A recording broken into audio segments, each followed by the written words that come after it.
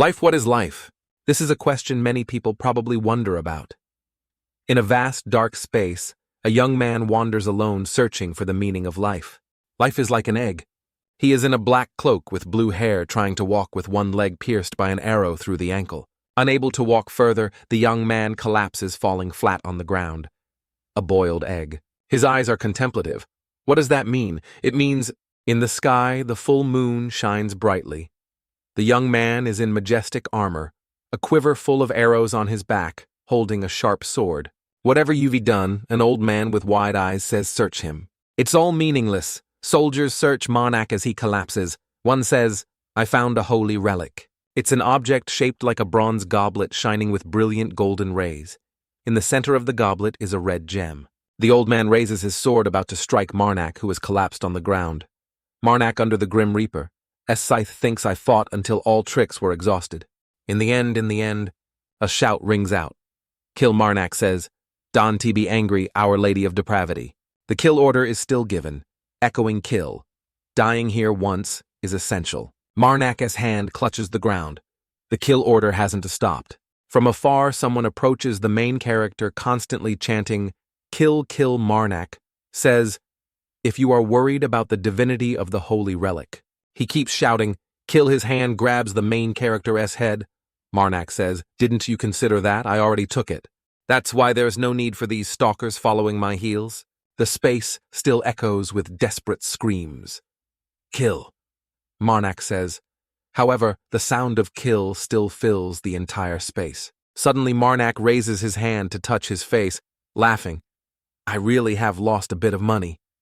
A hand approaches, intending to strangle him, saying, kill. In the schoolyard, Marnak is carrying a school bag, hand raised to his mouth to cover a wide yawn. He says, my life when I reached my 20s made me too busy and tired to play games. That's why I always compromised with reality. On the screen, options for his game session are displayed. There are 3 choices. Infinite HP. Infinite megapixel. Infinite items, the mouse cursor clicks on infinite megapixel. He says, by using editing software. I don't even remember the name of the game clearly, or why I bought it, but I still keep playing. Behind him, a long-haired female demon with only her 2 blue eyes visible wraps around the main character's shoulders. He says, to be able to play in the role of a depraved priest. Marnak's hand is moving the computer mouse for the noisy game he is playing, murmuring, what is a depraved priest? The screen displays 3 images from the game. The hardest role to develop, the hardest role to play, the worst performing role, Marnak says. But what should I do when my heart always beats so fast playing this game? Around the time I lost all items for profession development and completed all profession quests. He sits in front of the screen wondering I became a depraved priest. An endless vortex pulls him into the game. He says, and fell into this game. Back to the initial reality, a hand is still clutching his chest, its mouth still continuously shouting, kill, kill. He says the thing that keeps screaming like a metal singer is the goddess I serve, Our Lady of Depravity. Flashing back to the past, Marnak recounts, everything started 5 years ago, when I began serving Our Lady of Depravity. When I woke up in the game, I only had exactly 2 things. One was a rope from the Depravity Guild, and the hand of Our Lady of Depravity lying on my chest. Because of the immense presence I could feel through the connection with the hand, I was able to easily accept that I had fallen into this game world quite quickly. He recalls the image of the depraved priest, bare-chested, hanging, suspended, dozens of arrows piercing his body. He says, according to the game description, the depraved priestess, a human genetically modified with drugs. A large foot stomps heavily on the ground. He says, meaning, I have the ability to enhance physical strength, heighten senses. That person swings their sword about to strike the main character. He says, and a body that can only be killed by divinity. He thinks pensively, and it seems there's also something wrong with my brain. Image of a beast's mouth with sharp teeth growling, Marnak says, but I can stand blood. Amidst the freezing mist and snow, the figure of a person still stands imposingly in the distance before him. A bear approaches and sniffs his body. He says, even watching horrific scenes like this doesn't affect me at all. The only problem is, his face brightens again. He says I want to eat fried pork with kimchi. My body cannot feel or even taste food. Anything at all. In a temple, two people are standing. One person walks up the corridor steps and says, "This is your identification paper. Priest, Marnak. This is your identification paper. Priest, Marnak." In another office, Marnak stands before a girl's desk and says, Hey, is there any job I can take right now?" His question makes the girl wonder. Question mark, not knowing what he means. Then the girl replies with a gentle expression, "Wait a moment, please." Then while flipping through a file, she says, "We surely have work for a priest serving a guardian goddess like you."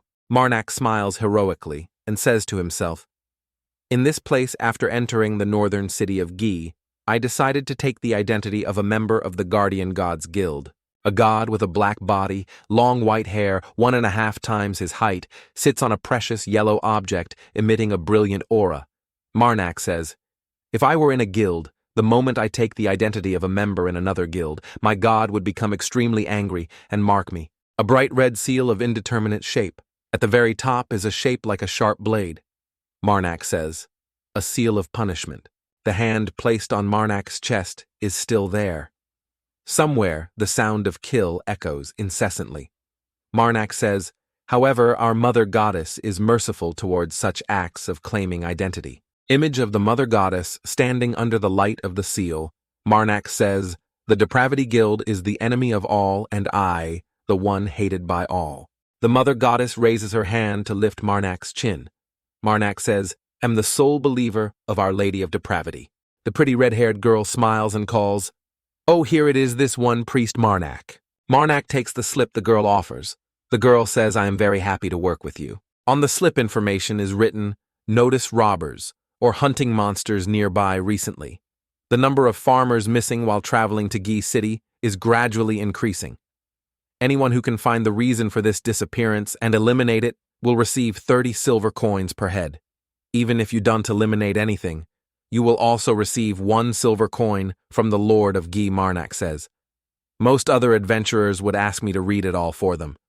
Then he laughs triumphantly again, saying, "This isn't any special skill. The moment I arrived in this world, I could already understand, read, and write in the language of this world." After reading, Marnak suddenly pauses, which makes the girl unsure of his meaning. Before doing anything, Marnak proposes, "Can I receive a portion of the reward in advance right now?" The girl is surprised. Although she heard clearly, she still asks again. What was that?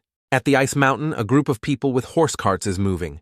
In total, there are 7 people, and 2 carts loaded with firewood. Marnak, again, murmurs to himself, "She really likes to talk a lot, my lady." Then the girl crosses her arms sternly. "I'm only doing this for you. Even for you, you still have to pay an extra fee if you submit it late tomorrow." The sound kill shows no sign of stopping. Marnak says seriously, "I am not falling in love.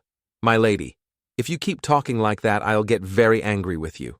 Marnak is walking beside the cart when someone calls out Priest Marnak.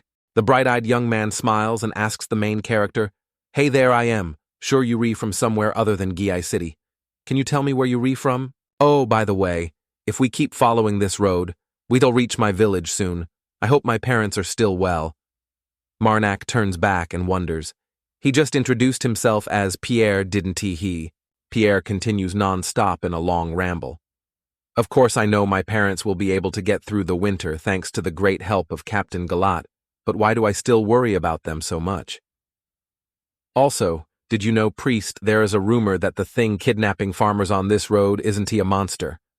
But Ghost's Marnak walks alongside, listening to him ramble on endlessly, getting a headache and telling himself he talks too much. Someone calls Pierre. Pierre hears the call and quickly runs ahead, turns his head back, smiles brightly, and tells the main character, "Looks like I need to go ahead, and doesn't forget to promise I'll be back soon." In Marnak's head, the mother goddess' voice still echoes. Kill Marnak asks wonderingly, "Why do you keep telling me to kill everyone? If everyone dies, it'll be a problem for me." The mother goddess still says, Kill Marnak says, "You didn't say anything when I returned to Gi, did you? Your child really needs those 29 silver coins. I want to spend my winter in warmth. Thank you, Kill." Then he freezes.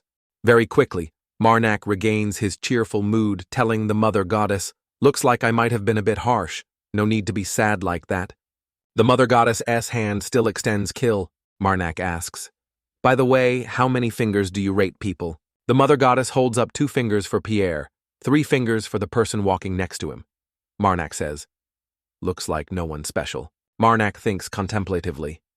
If I could kill them and offer them to Our Lady of Depravity, I could receive divinity based on the number of fingers they are rated. 1 finger is 10. Divinity. 2 fingers are 100. Divinity 3 fingers are $1,000. Divinity 4 fingers are $10,000. Divinity 5 fingers are $100,000. Divinity. And if I can get 10,000 divinity, I can receive a special privilege. Thanks to the system, I can absorb the divinity of holy relics, and I received a special privilege. The people ahead are arguing. Marnak rationalizes to himself. Now there are only 12 holy relics left. The mother goddess told me that if I can collect enough divinity from the holy relics, all my wishes will be granted. Then Marnak licks his lips with satisfaction. First, I'll restore my sense of taste. Someone's voice says, the captain told me not to bother you too much. While Marnak still doesn't know what the other person said, his face is full of wonder. Turns out it's Pierre's voice, he continues. If you keep talking like that since early morning, it'll be very annoying. He said that. Marnak smiles and says, I'm fine. Don't worry about me too much, okay? Suddenly, his eyes focus on something. Everyone turns back to look. Dozens of arrows are heading towards the group, piercing the cart, and one person is heavily hit by an arrow. A hand grabs Pierre's shoulder. He's surprised, huh? After that, Marnak swings his sword, slashing several enemies. Arrows continue flying relentlessly. Marnak is hit by 2 arrows in pain. Pierre collapses, reaching out and calling Sir. The robbers, faces covered, moving in a group, are still hiding in the bushes, continuing to attack the main character's group. Marnak, hit by an arrow, collapses to the ground motionless. The mother goddess continues to remind Kill. Marnak says, must be robbers kill. Marnak says to the mother goddess, looks like you want me to play dead, then absorb their divinity when I get the chance, huh? Kill, that's the easiest thing to do right now. His hand grips the ground tightly as he says, but do you know? Marnak collapses, speaking to the mother goddess while a sword is held right before his eyes. Even so, you know. He grabs the sword, saying, from the very beginning Then he jumps up, swings the sword, rushing forward, saying, have already done so. The ambushers are still hiding in the bushes, aiming their bows towards Marnak. The sword plunges straight into Marnak. He commits suicide. This action leaves the robbers hiding behind the bushes, confused and surprised. One, annoyed, grinds his teeth and curses, Task, damn it. Then he says, leave the priest to me. The others help me after I finish off the rest. Marnak's eyes show cunning. He has some strategy. Then he holds his sword and charges forward to fight Marnak. Marnak also jumps up. The 2 swords clash under the strength of the 2 men. The strong impact makes the sword spark from the metal friction. The former robber grits his teeth, trying his best to defeat Marnak. Marnak is also resolute, fighting with all his might. A powerful blow from Marnak sends the robber flying far away. He gets up and continues towards Marnak. Marnak grips the sword tightly. He asks Fingers, what category do you place him in? The robber is angry, shouting loudly at Marnak. What the hell are you talking about? Next, he swings his sword. At the same time, Marnak also swings his sword to block. The 2 swords, under strong force from their owners, again spark with light from the metal collision. Chaotic space objects flying everywhere due to the battle's impact. Marnak observes the hand. He is surprised by the situation, says 5 fingers. Then Marnak looks at the robber, saying disdainfully, just a robber, but on the same level as the cavalryman who slit my throat. This game is really unbalanced. Marnak stands up, swinging his sword. The robber shouts, ha-ha, loudly, making Marnak not understand what the heck is going on. Kill! A sword plunges straight into the ground. He curses again. Damn it. The robber laughs loudly. Ha ha ha ha ha! That is why I use Starfrost Bone. The sword is broken, Marnak says contemptuously. Ha! What a useless weapon, huh?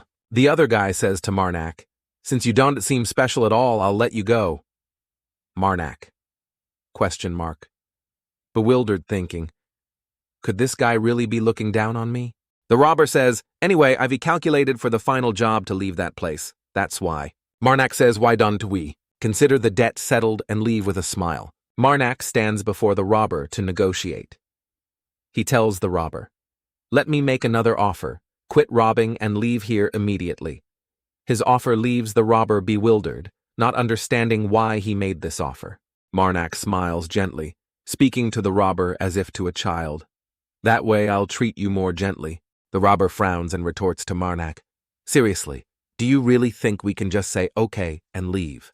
Marak says that it's not. An arrow suddenly appears from behind and pierces Marak's head. The robber says, "You're too late, you damn bastard."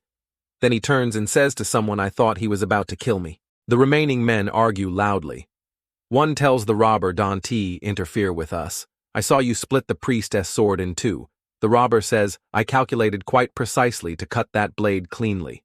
Another one mocks, Yeah, you read the best." They discuss animatedly. One says, "Anyway, did you kill the others?" Another says, "I definitely wiped them out. Not one left." Somewhere, an unidentifiable voice says, "Really that clean, huh?" The robbers gape towards the source of the sound. A pitch-black face reveals only two round white eyes. Again, a voice rings out, "You guys, what are you surprised about?" One robber says, "A survivor." Marak stands up. Imposingly, pulls the arrow from the back of his head with his hand. Marak tells them, after taking a whole arrow to the head. Marak pulls the arrow out, stares intently at the group and says, "First time seeing this, huh?" Those guys are terrified, sweating, probably unsure if he's human or ghost. The leader says, "I thought that was." He clenches his fists together and says, "I gave you a chance, but you guys answered with an arrow straight to my head." The robbers are scared.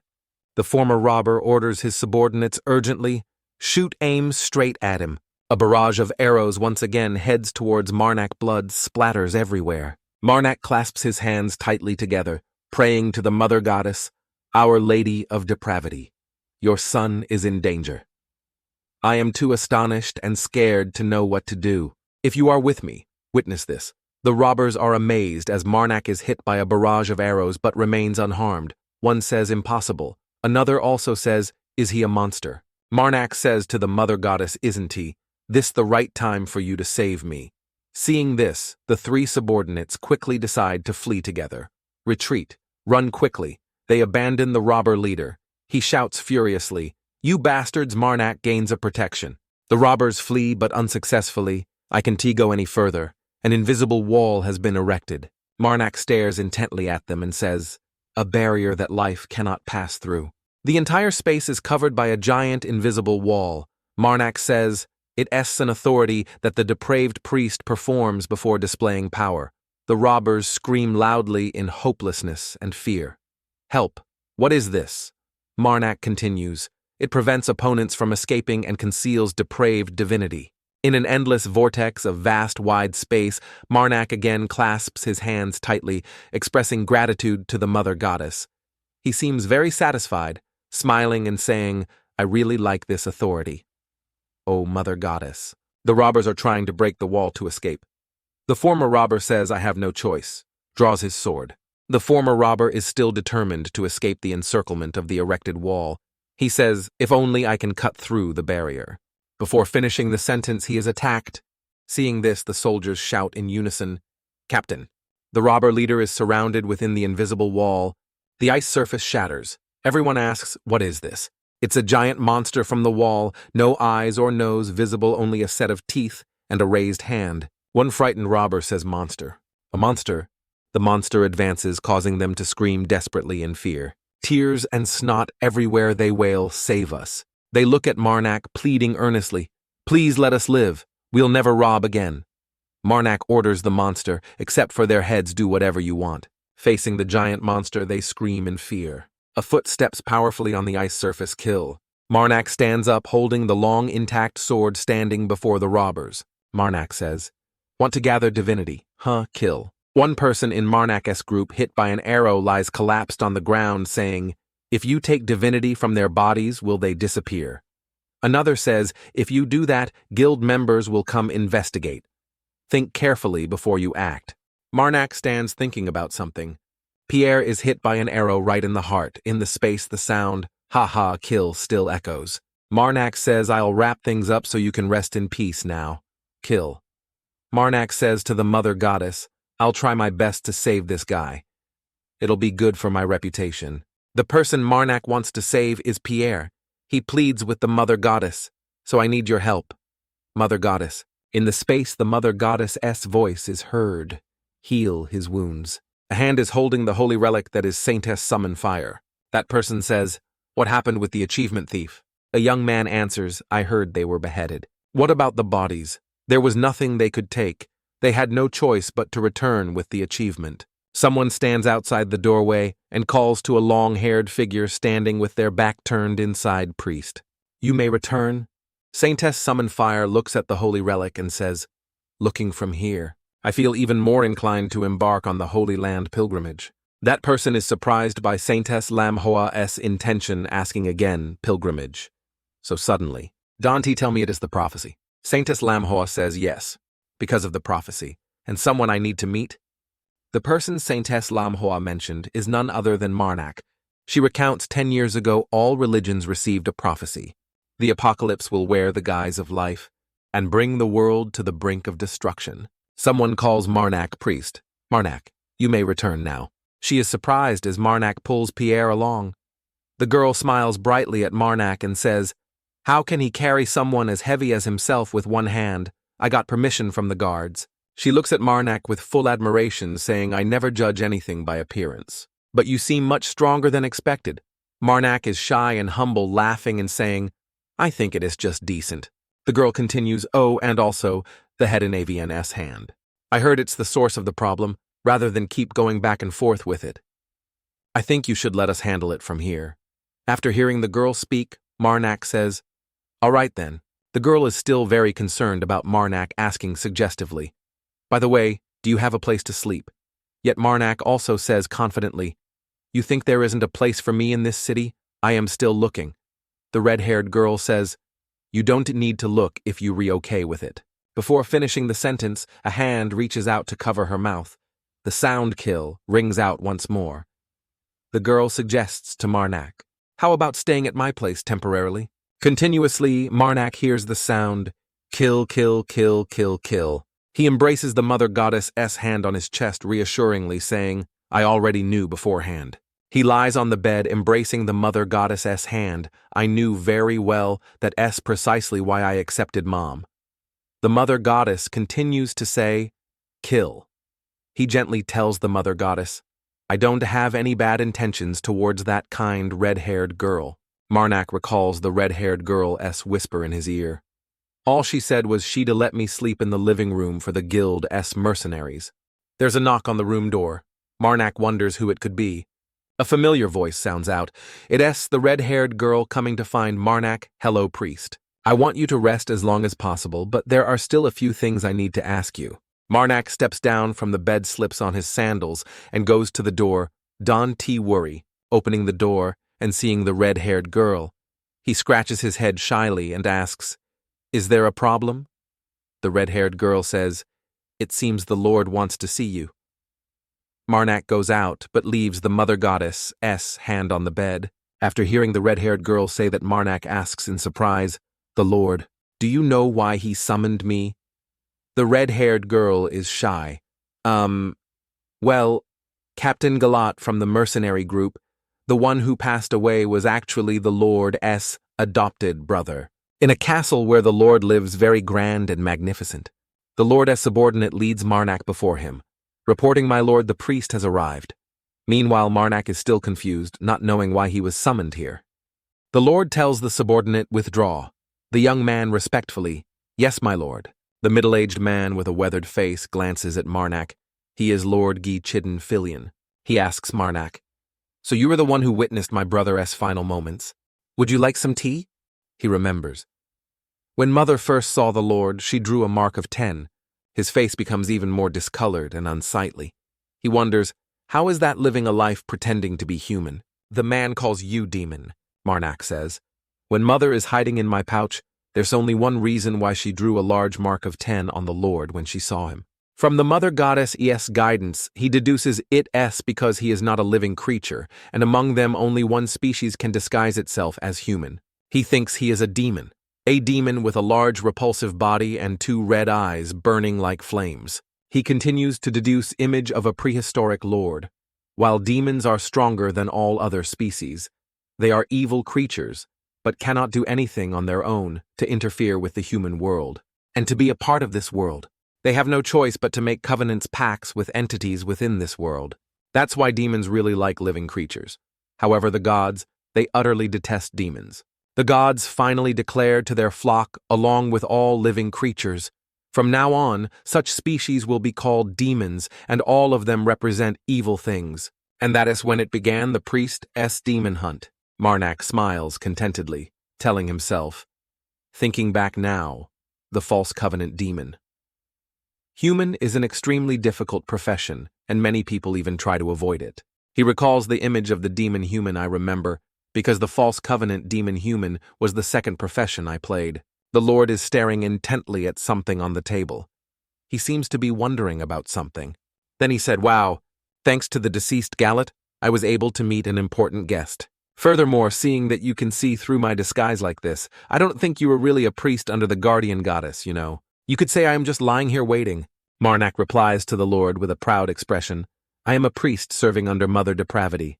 You can call me Marnak. The Lord is surprised, says, oh, I thought they were extinct, can to believe they're still a child of depravity. After talking for a while, Marnak is still standing. The Lord says to Marnak, please sit down. Anyway, we the only ones here. Marnak hears the invitation and sits down on the chair opposite the Lord. He continues to be honest. I didn't summon you for any specific reason.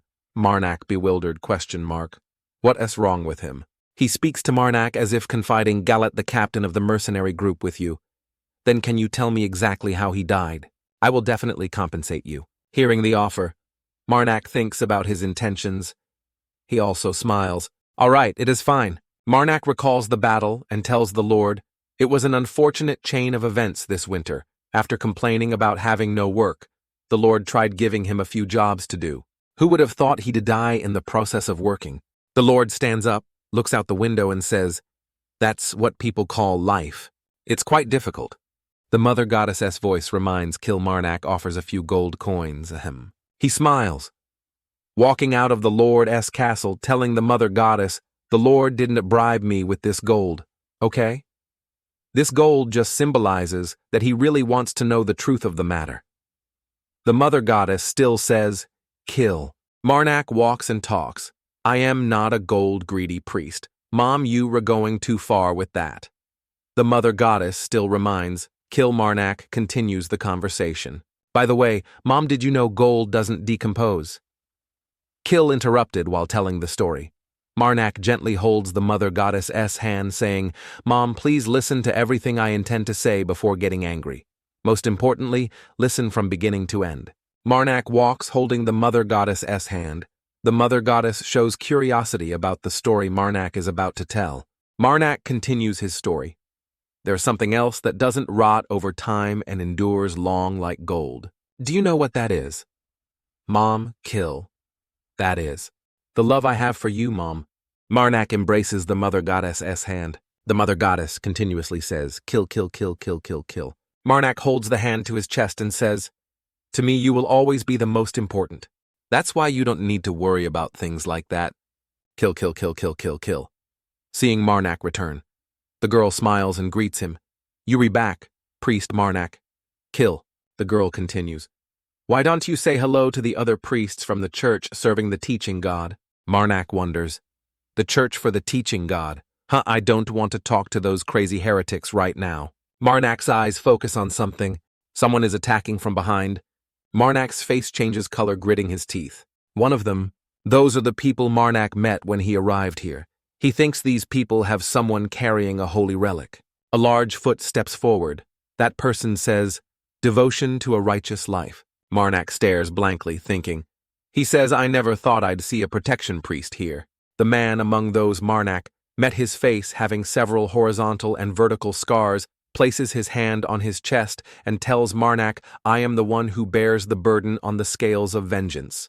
You can call me Ovis. Ovis has a large appearance, steadfast eyes. He must also be quite something. Ovis continues introducing the person with his group, the white-haired man with a chest like fur, sideburns reaching his neck. Notably, this person has a horn in the middle of his forehead like a rhino's horn. Ovis looks at this man and says, the large man over there is Konu. And the last person introduced is a girl. a petite girl with a gentle appearance, hair tied in a ponytail. Ovis points to the small girl and says, "And this person is Patina." The common point of everyone is placing their hand on their chest and bowing politely for introductions. Marnak does the same, placing his hand on his chest. He bows his head in greeting. "Very pleased to meet you all. I am a priest serving the protection goddess. My name is Marnak." He remembers the words the red-haired girl told him earlier. It seems the priests of the teaching God's church are also here today, just like you, Priest Marnak. Marnak smiles, relieved. He sighs, feeling lighter. That means I don't even have to act right now. His eyes shine brightly with triumph. I still have quite a few chances to steal their holy relics. He suddenly transforms into a demon, revealing only 2 blue eyes and blue hands, emitting wisps of smoke. The hand seems to want to grab something. He says, "The only problem is, when I absorb holy power from the relics, some depraved holy power will surely leak out." Just now, Marnak transformed into a child amidst the snow. He clasps his hands together, eyes wide and clear mouth puckered in a light smile like an innocent child. He also says innocently, "Do I have to steal again? I don't resemble a depraved priest, more like a depraved robber." Ovis says to Marnak, "We need to pay our respects to the Lord for a bit," making him quite puzzled for a moment. Ovis continues, "We can talk more at our next meeting." With that said, Ovis, Konu, and Patina turn and leave. Marnak watches them wondering, pay respects to the Lord, huh? Marnak stands before the red-haired girl. The girl says, "Our guild usually provides lodging for priests at a cheap price." What the girl says once again confuses Marnak. Then he asks again, "So does that mean you'll make me pay for yesterday?" The red-haired girl says cheerfully, "Why would I do that? You think I let you stay here because I am interested in you. I let you stay here because you are also a priest." Marnak says shyly, "Of course not, however." Seeing this, the red-haired girl teases Marnak even more, saying, "I also had the spontaneous intention from myself wanting to help you." He blushes crimson and asks again, "What?" The red-haired girl approaches Marnak and says, "If possible, to prevent the food from spoiling," then leans close to his ear and whispers, "I wonder if you could cast a protection spell on the food." Marnak suddenly shouts in panic, "Why did you whisper in my ear just to talk about that kill?" The red-haired girl strokes her chin with satisfaction, then rests her chin on her hand sadly, and asks, "I wonder why the mother goddess still continuously says, 'kill.'" Someone enters and sees Marnak and the red-haired girl chatting. That person says, "Looks like you two get along quite well, huh?" Marnak turns around, surprised asks, "Huh?" Marnak asks that person, "Aren't you going with the other guy?" That is Priest Konu. Priest Konu says, "I have no other choice. Because of my origin, many lords from the North Danti have a very good impression of me. I am just showing my respect." After hearing Konu speak, the red-haired girl tells him, "I don't think Lord Chidden cares about things like that." Both Konu and Marnak are surprised by the red-haired girl's opinion. The red-haired girl laughs and continues. Although he acts cold towards others, he is extremely skilled in his work. He clearly separates his work and personal life at S, because many people support him here in Gi. I suggest you don't speak disrespectfully to the Lord, because it will be very dangerous for you. Konu, after hearing the red-haired girl, replies, "I'll remember that. By the way, could you tell us more about the Lord?" Konu is very curious about what kind of person the Lord is. He wants to know more through the red-haired girl. Hearing Konu ask, the red-haired girl laughs loudly. Marnak also smiles. The three stand together in the library. He says, "However," Konu asks Marnak and the red-haired girl, "Why did you decide to meet the Lord first?" "Actually, we are following the prophecy we received 10 years ago. Priest Ovis thinks the apocalypse is hiding behind the veil of life, will wear the veil of life and descend upon this world, meaning it refers to a demon." Marnak asks Konu, "So you were all here because you think the Lord is a demon?" Konu replies, "Of course not. Lord Ovis is just checking for himself, because his ability is to check if someone is a demon or not, by using his holy relic, a sharp-toothed mouth full of fire." Marnak and Konu both turn back to look. A building is being burned down by the demon. That demon is fearsome large and can breathe fire running rampant. He and Konu are standing, staring towards it. Konu swings the scales powerfully, shouting, "O scales of punishment, die." Then a blow strikes straight onto the monster's head. "You stupid monster. Die, evil demon." Konu says to Marnak, "That is the punishing hammer of Priest Ovis." Looks like they were fighting demons, I must go help them quickly. Konu just finished speaking. Marnak quickly ran off saying, I am going ahead, I'll be there right away. The mother goddess's hand reaches out as if trying to hold him back, calling Aaron. The red-haired girl sees him open the door and rush in, hastily calling out in fear, Priest Marnak, what's happening? He approaches and asks where, Then Marnak picks up the red-haired girl and asks loudly with great anxiety, where is the medical center where Pierre is being treated? Tell me, where do I find him? The demon is still rampaging in the deep pit, it's gradually advancing into the city. He carries the red-haired girl flying out of the building. Marnak runs hastily, creating whirlwinds wherever he goes. Behind him, the monster is chasing. The red-haired girl in Marnak's arms is terrified, Kaya, help. The giant monster has appeared on the building. A frightened man runs while shouting, get out of the way. In a critical moment, a rock blocks the way. He angrily curses, even the innocent, inanimate rock. Don T, block my way. Get lost. The frightened red-haired girl tells Marnak Priest the monsters. The monsters are advancing into the city center. The giant monster looks like it wants to swallow the whole city. But that is not what Marnak cares about most. He snaps at the red-haired girl. Forget about that. Tell me, where is Pierre? The red-haired girl points in one direction and says, over there. He is over there. He calls Pierre. Marnak carries the red-haired girl into the room where Pierre is receiving treatment. Seeing Pierre lying unconscious, his face having a few scratches covered with bandages, the red-haired girl finally dares to relax. What a relief. Marnak tells the red-haired girl, his mood also gradually stabilizing upon seeing Pierre lying there. Struggled so hard to save him, I can to let him die in this tragedy. Then Marnak picks up Pierre, throwing him over his shoulder to carry him somewhere. Then Marnak turns and tells the red-haired girl, hold on tight, I can carry you with both hands anymore. The red-haired girl obediently wraps her arms around his neck and replies, okay. Marnak's steps are powerful as he carries 2 people on his shoulders. With each step hitting the ground, the entire area cracks. He tries to run as fast as possible. The red-haired girl on his back is also scared. Then the red-haired girl tells Marnak Priest, I know a secret passage. Marnak asks where. The red-haired girl says, we have to go that way. That house has a secret passage leading to the outskirts of Guy, but the door is locked. Marnak carries the 2 people rushing out of the dangerous place. Suddenly the red-haired girl smiles brightly. They have arrived somewhere. The red-haired girl says, really? You are really strong. Upon reaching the safe room, Marnak puts everyone down and instructs the red-haired girl, if the situation worsens, run through that secret passage. Hearing this, the red-haired girl asks him worriedly, what about you? Then Marnak turns away and says, I need to go back. The red-haired girl watches Marnak retreating back and calls after him, Priest. He has run out of the room and runs faster and faster. The red-haired girl still calls Priest, Priest.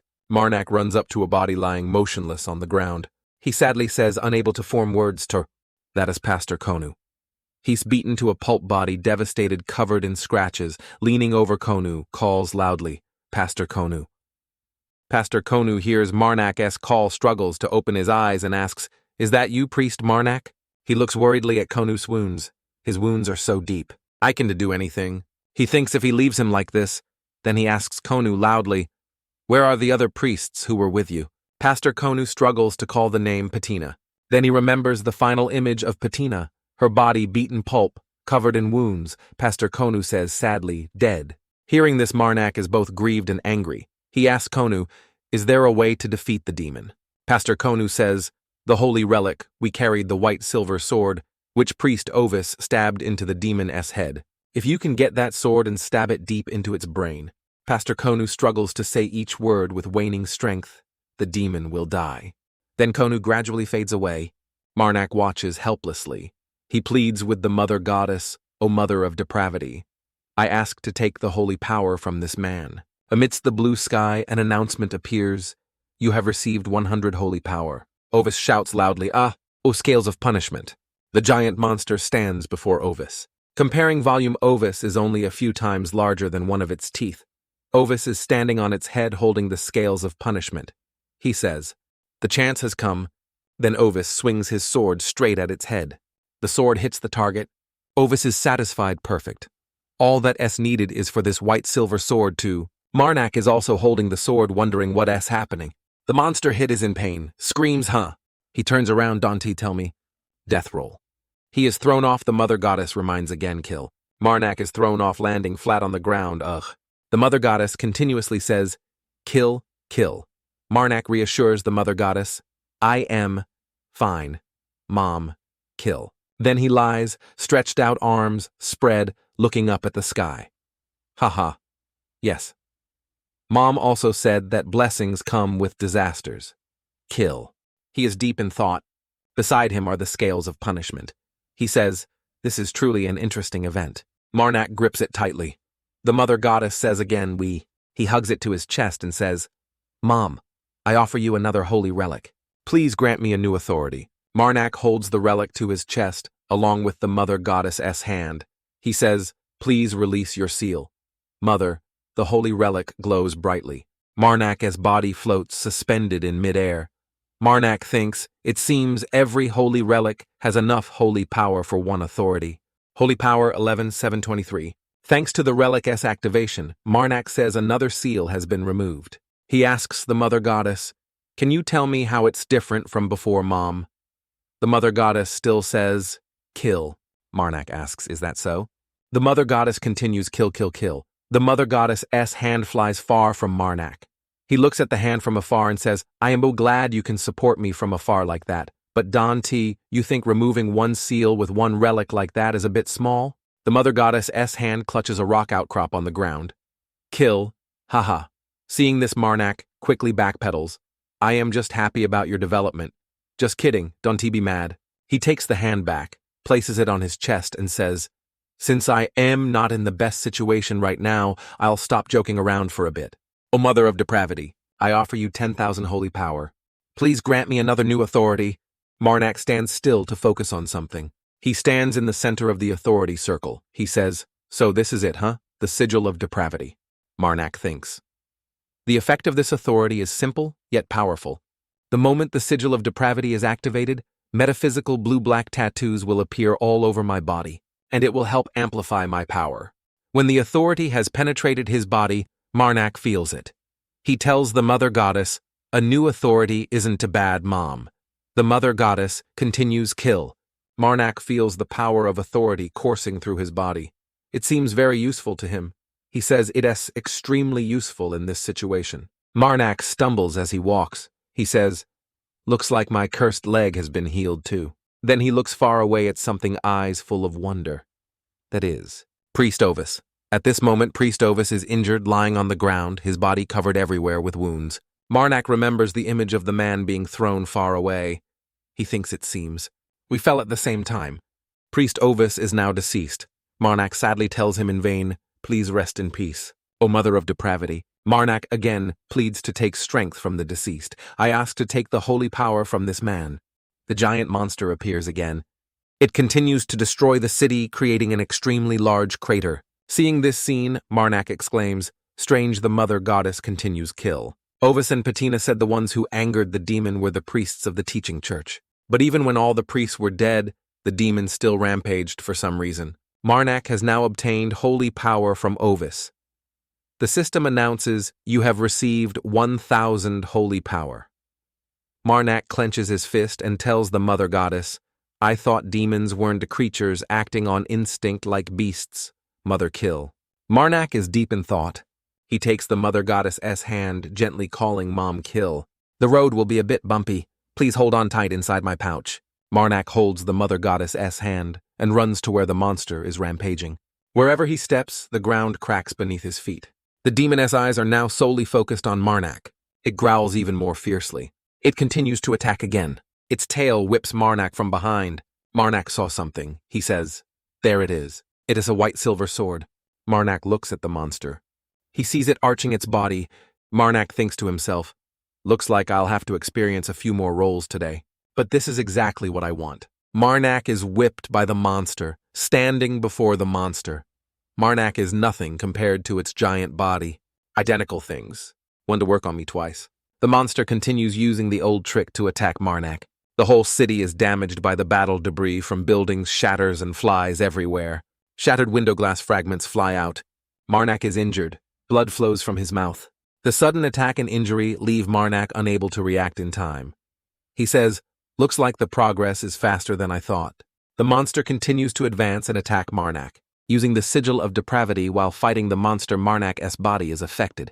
He tells himself, when I use the sigil of depravity, my body also starts to rot from the inside. If the demon keeps this up, the collapse will spread outwards from my body, and then I won't be able to do anything anymore. But quickly, he reminds himself, there's no time. Marnak flies up, reaching for the sword ahead. He grips the sword tightly. Marnak remembers Priest Konu's instruction. Take the sword that Priest Ovis stabbed into the demon's head, the white silver sword that Priest Ovis stabbed into the demon's head. If you can get that sword and stab it deep into its brain, the demon will die. The sword is right before his eyes. Marnak quickly seizes the opportunity to defeat the demon awaken. Marnak sees someone, Lord Chitin, a blurry figure in his eyes. The demon is gradually disintegrating. Blinding light emits. Everyone looking is stunned. Even the red-haired girl beside him caring for Pierre is the same. The red-haired girl looks towards the door where the blinding light comes from within the city. Marnak looks at the injured man lying on the ground. His clothes are torn, revealing patches of flesh. Marnak bends down and asks the man, "Are you awake yet?" The man replies happily, "Honestly, meeting you is truly the greatest blessing I've received." He laughs shyly and points to the sword. "No need for that at all, because this sword has power beyond your thoughts." Marnak extends his hand to help the man up. He adds, "So what do you think about the value of giving away 2 gold coins?" The man sits up. Once helped up by Marnak's hand, he says it's definitely worth much more. Saintess Hoalam spreads her palm. Inside is a blue essence stone. She drops it onto the ground. Since that object fell to the ground, that area of land begins to change. A different phenomenon occurs. A blue stream rises. The man looks at it and says, "I knew it." Beneath where the essence stone fell, a tree begins to sprout. The old man continues, "Every time I see it, it's another time I must marvel at this wonderful power. But there is no one here. I am sure I slit that kid's throat here." He recalls the moment he used his sword to deliver a fatal blow to the other guy. It must have been too long ago, so probably some monster or beast ate its corpse. Saintess Hoalam speculates. She also agrees with the man's thought. Well, it is possible. Saintess Hoalam tells the man, "Thank you for bringing me here. However, I want to ask you one last thing. The nearby cities, can you tell me their names?" The ground is full of cracks, the desolate remnants of the recent battle. Marnak walks with a young man. Arriving at a house, someone politely opens the door bows and invites Marnak inside. Marnak enters the room with a very gentle expression. The man sits in the room. He can only see out of one eye, the other side covered by a cloth wrapped around his head. He shouts joyfully, "Welcome, young priest." Marnak is shy before the man's overly enthusiastic welcome as he continues, "Why does it feel like you are much more handsome than the last time we met? Ha ha ha ha ha ha." Marnak also replies politely, "Thank you for the compliment." The man continues, "Mr. Demon Slayer, I don't know how to fully express my respect for you, Priest Marnak, but aren't demons still living and breathing there?" The man says, "Demons like me also need to live. I also don't believe any creature is born to die, right?" Marnak tells him. Not wrong, but thinks to himself. After everything was resolved, Chitin told the people that he was the one who defeated the demon and that he was also the one who saved him. As a result, although it didn't quite fit, they called me by the name Demon Slayer, and perhaps also because Erin liked that name a bit too much, she kept calling me Mr. Demon Slayer whenever we were outside, drawing everyone's attention. Marnak thought while imagining a scene as if he were the main character, all eyes focused only on him. Around him, old and young men and women looked at him with eyes full of admiration and praise. He chuckled, imagining the nice gossip lifting him to the clouds, for example. "Isn't he, that the famous priest Demon Slayer? I heard he's quite strong, even though his appearance doesn't seem like it. He even beheaded 7 robbers all by himself. He even defeated demons. What are 7 robbers? But I still can't. I am afraid another monster like that will appear again." Marnak was now sitting opposite the one-eyed man to talk. Seeing his wooden arm, he said, "Also seeing your prosthetic arm and leg move so smoothly, it feels strangely weird." The one-eyed man said, "I can only do this for your eyes. I wouldn't dare if someone else was here. Besides, to move naturally like this, I also have to pay a price, a very expensive one at that." Seeing the man just answer his face-changing expression, Marnak asked, "What price are you talking about?" The man lifted the teacup to his mouth and said, More than too late, he also humorously said that then all my hair will be like leaves swept by the wind falling scattered like yellow leaves on an autumn day. And if you meet me in a few months, what greets you will be a bald head. Marnak had anticipated this situation. He murmured. I accidentally imagined it. Then he said to the man again, we can talk about that later. The man asked Marnak, do you have about a week? Marnak was joyful. Plenty. Hearing the answer, the man was satisfied. He sat with his hands clasped, leaning back in his chair, and told Marnak, perfect. There is a job I just received, and the client is specifically asking about you. Marnak asked. Again, puzzled. They want me, the man said again. It seems they think you'll be the perfect choice for this job after hearing those stories about the demon slayer. It seems. It's related to the holy relics in the ancient kingdom. The reward will be 5 pieces of pure gold. It will be paid in advance too. And if they acknowledge your great help in exploring the ruins, they said they'll give you one of the discovered holy relics. Marnak remembered the mother goddess S words he said to himself, just like Mom said, seeing is believing, right? Then Marnak cheerfully said to the man, I accept the job. The mother goddess S hand spoke again. Kill, Marnak said inwardly. Once upon a time there was an ancient empire. They ended the era of mad mages and unified the continent. And in the present era, their technologies have been recreated. Holy relics are considered priceless treasures containing powerful abilities. In other words, most items considered high level in this world are holy relics from the ancient kingdom. Marnak approached a group of people. He introduced himself. I am a priest under the goddess of protection. My name is Marnak. One of them replied, pleased to meet you. Priest. He introduced, I am the one who requested this task, Carmen Valtis. Marnak shook his hand and asked Valtis. Valtis said, you guessed right, Anthony Valtis of Dark Wolf is my father. Valtis added, just in case you misunderstand, I am his illegitimate child. Marnak, surprised again, asked back, illegitimate child. That conservative, rigid man actually has an illegitimate child, and I thought he'd be lonely alone after losing his wife. It seems rumors and reality are quite different. But digging deeper into this matter is a bit inappropriate. Marnak asked Valtis about the identity of the 2 accompanying people. I wonder who the 2 people behind you are. Valtis turned to the 2 and introduced, this is the mage wearing the hooded cloak over there is Tunisa. She is the one who will lead us to the ancient holy relics. And this is Sukus. As you can see, he is of the horned tribe. He is quite good, you can count on. Sukus shook Marnak's hand and said, pleased to meet you, Marnak Demon Slayer.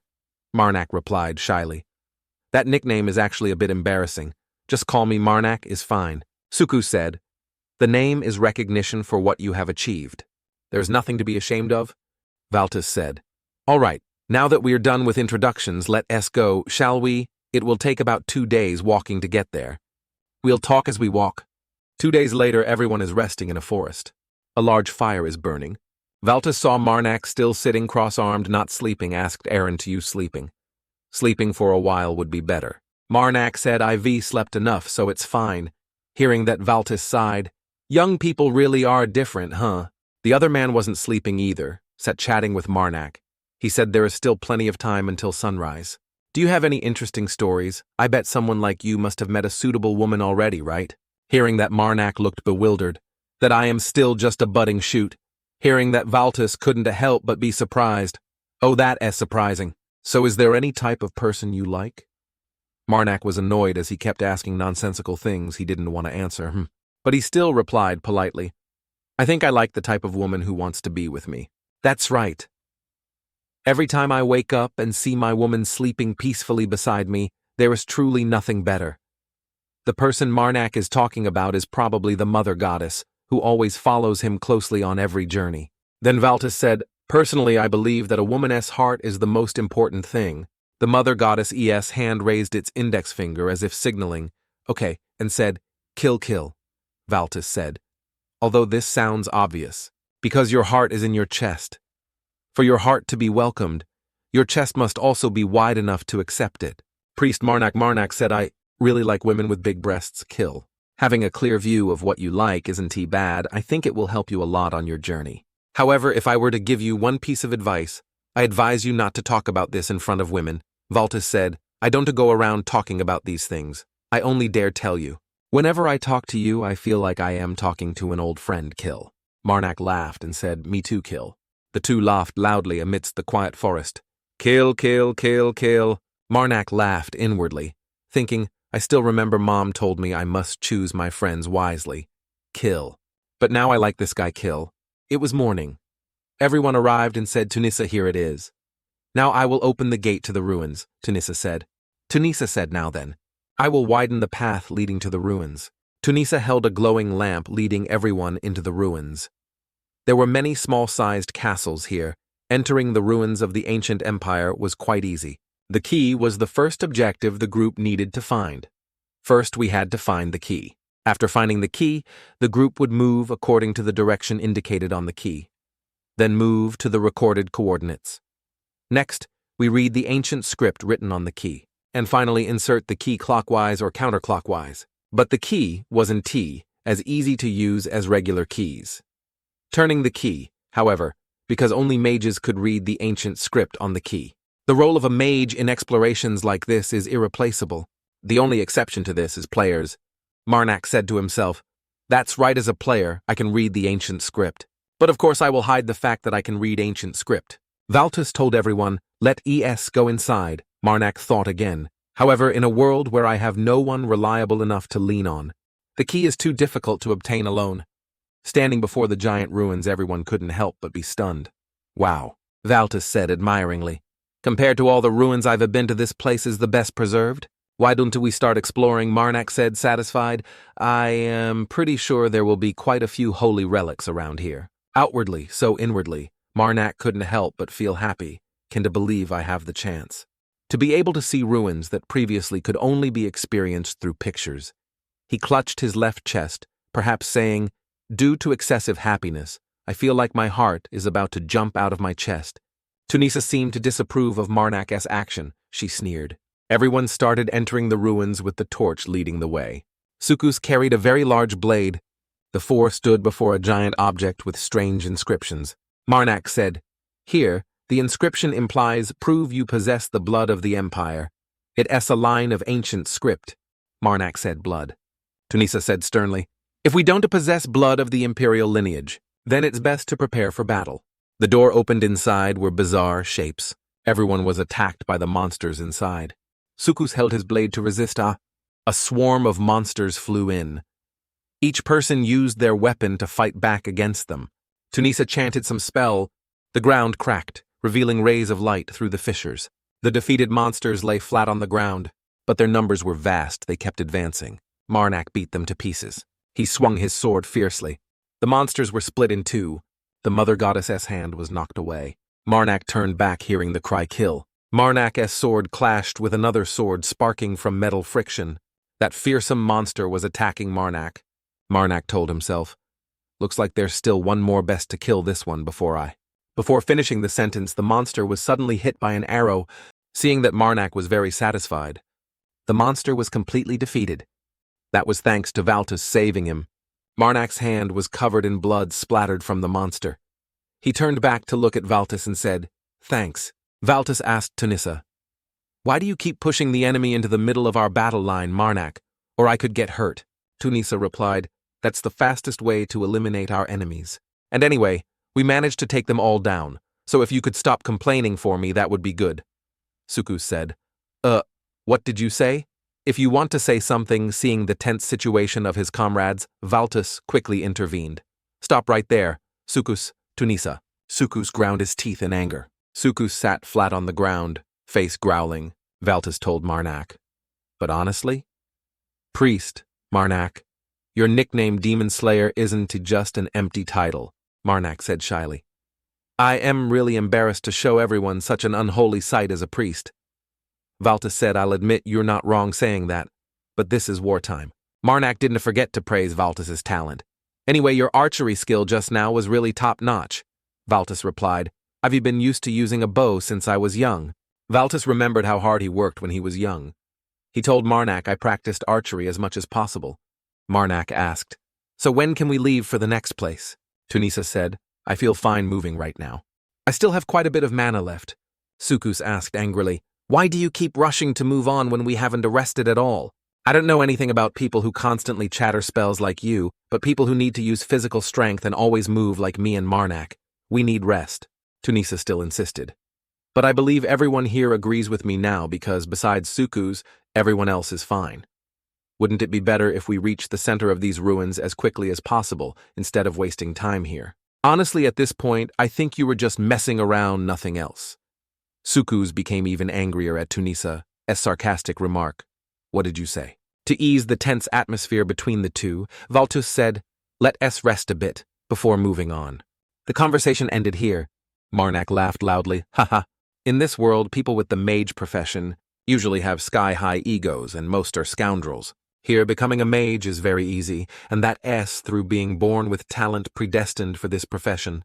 Chosen as a mage from birth, although there are some differences between individuals, but for those born with mana already in their bodies. It will awaken when they reach a certain age, and when that happens, knowledge of ancient languages will flood their minds, and because they don't have to pay any price to do so, they learn ancient magic. Using mana grants the ability to bend, even break the laws of this world. Then they are reborn as a mage. However, due to the vast amount of knowledge flooding their minds, they, as a natural consequence, hate learning new things. As a result, most mages become stubborn, ignorant fools. Most of them have thoughts revolving only around themselves and don't care about those around them. She is exactly like the other mages I've met. Marnak is referring to Tunisa. But to be honest, among mages, she's actually considered one of the most well-behaved. Valtus said, now that we've rested enough, let's head to the next area, shall we? Something made everyone wonder. The endlessly deep corridor with no visible end. There's an explosion ahead, everyone cannot exit this way. Valtus worried, impossible. The door closed behind us. Everyone turned to look, a giant monster with a body patched together with stone. It was gradually advancing to attack the group. Speaking, its mouth spewed blue energy. Marnak thought I knew something was wrong here. The enemies we encountered before were too weak for ruins like this. It seems like this monster is the real deal here. At this moment, Sukus looked tense and got into a fighting stance. Tunisa stood beside sternly and said, get out of the way. Then, standing before the giant stone monster, Tunisa raised her scepter. She recited an ancient mythical spell, and suddenly the tiles around her cracked and flew upwards. Tunisa pointed her scepter towards the giant monster, and the large stones she had summoned earlier gradually gathered into a large rock mass above the monster's head. Suddenly the monster's eyes lit up. Carmen startled with fearful eyes. Then he quickly turned back and shouted loudly, Tunisa, it is dangerous! Quickly cast a spell and get out of there. A light radiated out, making everything blurry. Tunisa's technique glowed, making the monster focus on it. While the monster was staring intently at the glowing light, suddenly a large rock flew straight towards its face. The collision created a large explosion. The three men gasped in fear. A large explosion occurred, but Tunisa stood stunned there, motionless. She worriedly slowly raised her eyes upwards. Before her eyes was the giant stone monster preparing to attack her. In an instant, not understanding what happened, red syrup splattered everywhere. Sukus witnessed everything and couldn't believe his eyes. He stood there stunned. Later, the angry monster approached Sukus. Marnak sensed trouble and shouted a warning, Sukus, get down. But the monster was too fast and attacked Sukus. Another large explosion occurred, and there was a tragic scream. Sukus. Sukus unfortunately turned to stone, and like Tunisa, his red syrup splattered tragically. The monster stood before the two survivors. Marnak calmly asked, do you want to live? Carmen replied, huh? Marnak repeated the previous question. I asked if you want to live. Carmen stammered in reply, yes. Marnak clenched his fist and said, then be quiet. Carmen didn't he understand and asked what suddenly a hand appeared from nowhere.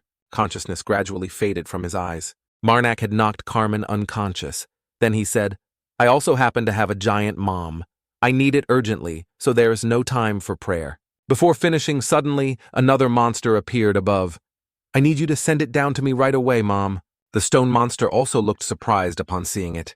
The monster's two hands clasped together. The newly summoned monster attacked the stone monster's head with a powerful blow. Taking advantage of the two monsters challenging each other, Marnak carried the other man and fled. Running, Marnak said smugly, he's always reliable, Mom thinks so too, right? Suddenly there was a voice. Kill. Suddenly a stream of blue energy escaped from the scepter and the notification board appeared. You have received 1,000 holy power. Later it was the Blade's turn and a similar notification board appeared. You have received 100 holy power. Meanwhile, Marnak and Carmen had fled quite far. Carmen also showed signs of waking up.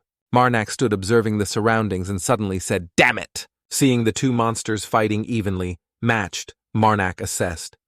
Looks like it will take quite some time for them to finish this battle. Suddenly, a strange hand with the earlier voice exclaimed, "Kill." Marnak's expression changed as he replied, "As you command, mother." Marnak's body changed and he quickly said, "Stop playing around." Marnak stomped his foot once, then continued, "And lend a hand, shall we?" The monster Marnak summoned was surprised to hear him say, "My target now is—" Marnak rushed into the fight between the two monsters while saying the white metal giant. More accurately, the thing on its head. He attacked the metal monster lapis lazuli. The monster along with Marnak supported each other to destroy the giant metal monster. Marnak jumped from below onto the monster he summoned earlier. He realized, because only that part is different. So if I destroy it, his eyes were very determined to defeat the monster. I am sure something will definitely happen. Having run close to the monster, Marnak jumped high. Then he rushed towards the blue orb on the monster's body, shouting loudly, "I am here!" In an instant, the blue orb shattered into hundreds of small fragments under Marnak's sword. After shattering the orb, Marnak landed safely on the ground. The metal monster suddenly stopped moving, and the monster summoned by Marnak let out a loud roar. Marnak said cheerfully, "Thanks for the help." But suddenly, a hand pointed in one direction and said, "Kill." Marnak, confused, asked again, "What's wrong, Mom?" From the high sky, suddenly, many monsters appeared descending like the metal monster from before. Seeing this, Marnak was extremely panicked, not knowing how to react. Now not just one appeared, but several giant monsters. They stood imposing, ready to attack, making Marnak and his monsters sweat in fear. Marnak's face turned pale as he said, "Just how many of them are there?" A voice like the initial one suddenly exclaimed, "Kill." Carmen woke up and asked, "Sukus and Tunisa are dead." Marnak replied quietly, "Yes, unfortunately so." He added regretfully, "If I had the chance, I really wanted to save them too, but everything happened too fast, so I couldn't do that." Carmen sadly blamed himself. The moment the metal giant appeared from the sky, we should have activated the key. Those two were just people I recently met because they were hired not long ago, but both were killed by my greed. Marnak immediately replied, "They were both hired for a purpose." Marnak thought of Sukus and Tunisa, then continued, "Surely those two also knew beforehand that this could happen." "Don't blame yourself too much." Carmen then asked Marnak, "Where exactly is that place?" Marnak didn't hide it and answered immediately, "Outside the black door." Carmen startled, unbelieving, "But how is that possible?" He closed his eyes, trying to remember. Carmen remembered when the battle was happening. "It probably wouldn't be polite if I asked about what happened while you knocked me out to prevent me from witnessing it. Anyway, you're the one who saved my life, right?" "Right, Priest Marnak." He smiled and said, "In the name of Valtus, I will definitely repay this debt." Marnak laughed joyfully in reply, "I will definitely wait for you." Carmen laughed loudly along and said, "You really don't miss any opportunity, huh? Ha." Marnak said excitedly back, "It is just that I don't have the habit of refusing others' offers. If you feel better now, I think we should start moving. I haven't defeated those metal giants. I just ran away from them." Carmen walked with Marnak. "Okay, let's go." Marnak thought silently, "It's not like I am lying." After defeating one metal giant with the help of the depraved giant, he remembered when 3 other monsters appeared. 3 others appeared from above, and his face suddenly became cowardly as he left the depraved giant behind as a punching bag for them to beat up. Marnak tried to open the door. After a long time, almost unable to open the door, I kicked Carmen into the room. While the giant was beaten, bruised, Marnak was leisurely. I told the depraved giant to just return when the mission was done, so he'll probably be back soon. Hope he's not angry with me. While walking, suddenly a stone bounced back towards Marnak's feet. He looked up with an excited face. Looks like a large door appeared right before their eyes, and Marnak said, "We've reached the end of the ruins." Seeing his companion looking left and right, Marnak said, "Feel free to look around." The door slowly opened. Inside, a strange sword was kept along with a necklace. Standing before the 2 treasures, Carmen spoke. "The stories written in the books are true." He told Marnak, "Priest Marnak, I know I have no right to ask, but may I ask for a favor?" Carmen pointed to the necklace and said, Could you let me have this necklace in return? I will definitely reward you generously. Marnak forced a smile and replied, Haha, but what exactly is this necklace first? Carmen explained to Marnak it's called the False Bloodline Seeker. If you drop a bit of blood onto this necklace and think about a specific bloodline you're searching for, it will use your blood as the price to point towards the direction of the bloodline you're thinking of. Marnak understood the issue. He thought silently. He talks about bloodlines, huh? I roughly understand now. Carmen bowed his head and said, I'm sure you also know about my plans. Right now I am still searching for my mother. The mother Ivy never met. Marnak replied, So surprising, Carmen. Marnak immediately made an offer. Is it okay if I take this sword? The flame flared up. Carmen laughed happily. From now on, in the desolate forest, the two sat together by the fire. Carmen continued. I think I should probably avoid all those giant metal masses.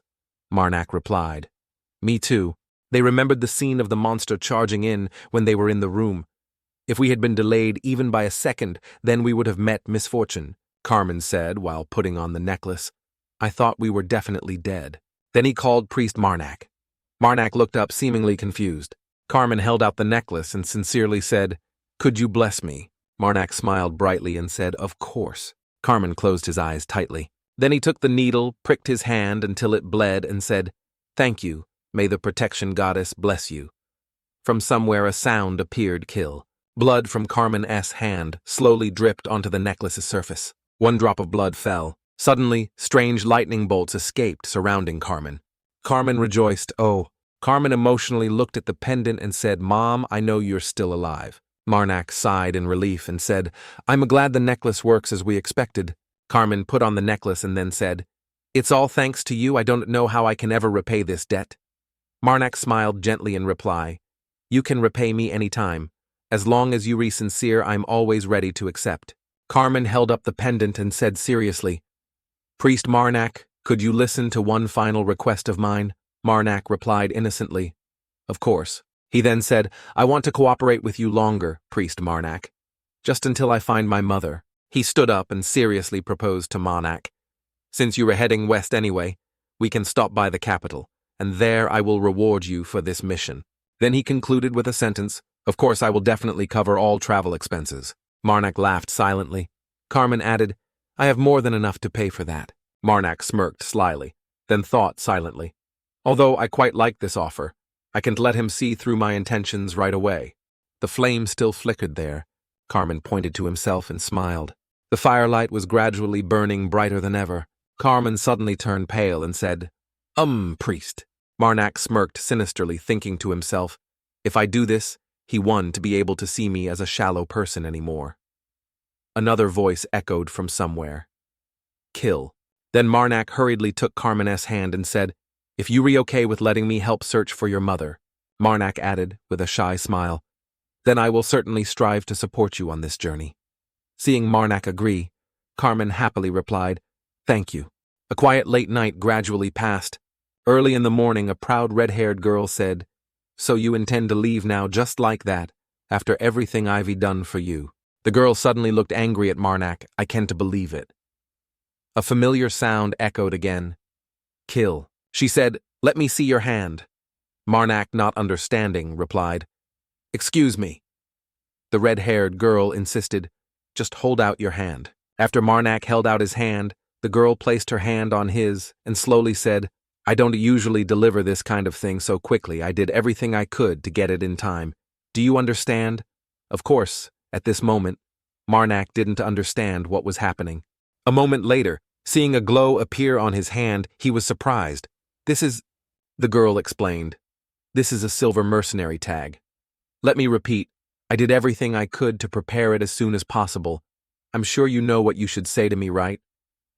In Marnak's hand was a sparkling object that looked quite fancy. Marnak put the tag away and joked with a smile. Thank you, huh?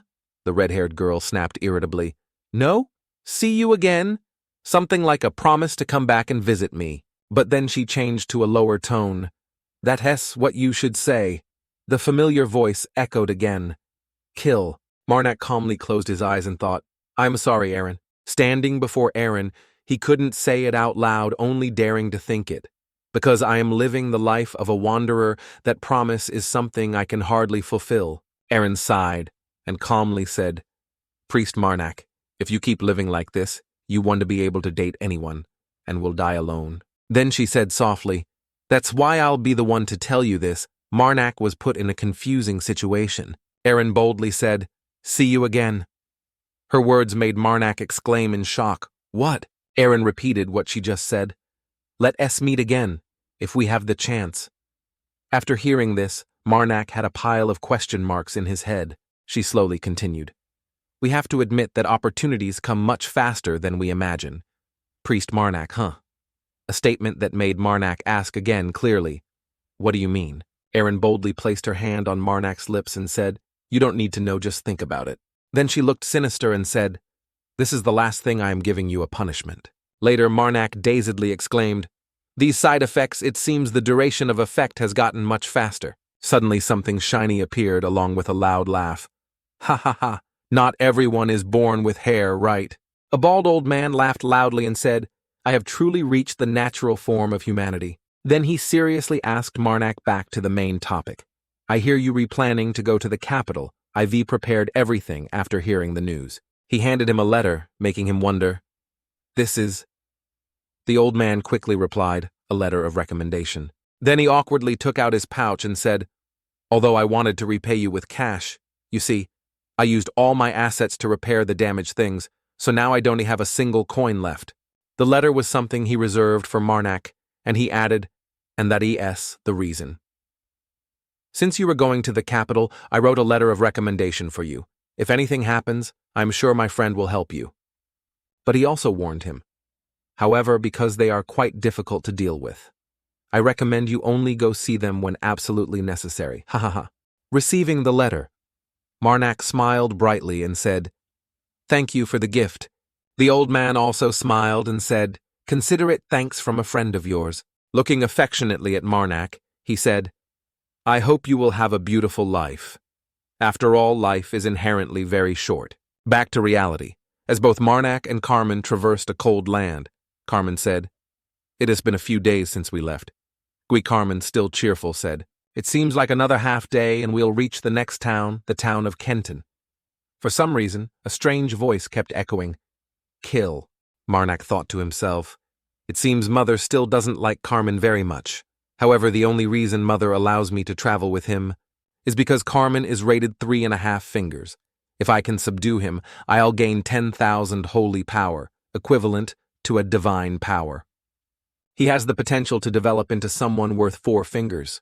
Marnak smiled and thought to himself, Well, as for my personal thoughts, I quite like his cheerful manner and I really want to keep him alive. Suddenly he was startled. Then he summoned the sword he had taken from that old house, surprising Carmen. Carmen was worried, but forced a smile, saying, What's wrong, priest? You're worrying me, Marnak replied. Blood, Carmen repeated. Excuse me. Marnak got ready in a serious fighting stance and said, It's very close. Then he swung his blade out and shouted, charging straight towards us. Carmen was thrown far back by a large explosion. A giant spider appeared in the air. It looked incredibly terrifying.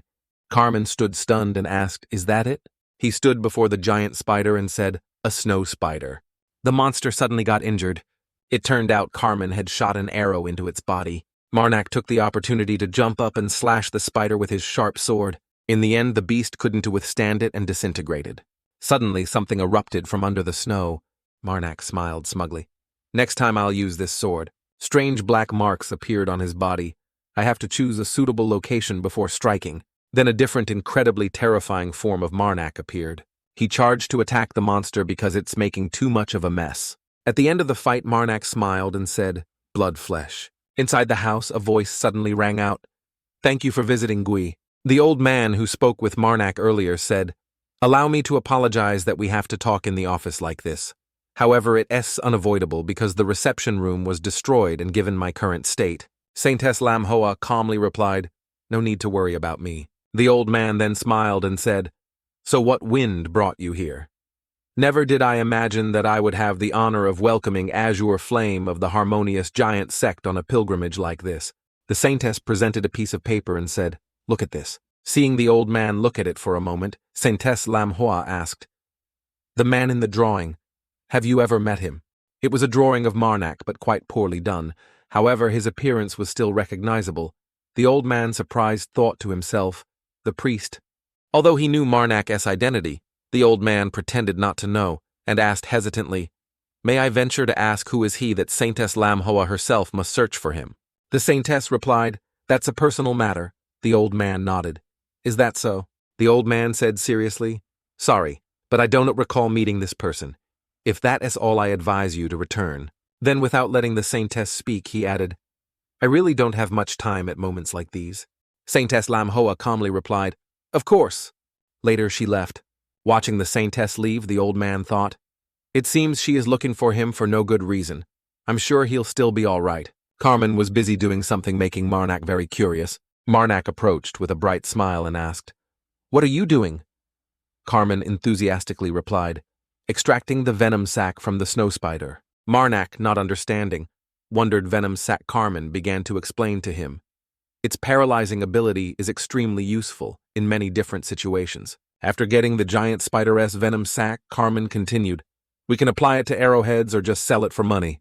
Marnak gently replied, "Ha ha ha, you seem knowledgeable about these things," but deep down he thought, quite unusual for a young master. Carmen smiled proudly and said, "I've been on many monster hunts.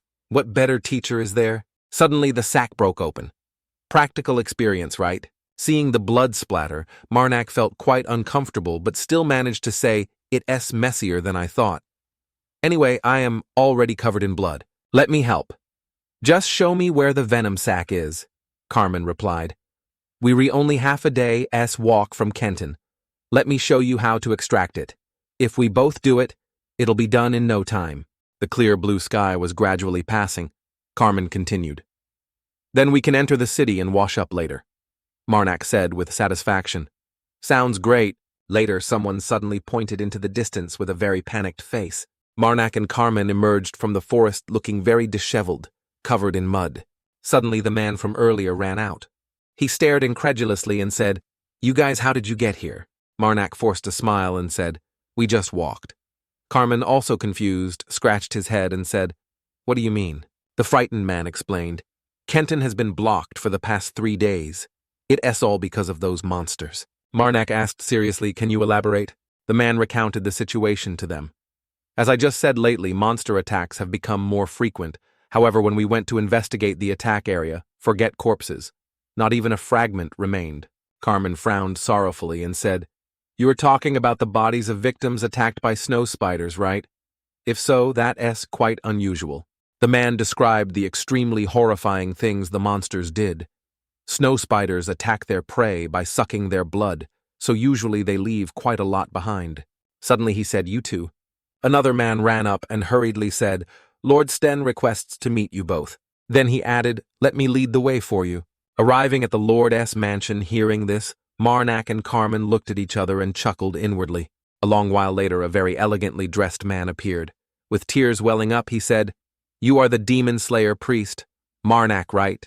You don't know how happy I was when I heard you had visited this city." Marnak, sitting at the dining table opposite him, replied, "I've already heard about the current monster situation from your soldiers." At that moment, Lord Sten said, "That's right. It relates to the reason I summoned you both here."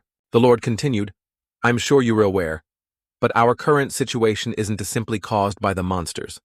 Marnak and Carmen were extremely tense. He said gravely, "It's a plan organized by a worshipper of evil spirits." Marnak thought for a moment, then said, "But if that is the case, isn't a blockading an entire city a bit much for just one worshipper?" The Lord tearfully said, "Well, according to what the priest said, there are at least 4 cults involved in this incident."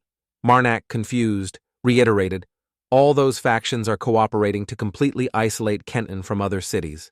No one had touched the delicious food on the table, only thinking about what was happening. No matter how you look at it, Kenton is still a rather ordinary city. There's nothing outstanding about it. I really don't understand why something like this happened right after I was appointed Lord. Lord Sten suddenly burst into tears. "If my father were still alive, I am sure he would immediately find a solution to save us from this situation. At least we still have relatively enough food supplies to hold out." But while the flag fluttered, the Lord's heart was heavy. The soldiers' morale is also good. So things aren't entirely terrible, but because we were cut off from other cities, so suddenly no one in the outside world knows about this incident. Finally, he said, that's why we need someone to get past the monsters and relay this information to the surrounding cities. Marnak was startled hearing the Lord say, a suicide squad, basically. Lord Sten silently looked towards Marnak. Marnak closed his eyes silently, thinking about everything that was happening. Then he opened his mouth and said, this matter. He agreed, replying, I will do what I can. Suddenly a hand slammed down loudly saying, kill. Marnak wondered, should have just left him. What do you mean, mother? You've gone a bit too far. That voice still echoed. Kilmarnock ignored it and said cheerfully, haha, at least we received this from them. Suddenly a mysterious pool of water appeared. Marnak said, since it's an item only found in the western desert, I'm quite surprised we managed to get one here. The voice kept echoing. Kilmarnock paid no attention and looked at the item just received. Now I don't have to worry about cleaning up after using the slaughter tool. His mother still said, kill. A sword slowly rose from the water. It was mother who said it would be sharper if put in like this. Then he used his power to make the item fly into the air and said, well then, he clapped his hands together, isn't he living a carefree life, the best thing a person can do? Suddenly a strange arm draped over his shoulder with the familiar voice, kill. Marnak smiled faintly and said, I was just rambling, don't mind me, mother. Marnak silently recalled the Lord S' appearance and thought, the reason why I accepted the Lord S' offer isn't because I like him or anything. It's because I thought this was a sign that the main quest part was about to begin. The reason I came to this conclusion is just one. It's because those 4 cults are cooperating. Although the label evil spirit worshipper sounds a bit scary in this game, it actually doesn't mean much. A hand pointed straight in front of him. It's merely a title the main gods assign to other gods to give them a bad reputation accompanied by suppression. However, one thing is certain among the worshippers of evil spirits. But different people appeared looking incredibly terrifying. Almost none of them have normal minds. Therefore, unlike the cults worshipping the main gods who cooperate to deal with evil spirits, the cults worshipping evil spirits almost never coordinate with each other. That is why I had a feeling something was going on for the evil cults to cooperate and surround Kenton. Marnak rode off somewhere in the quiet late night. This doesn't make sense at all. Carmen followed behind but didn't know what Marnak intended to do. While running, Marnak was startled when 2 large spiders appeared behind him. He smirked smugly, thinking it's time. Marnak said to Carmen, I'll draw their attention. Carmen replied worriedly, what the hell are you talking about? Then the 2 ran and talked. Even if it's you, there are still too many of them. Marnak said seriously, if we continue like this, they'll catch up to us. At this speed, no way can we run faster than them. Reinforcements. Carmen stared confused. Marnak let go of the rope and said, remember to bring them here. Marnak fell off his horse, leaving only Carmen running away. Carmen shouted in fear, priest Marnak. Marnak wasn't scared at all and joked with a bright smile. Marnak wasn't scared at all and joked with a bright smile. Suddenly, a loud explosion occurred. Carmen had run very far but was still panicked about the explosion. Everyone turned back together to see what was happening. Terrifying monsters gradually appeared in greater numbers. Along with the spiders came many other types of crawling insects. Marnak appeared with a strange look. I can believe Mother said that Mother, kill. He smirked sinisterly and said, my performance is very interesting. What do you mean, Mother?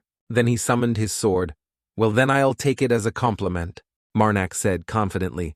Why don't we start looking for them? The cowardly evil spirit worshippers hiding around here. The monsters charged one after another. Marnak charged forward alone to fight them. He held the sword firmly in his hand. Swinging the blade rendered the monsters unable to fight. One by one they lost their lives. But as soon as one died, another came to replace it. In the end, the one who won against them all was Marnak. Marnak, covered in mud, smiled brightly and said, if every day is like this, I might have to bring a bathtub along. Kill. He stood stunned. Figure it out later. Marnak walked along saying smugly, they know I am here, but these guys don't even come out to greet me. Holding 2 swords, he said, wow, why am I being treated like this? A wheel lay abandoned in a corner. The desolate scenery made the air feel colder. Marnak walked while observing his surroundings. He said, I remember they said the attacked carriage was empty. Nothing inside. Maybe the monsters looted everything. Kill. Suddenly he stopped in front of a dried hand. Marnak looked down hesitantly and said, "This is—" It was a dried-up corpse, a corpse sucked dry by the snow spider's kill. Marnak said, "I can understand them eating and drinking." Then he continued, "But leaving leftovers as decorations. Honestly, I find their aesthetic a bit ugly. Kill." But Marnak quickly reassured Mother, "Don't worry, you don't have to worry about me being complacent." He walked and thought, but countless egg sacs appeared above Marnak, so he speculated, "Mother, how many people do you think they've eaten kill? In 3 days, they couldn't have eaten this many corpses. Are they laying more eggs?" While walking, Marnak was surprised. He came to a large tunnel, making him exclaim, "This tunnel is really wide. It's like a place where many giants live together." And also, Marnak smiled smugly, "Holy power is constantly watching me." Suddenly, red gems appeared. "Why don't you come out?" Marnak stood before a vast space with countless eyes staring intently at him. Seeing the giant spider, Marnak said, "I know you were here." As the spider lunged down, he quickly grabbed his sword while a familiar voice echoed, "Kill." A large beam of light shot up, causing the solid ground to explode. At this moment, Marnak said seriously, "Mother, can you draw the corruption line for me?" A blue beam shot out, causing the ground to gradually crack. Suddenly, a strange plume of smoke flew towards him. Marnak smiled as if everything was going according to his plan. He stood before the giant monster without flinching. "I need your power, Mother." As he spoke, he summoned a monster of his own. "Tonight, I will make a sacrifice." The monster jumped down onto the spider. "The head of that man-eating spider is for you, Mother." The two beasts now charged at each other, causing the ground to erupt. Marnak watched from afar with a serious expression. His beast was relentlessly attacked by the giant spider. It used its sharp legs to pierce the beast's body. At this moment, Marnak charged forward, but he thought its size seems to be about double that of a giant. The spider charged angrily. With a determined look, he said, "I have to find some way to help it." Marnak slashed at the spider, then followed a series of consecutive slashes. Kill. After the spider was slashed to pieces, Marnak said, "I can feel the energy accumulated in the queen spider's body." While attacking the spider, he thought, "That's why I didn't injure it." Kill. Marnak realized, perhaps it has a weak spot somewhere. When the spider jumped up, he saw the underside of its body. Then suddenly blood splattered everywhere. Marnak had sliced its body in half. He smiled and thought, "Found it." Marnak got into a ready fighting stance, the holy power in its body. "I just need to cut off all its legs." While the beast held the spider's legs, Marnak charged. Suddenly there was a loud shout. "Charge forward!" Marnak's beast was surprised, not understanding what was happening. Then Marnak gripped the rope tightly and said, "I'll cover you." As he swung, he shouted loudly, making it stop moving. His beast let out a roar. Then it clamped onto the giant spider's pincer. It held tight and pulled hard. The spider roared in anger. Then Marnak charged quickly. He thought to himself, "No matter how big it is still just a spider. I just need to slash the thinnest part of its body." The speed of the strike from Marnak was very fast. The severed monster shrieked in pain. It stared wide-eyed in panic. Marnak didn't waste the opportunity and delivered the decisive blow. He slashed forcefully at the giant spider. The slashes made the surrounding space tremble more violently. Finally, the spider was completely destroyed. Marnak had severed the thinnest part of the spider's body. His beast also gritted its teeth, trying hard to hold on. He swooped down quickly with his sharp blade. The support and perfect coordination of both caused the spider to vanish. The beast firmly gripped the spider's pincer, then threw it forcefully onto the ground. Marnak landed safely, but he was afraid as his beast stood behind him. Marnak quickly forced a smile and said, "I am sorry for running away." The beast roared angrily. Suddenly there was a voice. "Damn it!" A strange woman appeared and said, "Damn it." She, under the spider's body, said, "Damn it." Marnak smiled, knew it was a person. The woman cursed angrily, "Bastard." As she crawled out, she cursed, "Who do you think you are, ruining my plans like this? Damn you, you also a follower of an evil god like me. Do you know how long it took me to control this queen spider, huh?" Marnak asked with a smile. "Why did you surround Kenton?" The woman yelled, "Why should I tell a bastard like you?" Marnak thrust his sword straight at her. "That hurts, you bastard." He lowered his voice seriously and said, "Tell me the reason you surrounded Kenton." The woman shouted loudly. "Damn bastard," she screamed. "It hurts. It hurts like hell." Marnak kept asking, "What's the reason you surrounded Kenton?" She smirked sinisterly, then said smugly, "Even if I die, I wanted to tell you." "So what are you going to do?" Marnak whispered. "I understand." She stared in surprise. He decided not to hold back and took her down immediately. Marnak decisively pulled out his sword. She slowly disappeared, and a notification appeared. You have received 1,000 holy power. Marnak sheathed his sword. I wonder how many followers will tell the truth behind everything kill. He smiled. Mother said more than 3, huh? Well then, Marnak said with a terrifying expression, I'll bet 4. Footsteps approached. Marnak's face full of anger. The city was engulfed in flames. Marnak exclaimed, Heavens, they've caught me. Lord Sten didn't know what happened but passed away painfully.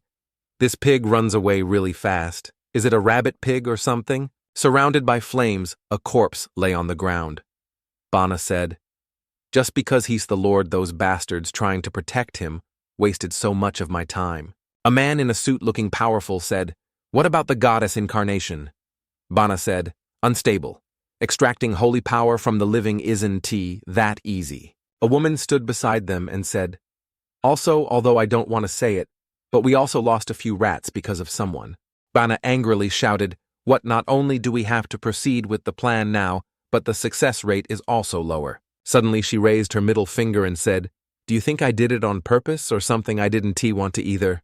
The strangely dressed girl stood before the other two and said, But those 2 muscle-bound bastards and that meddlesome god just kept bothering me. Wasn't it that bitch Layla who sent some spiders to me? And that damn archer bastard who escaped at the end. I could have caught him. Carmen mounted his horse and galloped away, quickly escaping death. A woman said, Just noticed now, Layla hasn't even arrived yet. Is this the first time that bitch wasted time playing with spiders? And even if she did bring spiders, she'd just play with the pile of corpses. The man said in a low voice, That's enough arguing constantly one to achieve anything.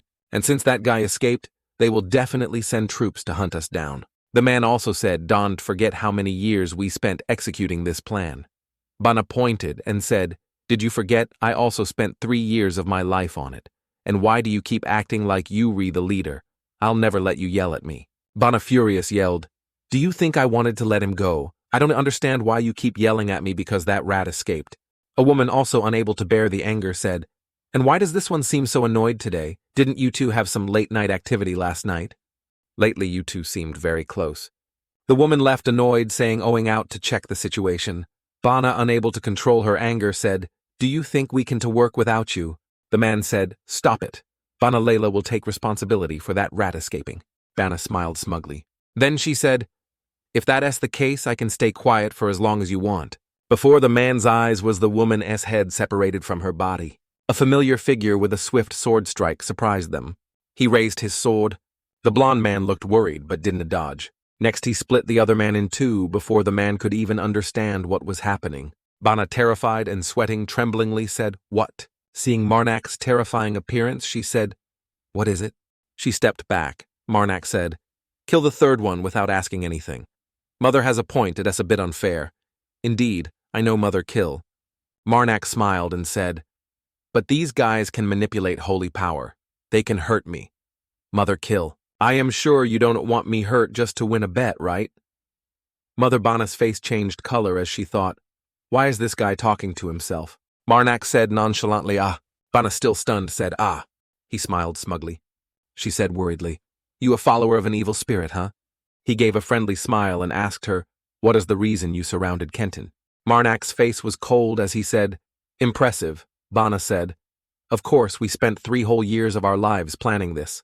She boasted to Marnak, Why would we spend so much time if not to achieve this level? He thought to himself, This woman answered my question immediately, as if she was waiting for me. She confessed everything she knew. It's very simple. They want to sacrifice everyone in the city to create a sphere of holy power called the goddess incarnation. To execute this plan, they hid in the city for 3 years, although they still needed 5 more days to prepare. But they had no choice but to accelerate the progress leading to recent events because they couldn't catch Carmen. He drew his sword, preparing for the execution. She trembled in fear and said, What are you doing? Marnak spoke his final words to her. What do you think I have to kill that flesh-eating, blood-drinking monster before it awakens? Right, Bana pleaded fearfully. Danti, she cried out in despair, Danti. Marnak repeatedly slashed the grotesque mass with his sword and shouted loudly. He said if that thing is in danger, it will awaken in an unstable state. The grotesque mass screamed in agony. It hurts. Its eyes suddenly bulged out. It hurts. That grotesque mass was being forced to transform into a ferocious monster with immense power. Kill. He also began to break his own arm to break his limits. I know there is a holy relic in that monster, mother. Kill. Marnak felt excited. I'll use the new power. He crushed the other arm and said, and sacrifice that lump of flesh to you, mother. Vanna was stunned and surprised by Marnak's actions and said, What are you doing? She said fearfully, It won to work. As soon as she finished speaking, her head was sent flying with a single slash. With a murderous expression, he said, This is your punishment, Vanna. System notification. You have received 1,000 holy power. He thought to himself, adding this much, my total holy power is 8592. Silently thinking, excluding the evil spirit followers. I also extracted the Lord's holy power. To obtain the new power. Marnak sneered in front of the angry and bloodthirsty monster. Even if I use the slaughter tool to slash it, it will just heal right away. But if I keep getting attacked by it, I'll lose soon enough. And since it is just a lump of flesh, it doesn't have a clear weak spot like the Spider Queen. Then I only have one option left. Marnak gripped his sword tightly. As he prepared to run forward and fight, a voice said, Kill. He immediately ran away, confusing the monster running away. The monster stared wide-eyed. The ferocious monster hadn't recovered from Marnak's last attack, causing it to exclaim, It hurts. The system continuously displayed status updates. You have received 1 holy power. Marnak turned back and thought, I just need a little more holy power for the next power. System notification. You have received 1 holy power. You have received 1 holy power. You have received 1 holy power. You have received 1 holy power. You have received 1 holy power. You have received 1 holy power. He thought, I'll run until I have enough holy power. That monster chased him, but it continuously cried out, It hurts. It hurts. It hurts. It hurts. It hurts. It hurts. It hurts so much. Marnak stubbornly challenged, Let's see if that thing catches me first. Just right, if I get the new power first, let us see who wins. Marnak was trying to increase his power for a direct confrontation with the monster. The monster pursued Marnak, roaring fiercely in pain. Marnak's piercing blue eyes fled before it at kilometers-per-hour speed. The monster covered in tentacles stood in the battlefield, roaring, looking at Marnak. Grr. Marnak painfully covered his aching ears and lamented, Even the sound is this terrible, truly a mobile disaster. This time the monster's eyes turned red as it shot out long tentacles to attack Marnak. Marnak glared hatefully towards it. A growl echoed, Kill. The tentacles slammed hard onto the ground, making everything around chaotic like hell on earth. Marnak nimbly dodged its attack. Marnak jumped up in anger, cursing, Mother. Save me. At this moment a deep pit appeared. The monster, seemingly controlled, roared in pain. Pain. Hidden within its large eyes, a figure appeared, writhing and groaning like a zombie. Immediately, a giant hand clenched tightly, like crushing an orange. A beam of blue light shot straight from the monster's head down to the ground. Then a resounding explosion echoed. Looking towards the chaotic life-and-death monster, the corner of Marnak's mouth unconsciously curled up. I knew it. Now looking at the monster in black and white, it resembled a mobile skeleton. Suddenly, a large tentacle stabbed hard into its eye, causing red fluid to flow down. Looking at the scene before him, Marnak thought tensely, 1 corrupted giant is not enough. Marnak panted, glancing forward. Marnak whispered, Don't push too hard. I'll be back later. As soon as he finished speaking, Marnak, troubled and sad, turned his face away, running headfirst towards the fire. Marnak thought, need more bodies, must be bodies of transcendent soldiers, or at least knights. Running towards the fire ahead. A deformed skull appeared in the fire. Its hands constantly wreaked havoc, burning everything. From the fire, roars echoed, Kill. Standing before so many bodies in the fire, Marnak said softly, I know it takes a long time for Mother to absorb this pile of corpses. Then Marnak carefully prepared his attire. Marnak shouted, If I had known, I would have taken their holy power while searching for the evil spirit followers. Marnak ran headfirst into the fire to lure the body-absorbing monster. The sound of the monster clinging to Marnak's back. Kill. Having run for a while, accumulating holy power, Marnak judged the holy power IV accumulated so far is 9237. Just a little more. Thinking this, Marnak tried harder to run forward, each step fearless. Marnak ran deeper and deeper inside. While running, Marnak constantly thought a little more. Sweat drenched Marnak's hair. Marnak unconsciously looked helplessly at the monster. A loud explosion sounded. What followed was a sorrowful, anguished scream. Marnak gritted his teeth, holding the blade, trying to hold on ahead. Thousands of saw blades pointed upwards. The monster's tentacles became increasingly uncontrollable. They tried to charge forward like headless snakes. Marnak seemed to freeze, watching the tentacles brush past him. Fear appeared in Marnak's eyes. Immediately, Marnak's blade collided with the tentacles, flashing brightly. Marnak used all his strength to counterattack each of the monster's tentacles repeatedly. Counterattacked by Marnak, the monster roared fiercely. Pain. It hatefully clenched its fist, cornering Marnak, accumulating hateful karma. Its rage surged, causing the nearby earth and rocks to shatter. The monster's power made Marnak lose balance and step back. Its foot enlarged rapidly, its blood vessels visible to the naked eye. Hidden beneath the half-human, half-beast mask, it tried to manipulate Marnak's mind pain. Seeing its reaction, Marnak responded with a unique smirk. Marnak's blade flared with green, angry energy. Marnak said softly, "Looks like." Looking under its black-painted toenails, Marnak expressed, "You've a grown up." A giant monster with a deformed 10-pack abs, Marnak thought. When fighting the corrupted giants, it still kill. In the vast space, Marnak faced the corrupted giant one-on-one. It smugly reached its giant hand towards Marnak, accompanied by a demonic smile. Sharp teeth appeared before it. Immediately, the corrupted giant unleashed thousands of tentacles straight at Marnak. Its cries were full of groans, pain. Looking at its tentacles, Marnak's eyes were cold. Marnak bluntly severed a tentacle with one slash, causing red fluid to flow down. With his current advantage, Marnak continuously severed the remaining tentacles, making the scene bloody red. The corrupted giant stood frozen, watching its tentacles gradually break off, stunned. It saw Marnak's figure dancing with his sword in front of it. A cry echoed from its body, pain. Immediately after Marnak seemed to falter, the corrupted giant clenched its fist tightly. Its eye widened. Marnak was quickly subdued by it. The tentacles tightened around Marnak, suspending him in the air. The corrupted giant, like a fish in water, strained upwards.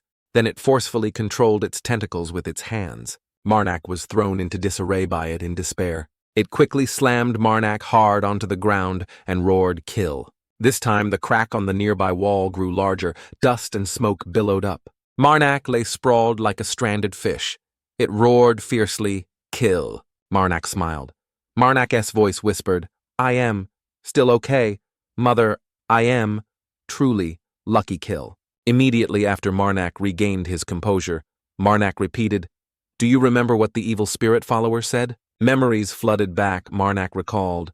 Just because he was considered the Lord, those bastards protecting this pig just wasted our precious time. A blade stabbed hard into the ground, Marnak expressed. "I think that place." The bodies lay motionless around him. Marnak's figure steadied on the blade. Thinking this, Marnak whispered, "It is here. Kill." The corrupted giant stubbornly stomped hard. Its hands clenched tightly, revealing pitch-black fingernails. Marnak stood below, watching the deformed figure gradually transform. Marnak gave a grotesque smile. Marnak manipulated minds full of illusions. Mother, take them. Immediately, blue spiritual power appeared. It was holy power growing stronger. Marnak was gradually surrounded by holy power. The system continuously announced, "Holy power, 9357. Holy power, 9467. Holy power, 9488. Holy power, 9639. Holy power, 9897. And finally, holy power 1001. Marnak seemed to have leveled up in power. His piercing blue eyes, cold-blooded, emerged. The corrupted giant shrieked piercingly, groaning pain. Standing amidst the abundant holy power, Marnak acknowledged and shouted loudly, "Mother, it is your son," but the echo back was "Kill." Regardless of what the monster said, Marnak didn't care. Marnak gave a light smile. "I should offer Mother 10,000 holy power." Marnak placed his hand on his chest and pleaded, "Please grant me a new power." Pain. Suddenly, the corrupted giant choked back. It seemed controlled. Marnak stood in the darkness, silently praying. Immediately after the corrupted giant's eye turned red, it tightly gritted its teeth and cried out pain. It silently watched Marnak's figure approaching. Marnak's eyes gleamed smugly, smirking at the monster before him. The echoing cry returned pain. A gleaming blade appeared in the darkness. Marnak's eyes shone with a smile. Marnak reminded, You will suffer pain and agony 100,000 times more than I am now. Marnak coldly pointed his sword towards it. His sharp, threatening voice echoed. Listen closely, you damn monster. From the monster's side, the eerie sound still echoed pain. Marnak's eyes were piercing blue-black, full of darkness. Marnak's voice echoed. This new power pit of corruption. A nearly white body appeared. Marnak threatened. It can decompose all living creatures. Step in. But Marnak knew that of course he wasn't an exception either. Its eyes turned red with a mocking smile. Pain. Marnak without hesitation said resentfully, I can use the corruption character. Marnak glanced towards it. Marnak planned to choose the parts I don't need to use in battle to decompose first. At this moment, the corrupted giant's arm gradually decomposed. Its arm fell off, severed, it exclaimed in confusion. Ah! Marnak looked at it without hesitation and challenged. Let us see your regeneration. Marnak continued. Or the decomposition speed of this pit. The corrupted giant growled angrily. Pain faster. Marnak seemed crazed, raising the blade in his hand continuously, attacking it.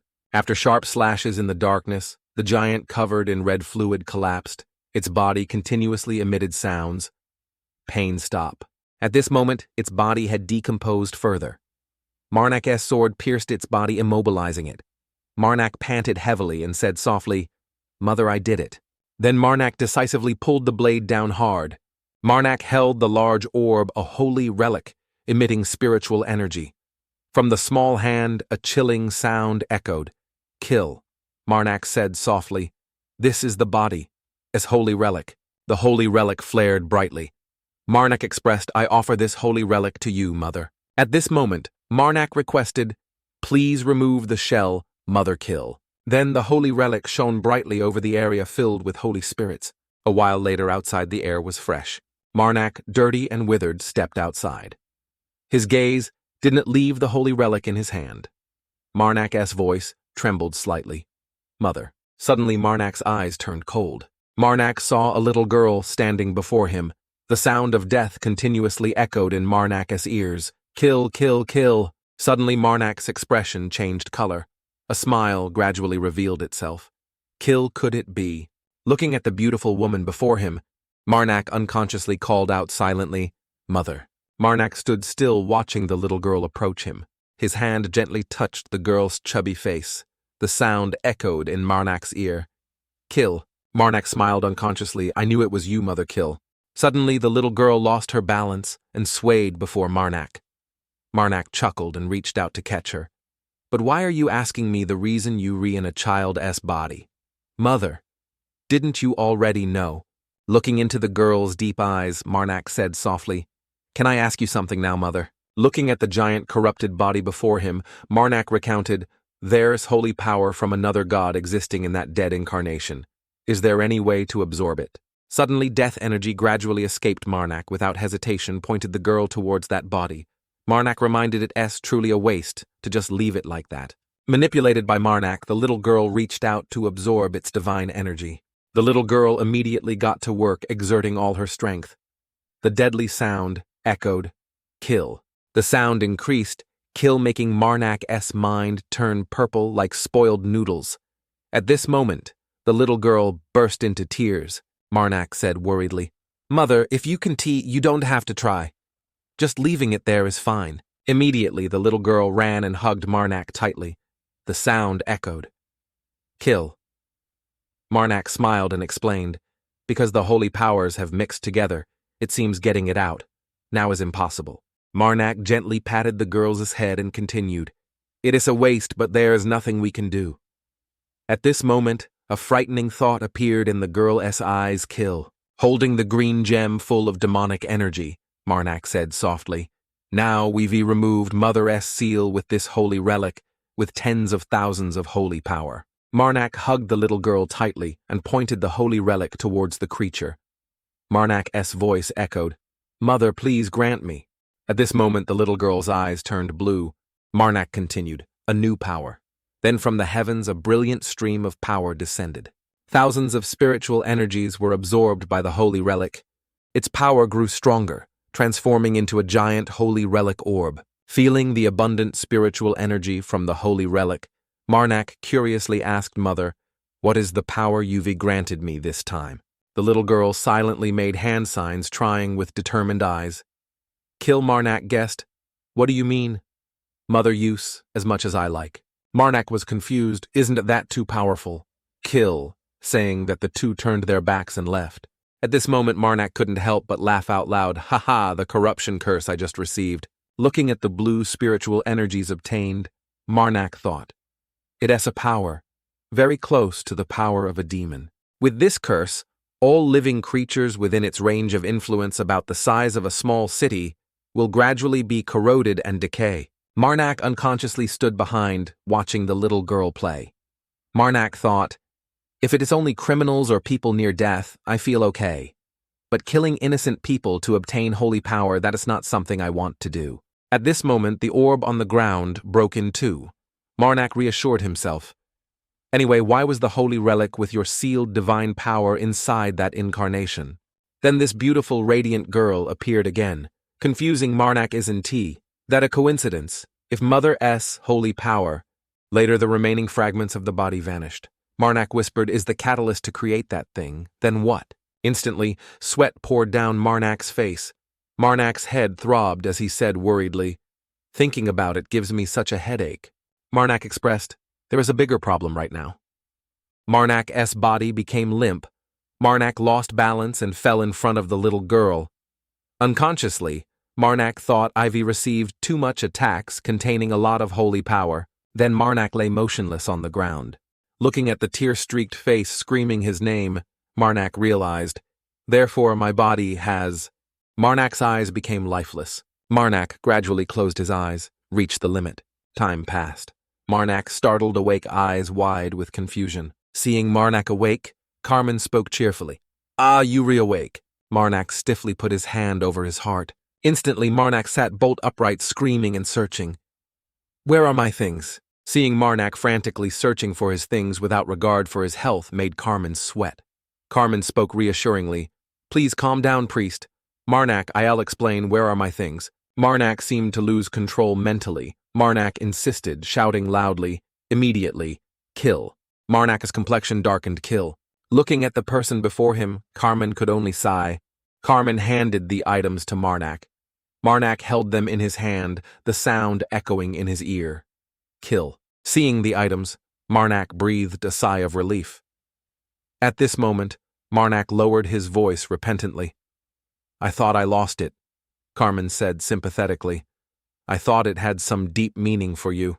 Looking at the carefully wrapped hand, Carmen thought others said, "This is something you shouldn't carry," and intended to throw it away, but I kept it. Marnak happily hugged it tightly, smiling, "Thank you so much, I don't know what else to say." Seeing Marnak's happy expression, Carmen unconsciously smiled shyly. "It is nothing." Carmen spoke softly. "If not for your sacrifice, I would have died before leaving Kenton." Having found the important item, Marnak finally noticed his surroundings. "But where are we?" Carmen replied. "It's the place where I lived. We were still in Kenton." Marnak asked curiously, "How long was I unconscious?" Carmen spoke 10 days. Thinking about Kenton, Marnak wondered, is anyone else alive? Suddenly, Carmen's voice lowered. "The only one still breathing in the center of Kenton." Carmen emphasized, "Is you." At this moment outside, the blade stabbed straight into something ahead. The small fry fled frantically, his desperate cries for help echoing "ah." The small fry was stabbed in the leg, causing him to fall head first onto the ground like a dried frog. Footsteps gradually approached. The subordinates gathered, everyone's face was covered in cold sweat. The priest holding the blade swept past the knights. The small fry's voice pleaded, "Please!" The priest, cold as ice, face expressionless, approached closer. The small fry screamed in fear, "Spare me!" Stabbed in the leg by the sword but sealed, the small fry begged, "Please." The priest spoke with a threatening voice, "You want to be able to walk anymore." The small fry sat helplessly like a knife to his throat. I want to try to run away anymore." The small fry sweated profusely like rain. His fearful eyes pleaded, "Please, Don, to kill." The priest, unmoved, sent him to the afterlife with one strike. After finishing him off, the priest closed his eyes and recited the ritual, "O sacred flame, burn away." The small fry's body was gradually engulfed in flames. Watching his body turn to ash and blow away with the wind, the priest continued, "The sins of this person." The cavalry witnessed it firsthand and couldn't help but tremble, breaking into a sweat. Then the priest coldly glanced at the bandits. The priest said softly, "Go." The bandits left one by one. Everyone's face was sad, as if preparing for the end.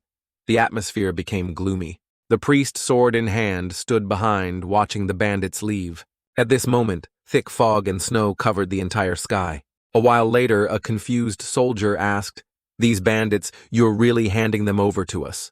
The lead bandit sobbed and pleaded, "We are the White Bear Bandit Gang." Finishing his words, the lead bandit bowed his head, tears streaming down. "I beg you." Then the lead bandit shouted loudly, "Please put us in jail." As soon as he finished, the priest glanced over his cold voice, echoing, "They want it that way, all right?" The soldier still hesitated with some doubt, asking, "But the Lord of Kenton, the one who offered the reward." The soldier nervously reported was killed by the followers of the evil spirit. "I think it will take you about 11 days to receive the reward." The priest asked curiously, "What happened there?" The soldier recounted, including the monsters the followers created, but priest Marak killed them all. Recounting Marnak's battle with the corrupted giant, the soldier recounted, "He slept for about 10 days after the battle, but he just woke up this morning." Hearing this, the priest smiled. "Marak, the demon slayer of Gui."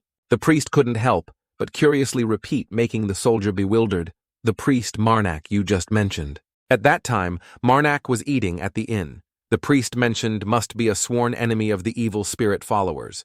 The priestess' eyes shone brightly with spiritual energy. The priest's voice growled interrogatively, "May I know if he is still in Kenton?" Following the news, the priest sought out the lair of the evil spirit followers. The priest entered, speaking up, attracting their attention. "By the way, this evil spirit follower, do you know where priest Marak is right now?" As soon as Marak's name was mentioned, a beer mug slammed hard onto the table. Shouts erupted. "Marak." The evil spirit followers looked excited, cheering and drinking beer.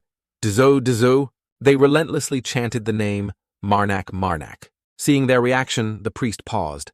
"The sworn enemy of the evil spirits, Marak." The sound of boisterous eating and drinking echoed outside Dizu. At the same time, the sound of galloping horse hooves approached. It was Marak and Carmen. Carmen's voice echoed in his ear, "Priest Marak, I have something I want to tell you."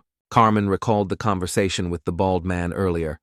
The bald man had mentioned that priestess with the characteristic blue hair of the Sacred Fire faction. The bald man continued, "She is still looking for you now." Hearing this, Marak said confusedly, "Does she know I'm still alive yet?" The bald man replied, "From what I can see, it seems she's not quite sure." Suddenly, the bald man became serious, and of course, the bald man tensely reminded softly, "Once it's about searching for you, she definitely has no intention of giving up." Marak laughed out loud at the bald man's words. Back to the present. Marak heard the familiar sound. Marak whispered, "I noticed, Mother." At this moment, Marak couldn't hold back his anger and cursed inwardly. Only a madman would want to stay in Kenton.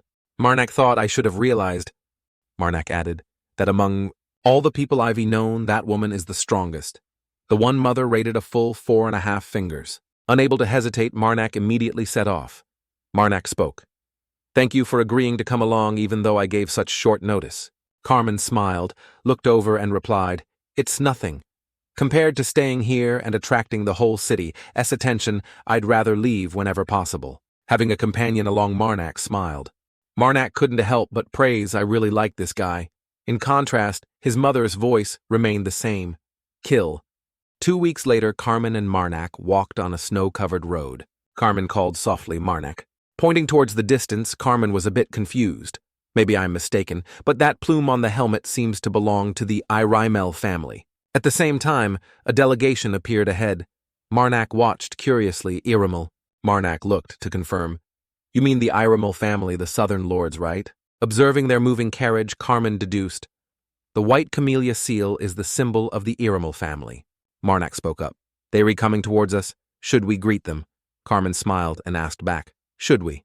Because I don't see the Lord's flag-bearing entourage." Carmen continued, "So I am pretty sure the person in the carriage is either his child or relative. Let us just quietly wait for them to pass." Then the two pretended to be strangers just passing by. They tried to act uninterested in the delegation, Suddenly Marnak's expression changed. Marnak moved closer to Carmen, startling him. Marnak whispered in his ear, "In the carriage, someone is tied up." Just then, soldiers silently ambushed the two of them.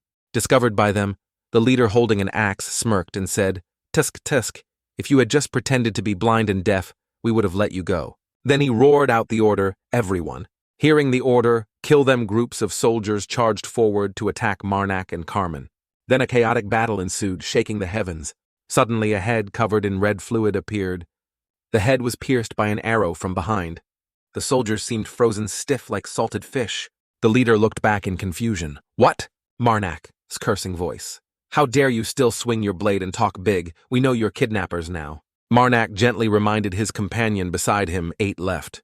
Hung up like that by the two made the leader curse angrily. "Shit." The leader stood behind, roaring fiercely. "What the hell are you guys doing? Hurry up and finish it." The leader, axe in hand, roared from behind. "Just 2 guys and you're this scared? I don't have any more time, hurry up." Hearing the order, the soldiers quickly charged forward to attack. Seeing this, the bald leader widened his eyes and yelled with all his might, "Die." As soon as he finished, an arrow pierced the bald leader's head. He only had time to exclaim, "Ack," then fell headfirst onto the ground.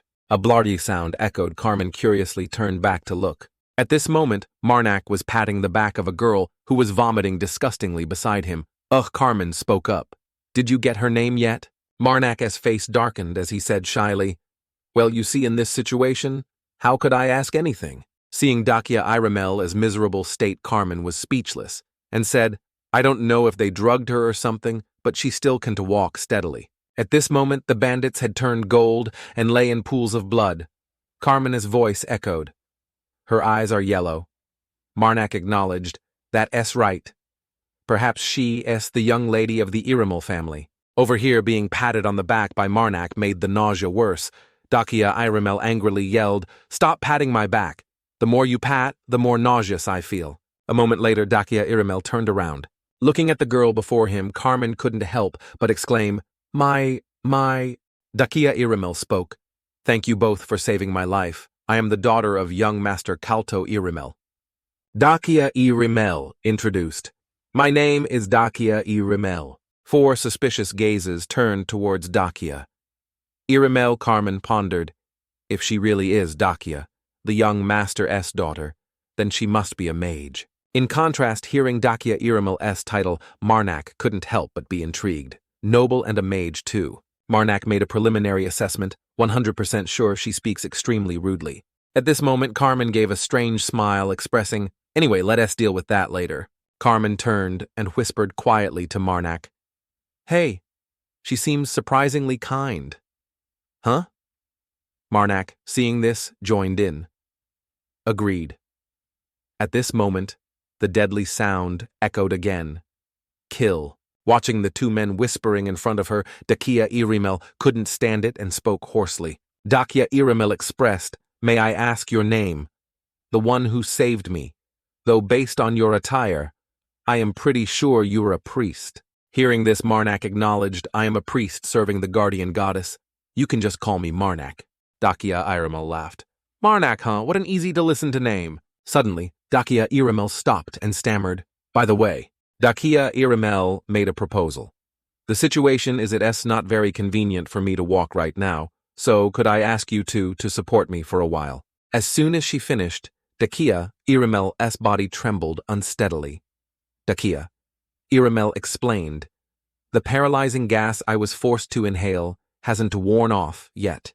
At this moment, Carmen offered help to the passerby. "Lady Dakia, let me help you. I am the son of Enthis Valtus." Carmen Valtus. Dakia Iraml paused. "Valtus, are you sure you want to help me?" Dakia Iraml reasoned, "What if someone sees the Black Wolf of the Valtus family supporting me so intimately? And if unfortunately that rumor spreads all the way to the capital?" Dakia Iraml added, "Then you will definitely face difficulties in the capital. So I think I should at least appear more cautious towards you." Then Dakia glanced at Marnak as if wanting him to help her this time. Dakia Iraml said softly, "Isn't that right, priest Marnak?" This time the 2 men were spun around by Dakia like tops. Marnak didn't expect she's a noble, also a mage. Looking at that appearance before him, Marnak didn't expect, yet she knows how to think considerately for others like that. Rejected by Dakia, Carmen quickly spoke up to salvage his pride. Let us change the subject. Could we ask you why you got involved with these kidnappers? Dakia Iraml replied, although there's no concrete evidence about the culprit, but I have a feeling. Marnak held his breath, listening to the information from Dakia Iraml. Dakia Iraml looked serious, weighing each word this time. Know it as certain that in this kidnapping, the mastermind is my brother who has always despised me. That subject appeared in Dakia Iraml's mind. Dakia Iraml pondered, then spoke an act planned by Durso Iraml. Hearing Dakia Iraml say the person behind it was her younger brother, Carmen exclaimed indignantly, "Your younger brother, Dakia." Iraml gave the reason I just received a marriage proposal from the Dragon Kingdom. Because I am the next heir to the position of family head, he wants to use that proposal to deal with me. At this moment, Marnak stood beside, pondering deal with her. That might also be a reason. Marnak curiously observed Dakia Iraml, but among nobles' mages, Marnak thought of a reason are not welcomed. Marnak deduced nobles usually hate mages, more precisely. Noble families hate giving birth to mages. The first obvious reason is the characteristic of mages. It's very difficult to teach mages basic etiquette. They are also very arrogant. The powers they possess as nobles could lead to serious incidents. The second reason mages shouldn't hold power is because of an old folktale. This story began even before the ancient empire, a story passed down through generations about the chaotic age of mages. Because they believe this story, most creatures in the world do not let mages hold power. That's why when she said she wants to reach one of the 4 archlord positions of the Northern Kingdom, unless she intends to kill her brother herself to seize that position, I am very curious how she plans to achieve such an impossible feat, Marnak whispered. Of course! Suddenly caught by Dakia Iraml's gaze, Marnak laughed and dodged. Ha ha, that would be my thought, if she only told this story once. At this moment, Dakia Iraml sighed. Honestly, are you paying attention to my story? Then, while grilling meat, Carmen concocted thousands of reasons under the sun. Let us see using the marriage proposal as a reason you suspect the people around you want to sell you to the Dragon Kingdom, right? Dakia Iraml seriously acknowledged that right. Marnak sitting beside spoke up. We've tried our best to listen to your story, but you've told it 3 times already, so I hope you understand if we were not very focused. Saying this, Marnak felt a bit embarrassed. Marnak forced a smile. And while you were busy telling the story, the meat got burnt. Holding up the meat skewer, Marnak pretended, "Eat this one. I'll eat the burnt part." Kidnapped and starved for a long time, looking at the meat before her, Dakia Iraml couldn't hold back and cried out, "Thank you." Handing the skewer to Dakia Iraml, Marnak didn't forget to encourage. "Next time you'll grill meat better." Marnak quickly defended. Of course, only better if you talk less while cooking. Being chided by Marnak, Dakia Iraml pouted. The moon was high, the fire burned brightly. At this moment, Dakia Iraml spoke up. If possible, could I suggest this? Hearing Dakia Iraml begin to speak, Marnak silently thanked heavens. Finally suggested it. Dakia Iraml expressed, "Please take me to Bitis, located within the Iraml family territory." Hearing Dakia wanted to go to Bitis, Marnak delightedly took a delicious gulp of water. Just as I thought, Dakia Iraml spoke, "If you can do it, I will pay." Dakia Iraml boldly offered generously, "Gold equal to your weight." Hearing this, Marnak's eyes shone like car headlights. Marnak immediately flashed his signature 32-tooth smile for Dakia Iraml to admire. In his heart, Marnak was overjoyed, knew the Archlord family would be different, so generous. But reality pulled Marnak back. But my current client is Carmen. Looking at Carmen's pained, longing expression, looking at the object reminding him of his mother, Marnak hesitated. To escort this girl, his journey to find his mother will be postponed. Thinking back, Marnak decided he saved Mother's hand from being burned. If he chooses to continue west, I'll respect that decision and give up the gold. At this moment, the deadly sound echoed. Marnak smirked, clutching his heart, muttering, "I can believe it. Mother told me to eat more and gain weight. What does that mean?" Weighing the trade-off of weight for gold, Marnak acknowledged, "I know Mother likes gold, but would you let your son become obese?" Suddenly, a hand clenched into a fist. Carmen's voice echoed. "I understand." Marnak sighed in relief. Joined in, Carmen continued, "Then we will take responsibility to the end. Only that is worthy of the Valtus name." Time passed. The sound of bustling footsteps echoed. Marnak excitedly spoke. There is a village over there. Dakia Iraml, behind swaying in the wind, said, Really? Looking towards the village ahead, Marnak silently hope we can take a warm bath. At the village gate was a sign shaped like a beer mug. The three of them went inside. They put down their belongings. Marnak asked worriedly. Heavy, Dakia. Iraml, maintaining her pride, said, Not too heavy. Then Carmen came over to report. Our room is at the end of the 3rd floor. I also asked them to prepare bath water. Carmen reminded the two, quickly go bathe, then eat. At this moment a loud cry came from the house wall. On the table were spread all sorts of delicacies. Dakia, Iraml drooled. Drooling looks so delicious. The cooking here is really good. Marnak shed tears. Times like these, I wish I still had my sense of taste. Kill. At the dining table, regretful sounds echoed. Kaya, please don't do that.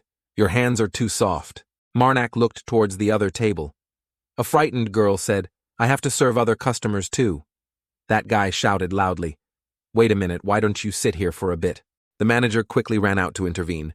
Sir, please don't cause trouble here. The bald man said irritably. What causing trouble?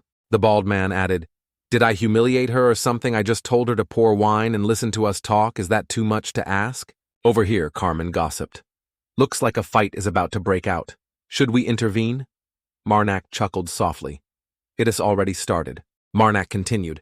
Probably should. Then the bald man received a punch that deformed his face. Dakia Iraml couldn't hold back and stepped in like a hero saving a beauty. Then Dakia Iraml barehandedly threw the thug flying far away. Witnessing their boss thrown like an industrial chicken, the mushroom-headed guy screamed, Damn it, what was that? The fish-mouthed guy yelled, She-devil! The fish-mouthed guy wondered, Who is this girl? As soon as he finished, Marnak grabbed his head. Marnak forcefully slammed his head onto the table with a thud. At this moment, the fish-mouthed guy's face was bleeding. Losing several front teeth ensured he'd be eating porridge for the rest of the year. Then Marnak calmly dropped his head like trash. Watching the thugs dealt with by the three, the manager and the girl applauded in praise. Dakia. Iraml spoke. Thank you. Marnak replied. No need to be polite. At this moment, Carmen carried the mushroom-headed guy like carrying a chicken by the neck. Carmen reminded, You should at least tell us before acting. Then Carmen let him drop. Carmen spoke. We a team. Mentioning the word team, Dakia Iraml said shyly. Since I was little, whenever something happens, I can control myself. Marnak silently observed Dakia Iraml. Looking behind Dakia Iraml, Marnak deduced, she's not unable to control her anger, but unable to control her sense of justice. Kill. Carmen rummaged through their pockets, then took out a money pouch. Carmen spoke. Marnak, take it. Marnak took the money pouch from Carmen. Then Marnak handed it back to the manager saying, You can use this to repair and replace the damaged items. Thank you for helping us. From the house, loud laughter echoed. It's all money from those idiots anyway. Night fell. Outside, someone knocked on the door. Dakia Iraml asked, Who is it at Esme? Dakia Iraml excitedly opened the door to welcome Marnak. Oh, what is it? Suddenly, Dakia Iraml's mouth was covered tightly. Dakia Iraml only had time to cry out, Marnak angrily slammed a knife hard into the wall beside her as a threat. Marnak's voice whispered in her ear. From now on, I want you to listen and be quiet to avoid waking Carmen. Marnak's eyes glowed blue. Marnak raised his voice, repeating, Understand. You said you couldn't turn a blind eye when encountering injustice, right? But next time you have to turn a blind eye because we're being pursued. We must avoid attracting attention. If you do this again, I'll have no choice but to hurt you and hand you over to those pursuers. Wouldn't that be very sad? I believe that from now on you will always discuss with me first and behave wisely. If you understand, then slowly nod. Well then, good night. Kill. I understand Mother thinks I am being too hasty. Kill. But I have to do this before something big happens. And now we'll find out whether Dakia Iraml really has an obsession with justice or not. Huh? You couldn't catch Dakia? I don't know how to say it. But there were many unexpected variables, I think, to complete this mission. We need more money. What more money? I've already given you a lot. Come here. National Secret Organization Ely manages the Western region. Hilden. Crystal Palace, referring to Huden. Explain in detail why you need more money. If you dare say it, because the damage was too great. You are dead for sure. If I don't get through this, I'll die, because my wife and kids are waiting for me at home. The priest serving the guardian goddess. It is because of that Marnak guy, what? A priest. Just because of one priest. Please listen to me, sir. Marnak isn't he an ordinary priest? Rumor has it he defeated a giant monster transformed from a demon in Gui with just one sword. And not long ago in Kenton, he killed the monster created by the evil spirit apostle by sacrificing everyone there. He did it alone and earned the title Sworn Enemy of the Evil Spirits. So that priest and the Valtis family's son are holding Dakia correct. All right, I'll pay more. But next time you must succeed. Third Prince of the Dragon Kingdom, Vatis Draco. Success. Honey kids. My little bunnies. Thinking back, I regret it so much. Kill. Should I have been gentler? She seemed easy to talk to. Kill. What do you mean, mother? Why should I be wary of her? She is still my client. Who is it? It is me, Dakia. Come in. Okay. You're eating late, huh? Yeah, I am a bit hungry. May I sit? I have something I want to talk to you about. The reason you warned me was because I'm all mage. Yeah, I knew it. The way you looked at me, I am very familiar with that look. Most people who have been hurt by mages all look at me with eyes like that. But this is still the first time. Your eyes were full of hatred for me, but the words you spoke were that I have to do better, because from now on, we are companions. Most people who look at me like that want to harm me. Honestly, if I see another injustice, I don't think I can easily turn a blind eye to it. But from now on, I will definitely discuss with you first. As you said, because we are companions. I came here to tell you that, well then I'll go now. Sleep well, Priest Marnak. Hey, I was a bit harsh. And rude too. This is the first time you've looked straight at me. I am very happy. Is that so? So we were even no more anger? Yeah, I wasn't angry. I'm really looking forward to traveling with you. In the end, I guess mages are people too. Mother's foolish son. Finally facing the truth you always avoided. Kill enough talk about that. Let me feed you more, mother. That bastard Marnak is here, right? Bring him out here now. Otherwise, I'll kill all of you. Sajida held a piece of paper with lines requiring Google Translate to read, saying annoyedly, signed so troublesome. He pondered while talking to himself because no ghost was there with him. Ignoring the mission to capture a young lady from the Iraml family, the one with silver hair and golden eyes. He wondered what's the problem with this priest? Sajida looked at Marnak's portrait, the evil soul of the corrupted goddess. He continued to wonder, so he's Priest Marnak, huh? Suddenly someone called his name, startling him while he was contemplating Marnak's picture, Sajida. The man with the very fitting beret covering his name ran over, speaking with buck teeth that made the guys swoon. The priest is here, but I don't see the woman beside him. Sajida, hearing the intel, ignored the other guy's cuteness and angrily asked again about Marnak. What? Where is he? He didn't come to fight, did he? Suddenly a noise outside made both turn their heads curiously like golden deer. Let me go. Turning to gossip, they saw Marnak barehandedly gently touching the neck of a guy twice his size, making the guy's face turn pale as he repeatedly said, I said, let me go. Marnak's action went too far, angering Sajida.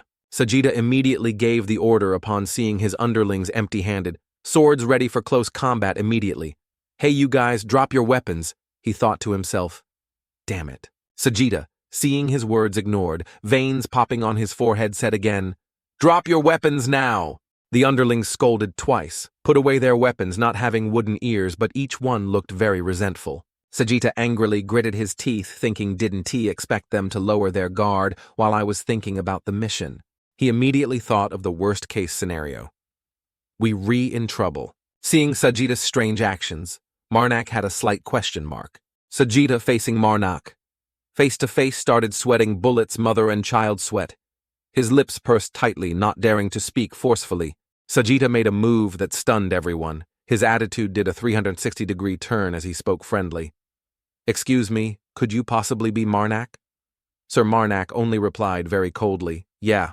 Marnak still held the other guy up in the air with one hand until he was motionless, foaming at the mouth, while happily watching Sajida explain, Sir Priest Marnak, that thing you holding in your hand, could you put it down, please? Hearing Sajida speak so politely, Marnak also conveniently let go, causing the other guy to fall flat on the ground.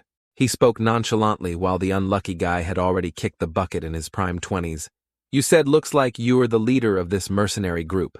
Seeing Marnak ask, Sajida could only answer respectfully, ah yes. He stood before hundreds of tiny underlings like ants and introduced himself. Leader of the Red Bear mercenary group, honored to serve you. My name is Sajita. Scene changed to inside a seemingly cozier room. Food and drinks were fully prepared. Thank you, I greatly appreciate your hospitality, but I must decline as I don to drink alcohol. Is that so? Sajita raised his glass while thinking, me too, I just hoped the conversation would be easier. He rudely slammed the glass straight down on the table. Looks like I have no choice but to give up. Marnak maintained his calm demeanor. Priest, not father. He smiled sinisterly and spoke. But as you can see, I've heard some things from my comrades. He recounted the earlier incident, the one who came looking for me early this morning. He continued, making Sajita want to spray glue because his comrades reported too much. He said you wanted to meet us. Well, although Marnak seemed to have grasped Sajita's weakness, he deliberately cast a net to catch fish, asking, can you explain the brawl that happened yesterday? Ha ha ha. Sajita, seeing this life as basically ruined, could only smile outwardly while his heart was a sea. What should I do? Should I get straight to the point, or probe a little more? He constantly racked his brain, thinking of an escape route, implying his target was the young lady with silver hair and golden eyes, that we did it because of a curse from the ILEH organization. Seeing Marnak radiating killing intent from who knows when, Sajita was scared stiff, even sweating profusely under his arms. This priest, according to rumors, is very formidable. Having to fight him, I don't want to think about it at all. Sajita still couldn't open his mouth to say anything else, and continued his internal monologue. Above all this is the fault of Vice Leader Piawan Idiot. Oh, the man with a passion for sparse Korean bangs, pink cheeks like an 18-year-old girl, said Vice Leader Piawan. Yeah, I feel terrible. He strode forward, pushing the stylish guard 10 meters away, and asked, you guys said the priest came here alone. Yes, he wanted to die. While questioning Sajita, someone came up familiarly, surprising Marnak. Hey there, brother priest. That Piawan stood imposing before Marnak and gently asked, you are Marnak? Huh, that is right. Is there any silver-haired, golden-eyed bitch in your group? Marnak replied, you were also right about that. Great. Listen here, brother priest. Every word Piawan spoke made Sajita tremble. Hand that woman over to us and disappear, unless you brother priest. He finished with a line that made Sajita want to close the books, really want to die. Careful. Suddenly a hand flew up into the air with countless trails of blood, making the other guys stare as if admiring a strange object. Huh. That arm fell to the ground with a thud. Fluid splattered from it, along with a piercing scream that could shatter glass. Marnak, face full of killing intent, said, interesting. I see something very strange. Sajita listened fearfully to every word he said. I don't remember telling you my name. He spoke annoyedly like a superior. But you guys talk as if you're very familiar. Pelwin, who was aggressive just moments ago, now struggles to speak like a dog with its tail cut off. Save me. Marnak's eyes seem to have lights fitted in them. The dark-skinned person cosplaying the killer in the reeds speaks out. Who is human? Every word he utters makes Saita almost pee his pants. Wants to catch us, bastard. The other underlings immediately run off to report the shocking news. Pelwin's arm was just chopped off. Hearing the extremely hot news predicting it hit the hot search, they scrambled to run. Everyone gather at Sajita's tent immediately. Marnak's actions cause the crowd to rise up in revolt. This priest, he doesn't understand the consequences of his actions. One of them says, tear him apart. But immediately after he gets silenced, killed, instantly sent to meet his ancestors in the afterlife. The others stare blankly, then curse. Damn it. What the hell is happening? Marnak swings his weapon, cleanly chewing them up without leaving scraps, shocking everyone. Kill him before he can do anything. This dog. The unlucky guy being held up by him struggles to call out the captain's name, who is still standing dumbfounded. Cap Sajita. He collapses on the ground, saying, save me. Marnak continues preparing to teach Pelwin another lesson. Save me, Sajita. Despite the plea, Sajita doesn't say a word, making Marnak think to himself, looks like he has no intention of answering my question. Then he decides, if that's the case, there's no need to spare his life. Pelwin shouts loudly, Sajita! Before Marnak's blade touches Pelwin, something blocks it. Marnak turns, his expression not particularly surprised. That is surprising, I didn't think you would interfere. Sajita replies in his usual gentle voice, you see, sir, I didn't want to interfere, but our relationship means I can just abandon him like this. He calmly knocks away Marnak's favorite chainsaw and continues, We've known each other for 15 years. Kill. Countless thrusts from the spear stab continuously forward. He doesn't back down and counterattacks. The battle is incredibly fierce. Suddenly, the battle ends with a 1-0 score in Marnak's favor. Sajida is still stunned as his weapon breaks into 2 pieces. Seeing this, Sajida throws the broken staff away. His hand grips the tent set up nearby. Sajida plays a slightly cowardly trick, pulling down the temporary tent, leaving Marnak utterly confused. He sees through Sajida's childish trick, his gaze becoming like bullets aimed straight at his opponent. Sajida dashes out with rocket speed, shouting, "Everyone run." Seeing those guys still standing dumbfounded, he has to turn back and say it again. "I said run now." But the underlings just stand there blankly like lost sheep. Before they can understand the situation, countless saw slashes so fast they seem invisible pass through them. One by one they gradually fall down to watch chickens bare naked. Only managing a few cries, "Ugh!" The scene is utter chaos, blood splattering everywhere. The underlings scream in pain from Marnak's lightning-fast attacks. "Ugh-ah!" Sajida clutches the staff in his hand. His eyes helplessly watch the scene of death and desolation, only able to grit his teeth and say, "Damn it." A voice echoes in his head. Kill Sajida also replies, "I know, mother, I will at any cost." The place that was crowded moments ago now only has 2 people left, Marnak and Sajida. "I will bring people." Marnak remains like a ruthless assassin standing in the shadows, hunting down the entire mercenary band. "They put a bounty on us. Come out into the light." Sajida, with eyes that couldn't be less friendly, swings his spear, preparing to throw it straight. His spear flies like a rocket through the air, shooting forward.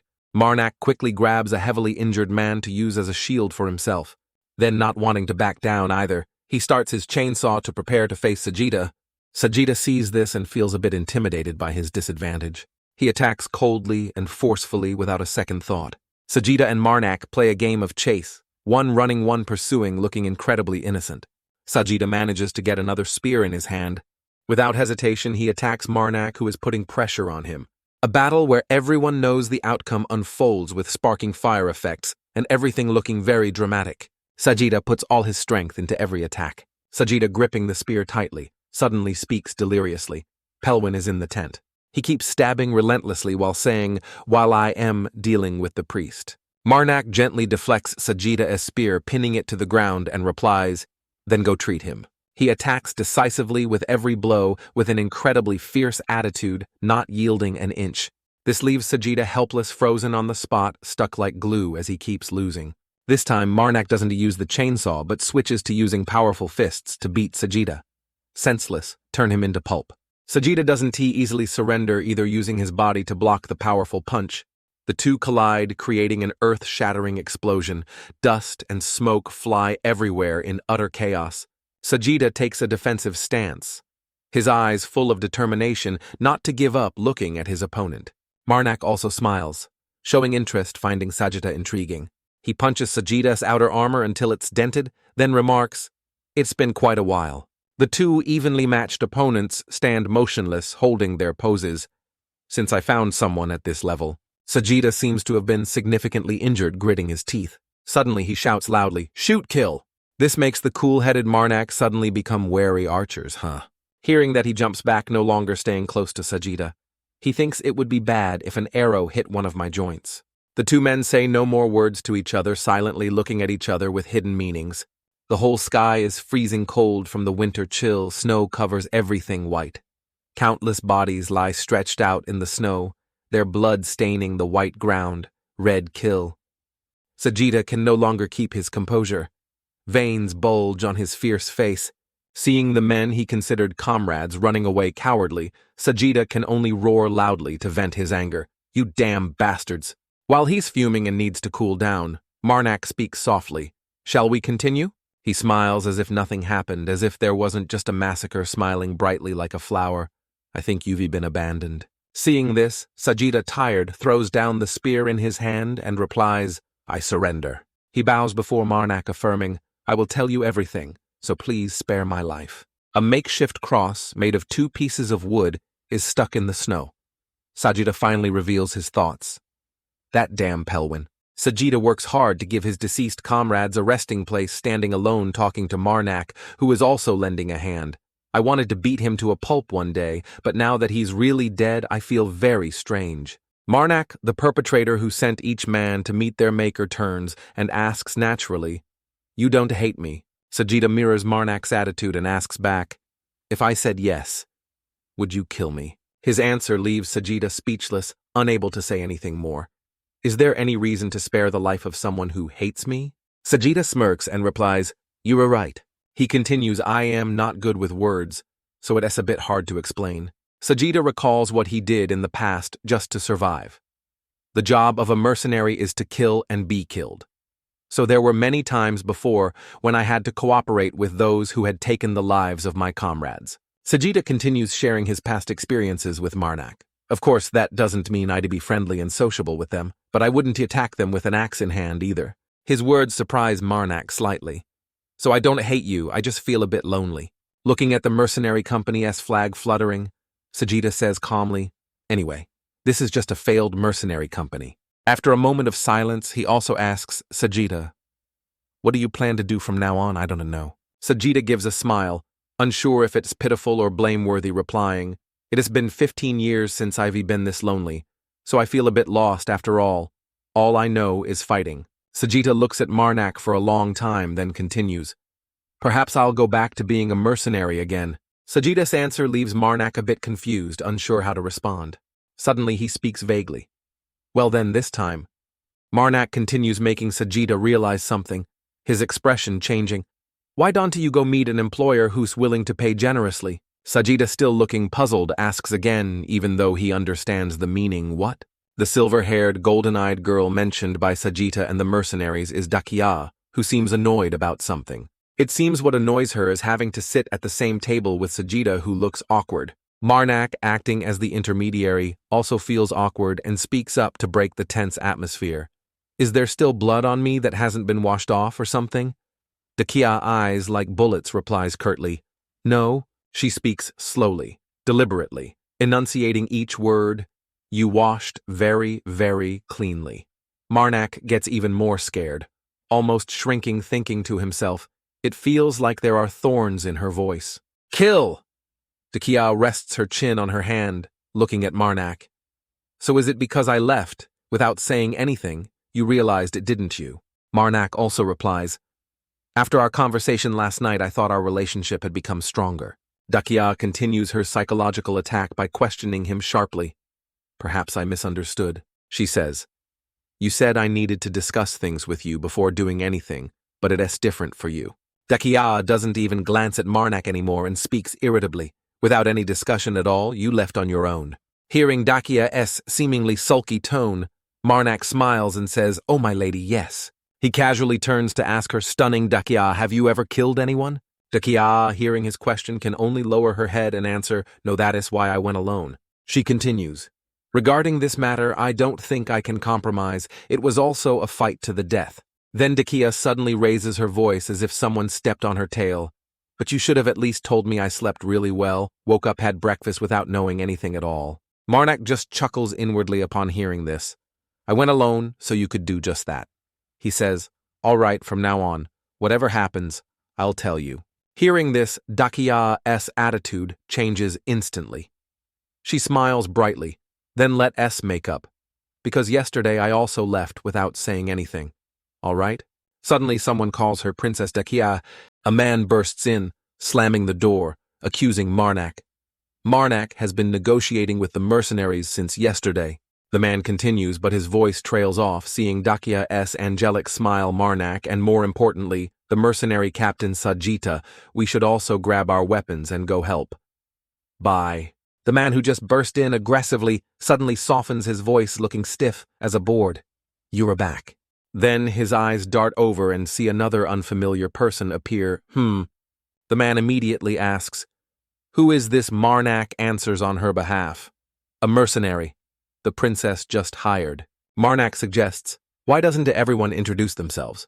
Dakia, standing aside, speaks up. "Priest Marak, you two must trust each other very much, but I hope nothing bad happens between us." Sagitta smiles nervously, saying, "Of course." The man from before also winks flirtatiously and replies, "And I'm glad to have gained a strong comrade." After the greetings, he turns to leave. "I am heading to the village forge. I rushed here while I was picking out some arrowheads. The sun is already high, so we'll be leaving." Early the next morning, a dark and eerie scene unfolds with countless skeletal captains wandering everywhere. Nun Longshuyen the Shadow. Or just Nun Longshuyen stands in the middle of the room, screaming erratically as if short-circuited. Why? Why? She runs around the room tirelessly. The people around seem used to this and don't care much. When is he coming? Tell me. A man with curly hippie hair speaks up. Is he really coming here? At least. Another person sitting in the room says casually, he should come before I go crazy from her whining. The nun worshipping those dolls keeps clinging and asking the same single question over and over. When? A red-haired guy with a shaved undercut also speaks up. He'll be here soon, I am pretty sure, because I regularly check his direction of movement. Hearing this, the nun stops her frantic actions and smiles happily. He will definitely come here, right? She approaches, asking not subtly at all, come to Iratico. See, I told you he would come. The red-haired man doesn't bother with words, lies down to read, and throws a blunt remark at the nun. Have some faith, girl, I do believe I completely trust him. Suddenly, the playful nun changes her tone. But what if he doesn't come? The kind nun warns the red-haired man like a true starfruit tree sister frenemy. You will die instantly, I'll dismember and kill you. Ending the totally not threatening conversation. Footsteps stride forward as if on a catwalk. Dakia seems extremely happy about something, trembling with excitement. Finally, she turns around, smiling radiantly. We've arrived at Iratico. Dakia's eyes show excitement, unable to wait another second. Now I can soak in the hot water. They are slowly entering when suddenly someone nearby looks puzzled. Marnak's group is entering when someone calls out, making Marnak glance over. Hey, priest. An unfamiliar man approaches and asks, You a priest, right? He doesn't hesitate to answer, Yes, I am a priest. Getting the desired answer, the man immediately grabs his hand tightly and pleads, Please. He points towards the eerily deserted forest and says frantically, Please tell that bastard the resurrection piper. The man continues that he is not listening to God's warnings. Tell him to stop resurrecting the dead. There are too many already. After listening for 30 seconds, Marnak scratches his head and politely declines. I don't think things will change just because I go talk to him. The man doesn't give up and insists, but you are a priest. He keeps pleading, making even his comrades feel helpless, calm. It might not be very promising, but please try talking to him. The man with a haggard face says helplessly, My comrades and I are exhausted. He starts recounting all the horrors he experienced. Those corpses wander around every night. We were scared to death. I beg you. The unfamiliar man, as plea, starts to sway Marnak slightly. Marnak decides to agree, making the man overjoyed that his persistent pleading wasn't in vain. Don't expect too much, though. Thank you, sir. Thank you very much. He turns back to his companions also as an announcement. Since things turned out this way, I'll go help them a bit. You guys go into the city and find a place to rest. Dakia, still very cheerful, replies, I know. The sky gradually darkens as Marnak steps into the forest, so scary that sunlight can barely penetrate. He walks, while thinking, the resurrection. Piper. Marnak uses his knowledge to deduce among the priests of the saints that is a very special profession. He recalls other saints choose priests from among their followers to bestow their power upon them. But one day, the trumpet of death and repose sounded for no particular reason or anything. That demon, it bestowed its own power upon anyone it wished, and then those who received that power became resurrection pipers. And they would live a life for the dead. Why they live like that, nobody knows. Not a single person. Simply, they just need to find places with large concentrations of corpses and resurrect them. Playing silent trumpets, then marching with their army of the dead. Of course, the authorities don't like them at all. But no one dares to stand up against them either. No one can touch the piper as army of the dead. There is an obvious truth. Confronting an army of the dead that constantly increases its numbers is something no one wants to face. Therefore, the resurrection piper, Marnak, ventures deeper into the forest. Finishing his inner monologue, cannot get along with anyone, because they must live with the dead for the rest of their lives. It's like a natural phenomenon. Approaching the center of the lair of the so-called resurrection. Piper surrounded by a horde of zombies, Marnak calmly greets. Hello there. The resurrection piper doesn't respond, showing no hint of friendliness. Seeing this, Marnak smiles and continues. Many people must have come here for this already. They also asked me to do the same thing. He confidently raises his torch, his voice full of authority. I came here to talk. Do you think it's time to withdraw from this place? He says you probably know already for the common folk. Marnak points out the wandering corpses that terrify the villagers. Those walking corpses are quite unsettling for them. He looks straight at the resurrection piper, speaking words that stun him. Are you here for any other purpose? You people aren't the type to stay in one place. Hearing Marnak's words, the resurrection piper freezes, still unsure what to say. After a period of silence, the resurrection piper speaks, cultist of the evil spirit. Marnak, who was bold moments ago, now looks scared enough to run home to mommy. Yes, the resurrection. Piper points and continues them. Marnak follows his pointing finger, his face full of doubt. Those people will cause many deaths. Marnak turns his head, his surprise undeniable. Ineradico. He suddenly realizes the issue. There are followers of evil spirits here. The resurrection. Piper is silent for a moment, then replies it. A beam of light shoots down from the sky to the ground right behind Marnak, sending chills down his spine. It has begun. Marnak immediately turns his head back. He pushes off the ground, taking momentum like a sprinter, silently realizing the problem. Just like last time in Kenton. He runs as fast as a rocket, worried this isn't good. When he arrives, the place is already engulfed in flames. No, no, the nun shouts loudly. I told you so. The red-haired woman with the undercut says carelessly, I should have confirmed that group entered the city right. Just wait. She continues, we'll meet them soon. It was you. You lied through your teeth. The blonde man with a matching beard also speaks up. Wait, I think I am about to meet him. What? Where? He looks over there. Seeing the person she was looking for, the nun runs over like lightning, resembling a joyful reunion scene. Marnak.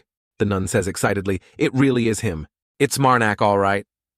Marnak sees this and thinks to himself, I didn't think we'd meet again in a place like this. The blonde man seems a bit confused. Kill. The sound of killing echoes again. He also activates his chainsaw, now covered in flames. Kill. Marnak silently reassures the voice in his head. Cool down and stay calm. Mother, your words, I've heard them. He grits his teeth thinking, but this time I'll ignore it. You know that too, Mother. Kill. Marnak's eyes show arrows of resentment. That damned sorcerer, he is the target of my revenge plan. For the crime of killing my benefactor. And the past me as well. Marnak lies stretched out on the white snow, probably freezing to the bone, now breathing heavily. Ha ha. He starts to think vaguely during that time. Marnak raises his hand to the sky, not fully conscious. I was always drowning in useless worries. Then heavy footsteps approach along with the persistent thought, another day of victory, another day of survival. A stranger passing by noticed something. Until one day when I couldn't hold on any longer. That person stood above looking down to see Marnak covered in wounds, collapsed helplessly. I had nearly starved to death. Marnak remembers. On that day that man immediately ran towards me. He clearly remembers the scene from that day, remembers the man who worried greatly and saved him when he was near death. There was a huge blizzard sweeping through. Marnak vaguely clenches his fist slowly in exhaustion, along with that was my benefactor. Marnak was saved by that man, and he had an unforgettable memory with the person named Santos. That S, how I met Santos. Santos carefully tended to Marnak's wounds. He remembers very clearly what he looked like. He was a middle-aged man, the kind you could meet anywhere. He sensed Santos was quite easygoing and also quite serious. Marnak slowly opened his eyes after fainting and immediately looked at him. When I woke up, he didn't ask anything. In the small, lonely house amidst a white snow forest, he only told me I could feel free to stay or leave. Marnak remembers Santos telling him he was a priest serving the guardian goddess and lived in a cemetery on the outskirts. Marnak was lost in thoughts about that rescue. I tactfully asked while working, "Why did you save me?" The two men looked at each other as if they had known each other forever. He recalled, and he answered with a smile. Santos smiled brightly like sunshine and said, "It is just, I wanted to." Marnak was taken aback for a few moments by the warmth of Santos's smile. The smile I saw then settled deep within this heart. He did good deeds with him, helping others after recovering. Santos always helped others. Help again, and help again. In Marnak's eyes, Santos was a living saint. Help again, and help again. He said that helping someone doesn't require a reason. He told himself inwardly, I want to become like him. After a year of peace and then, winter returned. Marnak remembers that night was a blizzard. I saved the life of a man who was fainting in the snowdrift. That event also made him recall the moment Santos pulled him from the clutches of death, just like the time I was saved by Santos. Suddenly, the man Marnak saved that snowy night gave a sinister, scheming smile. However, I shouldn't have saved that damned sorcerer. In the past, he naively treated the sorcerer he just saved, sitting and caring for his recovery.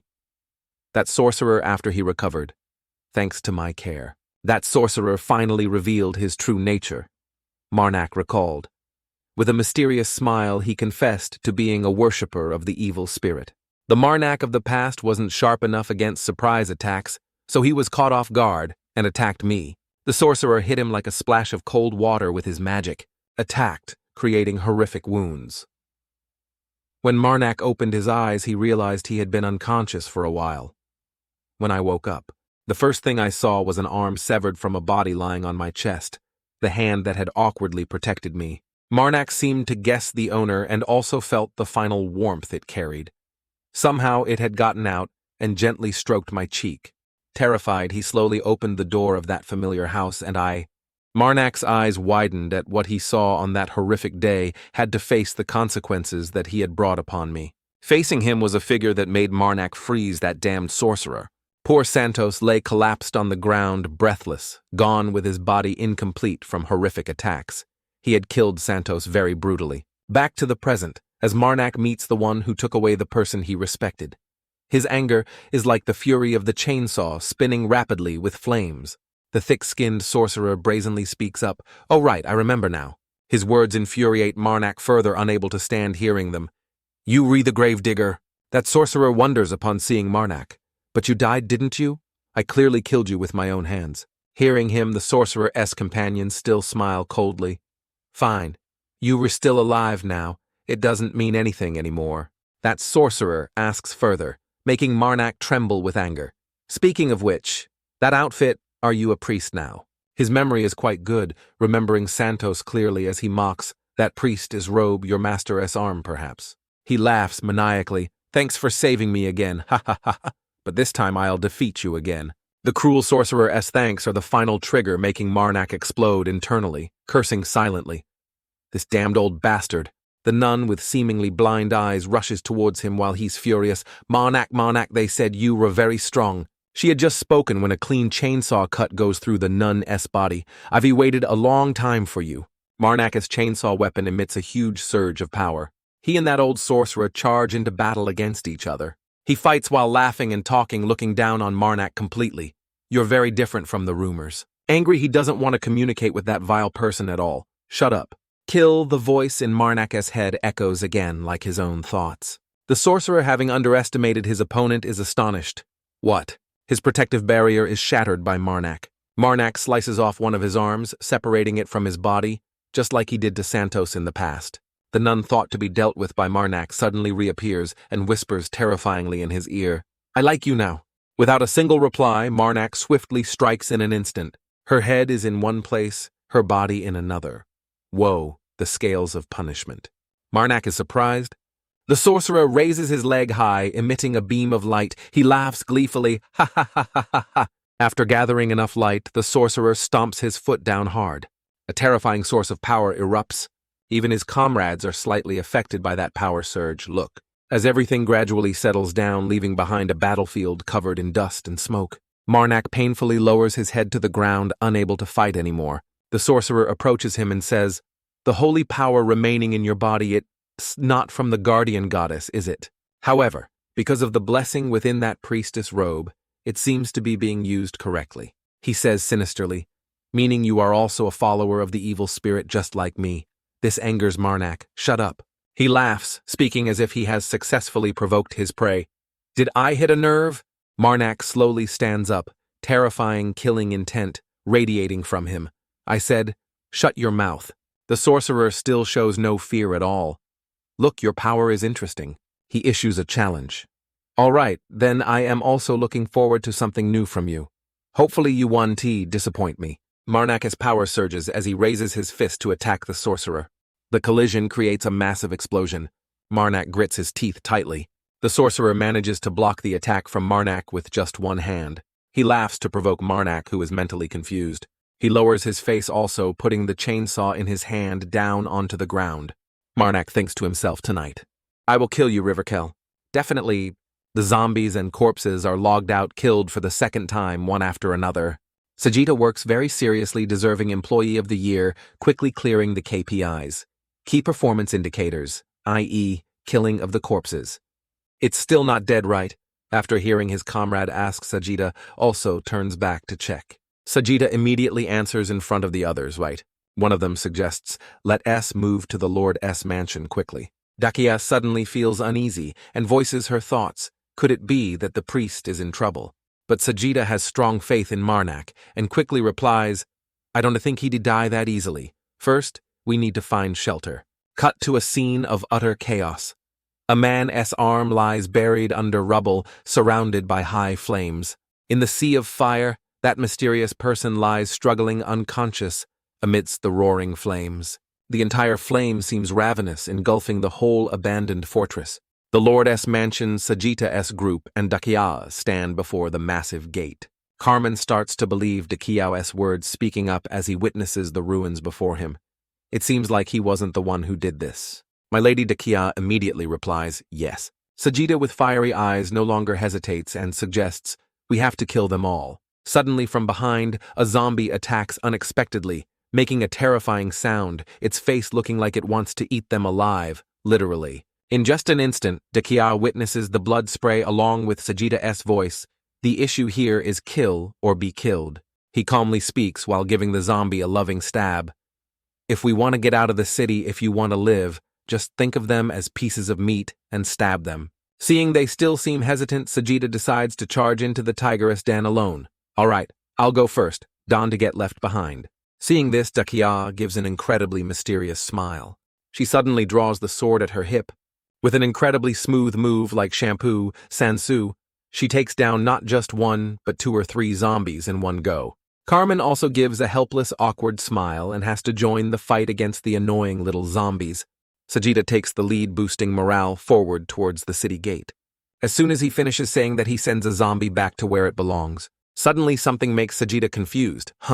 It is not just small fry zombies, there is a huge one as tall as the fortress taking imposing steps. Sajita's sharp eyes tremble, perfectly focused, not needing glasses, trying to observe who is standing on top, controlling that massive monster, that S. Grandma Nun Pearly brazenly shows her face and says, so hot-tempered, no one likes you when you are angry like that. The one shielding her replies, what are you planning to do now? I am just curious, really. The red-haired girl, like a prehistoric Tu Bao Tram Vietnamese singer reference, meaning stylish, cool waves, her hand dismissively. If you worship evil spirits that much, we'll discuss it more often, okay? The nun thrilled shakes and replies, no, that is nothing. Those shameless people chat without paying attention to Marnak, who wants to crush them. Do you know how long I've waited for this chance? Has your beloved pet ever drooled, spit saliva flying everywhere along with Marnak's furious face charge? It seems the beast had been waiting for the command for a long time, as it immediately joins the battle without delay upon hearing it. Its teeth are bared incredibly wide, but at least they are even and very white. We beg your pardon. Defensive screen was shattered by beloved Marnak's punch in an instant. The beast's punch sends the guy flying back. Marnak also takes that opportunity to dash forward. His chainsaw's time to shine has come. Marnak's eyes show determination, as if no one can stop him. The rogue sorcerer also gets extremely excited and jumps into close combat with Marnak. He makes one sweep, injuring countless enemies except for the lucky sorcerer, who escapes. He mocks Dante, you have any new forms? This much is nothing to me. In Marnak's head, the urging voice sounds again, kill. The sorcerer is still very talkative. Maybe I should cool your head down a bit, you.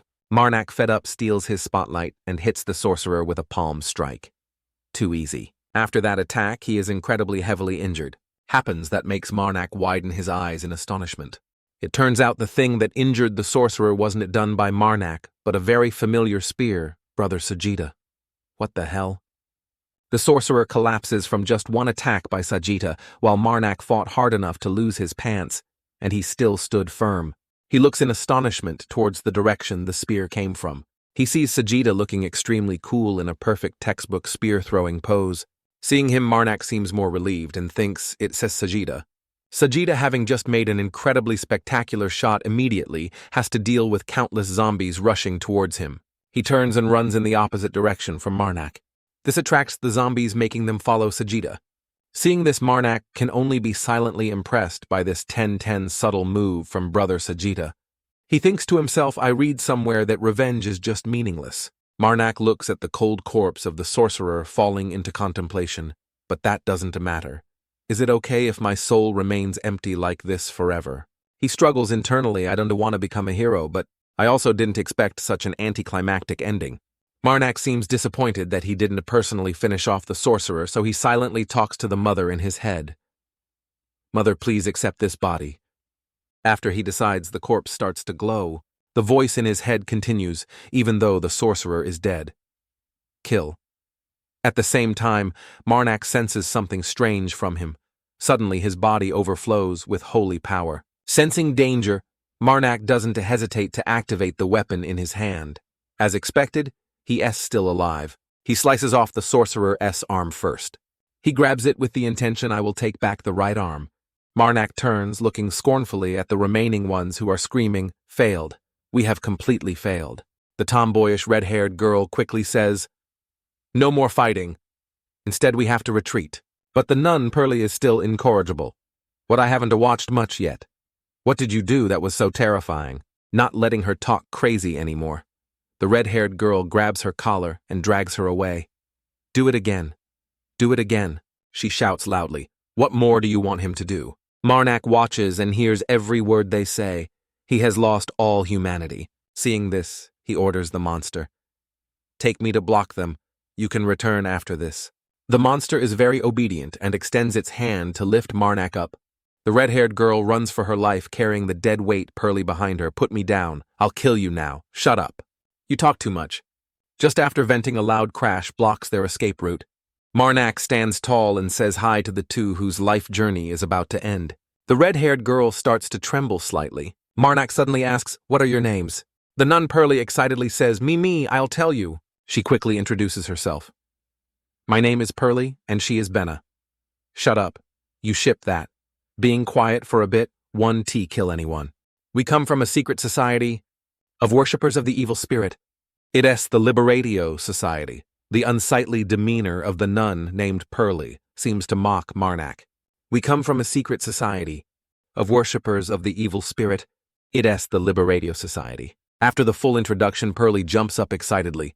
Hey brother, do you remember those people you took down in Kenton? Marnak politely replies yes. He recalls someone's words, those people, they also belong to that Liberatio Society. Pearly acts incredibly strangely, as if short-circuited again. That's why we were curious about what kind of person you are? Marnak pays her no mind and slowly walks closer, asking, how many members does your society have? Pearly quickly answers while her comrade Benna looks terrified, about to faint. Dunno, Benna doesn't know either. I just came here because they told me to. She laughs loudly, but Riverkel probably knows. Pearly points towards a chaotic mess far away, was also sent here directly by Liberatio. She says defiantly, now look, brother, see what situation you're in. Marnak asks sternly again. Libera's purpose isn't it to follow the law? Benna, silent until now, suddenly speaks up. Let me explain. She clasps her hands as if with immense compassion. Our purpose is very simple. Anyone, as she speaks, Benna reveals a grin stretching ear to ear, can worship any god they want. The man concludes bluntly, we will create a world without oppression. Her shameless words make Marnak's eyes hurt with anger. He speaks up, you people. Marnak refers to the fortress engulfed in flames. To do that you have to wipe this place out. Beeman immediately replies, I didn't want to either. This is the consequence Riverkel left behind. She mentions something that makes Marnak listen attentively. I need to collect a few items. You have something we're looking for. He seems to grasp the meaning behind her words. You mean? Benna smiles, her eyes radiating cruelty, the holy relic. Benna smiles, her eyes radiating cruelty, the holy relic. Marnak grips the chainsaw tightly, thinking my vague guesses before turned out to be correct. He had long suspected their ulterior motive. They intend to find the holy relic that once sealed the power of the corrupted mother. What are they planning to do? Then he delivers shocking news to Benna. The pearl is already broken. She immediately disbelieves him lies. No one can break it. Marnak calmly says, it really is broken. The remaining part has been taken to Kenton. He continues. It's the only thing on your collection list. Suddenly, Pearly kindly corrects Marnak, shouting, 4. There are 4 others. The voice inside Marnak grows fiercer. Kill. He thinks the mistress of the sealed power mother is enraged now. Not afraid of strong enemies, only afraid of teammates like cows. Benna curses furiously, while Marnak reveals a smug smile. You revealed so much, what business can you do now? If he joins our side, he'll definitely know anyway. You stupid mouth, you've already found 4 holy relics. Suddenly he speaks up, silencing them both. However, in this case, Marnak gives a friendly nice guy smile and says to them, guess who has the ability to resolve this matter quietly? Pearly chimes in, answering, not me. I don't have that ability. Benna is helpless. Why are you still? Just as she says those words, siding with him, Benna is sent flying far away by Marnak. Pearly stands stunned, Dante. His eyes become sharper than ever, looking threateningly at Pearly speak. Pearly, left alone, freezes stiff before Marnak. She shoots off like the wind, throwing one last sentence back at Marnak. See you later, huh? Before Pearly can escape, Marnak gives her a one-way ticket to join her dear comrade Benna. He says calmly, for you, mother? Holy power, 3023. They both go to the afterlife in pieces. Marnak glances over and immediately guesses. As expected, she's not dead yet, although I'm not sure what abilities you have. He also tiredly tells himself, forget about that. After eliminating that damned murderer, he touches his chaotic soul from before, giving a satisfied smile. Indeed, this soul has calmed down again. Kill. Marnak is here. Hearing his name called, he turns his head to look. The other 3 have also successfully dealt with the incredibly annoying zombies. The zombies suddenly all collapsed. Was that your doing? Marnak smiles brightly, replying yes. Sajida says proudly, my skills are quite useful, aren't they? You saved my life. Marnak remembers the slash from that time and says, to the point I couldn't believe it. Very happy to have helped you. But he thinks to himself, however, he looks at Sajida for a long time, silently reassuring himself. He didn't happen to see my giant corrupted form, did he? Then Marnak looks and suggests making the 3 raise question marks. By the way, I have to go. I don't know why, but I have a bad feeling about this place. Carmen laughs. What else could possibly happen? His words were truly prophetic, as something happens right after he says it. A monster with countless eyes and innumerable sharp teeth appears. Its form is extremely unsightly, incredibly detrimental to the city's aesthetic. The zombies seem to have merged into a giant walking mass of flesh. Carmen witnesses this and can't help but be horrified. That thing over there looks like it is stuck together. Is it corpses? Marnak immediately answers, yes, it is coming. Marnak thinks even the filthiest rats don't have such evil intentions. Kill. Even after dying, you still drag the corpses here, turning them into that pile of rags. Truly a despicable power kill. He turns to Dakia. Lady Dakia, I understand you hate having blood on your hands. Marnak continues. Once this is over, I'll help you feel better. For now. First, you need to calm down. Seeing his action, Dakia just chuckles silently. She immediately asks sharply, how do you intend to make me feel better? I'll think about it later. Marnak smiles. First, if we want to rescue the survivors, we need to buy time. Carmen, looking lost like a golden deer, asks, is someone coming? Yes. I'm sure that person will come. A horde of zombies follows a strange dark figure. Clothes tattered. Sajida remains silent, observing everything. He speaks up, priest hum. Looks like we have guests. As soon as he finishes speaking, a long trumpet sound echoes. The zombies very consciously line up straight. The resurrection piper blows a long note on his trumpet. A giant foot steps forward as fast as lightning. The remaining zombies compete in growling, Gah! They tear and bite ravenously, Kua Kua. All 4 of Marnak's group stand watching the strange scene unfold. Dakia speaks up, priest Marnak. She points towards the resurrection piper. That person is heading towards us. Marnak replies, it seems so. The resurrection piper begins, among the 4 of you. Suddenly, the mysterious person grips the sword tightly and speaks. Hopefully. Suddenly, the mysterious person speaks very decisively, leaving everyone with countless questions, the one with superior physical strength.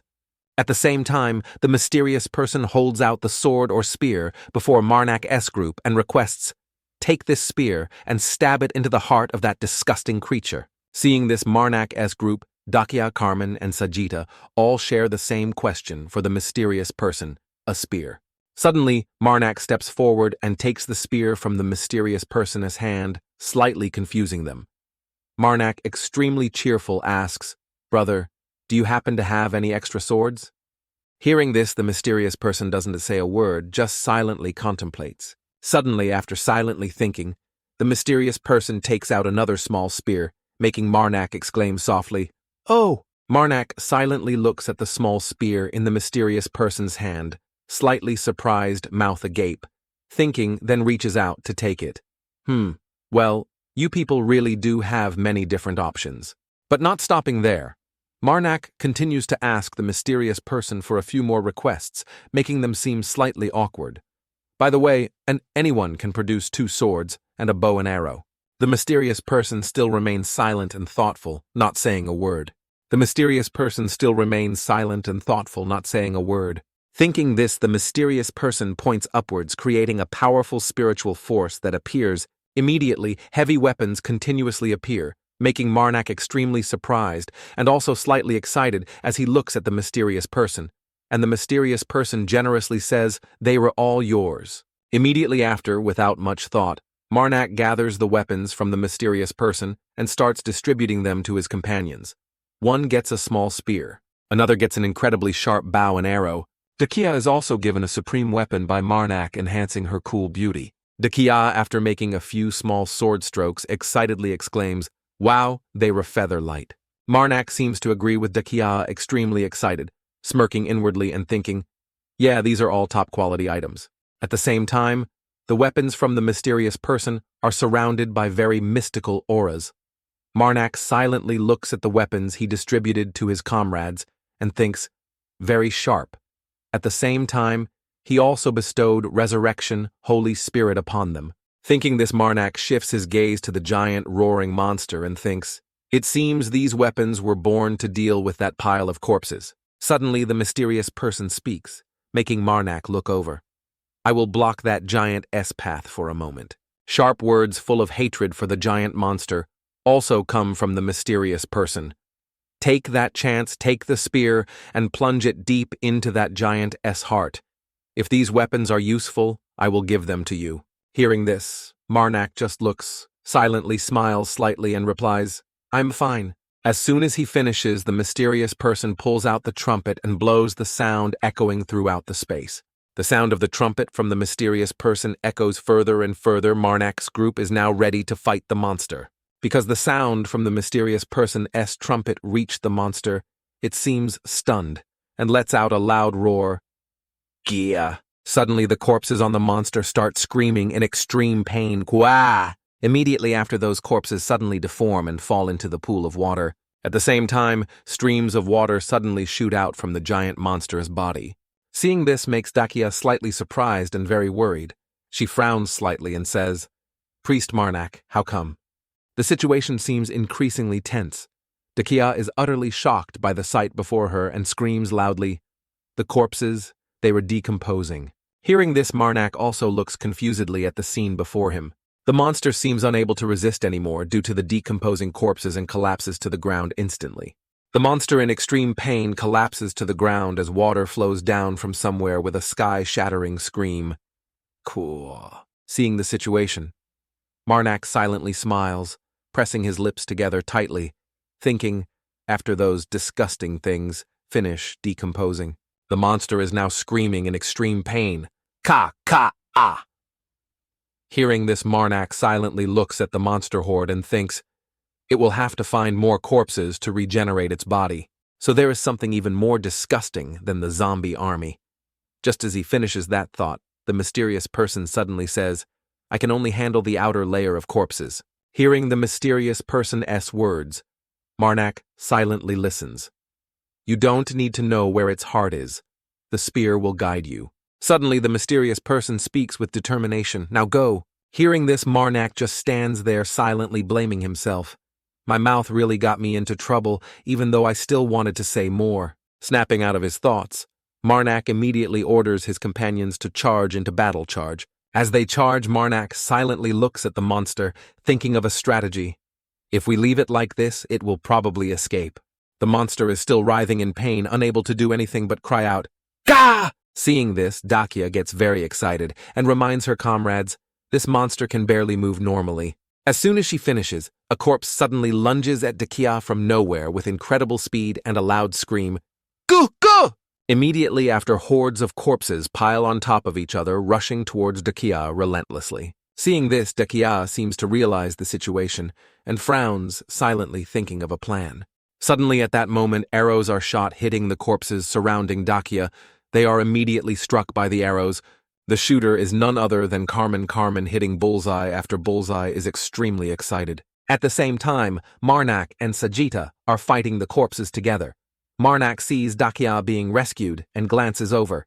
At that moment, Dakia also shouts loudly, "I am going with Carmen," and Dakia, slashing the corpses with the small sharp spear in her hand, shouts an announcement, "We'll find a way to hold back the giant." Hearing this, Marnak confidently moves forward again, not forgetting to reply, "All right, counting on you." Suddenly Marnak calls out, Sajita hearing him. Sajita also answers, "I am here." Marnak and Sajita are standing amidst the zombie monsters. Marnak thinks of a plan and probes Sajita. "Can I leave taking down the monster to you?" Then Marnak heads in a different direction, full of determination to fight to the end, instructing, "I'll distract it." Hearing this, Sajita, stabbing a corpse, replies, "Got it." Immediately Marnak turns and leaves, leaving Sajita to handle the corpses. Sajita, fully trusting Marnak, says, "In that case, I trust you." At the same time, the corpses seem empowered and gradually rush towards Marnak's group with extreme speed. But they can't escape Marnak's sharp sword. With just a few slashes, Marnak severs the heads, legs, and arms of the corpses. Blood splatters everywhere afterwards. Immediately after, Marnak advances towards the final monster with eyes full of hateful determination, thinking, "Kill? I have a reason to aim for its head." Marnak then raises his sword, spiritual power gathering around it, and thinks, "Right in the middle of its head, mother." At that moment, the monster's eyes suddenly emit a blue light, making Marnak think, "There's a core of Holy Spirit energy there. That must be why Mother gave me this information." Suddenly Marnak smirks slightly and thinks furthermore. Then the monster's face suddenly shows the face of some old man, making Marnak think of the name Esakara. Thinking this, Marnak's eyes fill with hatred as he frowns, thinking, "That face." Then suddenly Marnak thinks of Riverkel's face and thinks with disgust, exactly the same Riverkel. On Sajita's side, suddenly something distracts him, making him grunt silently. Suddenly the monster cries out, "Gah!" This makes Marnak extremely determined, resolving inwardly, this time, definitely. Immediately after, Marnak sharpens his gaze, sword in hand, thinking, with these very hands. Instantly Marnak continuously swings series of slashes without stopping, thinking, aim straight for its head. Immediately after, the monster's eye suddenly falls out of its socket as it screams in pain, "Kill!" Marnak, like a hero of justice, swings his sword a few more times. Immediately after, a part of the monster's body suddenly falls to the ground. At the same time, Marnak immediately plunges his sword into that body part, creating extremely strong friction. Then, with determination, after slashing the monster several times, blood plasma flies everywhere. Marnak now seems somewhat relieved, smiling contentedly and thinking, "I will destroy him. I will chop him into pieces." At the same time, Sajita is standing before the giant heart of the monster and asks, "So this thing is its heart, huh?" Without much thought, Sajita immediately thrusts a spear straight down into the monster's heart, accompanied by spraying red blood plasma. The monster, having been hit in its vital spot, cries out in pain. At the same time, over by Dakia, the corpses suddenly die instantly, leaving Dakia extremely surprised and confused. It seems Dakia realizes now and chuckles softly, "Ah." But suddenly, as Dakia looks up, parts of the monster's body appear, along with its blood plasma falling down, making Marnak exclaim in shock, "What?" Immediately after, a pool of the monster's blood plasma forms like a large puddle, and the mysterious person who gave weapons to Marnak's group earlier also sees the situation but says nothing, just silently observing. At the same time, Marnak also walks towards the pool of the monster's blood plasma. Then in his hand he holds a red orb stained with blood. Marnak is extremely satisfied, smiling contentedly, thinking, "Finally." Then he silently thinks of Santos's image, feeling incredibly sad. "I have also." Marnak stands before the monster's heart completely fulfilled, thinking, "Got revenge for you, Santos." After the battle ended, The sky has brightened again. Dakia approaches, calling out Priest Marnak. Dakia, extremely worried about Marnak, asks, "You are not hurt, right?"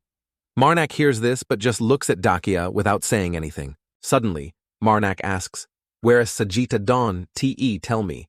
As soon as he finishes, Sajita walks over and answers, "I am here." Sajita approaches, looking very pleased with the spear in his hand, praising it.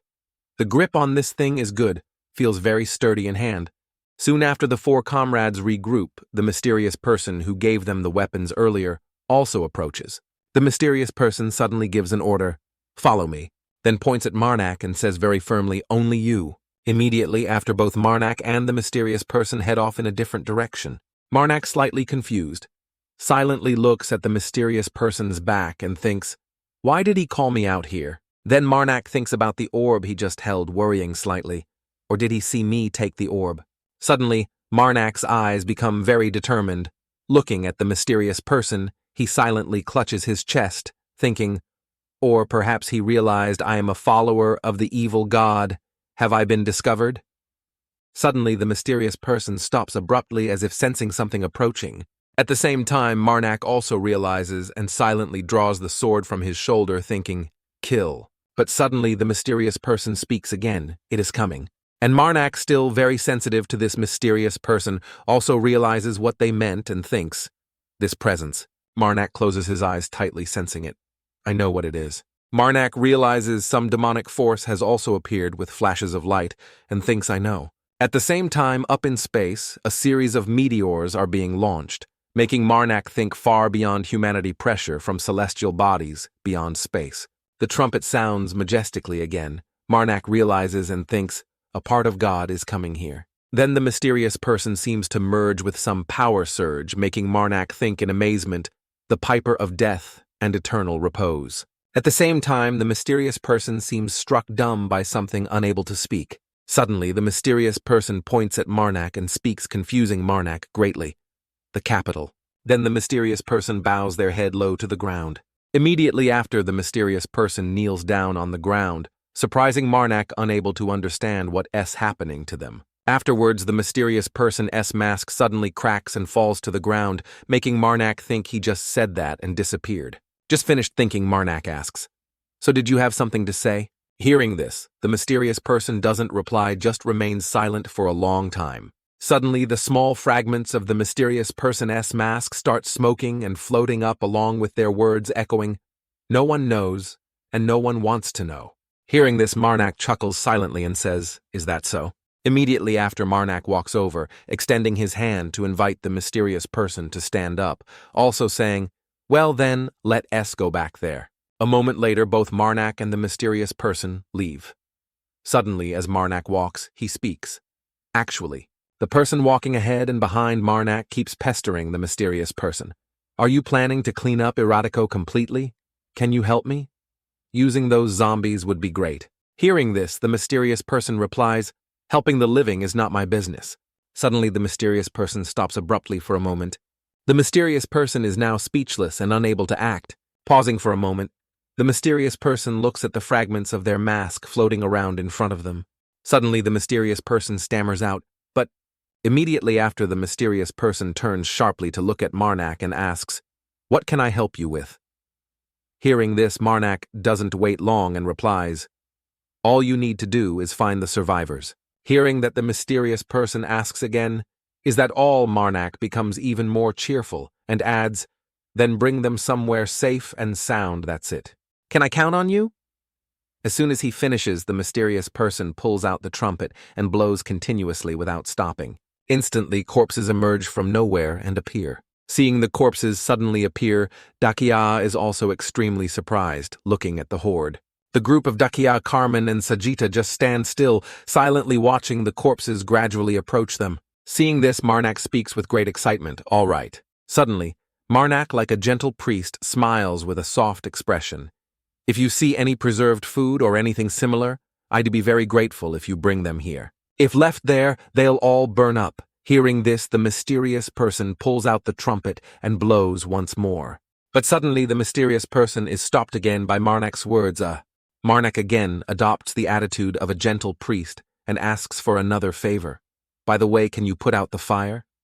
Hearing this, the mysterious person gets slightly annoyed and reminds him, say everything at once, please. A while later, the sky has turned to evening and sunset has appeared. Marak, holding some object in his hand, speaks in front of his companions and the trumpet-blowing mysterious person. It is just the right arm. Suddenly, Marak presents the arm he mentioned to the mysterious person and asks again, please fulfill my wish. The mysterious person has now taken the hand from Marak, but just looks at it without saying a word. Immediately after, the mysterious person and the horde of corpses stand together on one side in the evening sunset. Suddenly, one of Marak's companions speaks up, making Marak turn his head, getting help from the Piper of Death and Eternal Repose. Hearing this, Marak smiles very contentedly and replies, strange, isn't it? He's really kind. Hearing this from Marak, along with his cheerful expression, Dakia is also affected by his positive spirit and says very happily, just as expected. When Priest Marak asks for help, everyone agrees. Right. Hearing this, Marak scratches his cheek slightly and replies, I didn't think he would agree either. Suddenly, Dakia takes Marak's hand and speaks gratefully. Thank you. This greatly surprises Marak. Dakia smiles very gently, her rosy cheeks captivating, and says, you really are a savior. Hearing this, Marak is slightly surprised, then feels a surge of anger, thinking, kill. Time passes to the evening of that day. In Marak's head, only the words echo, kill, kill, kill. The word kill keeps echoing in Marak's head. But while Marak is thinking, his mother keeps throwing the orb. Marak brought back somewhere else. Marak still can't stop thinking about the scene where the trumpet-blowing mysterious person asked to meet him alone. He told me that there's a holy relic in the capital, right? Thinking this, Marak suddenly recalls the image of himself, clasping his hands in prayer, and thinks, in that case, he also realized the corruption. After thinking for a moment, Marak turns to his mother and calls out very excitedly, Mother, the god I met today. Marak keeps asking his mother, do you know kill you Danti no? Then he thinks, remembering the image of the mysterious trumpet player. Marak faintly recalls helping the mysterious trumpet player stand up along with their words, no one knows and no one wants to know. So my identity hasn't been revealed yet. Thinking this, Marak's expression becomes very serious. Elsewhere, Marak's mother is furious about something, cursing silently. What the hell happened? Immediately after, Marak's mother reaches her limit and thinks kill. Then she throws the orb. Marak brought back somewhere else, making Marak incredibly panicked, his face turning pale as he calls out, Mother. Marak's mother is sobbing uncontrollably, tears about to spill from her eyes, thinking, kill. Seeing this, Marak understands what's happening and asks, you can dispel the holy power remaining on the orb. Immediately after, Marak very cheerfully reassures his mother, don't worry, I am sure you can do it. Suddenly Marak chuckles silently and adds, but no matter how angry you get. Then he playfully scolds his mother, throwing things is also very bad, although I know you were trying to help me. Even though the word kill echoes in his mother's thoughts. Saying this, Marak suddenly reaches out his hand and says, it doesn't matter how angry you get, do not throw away things.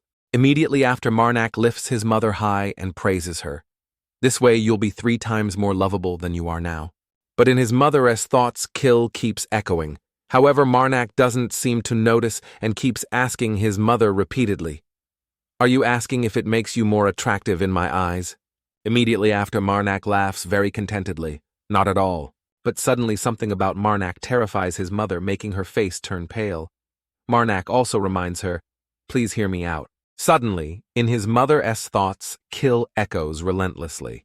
Immediately after, Marak's mother bursts into tears again, making Marak coax her sweetly, because I already love those lovable aspects of you. But these words seem to make Marak's mother gradually stop crying and silently listen to him, whether it's 3 times or 100 times more. Immediately after, Marak holds his mother in his arms and very gently, affectionately says, to me you are still just the same, but inside his mother's heart, the sound kill still echoes relentlessly.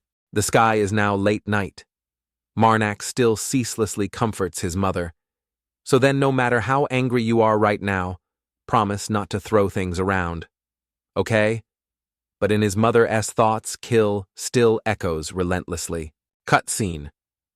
At a nearby eatery, two people are continuously chatting. Have you heard about this? What? The two patrons in the eatery chat happily. Nowadays there are worshippers of the evil spirit everywhere. What? Not just in our kingdom, but also the Eastern Dragon Kingdom and the Western Desert Kingdom, from the Northern Empire down to the Southern Empire. At the same time, Saintess Azure Flame is sitting nearby, secretly listening. The two patrons continue gossiping. That's right. I heard that just recently. Kenton and Eratico both suffered heavy losses. Will our town be like that too? This town. Hearing this, Saintess Azure Flame also turns her head with a surprised expression. Suddenly, one patron consoles his gossip buddy, Don T. Worry. In Kenton and Eratico, apparently someone killed all the evil spirit followers, right? The patron keeps talking. It was him, Marak, the savior of Eratico. Hearing this, the gossip buddy replies, Exactly. The reason we can drink beer comfortably like this isn't it all thanks to him. As soon as they finish, the two friends done gossiping clink their glasses together. Hooray for Marak. Marak, hooray. Hearing this, Saintess Azure Flame pauses for a few seconds. Hooray for Marak. Suddenly, Saintess Azure Flame asks the savior of Eratico, Marak. Along with that is her determined gaze looking forward emotionlessly. Cut scene. At a lavish palace, someone curses relentlessly, these damned worshippers of evil spirits. This short person walks proudly down the palace corridor, cursing silently. To capture the princess, they even bribed the lord of Eratico. Suddenly, the person walking in the corridor thinks of the burnt village scene, feeling extremely angry and unhappy, thinking, because of them, the assassins and the lord, everyone died in that territory. Thinking this, the person walking in the palace corridor frowns irritably, thinking, clearly the prince of the Dragon Kingdom. Then suddenly, this person thinks of Sagitta's image and judges silently, but he said no different, that damn bastard. He'll probably be furious. This person is none other than Huden with his grumpy face, thinking, but if I am discovered just standing here, he'll be twice as angry. Thinking this, Huden suddenly walks to a room in the palace and knocks gently. Just after knocking, Huden introduces himself. Third Prince, I am Huden. As Huden finishes, the person inside the room calls out, come in. Immediately after, Huden opens the door wide and enters, seeing the image of Luthum lounging on a chair. Suddenly, Luthum gives Huden a sharp, hateful glare. Cut scene. In a place with heavy snowfall in the forest, Marak points a knife at a kneeling person, threatening them. What did you say earlier? You'll hand over everything you have. Hearing this, the kneeling person clasps their hands, begging, spare me, just my life, please spare me. As soon as they finish, Marak mercilessly swings his sword down, causing the kneeling person's blood plasma to splatter everywhere along with a resounding scream. Help blood plasma also splatters onto Dakia. Dakia, with her ice-cold expression but also slightly sad looks, away unable to bear watching the scene. Suddenly, after finishing off the kneeling person, Marak turns his head and tells Dakia, I'll go and be right back. Marak goes aside and takes 2 pieces of wood, tying them into a cross. Immediately after, Marak plants it in a grave mound before him, clasps his hands, and stammers out, Mother. Marak very sincerely clasps his hands tightly, closes his eyes, and prays earnestly, I offer their souls to you, Mother. At the same time, Marak's mother seems to be nearby, whispering, Kill. Suddenly, lotus flames appear on Marak's mother's grave mound, along with the system sound, Holy Power, 3779. Marak is enveloped in a blue aura, very sincerely clasping his hands together in prayer. Thanks to taking down robbers several times, I've gathered quite a few holy powers now, but suddenly, the sound kill echoes relentlessly. After finishing all prayer rituals, Marak turns to leave, not forgetting to say, let us head back. A while later, Marak returns to his companions. Carmen and Sagitta walk behind Marak and Dakia, who are chatting very happily. Suddenly, Dakia calls out, making Marak look over Priest Marak.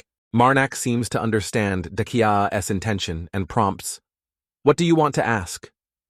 Hearing this, Dakia leans close to Marak and whispers secretly to him, I am not asking to blame you. So please don't misunderstand. As she finishes, Marnak looks at Dakia with a confused expression. Dakia twirls a lock of her hair while asking further, Priest Marnak never lets any robber survive, right? Can you tell me why you does that? If you don't want to, you don't have to say it. As Dakia speaks, Marnak watches her very intently. Then Marnak seems to realize something, chuckles silently and sighs. Suddenly, Marnak asks again, have you asked Carmen and Sajida about that already? Hearing this, Dakia quickly replies, yes. Marnak begins to explain, also glancing at the very cheerful, laughing Carmen. Carmen said he knows robbers attack the weak who have no power, so they can be left alive. Marnak then shifts his gaze to the equally cheerful Sajida and says, Sajida stated that as a mercenary, as long as he has paid, he will do his best in everything, even if it means killing all the robbers. After talking about his two companions, Carmen and Sajida, Marnak smiles brightly like a flower and talks about himself. As for me, I believe in human potential.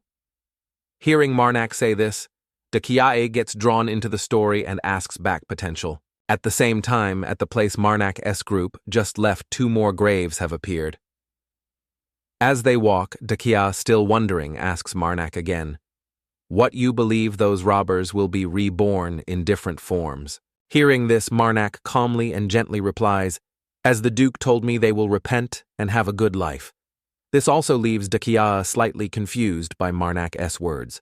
Then Dakia, as if bitten, bristles with anger and snaps, what if it is the opposite? Shouldn't you not kill? Then, seeing this, Marnak still very gently and kindly explains, but milady, the first time is always the hardest. I think it is more likely. Dakia listens very attentively to Marnak's explanation, while Marnak continues his non-stop explanation like a wireless cool-down on his mouth that they will re-offend with worse actions than repent. Therefore As he says this, Marnak's voice suddenly drops, have to kill them. Killing is just a new beginning. Hearing this, Dakia now has calculations running in her head, silently resting her chin on her hand, thinking, then huffs slightly. Suddenly, Dakia finishes thinking and retorts, but do we have the right to judge them according to our own will? Dakia, very confident in her reasoning, presents it to Marnak. Regarding this, no god has clearly stated that authority. At that moment, Marnak's mother seems to have silently sent him a message. Marnak realizes, clutches his chest, smiles silently, thinking, I know, mother. Then Marnak thinks of the moment his mother took him in and allowed him freedom, thinking mother allowed me to do anything I wanted. Suddenly, Marnak very gently clutches his chest and explains to Dakiae, I don't kill them just to judge whether their actions are right or wrong. I just want to take responsibility for my choice. Dakiae, hearing this, is extremely surprised and asks again, responsibility? Marnak also answers, yes. Immediately after, Marnak starts explaining to help Dakia understand, even though Dakia keeps staring at Marnak intently. When the evildoers I spared commit further evil deeds causing others to shed blood and tears, then I must take responsibility for that. As he speaks, Marnak thinks of the scene where he visited his mother's grave, and among the responsibilities I must bear when taking their lives, I chose to bear the karmic consequences I would incur by doing so. Hearing this, Dakia suddenly replies, that is my choice. At the same time, Marnak also interjects, the price to pay for this killing, who knows when it will come for me. As he speaks, Marnak shows no anger, only a satisfied expression. But no matter what responsibility I have to bear, I still decide to live like this. Suddenly, Marnak widens his eyes, a surge of power emitting from them.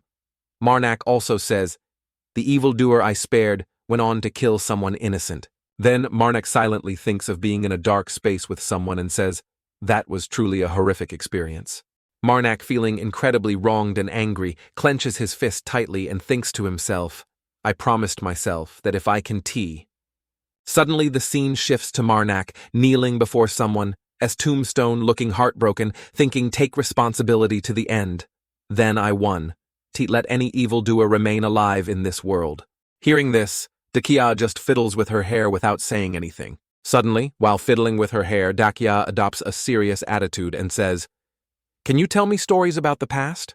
Then suddenly Dakia becomes very shy and stammers, if it is inconvenient, then never mind. What is impossible now anyway? But contrary to Dakia's thoughts, Marnak suddenly laughs cheerfully and replies, But different from what Dakia thought at this moment, Marnak suddenly laughed happily and replied, "But I think I'll leave it for next time." Hearing that Dakia was also a bit surprised and exclaimed. Suddenly Marnak avoids the topic points in one direction and asks the foolish Dakia to look over there. Before them is also a group of people walking amidst the white snow. Seeing this, Sajida suddenly says, "Ah, it is a merchant caravan, let's go check it out." Sajida gets very excited and adds, "If it is a caravan of this size, there will be many people." Then he thinks about the scene, and maybe we can sell the equipment we got from the robbers. At the same time, the people from the other caravan are slowly riding closer. Hearing Sajida's idea, Marnak cheerfully replies, "All right." A while later, cutscene. At some headquarters, an old merchant caravan leader is silently looking at Marnak's group. The old caravan leader picks up one of Marnak's group's swords and examines it very intently, praising it. Truly a wonderful metal. It is a rare alloy containing the essence of ancient imperial craftsmanship. Seeing this, Marnak just sits silently smiling, then speaks up, startling the old caravan leader, who looks over. "Hey!" Hearing this, the old caravan leader understands and hands the weapon back to Marnak, stammering an explanation, very hesitantly. I lost my composure for a moment, because this is the first time I've seen a sword using so much imitalium." Carmen also frowns slightly and adds, "If it is imitalium, could it be, you mean the legendary metal?" Hearing this, the old caravan leader replies, "It is not the ordinary type of imitalium, but the type of imitalium with high purity content, more than double the amount we have collected over the past 120 years. At the same time, the whole group of them looked at the weapon Marnak was holding. At this moment, the guildmaster spoke again with great interest. "This is truly a precious item to the point that I want to buy it at any cost." Hearing this, Marnak laughed smugly and replied, "I have absolutely no intention of selling it." Hearing this, the guildmaster replied, slightly disappointed, "I see. If it were me, I wouldn't sell it either." Suddenly, Carmen changed the subject, speaking with a very cold expression. "If that is the case, there must be some reason you invited us here." At this point, the guildmaster no longer hid anything and explained, "The reason is I want to hire everyone as guards to escort us to the capital of the Northern Kingdom. If so, the demon butcher of White." Suddenly the guildmaster mumbled the enemy of the evil god Kenton. Suddenly the guildmaster glanced at Marnak and exclaimed loudly, "And the savior of Iradico." Then the guildmaster pointed firmly at Marnak and said, "You are that hero, priest, Marnak. Are you confident in your abilities?" At this, the guildmaster continued to praise him, making Marnak extremely embarrassed and cough lightly. "We have heard much about your exploits. It would truly be an honor to cooperate with you." Suddenly, at that moment, Marnak's mother seemed to have a message for her son, Kill. Now the guildmaster presented the conditions once more, making Marnak's group look over. "If you accompany us, you will be treated generously. I also promise to treat the other mercenaries accompanying you with the utmost enthusiasm." Suddenly Carmen, with his indifferent expression, spoke up. "Excuse me, but could you give us some time to discuss?" Hearing this, the guildmaster didn't hesitate and left immediately, not forgetting to say, "Please take your time." At this moment, the guildmaster secretly turned his head to look at Marnak's group and reminded them, "Give me a satisfactory answer. I will wait for you." The sky was gradually turning dark. There, amidst the white snow, they had set up a resting camp on the spot. At the same time, inside one tent, Marnak's mother was still thinking about killing again. Right now, Marnak was massaging his mother's shoulders and back, also asking kindly, "Are you comfortable, mother?" Suddenly, Marnak smiled with a proud and satisfied look, saying, "I accepted the Merchant Guild's request." Marnak then added more, which greatly reassured Marnak's mother, making her smile contentedly. "After we get paid, we'll find a good inn in the capital." But the thought still echoed, "Kill." Suddenly, while Marnak was massaging his mother, a sky-shattering scream rang out, "Ah!"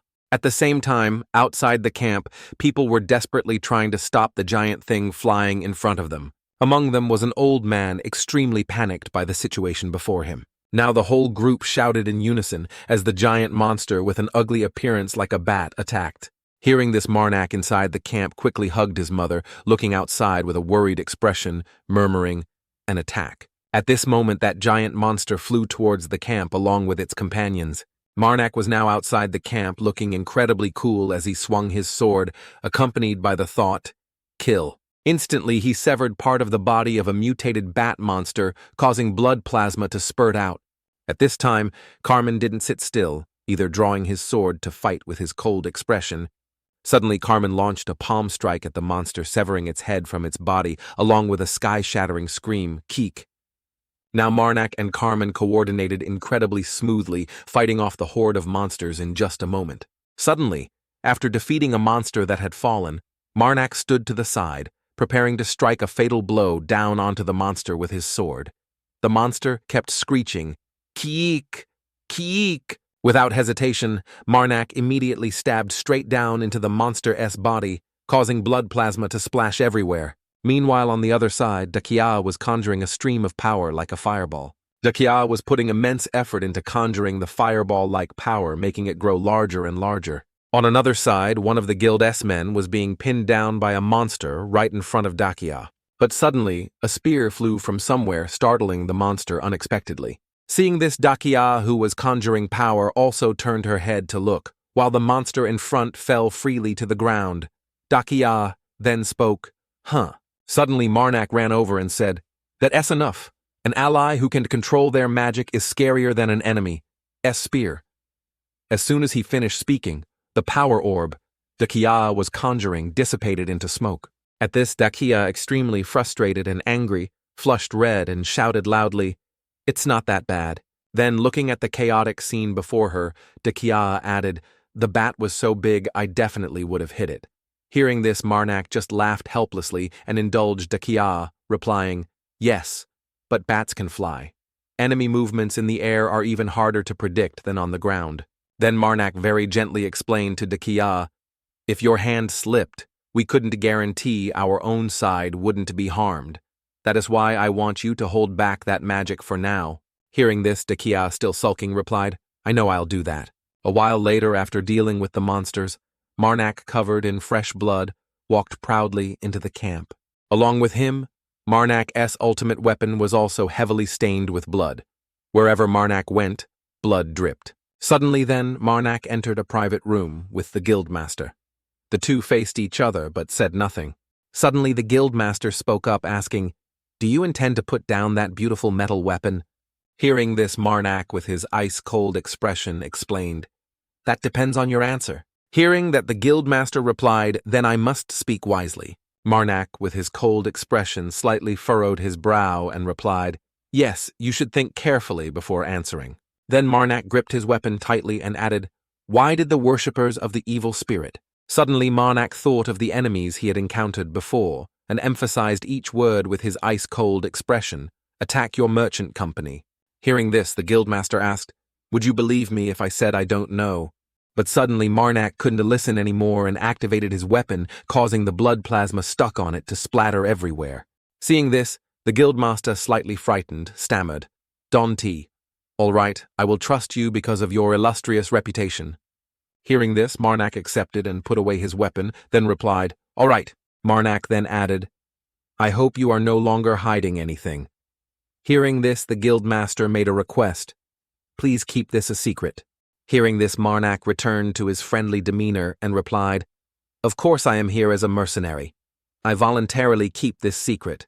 Suddenly, the guildmaster ordered the subordinate next to him, "Bring that thing to me." Hearing this, the subordinate brought something out and placed it on the table in front of Marnak and the guildmaster. The guildmaster then tightly gripped the box he had asked the subordinate to bring out and began to explain, "They started attacking us after I received this item." Then the guildmaster recounted meeting another merchant group on the road earlier and began to narrate, "We were asked to bring that item to the capital." Hearing this from the guildmaster, Marnak offered words of comfort and inquiry. "You must have suffered considerable losses being ambushed for so long like that. Why didn't you give up?"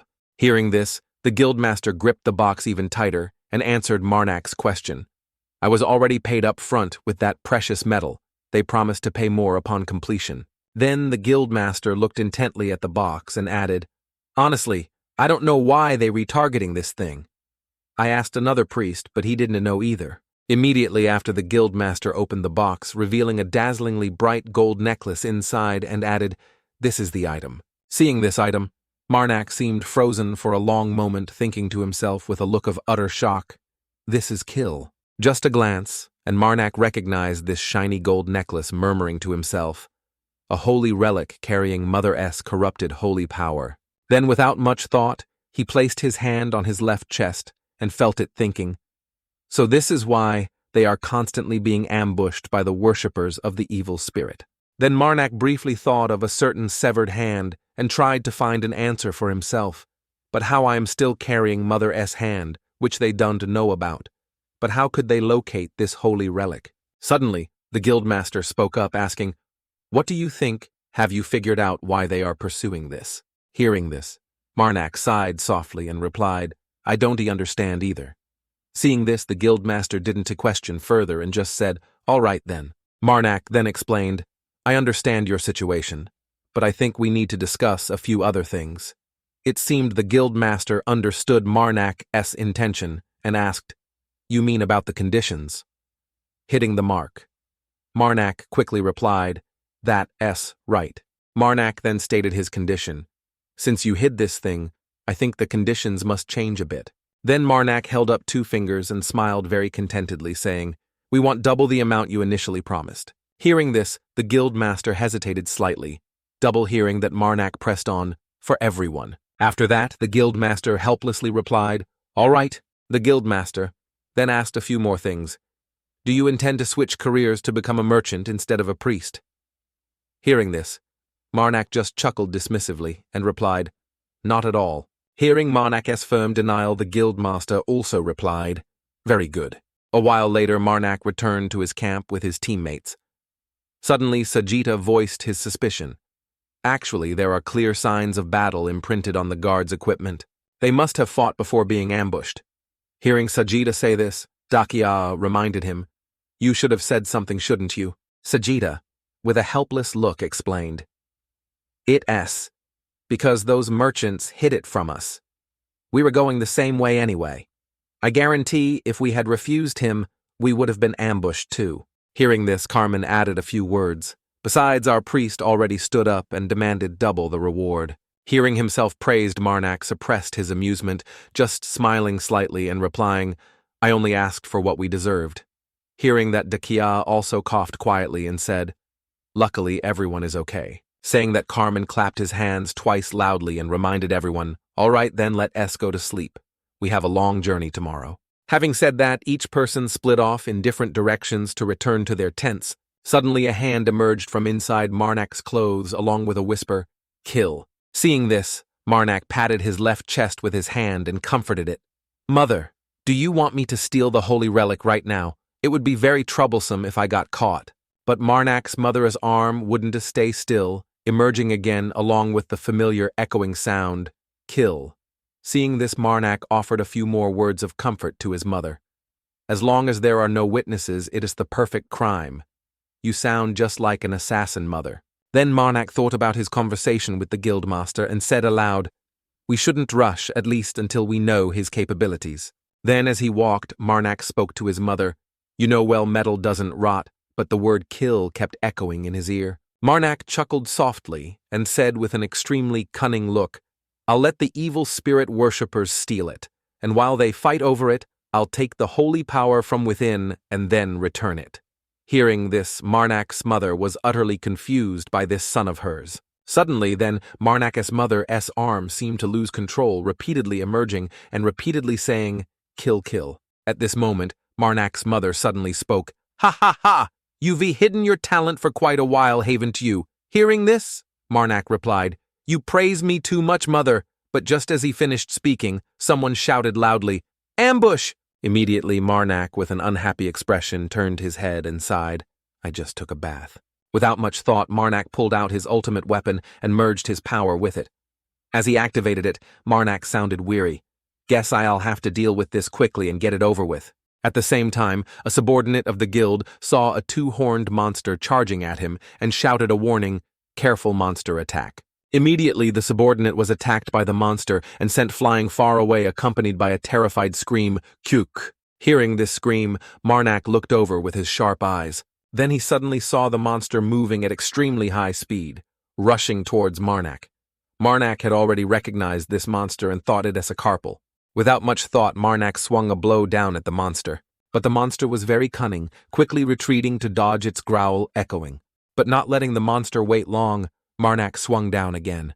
This time, it seemed Marnak had achieved his goal, frowning slightly, gritting his teeth and muttering, "Cook." Immediately, Marnak confronted the monster before him. Marnak activated his weapon, started sawing downwards, and thought, "I'll cut it." Instantly, the monstrous pair of horns fell off its head. Seemingly having almost won, Marnak sighed inwardly. "It's horns when I get the chance." Then, immediately after, on one side was Marnak with terrifying power, and on the other was the monster that had been flung far away.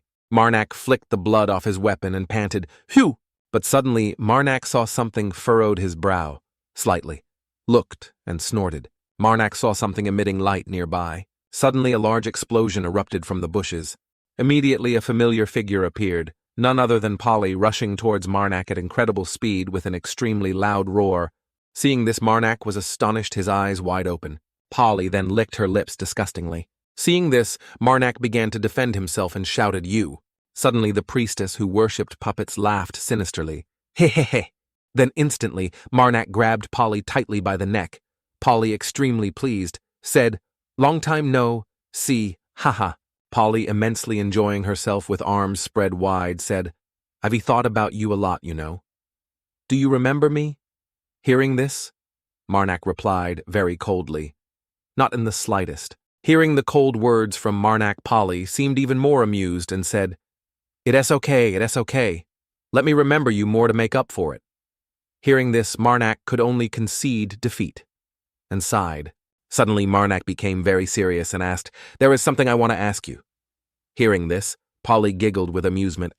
Suddenly, Polly laughed amusedly, licked her lips, grabbed Marnak's arm and said, "If I answer, what will you do for me?" Suddenly, Marnak, without saying much, struck down a nearby monster mercilessly. In just an instant, a monster had been sent to the afterlife by Marnak.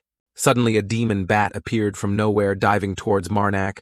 But immediately, this demon bat was pierced by a thrown spear, causing it immense pain. It seemed Marnak recognized who had helped him, turning his head to say, "Thank you, thanks." The one who saved Marnak's life was none other than Sajida. Sajida replied, "It was nothing." Suddenly, Carmen saw something slightly furrowed his brow and looked. Immediately, Carmen pointed behind Marnak and announced loudly, "It's running away." Hearing this, both Marnak and Sajida turned their heads to look. Behind Marnak now was the bat monster rushing towards them at extremely high speed. Seeing this, Marnak shouted loudly, "I'll handle it." At the same time, the demon bat continued to charge relentlessly towards Marnak. Marnak was no less fierce, increasing his speed and charging towards the demon bat. But suddenly the demon bat turned and flew away, leaving Marnak standing there alone. But not waiting long, Marnak immediately prepared to throw his sword at the demon bat with an incredibly cold gaze. In just an instant, in the blink of an eye, Marnak acted incredibly fast, just streaking past the demon bat, and immediately after the spear pierced straight into the demon bat's body. A moment later, the demon bat collapsed onto the white snow stained red by its blood plasma. Marnak, extremely tired, now lowered his weapon. Then Marnak, very satisfied, walked past the corpse of the demon bat with his extremely cold demeanor. Then Marnak changed direction and moved towards another side. Marnak stood beneath the ancient tree where Polly was perched above, sulking and complaining, "You took too long, too long, too long." Polly then leaped down to the ground, stood in front of Marnak and said, "Now will you grant all my requests?" Hearing this, Marnak was slightly surprised and asked, "What are you talking about?" Polly's expression changed, showing great amusement as she asked again, "No." Hearing this, Marnak replied, "Not exactly." Marnak then cut Polly off. "Answer my question first." Hearing that, Polly replied, All right. Then Polly, slightly puzzled, asked, "How many evil spirit worshippers are ambushing us?" How many? Was it? 1, 2. Suddenly, Polly laughed heartily, with great amusement, saying, 3, including me. Suddenly, Polly pursed her lips, slightly annoyed, and said, "But they keep acting like I'm not here." Then Polly, furious about something, said resentfully, "Honestly, that's really too much." Hearing and seeing Polly act like this made Marnak utterly defeated, thinking, "Does she just spill all the information to the enemy like that? If I were on her side, I'd do the same." After thinking, Marnak spoke up after a moment of silence. "Oh, they really are an unreasonable bunch, aren't they? Hearing this matched Polly's thoughts, and she replied, "Exactly, that S, right." Then Marnak chuckled lightly again and asked, "So what's the reason you attacked the merchant group?" Hearing that, Polly replied, "The necklace." Polly thought of the necklace with great excitement and said, "The target is the necklace of that merchant group, S leader." Hearing this, Marnak pretended not to know and replied, "How did you know the leader had that?" Hearing that, Polly replied, "How would I know? But there is one thing I do know. The person who wants the necklace of that merchant leader is from Liberatio." As Polly spoke, she thought of the image of the guildmaster and a mysterious person. Hearing this from Polly, Marnak asked again, "Liberatio, you mean that mysterious evil spirit worshipping society?" Hearing this was exactly what Polly meant, and she said, Right. Hearing that, Marnak added, "But aren't you also a part of that society?" Now it seemed everything Marnak said hit the mark as Polly replied, "Exactly." Hearing this, Marnak was slightly puzzled and asked further internal conflict. Hearing that, Polly explained, "Not exactly like that, it's just a small argument." As Polly spoke, her expression showed clear amusement. Suddenly Marnak chuckled and asked further, "So what?" as the reason for the argument. But because she couldn't remember, Polly replied, "I heard it, but I've completely forgotten." Hearing this, Marnak stammered, "Forgot how, or are you on a different side?" Hearing that, Polly replied with extreme delight, "I am neutral, I only work for money, or if I am given something." Hearing this, Marnak, slightly puzzled, asked, "Something?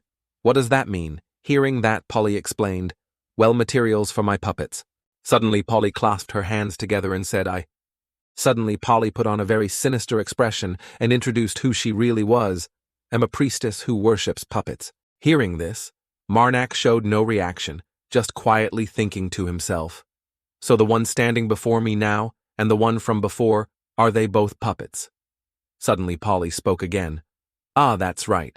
Suddenly Polly reminded Marnak, "You should be careful. The ones with me are plotting something against the merchant guild, but they didn't let me participate." Hearing this, Marnak chuckled softly to himself after listening to Polly. Then Marnak felt a bit suspicious and asked, "Why are you being so nice to me?" Hearing this, Polly chuckled softly and asked Marnak back, "Are you really asking that? The reason for this kindness, you ask?"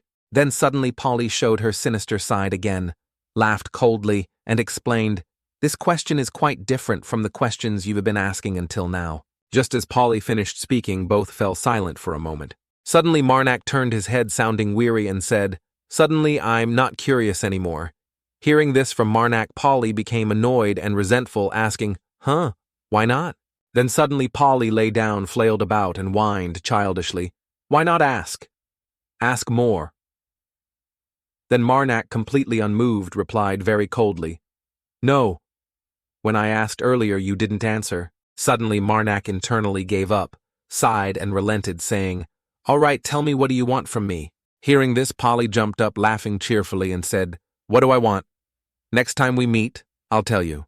Hearing this, Marnak chuckled softly and said, "Is that so?" Suddenly Marnak drew his sword and swung it towards Polly with an incredibly cold tone of farewell, then goodbye. Even though Marnak had just decapitated Polly, Polly still didn't forget to leave a smile for Marnak and uttered her final words, "See you later." Time passed, and now back at the resting camp. As Marnak was about to enter the camp to rest, someone called out, making Marnak look over with a puzzled expression. Priest Marnak. It was none other than Dakia. Seeing her, Marnak replied, "Ah, princess, what is it?" Then Marnak spoke with concern for Dakia.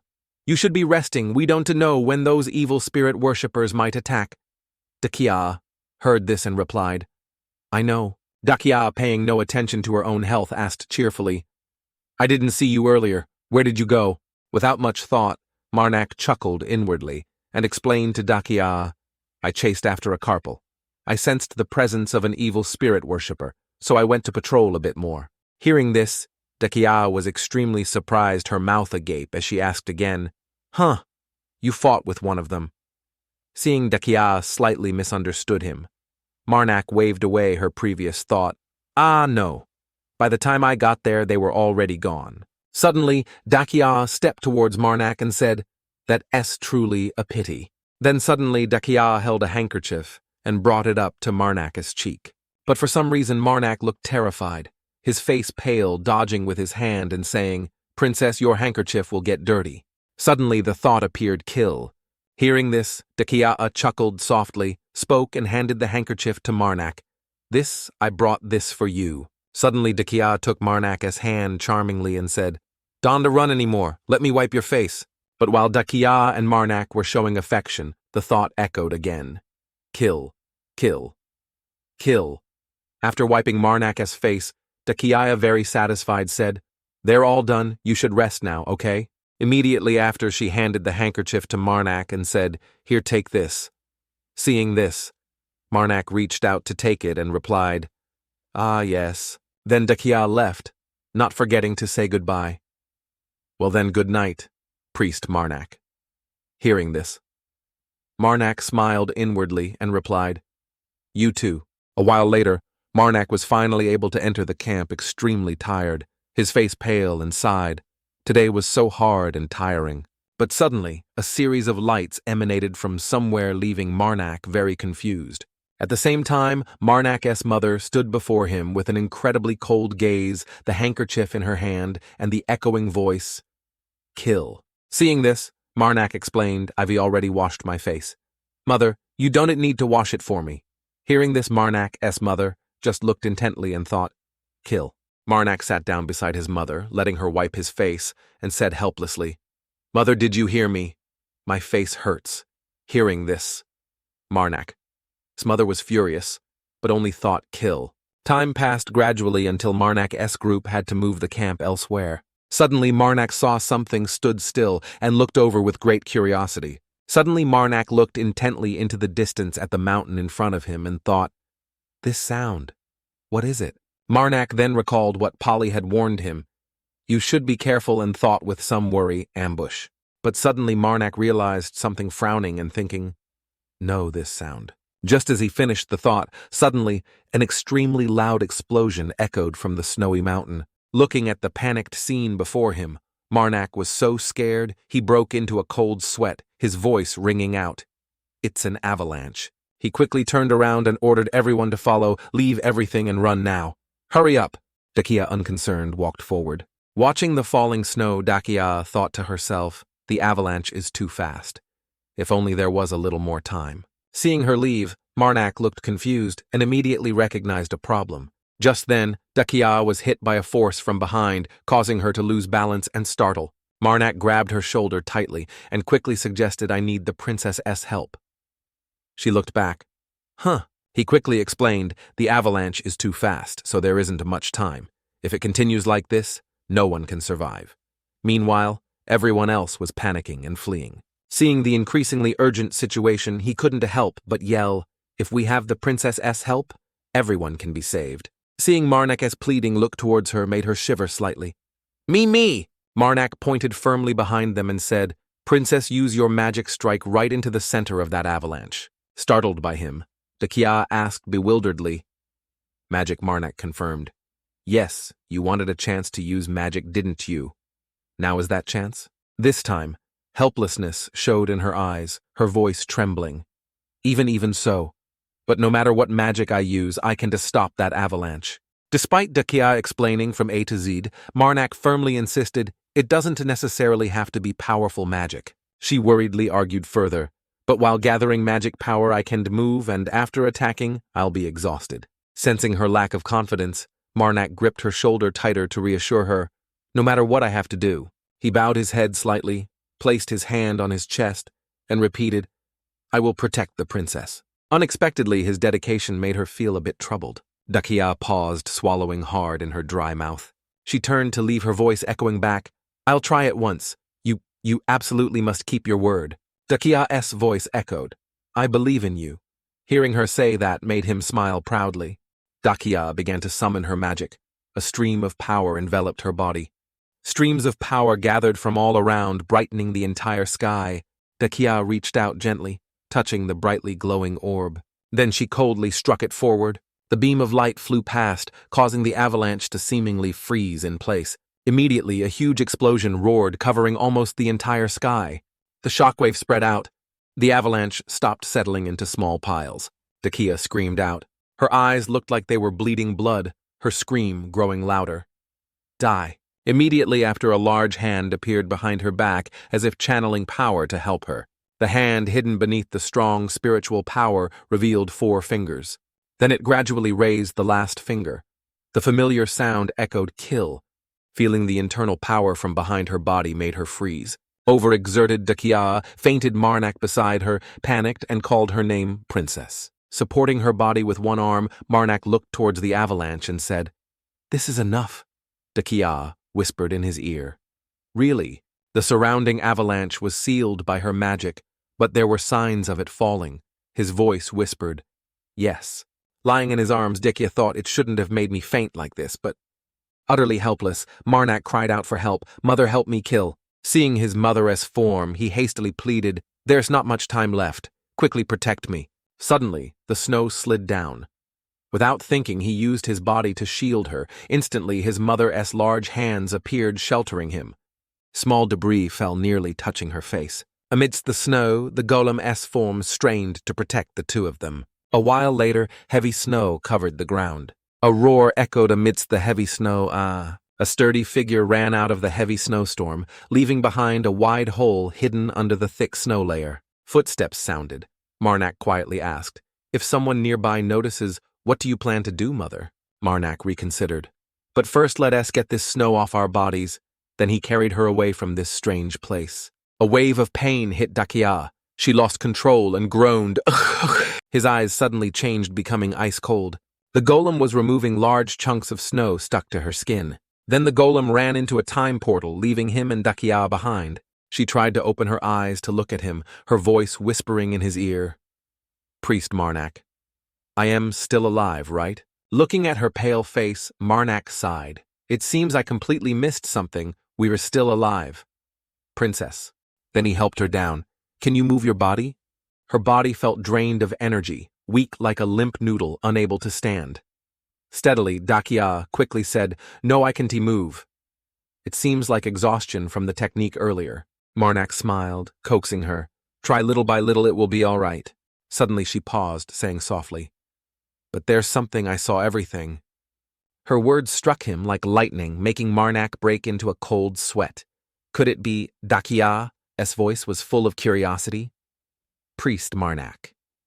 Her gaze gradually changed as she added, "Softly summoned a giant with a sinister appearance." Hearing this, Marnak seemed stunned into silence. The sound echoed again, "Kill." Seeing his expression, she seemed to guess it, smiling secretly. As expected, "Priest Marnak." Dakia looked up at him, asking curiously, "Isn't a priest who serves the guardian goddess?" He spoke carefully. "As expected, you saw." She replied softly, "Yes, that's right."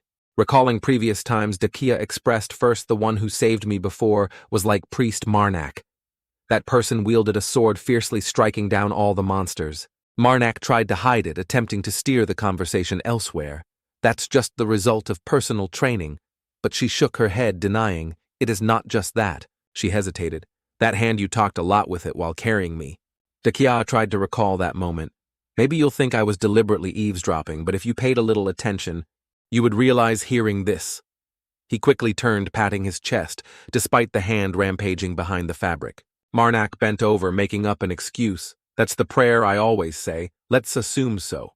But Dakia didn't accept it, annoyed and retorting, "But I saw everything." She recounted, after priest. Marnak shouted, "Mother, a giant with immense power appeared out of nowhere." Dakia eagerly remarked. As expected, Priest Marnak serves an evil god. Before she could finish, Marnak's finger stopped her. His voice rang out, "I will give the princess some advice." Marnak seriously reminded her, "Silence is golden." The princess saw nothing at all. Anything. He tried to explain to her, sweating, "Because the princess is loyal and kind, he accepted my request to save the princess's life. It's all right?" Dakia helplessly flopped down onto the heavy snow, grumbling, "Whether it's the one you worship or whoever, it doesn't matter." That's exactly what I was going to say. She added, "Priest Marnak is a good person. Of course, there are times when he is very ruthless. Besides, I don't believe in any particular god." Hearing her say this made him freeze for 5 seconds. Blending into the soft snow, she didn't hesitate to confide. "Like now when I can keep it inside anymore. If I tell everything, will Priest Marnak listen? She told Marnak about her past. I was born a magic user too. I am fed up with the baseless contempt and hateful gazes. I can somewhat understand what Priest Marnak says. Therefore, even if Priest Marnak worships an evil god, I will still treat you normally. Afraid he wouldn't understand her, Dakia quickly added a reminder beforehand. Ah, of course, I will keep it a secret. Marnak pondered for a long time. Suddenly in the distance, a dark figure appeared. Dakia saw it and smiled foolishly. At that moment, a small hand lightly punched his back, the mouth chattering, "Kill ah." She angrily vented all her fury on Dakia, causing her pain and making her sob, "Kill, kill, thump, kill, thump." Smack. Seeing the milk-smelling figure hitting her, Dakia wondered, where did this child come from? Priest Marnak, stop her. Marnak quickly grabbed her hand. Mother first, please calm down. I think she seems truly sincere. Beaten black and blue by her Dakia, lay dizzy and dazed, crawling on the snow. She coldly uttered one word. Kill, Marnak explained. I know you were worried, Mother, but just like you trusted me, I also want to try trusting someone once. Afraid she wouldn't agree, he quickly suggested, and since Dakia is a magic user, I'll make her swear an oath. Kill. Dakia looked over at him with a bewildered gaze. Seeing her look, she quickly pointed 2 fingers at her own eyes, then coldly pointed them towards her as a warning. Finished, she spun around and left. Dakia didn't understand. What does that mean? Marnak, scared into a sweat, hesitated and said, This is serious, so please be careful. Then he helped her sit up. So now you must swear in the ancient language, Dakia agreed. Okay. She began to recite the oath in the ancient language. Seeing the aura radiating as she recited the oath made him unable to control his smile. Marnak praised, Very good you, sworn the oath. Now if you have any more questions, I'll answer them. Seeing him trust her, Dakia looked up curiously. Aaron, are you afraid I lied? Marnak chuckled. Although I am not a magic user, I understand the ancient language. Surprised he understood the ancient language, Dakia sighed in relief. You were amazing. Not being a magic user, but still understanding the ancient language. He confidently reminded her, If you have any questions, just ask me. Encouraged, Dakia hesitated, her lips trembling. Well then, there is one thing I am curious about. Dakia called softly. Priest Marnak. The call made his body turn pale. She mustered all her courage, asking with an affectionate gaze, What kind of woman do you like? She stood between them, angrily pushing them apart and roaring kill. Marnak awkwardly scratched his head, smiled, and said, We should get going now. Hearing that, she laughed and suggested, We're going to find the holy relics that the evil god worshippers are targeting, right? I'll help too. At this time, in that same place, dead bodies lay tragically on the snow. The blue-haired woman fiddled with the box. Nothing special here. Checking inside the box, a dazzling necklace appeared. The blue-haired woman's voice rang out. This is it, right? The ancient artifact the organization mentioned. That woman stood outside thinking, That priest guy is probably frozen solid by now. I prepared a huge avalanche. That woman turned a strange smile on his face and said, Let's go back there and see. Suddenly Pem glanced sharply behind him. Far behind them, a tall figure appeared. The blue-haired woman exclaimed, What? The guildmaster appeared resentfully, accompanied by threats. Worshippers of the evil god, my merchant company. How dare you? His anger growing, the dog-blooded guildmaster roared. Touching my things, huh?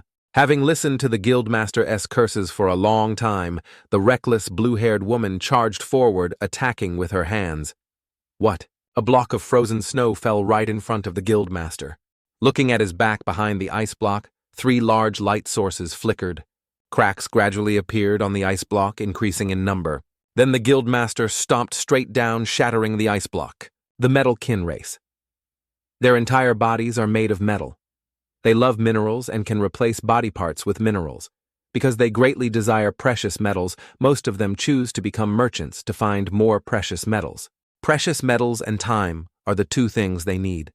Meaning, their race grows stronger over time, and with the amount of money they possess, they, as long as the core is safe, will not stop.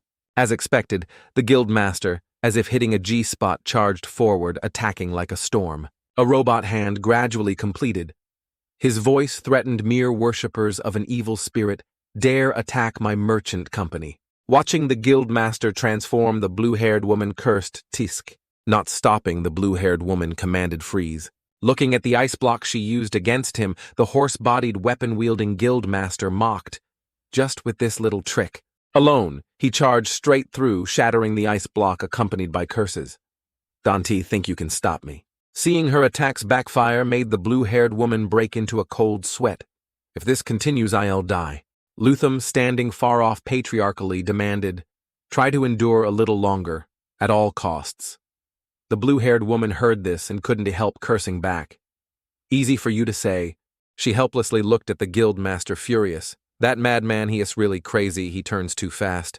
Observing him, the female merchant remarked, a body made of ice steel coated in silver alloy, quite hard to attack with magic. Seeing them rate him highly, the guildmaster, mocked by his fans, retorted, you people can do anything to me. Hearing him look down on them, Pem glanced towards the guildmaster. He scrambled on all fours, rushing to attack the three of them. A giant foot appeared as if boosted with extra power. Under Pem's feet, a magic circle activated. An abundant source of power seemed unlocked. Then thousands of murky spiritual energies swirled together. Like ropes, they clung tightly, constricting the steel body of the guildmaster. He let out a helpless roar, ugh! Then the guildmaster's body seemed imprisoned, unable to move. The power of the magic circle grew, restraining the guildmaster like a chicken caught by the neck. Seeing the result before her, the blue-haired woman quickly summoned magic, not forgetting to praise. Good job, Pelm. After this battle ends, I'll give you a kiss. She clasped her hands, smiled strangely, and commanded freeze. Immediately large ice blocks appeared, stabbing around the guildmaster like a miniature birdcage. The situation serene, the blue-haired woman used her ultimate move, Ice Prison, like a whirlwind in the center surrounding the guildmaster. Inside, he strained against it, his mouth still steaming as he mocked. Is that the only trick you have? The guildmaster shattered the ice block, slashing fiercely forward. He roared, I will destroy you all. His attacks made the blue-haired woman break into a cold sweat, only able to gasp, cook. Luthum saw the dangerous situation and quickly warned Kirana Duck. A giant creature summoned by Luthum emerged from the ground in front of the guildmaster. He was attacked unexpectedly, impossible. Then the creature's large nose sprayed acid rain towards the guildmaster. He looked bewildered, even reaching out his steel hand to grasp a large amount of acid washed over his body. The corrosive power of the acid spread, causing the guildmaster to scream fiercely, ah! Immediately after, a white screen obscured his vision. Luthum smirked, mocking him. You underestimated us too much? Did you think we didn't prepare anything? Luthum expressed. I know your metal kin race well. You're the guildmaster, right? The guildmaster's body was corroded to the bone marrow, revealing organs inside. He could only groan. Ugh, ugh, ugh. Seeing this method was effective, the blue-haired woman from afar requested, hey, tell that bug to spit more saliva. He's gradually stopping moving. Luthum quickly explained what it spits. Isn't a saliva, it's acid. It's too cold here, it can't spit anymore. Intestinal worms originally live in warm places and can't discharge much acid. Luthum had a suggestion. If you want to kill that metal kin guy, it's better to take the core. Immediately after, another giant green hand appeared. A growling sound echoed, attracting everyone's attention. Watching the golem charge towards them as if wound up, the blue-haired woman was bewildered to numbness. What now? The golem seemed out of control, charging forward, making the blue-haired woman tense and cry for help. Luthum, do something. Luthum, so tense he broke into a cold sweat, frowned and said, to catch that guy, just the worm isn't enough. The blue-haired woman said helplessly, call everyone Polly. Where did that madwoman go again? Summoning the two, the blue-haired woman said sternly, first I'll block him. Pelm, provide cover. Then she used the old trick again. Freeze. Thousands of large ice layers shot straight up, aiming to hold the golem back. Looking at the large ice blocks before it, it angrily gnashed its teeth. It quickly stomped its foot, gathering momentum to jump high. The blue-haired woman saw this and exclaimed, oh, jumping up to dodge the attack. Her eyes widened, her mouth screaming non-stop. The shadow freeze it quickly. At this rate, we'll die. Having heard her constant chatter for a long time, Pem appeared calm, saying with a weary look, I know. A moment later, the three of them were surrounded by a pitch-black layer of gas. The golem clenched its fist like a hammer posing. Instantly, the intestinal worm disintegrated immediately. The nearby ice blocks met the same fate, shattering. A while later, Marnak carried Dakia into the forest. Both were in a very bad mood. He smiled to ease the atmosphere, asking caringly, "Try and see if you can move yet." Gently leaning her body against the large ancient tree, Marnak said softly, "Try standing up one more time." Taking wobbly steps to stand up, Dakia looked better and said, "I am okay, now." Suddenly, she had a slight concern, quickly turning back to verify, "But you don't need my help. Do I look a bit pitiful now?" Marnak hesitated. "I wanted to, but afraid she'd feel hurt."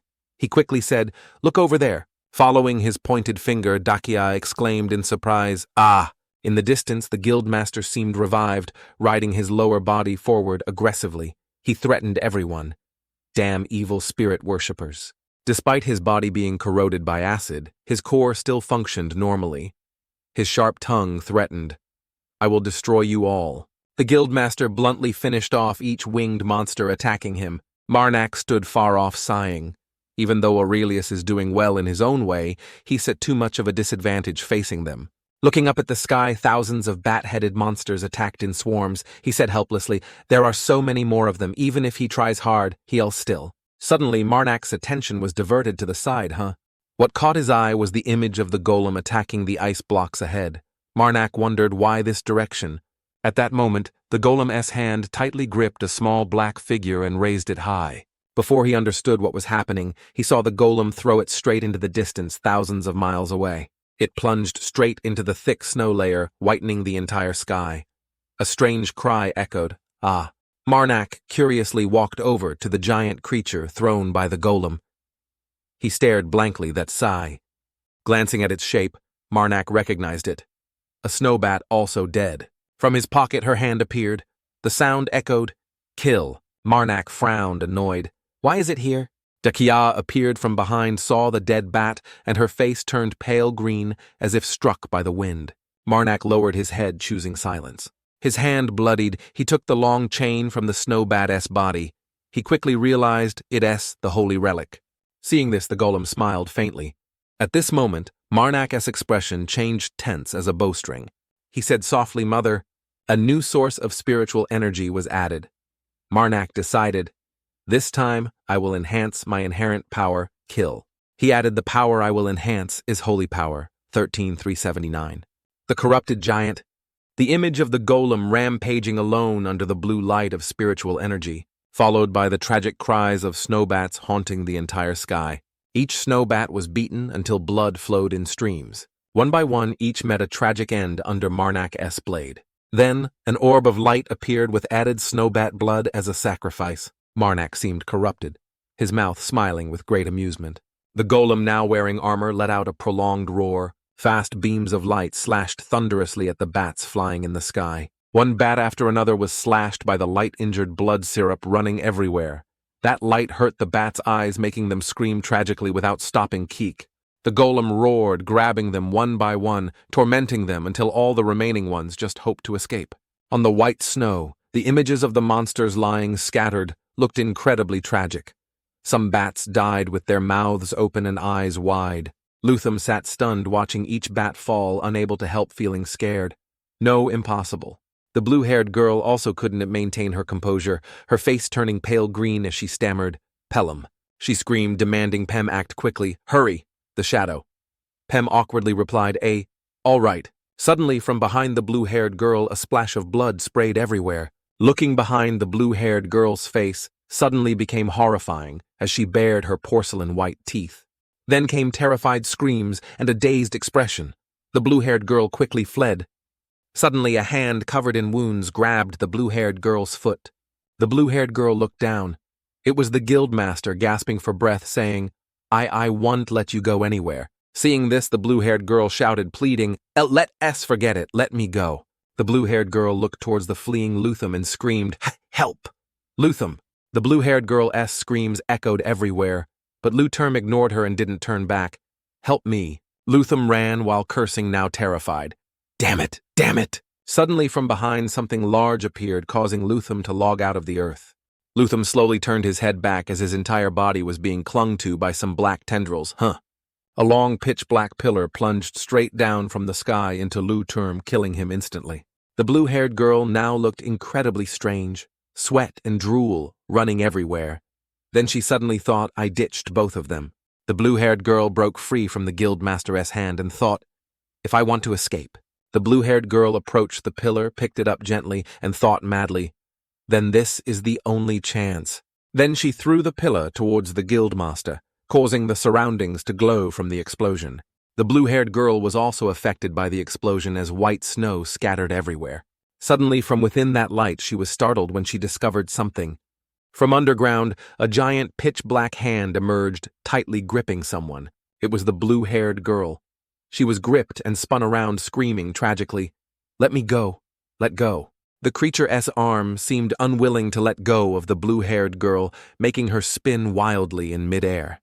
The blue-haired girl flailed her arms at the sky as if trying to grab something that could save her, screaming, "No!" Immediately after, a spray of bright red blood shot out everywhere. With one hand, the golem finished off the blue-haired girl, leaving her as just a pool of blood on the white snow.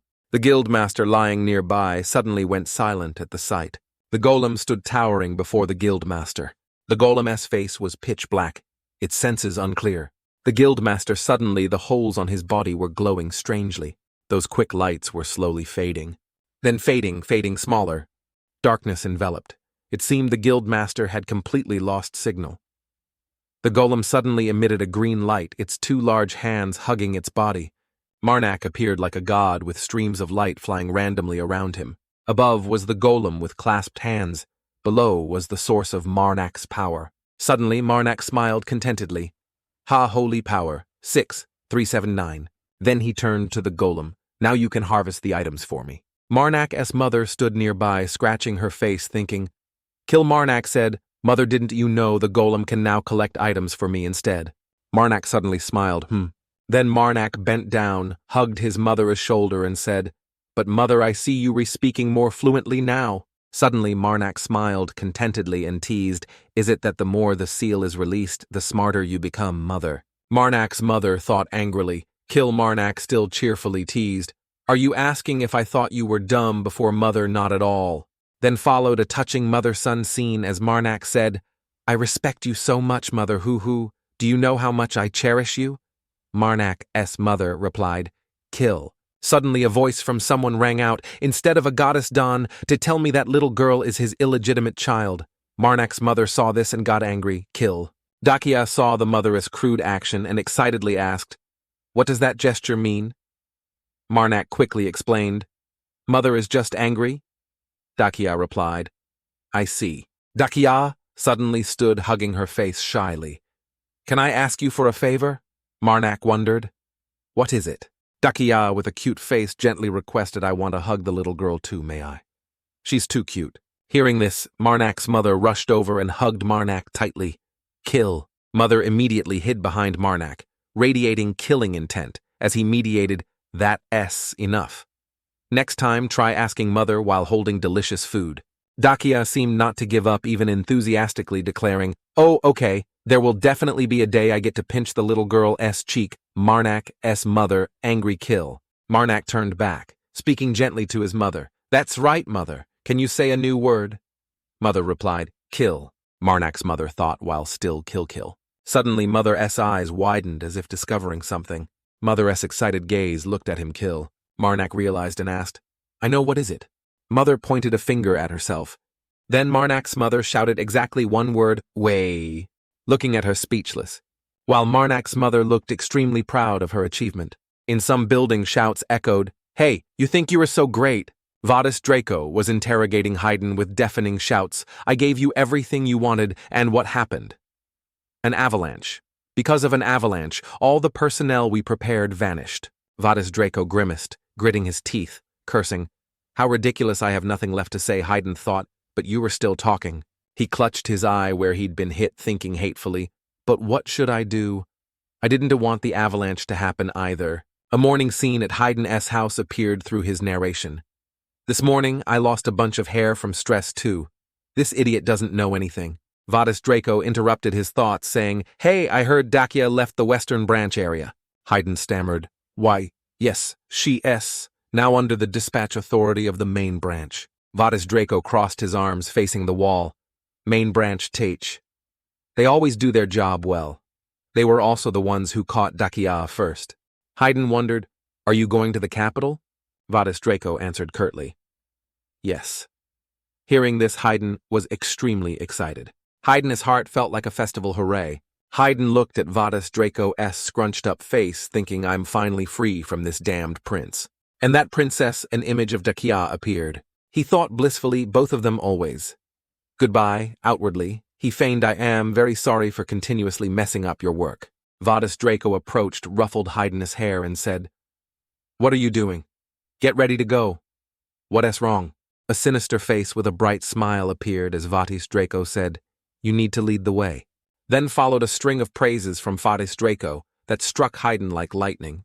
"Here I see you work the best. Go get ready.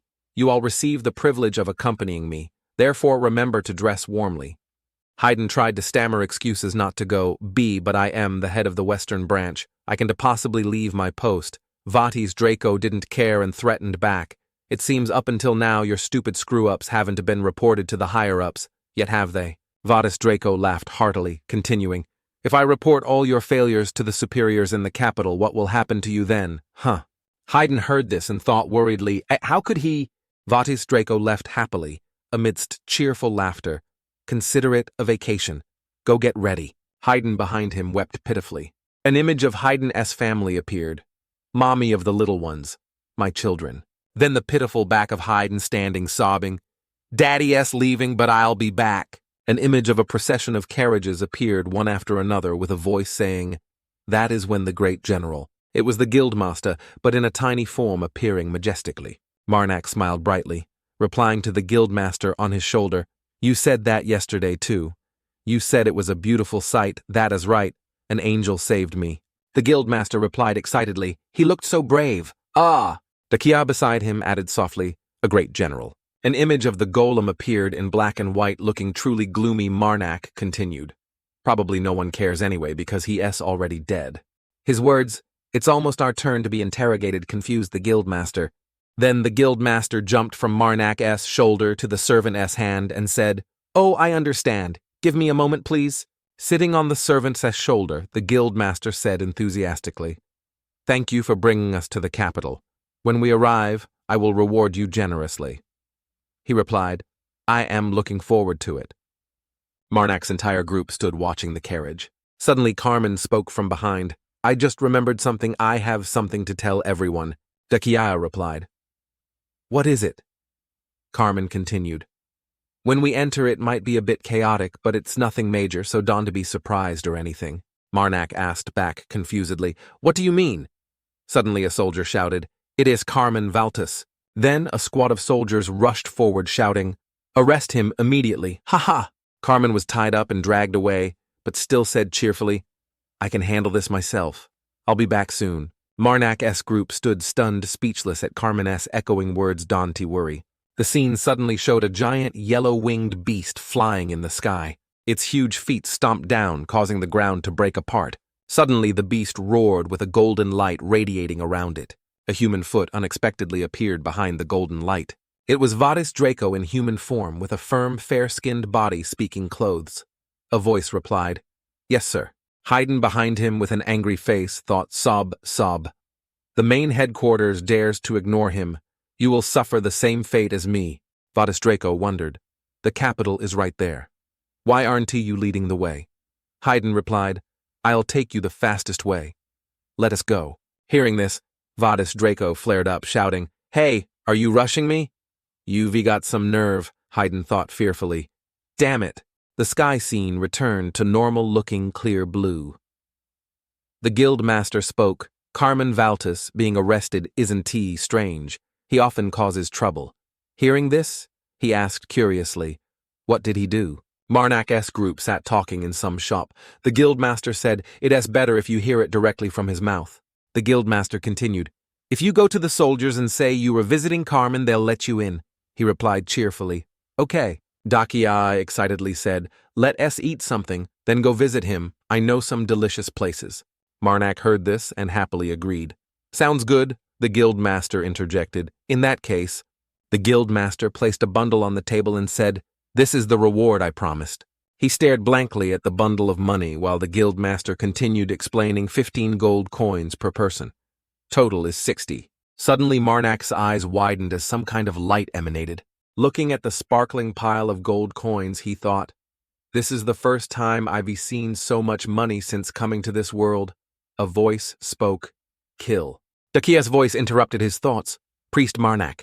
Marnak's face had changed, craving that pile of gold coins. "Why do you have so much money?" Dakia interjected, answering, "Could it be?" Dakia laughed, curious. "Is this the first time you've seen so many gold coins?" Dakia's face became amused at Marnak's reaction. "You're quite cute, aren't you?" The surrounding space suddenly fell eerily silent. Marnak shyly replied, "I am always cute." A voice spoke again, "Kill." Dakia immediately tried to smooth things over. "Are you joking?" "I am serious." He changed the subject back to the guildmaster. "There must be something else, right?" The guildmaster seemed to understand and said, "I'll get it for you tomorrow. Before that, I have a few things to do." Marnak replied cheerfully, "Okay, then we'll go visit Carmen now." The guildmaster answered, "See you tomorrow." The scenery outside was still beautiful with a blue sky. A man said goodbye. "I have to go to this place. You two go over there." Marnak and Dakia walked together down the bustling street. They ate many delicious foods together, making Dakia very excited. The two strolled happily, laughing and joking with each other. Suddenly, Dakia spoke excitedly. "That building is where the soldiers are, priest." Marnak, cute. He knew he was being teased, but still replied politely, "It looks a bit scary." Dakia wouldn't let go, continuing to tease Marnak. "Yes, that building isn't it lovely much?" "Probably." He gently accepted it, saying, "You seem truly obsessed." Hearing that, Dakia worriedly asked, "Are you angry?" Marnak replied, "I really am cute. What is there to be angry about?" Then he said to Dakia, "Let us go visit Carmen now before the food we bought gets cold." The two walked towards an old building, while Dakia, still very worried, scurried after him, saying, "I want to tease you anymore. You're not sad, are you?" Marnak answered, "Not at all." Hearing that, Dakia was relieved and said happily, "Okay, let us go." Then only now did he truly get angry, shouting, "I am really not sad." Inside the jail, Carmen seemed to be thoroughly enjoying himself, mouth open, waiting to be fed. Carmen sat inside, while outside a girl sat opposite, feeding Carmen his food. Carmen happily ate each spoonful. The girl sitting opposite was also very excited, smiling brightly. Suddenly, someone's footsteps approached. Carmen recognized the person entering and beamed, "Marnak, you re here." Marnak looked at Carmen's current situation and said brightly, "You look very comfortable, don't you?" Carmen stood up, scratching his head awkwardly. "Really, ha ha ha ha ha. Yeah, I come here often." The blonde girl sighed wearily. "More than often." Hearing that, Carmen was startled and worried. The blonde girl continued, "You must be Carmen's friends. I heard you would be coming." Then the girl bowed, introducing herself. "I am Aerith Grata." Marnak quickly replied, "I am Marnak. Have you heard a lot about you?" Dakia beside him also politely bowed, "I am Dakia." Dakia smiled shyly, asking, "Anyway, what crime did you commit this time to end up in here?" Suddenly, a voice spoke from outside, "Because he stole something from Lord Enthis Valtis' warehouse." The strange person's footsteps advanced inside along with the accusation, "His lordship personally issued the warrant for your arrest." It was a person in iron armor looking very strong but whose face wasn't yet visible. "What did you do with the key you stole?" Distinctive blue eyes appeared with a stern look, calling the name Carmen. Carmen seemed to know this person, saying brother, but was quickly interrupted. Dante changed the subject. "Answer me." Marnak stood outside watching the scene and thought Carmen's brother must be. An image of a person with black hair and golden eyes alongside a young man with white hair appeared as he thought, son of the Black Wolf and vice-captain of the Queen's Guard, the Ice Knight. Marnak slowly closed his eyes, remembering White Wolf. The image of that person appeared clearly, Setien Valtis. Carmen looked at Setien worriedly, as he heard his brother ask Carmen, "What did you do?" Setien looked at Carmen and asked seriously, "With the key stolen from father." Setien, face stern with anger, confronted Carmen. "What did you do with the key stolen from father?" Carmen replied calmly, "I used it." Hearing this, Setien was shocked, asking urgently, "You used it? Are you injured?" Carmen turned his face away and replied softly, Setien raised his hand to his mouth, pondering something thoughtfully. Then Setien continued with insulting words, cursing Carmen relentlessly. You know father hates thieves. Not only did you steal, but you can't even return it because you used it. An image of their father appeared through Setien's reminder. Do you remember what father often said? Achievements learned unfairly are as good as nothing. Then Setien pointed straight at Carmen and said, no matter the reason, stealing is unacceptable.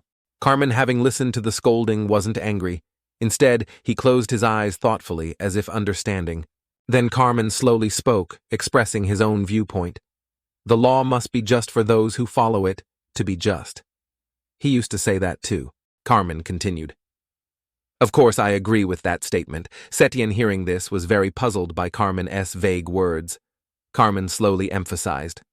However, Carmen's hand gripped the iron bar tightly as he cried out, why did he abandon my mother? Old images flooded back. It was the day Carmen was born in his mother's arms. Right when I was born, why did my mother... Suddenly, Carmen, tears streaming, screamed tragically, have to secretly leave the family. Carmen lowered his head, resentful on behalf of his mother. His words filled with immense pain. Even a poor man living in a starving alley takes responsibility for his woman. Is our father worse than that man? The past reappeared through Carmen's memory when Carmen went to see his father. No matter how many times I asked father about my mother, he just remained silent. He evaded like a coward. The image of the sparkling gold key with strange carvings appeared. That's why I stole the key. Then the image of Marnak's group and a woman in charge holding the key to find mother myself. Hearing Carmen's justifications displeased Setien, who interrupted enough. Did you really steal it to find mother? Carmen gripped the key tightly and said firmly, yes. Setien suddenly fell silent, saying nothing. Suddenly, Setien reached his hand towards Carmen and said, I will talk to father.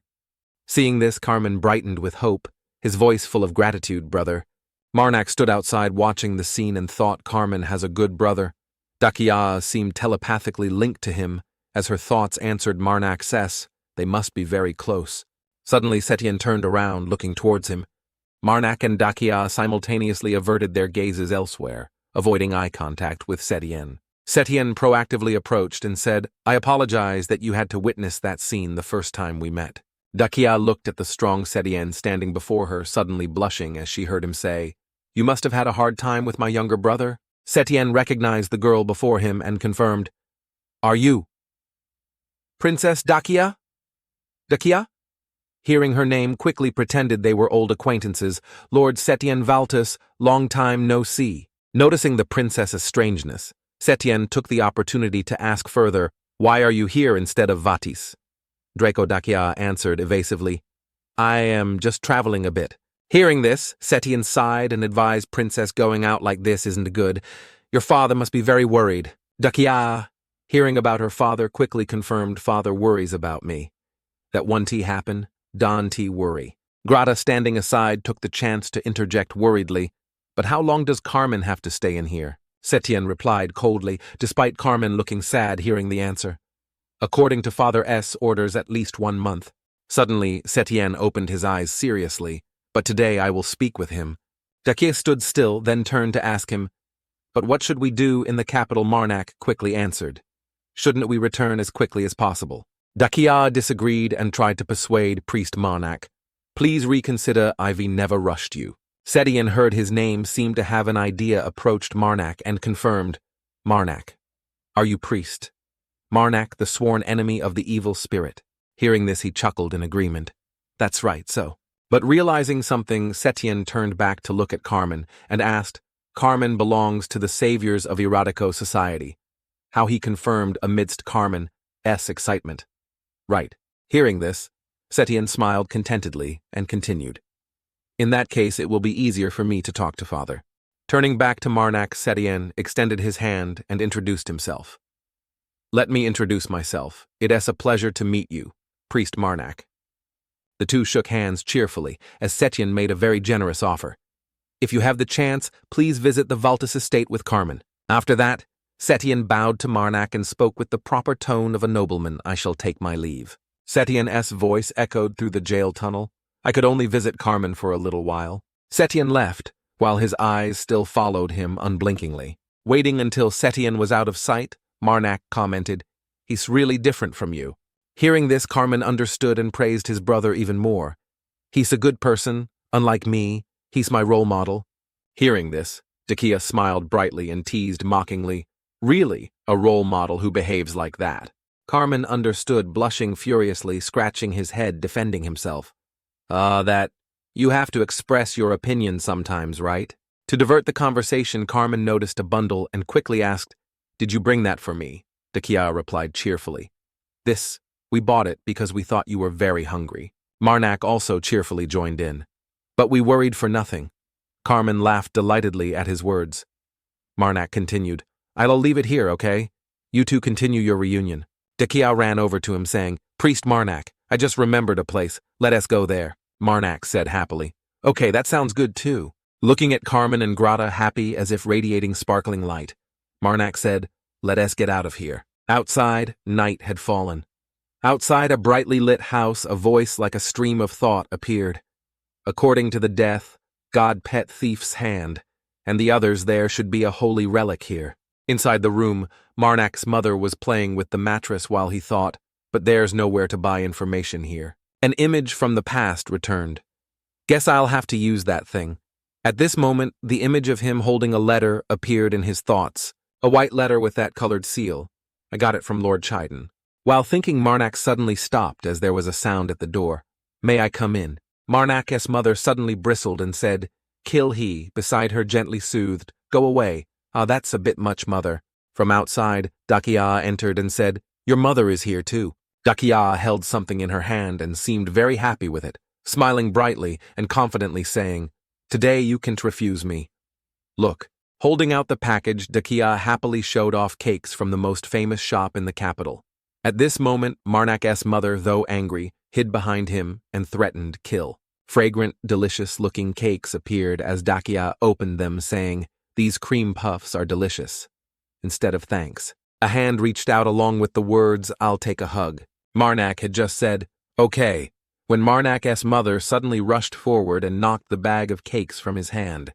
His mother's face was extremely angry as she uttered one sound, "Ah." Dakia wasn't he angry, just kindly asked, "What's wrong?" Marnak understood his mother's intention and quickly spoke the words she wanted to say. "I'm not someone you can seduce."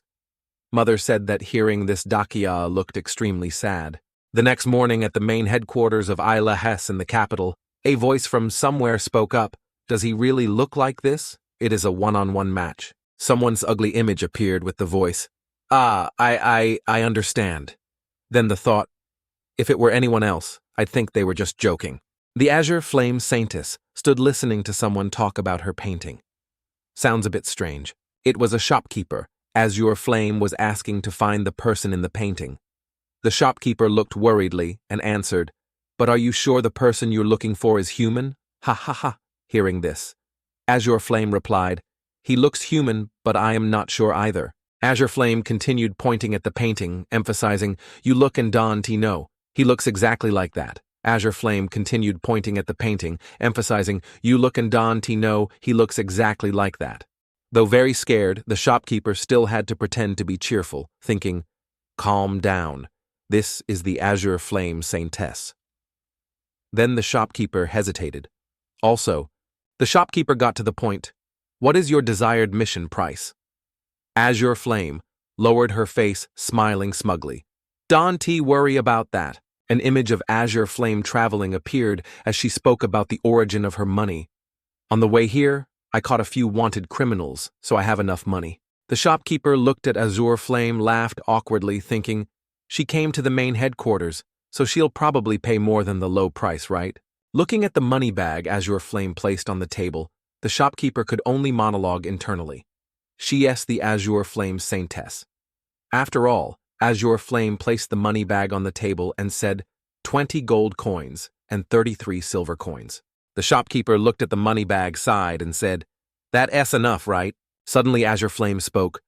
"What's wrong?" making the shopkeeper's face turn purple. Azure Flame's face was gentle with a smile, but gave off a very scary feeling as she said, "Do you feel it's too much?" In a dark cellar, someone's voice echoed, "How much further until we arrive?" It was Vatis Draco with Haydn being led somewhere by a man. Vatis grumbled, "Why does it feel like we've just been going in circles?" The man replied, "Just a short distance further and we'll arrive." Haydn behind seemed to understand Vatis Draco well, immediately thinking, he is going to boil with anger soon for sure. Then, as if imagining the suffering he was about to endure, Haydn held his head in misery thinking, then he'll vent his anger on me too, just watch. Vatis Draco, up ahead, turned down, saw the scene, and asked puzzledly, "What are you doing?" Hearing Vatis Draco ask, made his face turn purple. He stammered in reply, "What, sir, I wasn't doing anything." The man leading the way saw this side and smirked strangely. Haydn behind was boiling with anger, blood rushing to his head, making his face flush red, cursing internally. That bastard. Suddenly, Haydn saw in the distance a blue-haired girl radiating light approaching. It was Azure Flame. She walked past Haydn, making him freeze, staring after her without blinking. Even though Azure Flame had passed, Haydn still watched her like a pervert with a very amused smile. Then Haydn started praising profusely. "That girl just now was really beautiful, wasn't she, sir?" Vatis Draco replied indifferently, "I don't give a damn." Then Vatis Draco started bragging about himself with a smug smile. "Around me, there have always been many women begging me to like them. One more is redundant." Hearing this, Haydn was furious, his eyes burning with fire filled with resentful thoughts about Vatis Draco's actions. "Then why are you so obsessed with that princess? You have so many women around, if not this one, then another." Asking that question will definitely make him furious, so I'll just ask and answer myself. Footsteps advanced step by step inside. The guide led Vatis Draco and Haydn to the required place, bowed respectfully, and announced, "Welcome to Isle, Your Highness the Prince." Then the guide turned to Haydn. "You may return now, branch chief." Hearing this, Haydn once again felt blood rush to his head, making him glare, thinking, I know my branch isn't as good as others, but as a branch chief being ordered around by a mere grunt like him. Vatis Draco saw this and spoke up. "He will enter with me." The guiding soldier heard this, sighed wearily, and explained, "Even if it is your request, sir, we cannot accept it, because branch members are not welcome here." Vatis Draco, didn't he like beating around the bush, stepped forward, slapped the soldier's face, and loudly demanded, "Go inside the main, you dare look at my face and sigh." Haydn in the back smiled smugly at Vatis Draco. "His curses call someone higher than you out here quickly right now." Haydn's eyes widened brightly. He happily thought, "I knew he was just a scoundrel on the outside. I was right to find you." Haydn was so happy and satisfied that stars twinkled around his face, looking at the guide soldier beaten flat and then looking at this guy being beaten. "I feel sorry for those guys at headquarters." Vatis Draco immediately yelled loudly, "Hey, why are you still standing there?" Haydn, as if waking from a dream, trotted along. "Yes, I am coming right now." But in his head he still thought, "I want to seize this opportunity." Outside were resplendent castles along with Haydn's train of thought, seeing the third prince discipline those scoundrels at headquarters. Wow. Turning back to Marak, he saw that his mother had just knocked over Dakia's bread bag. Manak's mother treated Dakia as an enemy, and spoke expressing anger. After Dakia understood what his mother said through his relay, she turned pale with suspicion. The little girl said, "I am not someone you can lure away." Then Dakia sadly walked towards the door and said dejectedly, "Inside. So you eat the bread, okay, Priest Manak." Dakia left, and he was inside busily picking up the dropped bread and said to his mother, "This time, mother, you were a bit too much." Manak wasn't angry, but gently advised his mother, "Mother, you have many ways to refuse someone."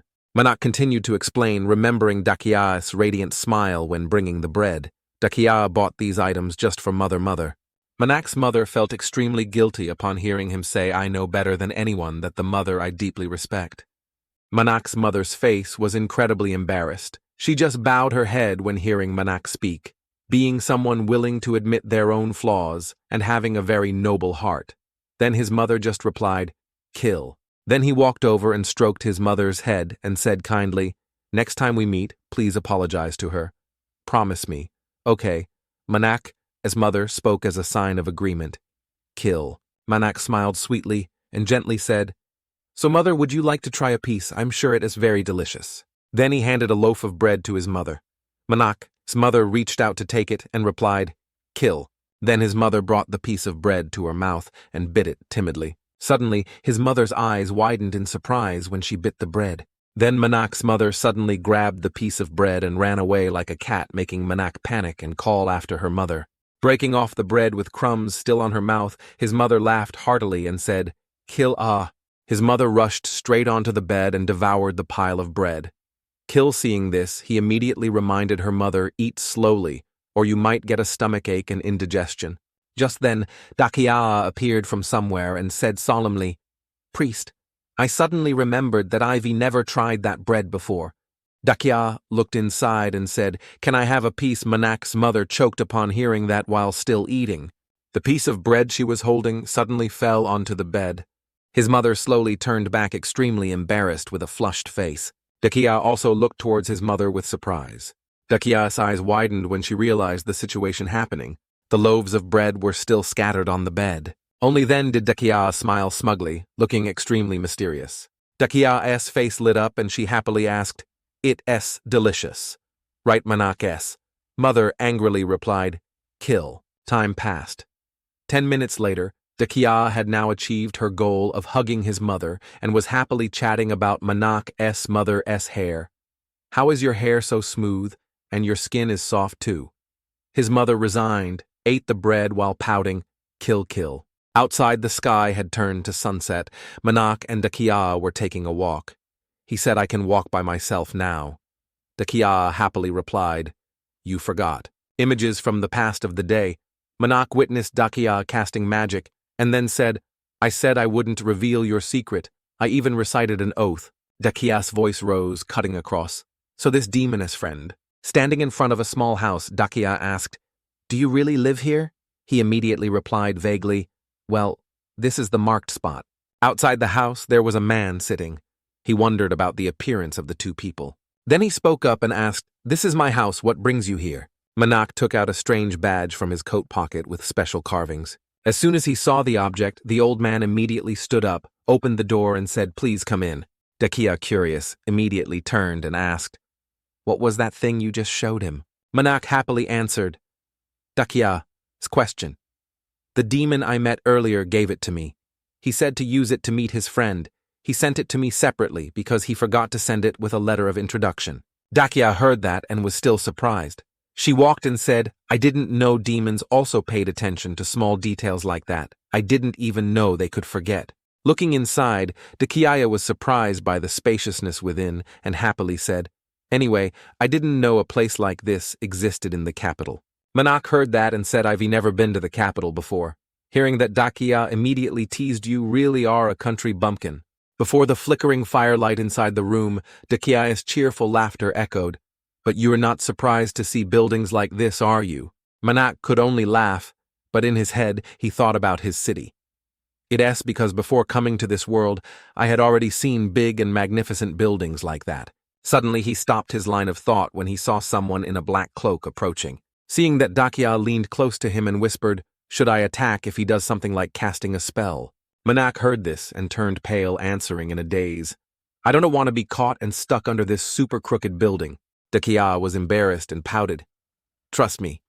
He then soothed her, "Next time, okay?" Then he walked towards the man, extended his hand, and said, "You are the guide, right?" The unfamiliar man nodded in agreement. Then he quietly turned and walked away, signaling for Dakia and him to follow. So the two of them trotted along behind the man, each slow step moving deeper inside. After walking for a while, Dakia suddenly realized something. Arriving before a room, Dakia immediately asked, "Are we allowed to go inside?" His voice echoed as he walked towards and grabbed the door handle. "I think so." Manak's eyes changed with a seriousness that was incredibly frightening. Manak opened the door and entered with Dakia, and there was a woman inside smoking a pipe leisurely. The sound of smoking came from the pipe that woman was holding. Seeing the two people, Dakia and Manak, enter, the woman slowly spoke, "Well, yes." Not even looking at the two people who just entered, the woman calmly asked, "What is it you want?" Then she slowly lifted her gaze to look with a tone of voice full of contempt. "From me." The woman with mysterious red eyes spoke up, "What do you want from me?" Manak, without any fear, smiled gently and respectfully said, "I have come to request help." The woman replied, "Help." The woman still lay there leisurely asking, "What is your name?" He replied, "I am Manak, and this is Dakia Iraml." Hearing his name, The woman's face became serious as she repeated Manak. Then suddenly the woman rushed towards Manak, grabbed his shirt, and yelled loudly, "You are Manak!" His eyes suddenly glowed as he stared down at the woman when he heard her say, "Are you the infamous demon slayer that everyone has been rumored about?"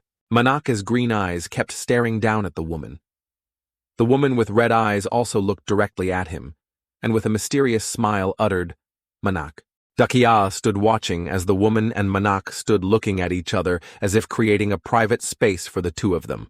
Dakia could no longer remain calm at this moment. She immediately ground her teeth in anger.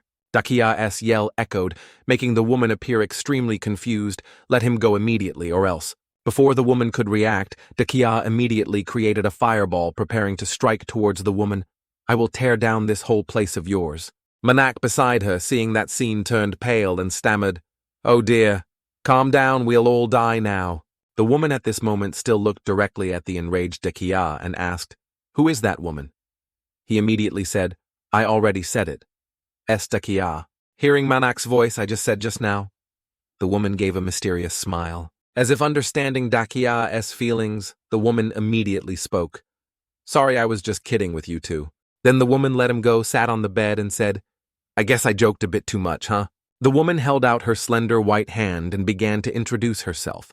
"I am usually called the Agony of Curiosity, and you people often call those like me." Then the woman raised her hand to stroke her hair and said with delight, "A demon." The demon raised her hand towards Fio and asked, "Arin, Tit, you a guardian priest?" Manak immediately denied the question, "No."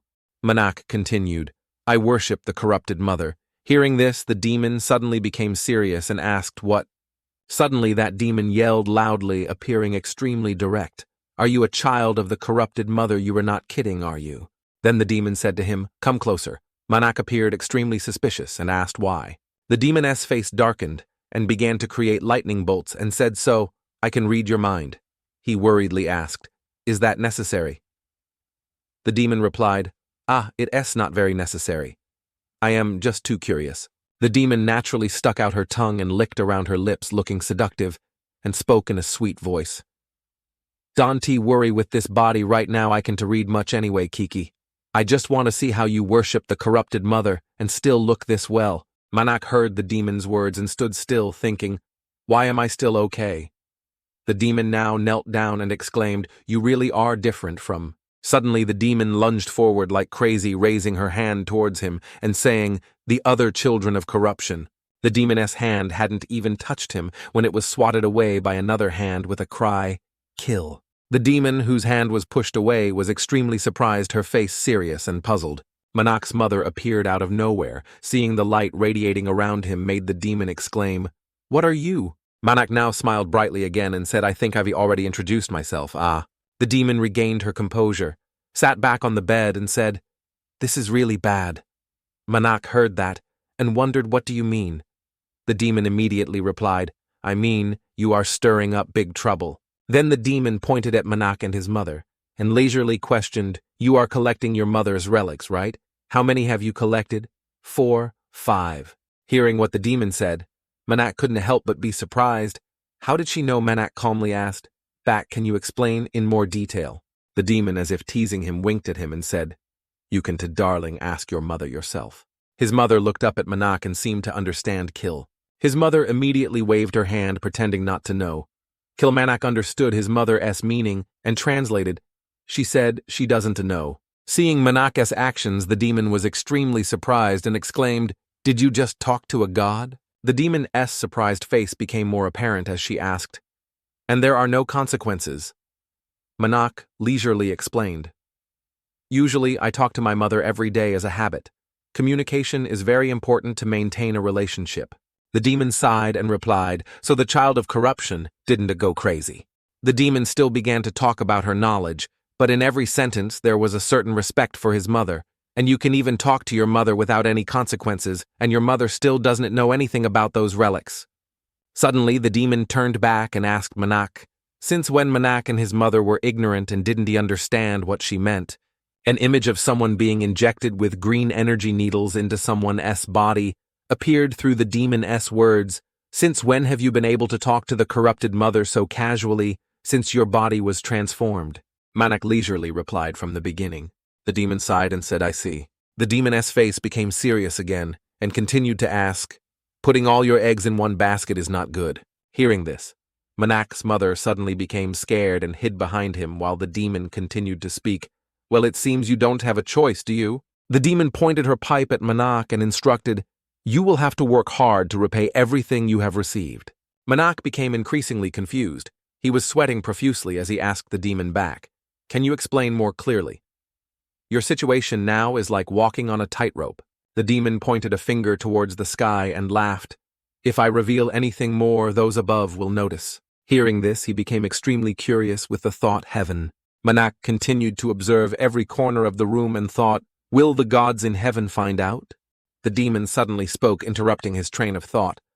But you also need to know that at this moment the demon stuck out her tongue again, but this time the tongue was even longer and had saliva looking very repulsive. The demon said to be helped by a demon, you have to give something in return, right? Manak happily asked for the request. Yes, so what do you want? The demon indifferently replied, sleep with me. Upon hearing this, his face suddenly darkened with worry, but he still tried to keep a smile. After a few minutes of calming down, he stammered the question again. What you just said that? The demon wiggled her hand and said to be direct. Then the demon used her hand to caress Manak's shoulder, making him extremely scared. Then the demon began to seduce him. I've never done that with a corrupted child before because they are all... The demoness face became incredibly perverted with flirtatious eyes, and she uttered two words, crazy fools. Dakia next to him couldn't stand it anymore and yelled loudly, breaking the atmosphere. No! The demon turned towards Dakia and coldly asked why not. Dakia shyly closed her eyes tightly and yelled, because it is just not allowed. Suddenly Manak's mother's legs tightly hugged someone and she screamed, kill. His mother climbed onto the demon and very angrily hit the demon and screamed, kill, kill, kill. Although being hit, the demon still smiled kindly and said contentedly, hoo hoo. The little girl's punches are so cute. Hearing this, Manak's mother was stunned and could only stammer, ah ha ha ha. Manak beside her didn't stop it, but just shed tears and thought, sorry, mother. But she was telling the truth. At this moment, the demon spoke up to ease the situation. Come on, calm down, Don, to be so tense. The demon hugged Manak's mother tightly, despite her violent struggles. The demon said, I was just kidding. I just want the badge. The demon suddenly mentioned the badge that Manak used to enter here. The one you used to get in here, you didn't know anything about it when you got it. Manak was angry but tried to appear cheerful and said, didn't know a single thing. The demon replied it okay. Then he reached out and placed something in the demon's hand. Small jokes should be. The demon said excitedly, added to life since we re-alive, we should be cheerful, right? Manak didn't hesitate to reply, I agree. The demon released his mother and said, anyway, the favor you asked, hugging his mother. Manak continued to listen to what the demon said. You are looking for your mother's relics, right? You want me to find one for you, right? His smile suddenly became strangely gentle as he uttered, yes, good. The demon smiled with satisfaction and said, that saintliness, I have it. Manak heard this and happily said, really. Dakia also happily joined in then, that's great. The demon turned her back towards Manak and Dakia and said, if you want it, you must participate. Holding out her hand forward, the demon yelled, Underworld Arena. An underworld opened up right inside the house. There were many people there, and the atmosphere was very lively. The demon turned back and chuckled with delight and said, with the battles in my underworld. Everyone who witnessed that scene was utterly shocked, surprised, and gasped when hearing the demon say, if you win, you will receive saintliness. I do have it, but below, a battle was taking place with the defeat of a person with puddles of black blood everywhere. The demon explained, I have already hung it up as a prize for the winner. The people in the stands watching the match were incredibly excited, shouting loudly, I have already told you where it is. An image of a pair of gold earrings appeared as the demon spoke about the winner's benefits. Now if you want it, participate and win. Manak and his mother both turned towards the demon with extremely dissatisfied expressions. Meanwhile, the demon was excited, stretching out and sending wishes good luck to you. The fans were extremely excited, cheering loudly throughout the hall. In the arena below, two people were preparing to lunge and fight, one of whom was admired by many as they yelled his name, Bigfoot, Bigfoot, smash him. The man with a menacing look, carrying a staff with a spiky iron ball, walked in to the sound of cheering Bigfoot, Bigfoot. The host girl immediately introduced Bigfoot's opponent, and his opponent is a rookie. While she was speaking, a beam of light slammed down onto the arena floor, sending surrounding dirt and rocks flying everywhere. Let us welcome him with a round of applause. A shirtless, mysterious man was tumbling down from above, spinning around and around. Then he landed in an incredibly skillful upright pose. Everyone in the stands who witnessed that scene was extremely excited. Everyone was shouting lively, "Wow!" Looking at the man in front of them, they kept discussing his recent superhuman feat. Did you see what just happened? How can a human move so fast? Truly insane. A man immediately spoke up excitedly. Isn't betting on that rookie this time more advantageous? Another person quickly cheered for Bigfoot. Bigfoot, don't lose to that newcomer. Suddenly someone walked up, took out a money bag and said, "I bet it all on you, rookie." That person was completely covered by a cloak. Thinking to himself, "Priest Marak, you definitely." That was Dakia. She had bet everything on Marak. With a heart always looking towards him, you must win at all costs. A few days ago, returning to the conversation between Marak and the demon. Only now did he wonder and ask, "Can't you just secretly lend us the relic? When we get the divine power, we will return it to you." The demon glanced at Marak and said sarcastically, "Don't be so foolish, the evil spirit worshippers will catch up soon." The demon continued to explain as she looked towards him and his mother. "You should participate in the match. It's related to you and the corrupted mother." The demon closed her eyes, but her mouth still spoke. "Do you know what liberation is?" Marak immediately replied, "Yes, I know." The demon replied, "How lucky." An image of a monk worshipping puppets appeared with a wild, eerie laugh when the demon said, "Liberation. You will definitely encounter those guys when you look for the relic, so you should think about eliminating the enemy's vitality first." The demon slowly opened her eyes again and said furthermore. The scene changed, showing the entire capital as the demon said, "This is the capital of the kingdom. Do you understand what I mean?" Marak stroked his chin and nodded, showing understanding, and said, "They won to easily use their power." An image of a group of people in black cloaks standing in a circle appeared when Marak said, "Because the priests there will notice." The demon laughed and replied with satisfaction, "Exactly." His words appeared with the image of a dead soldier as another soldier stood watching. "As for me, I might lose, but attacks without divine power cannot kill me." Suddenly Marak said, but making the demon also have to look away at him, waiting for the question. Marak continued, "What he meant to say, I don't plan to risk my life killing them. That's simply because they are followers of evil demons." "What?" The demon heard this and squinted, puzzled. "Huh. I heard you've eliminated quite a few by now." An image of a pile of mud that looked like a brain appeared through the demon's words. "They all killed them. You were too picky, huh?" The demon now took out a red eye that emitted extremely gloomy red smoke and said mysteriously, "So I just need to give you one reason you will be able to." Marak looked at the eye with extreme suspicion. Then the demon squeezed that eye with one hand and said, "Wipe them all out, right?" Suddenly a stream of red light radiated from where the eye was crushed. The image of a man with two wild white eyes screaming miserably appeared. The image of many people with wild white eyes throwing themselves into a gaping green mouth also appeared. Hands from prison reached out calling for help. A baby was crying beside the corpse of its dead mother. Many people were cruelly hanged. Marak witnessed all those horrifying scenes. Manak's eyes widened in surprise, then anger. After a few moments of calmness, he spoke up. "Just now, what was that?" The demon sat on the bed and calmly explained the memories of the evil spirit worshippers. "Those who participated this time, is this reason reasonable enough?" Marak seriously looked at the demon and asked, "Are they all true?" The demon let out a light laugh. Returning to the match between Bigfoot and him, the demon's voice still echoed, "Sadly, yes." The cheering still did not stop in the stands on one side, Bigfoot. Bigfoot, on the other side, they kept yelling, "Murderer, murderer." Marak inside the mask smiled with satisfaction and thought, "Great, got a chance to wear a mask." Looking back at his past, he began to scheme, "I have a mask that can change shape at will, and the princess will wear a ring that helps control magic." Since when did Bigfoot approach Marak and threaten him? "Put on your armor and pick up your weapon, kid." Marak didn't respond verbally, but as a man, he raised his middle finger straight up in front of Bigfoot's face. Bigfoot saw that and was extremely angry. He squinted and cursed, "Arrogant little brat." Bigfoot's eyes seemed to shoot lightning, and the giant staff was about to come down. Then the action was, "You dare provoke me." A strike came down, causing the ground around him to sink completely as smoke rose mixed with Bigfoot's scream, "I will skin you." The audience in the stands was extremely excited, shouting loudly. But Marak quickly dodged it without any injury, making everyone watching exclaim in surprise. He dodged it brutally fast. Then he raised his hand forward, seeming to challenge Bigfoot. Seeing Marak's contemptuous demeanor, Bigfoot was extremely angry. He ground his teeth and yelled, "This bastard."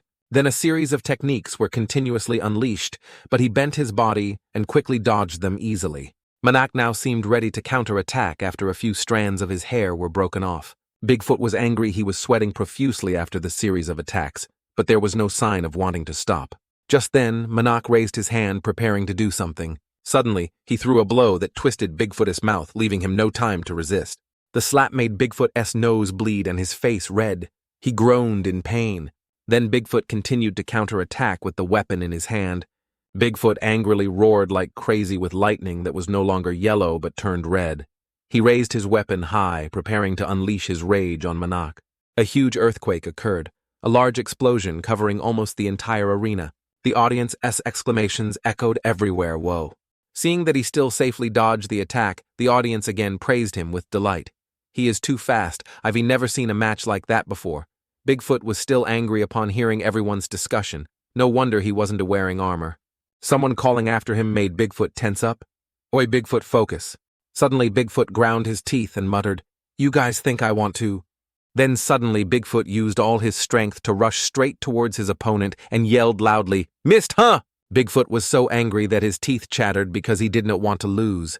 Aiming straight at Marak, Bigfoot yelled loudly, "Go to hell!" A bright golden line descended and rushed straight towards Marak. Suddenly, a hand from somewhere grabbed Bigfoot's head, leaving him utterly stunned.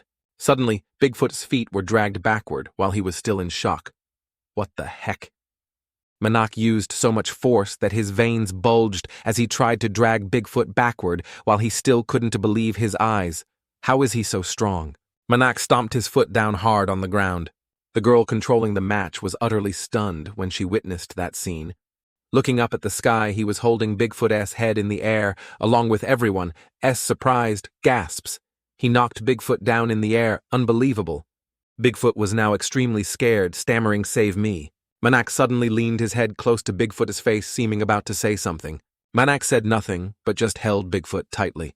Another hand was also grasping Bigfoot's body. Flipping Bigfoot onto his back, Bigfoot was now extremely scared, but didn't know what to be scared of. Bigfoot's eyes now lacked confidence and were filled with fear. He groaned louder and louder. Before Bigfoot could calm down, an incredibly powerful throw to the ground created a huge burst of light. The audience in the stands was extremely satisfied with the recent fight. Looking down from above, there was only a plume of off-white smoke covering everything. Suddenly, a bandaged hand punched down hard onto the ground. That was Marak, still standing firm while Bigfoot had completely collapsed. Although Bigfoot was still alive, he could no longer move and just look towards Marak, uttering difficult sounds. "Kik-kik." The girl controlling the match smiled, both surprised and scared. The match observers also couldn't believe their eyes, stammering, "Look." His hand was again trying to grip the wall tightly. At this moment, Marak was like a lizard climbing step by step upwards to everyone. A surprise murderer, he is climbing the wall barehanded. His feet kicked straight up at the ground. Then Marak threw himself flying up towards the stage. From above, he dived straight down to Bigfoot's location. A strike with horrifying force came straight down to Bigfoot's location. Bigfoot took the full force of the attack, causing strawberry syrup to spray everywhere. Bigfoot was officially defeated. The girl controlling the match immediately announced, "And the winner is the murderer." While Marak was wondering about something, the sounds of people around cheering and interviewing him appeared. "What a dramatic match, please share your thoughts." Marak pressed on his throat and said, "I will." Then he snatched the microphone from the girl controlling the match and yelled loudly, "Kill them all!" Cheers from everywhere echoed continuously. The crowd echoing Manak's words grew larger and larger, repeatedly ordering kill. Dakia and his mother also happily joined in, "Kill, kill, kill." Dakia happily rushed over and called out, "Priest Marak, come here quickly." Seeing Marak coming here, Dakia also enthusiastically continued. Finally, they are also selling the kind of bread that is hot and soft. He walked and secretly thought of one word. Kill. Then Marak smiled and said, "So there's no need to rush that much." Dakia asked back in confusion. What are you saying? Do you know how long the line was before? Suddenly Dakia yelled in panic, look, that person, the bread just came out of the oven. His eyes stared ahead as if he was thinking about something he was very pleased with. Then he asked himself, where could I have seen him? At this moment Dakia quickly pulled Marak along and said, hurry up. We made a lot of money in the arena, so let us buy a lot. Hearing that, he smiled and replied, you don't need to urge me. However, Marak still directed his gaze towards the other person, his eyes showing how focused he was on observing that person. Later, Marak thought to himself that it was probably just someone who looked like him, right? Marak and Dakia went inside a room. In front of them, Manak's mother was climbing playfully. Looking at her silhouette, someone immediately had the thought, kill. Her feet trembled slightly as she stood on the dividing wall. Manak's mother didn't hesitate at all and did a flip down looking very superhuman. Her arm hit something. In a flash, Manak's mother's figure was nowhere to be seen. Later, they found her lying on a piece of white fabric. Then Manak's mother immediately spoke a single word, I. After speaking, she stood there, laughing cheerfully. The scene just now was truly difficult to understand. Seeing that, Dakia's eyes widened in surprise and she said exactly the same, you did everything like that too. Marak was so embarrassed he covered his face, turning red, and said, Mother, please don't imitate those movements. Intersecting the atmosphere at that moment, a mysterious voice from someone echoed, oh my, it seems you people here are also full of vitality. Marak shyly turned back and said, sorry for making noise. The voice just now was the demon S. She appeared and replied, okay, I had fun too. Then the demon smiled and continued, speaking of that, the previous match was really worth watching, very memorable. The demon was still smiling happily and continued, I thought you were just a rigid priest. But you were also crazy. Marak heard with an emotionless face and retorted, not at all. Hearing that, the demoness face turned cold and she said, but when I say it, memorable, I mean it. Then the demon continued, I also heard from Bigfoot. I don't know how you did it. The demon went on to say and analyze, but from the middle of the match you started cheating, didn't you? If you don't want to die, no matter what I do, you should act as if you were in real pain. Marak heard and felt a little and denied it wasn't cheating, we just had the same thoughts. Then Marak spoke up to explain further, we showed everyone a truly spectacular performance, and our acting was also good. Hearing that, the demon closed her eyes as if silently admitting it and replied, no matter what, the audience really likes it. The demon thought for a moment and said, I'm thinking about adding matches with such spectacular performances in the future. In that, two men appeared and sat talking to each other saying, when I attack like this, you block like this. Okay, that is good. Then the demon spoke to him saying, our arena needs actors because Bigfoot left, and Marak heard this with a little inexplicable confusion. The demon now continued to tell him that he said he wanted to become an actor. The demon held out her hands in front of him and said, so I want to ask if you want to work for me. If it is you can easily become the top star in my arena. Hearing that, Marak nodded and replied, I am very grateful for your offer, but I have to refuse. Hearing that, the demon clicked her tongue and said, Tisk, too stubborn. Marak walked to his mother, put his hand on her shoulder and whispered, I. Marak squatted down and declared, I must remove Mother's seal. A silent voice echoed, kill. Hearing that, the demon seemed a bit sad and said, it's a bit disappointing, but if you don't want to, there's nothing I can do. The demon took steps closer and said, but the demon walked to the nearby bed, sat down and said, this idea of yours for a spectacular performance, I can use it whenever I want. Hearing that, Marak quickly replied, it's not that important. His face gave a wry smile and he thought to himself anyway, I am just applying what I saw in the past. The demon quickly retorted, but using it without payment is a bit. If it is successful, I will give you a generous reward. Marak calmly replied, okay, if you want, I won't refuse. He suddenly added, as for the next match. Just as she finished saying this, the demon enthusiastically said, is there anything I can help with? Marak smiled wickedly and said, it's all right. You know, my next opponent. He hesitated a bit and continued, is an evil spirit worshipper. Just as she said this, a group of people burst into cheerful laughter and joking. Someone yelled, the Skullgazer, his opponent is, that's the demon. She hesitated for a moment and continued, a rising star, the rookie who burned down the arena that day. Marak now walked step by step on the road. The demon was still shouting to everyone, everyone please call out his name. The entire stands at that time cheered, murderer, murderer. Many audience members joined in and shouted, "Murderer, murderer." Then they suddenly froze, looking out blankly, and said that what they saw was a type of weapon. It seemed somewhat familiar, so people said, "Isn't he that the weapon that Bigfoot used to use?" When they saw Marak carrying that weapon in his hand, everyone exclaimed in awe and said, "Could it be he killed Bigfoot and took his weapon?" Below the stands, everyone shouted one sentence: "The murderer killed Bigfoot and took his weapon." Marak has stepped onto the arena floor with his opponent today. Before anything, he spoke up and asked his opponent, "Is your real name Gay-Toom?" Gay-Toom was a bit stunned and asked back, "How do you know?" Hearing this answer, he was certain of his assumption, so he put on a serious expression and said, "So your name is indeed Gay-Toom." The referee now announced the two opponents. "Please take your positions." The demon is the referee. She spoke into the microphone and continued, "So I hereby announce the match begins."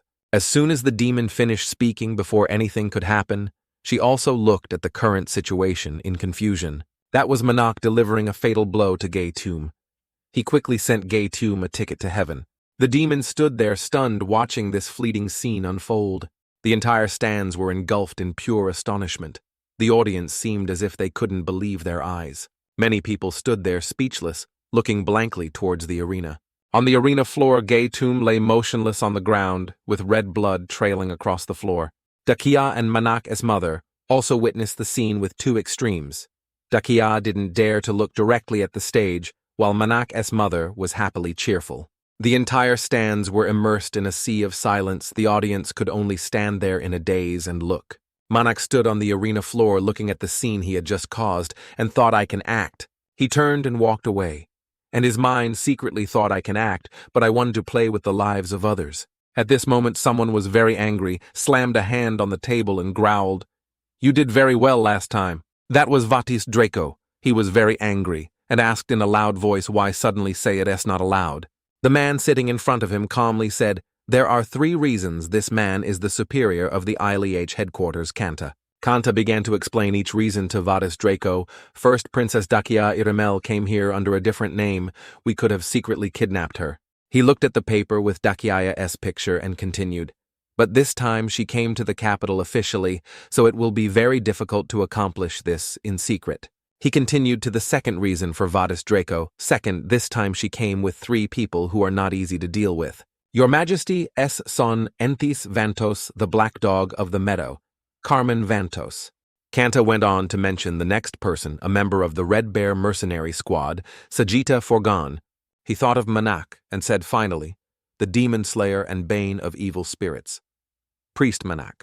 Vatis Draco heard that and indifferently asked back, "So what isn't this a good thing? We just need to give the mercenary and the priest a little money and they will wag their tails and obey us." Kanta picked up the paper with his photo on it and said, "At least Priest Marak cannot be bought." Vatis Draco was half in doubt and asked again, "Why are you so sure?" Kanta began to explain to him that Priest Marak is already famous for killing many evil spirits. It would be very difficult to think he would betray the princess furthermore. There are rumors that he and Princess Dakia are in a relationship. Hearing this, he became angry and shouted, "Stop talking nonsense." His hand trembled and tightened its grip. Kanta continued saying, "According to our informant, we heard that the princess secretly visited Marnak's room at midnight. Every day, Vatis Draco seemed unable to tolerate it anymore. He angrily let out a few growls like a fierce tiger. He slowly calmed down and asked again, "Who else knows about this?" Kanta truthfully replied, "Only our organization knows." Hearing this, Vatis Draco quickly ordered, "Do everything in your power to prevent this information from getting out. If this news gets out," Kanta quickly replied, "We have no intention of letting anyone else know this news." Vatis Draco now slammed his hand on the table and asked, "What about the last reason he was serious?" and replied, "Because of White Wolf Seti and Vantos." Kanta recounted to him again, "We received news that he has been in contact with the princess.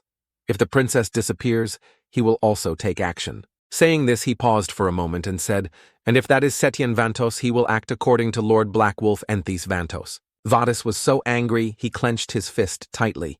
He remained seated and listened as Kanta continued saying, "No matter the situation, we in Ile do not want to confront Lord Enthis Vantos." After speaking, Kanta lightly chuckled. He sat staring at Vatis Draco and thought to himself, "It took quite a while to convince this foolish lizard, but our reasoning is very clear." He smugly thought even if he is a prince, what can he do? The man standing behind Vadis Draco lightly chuckled, his smile a little sly.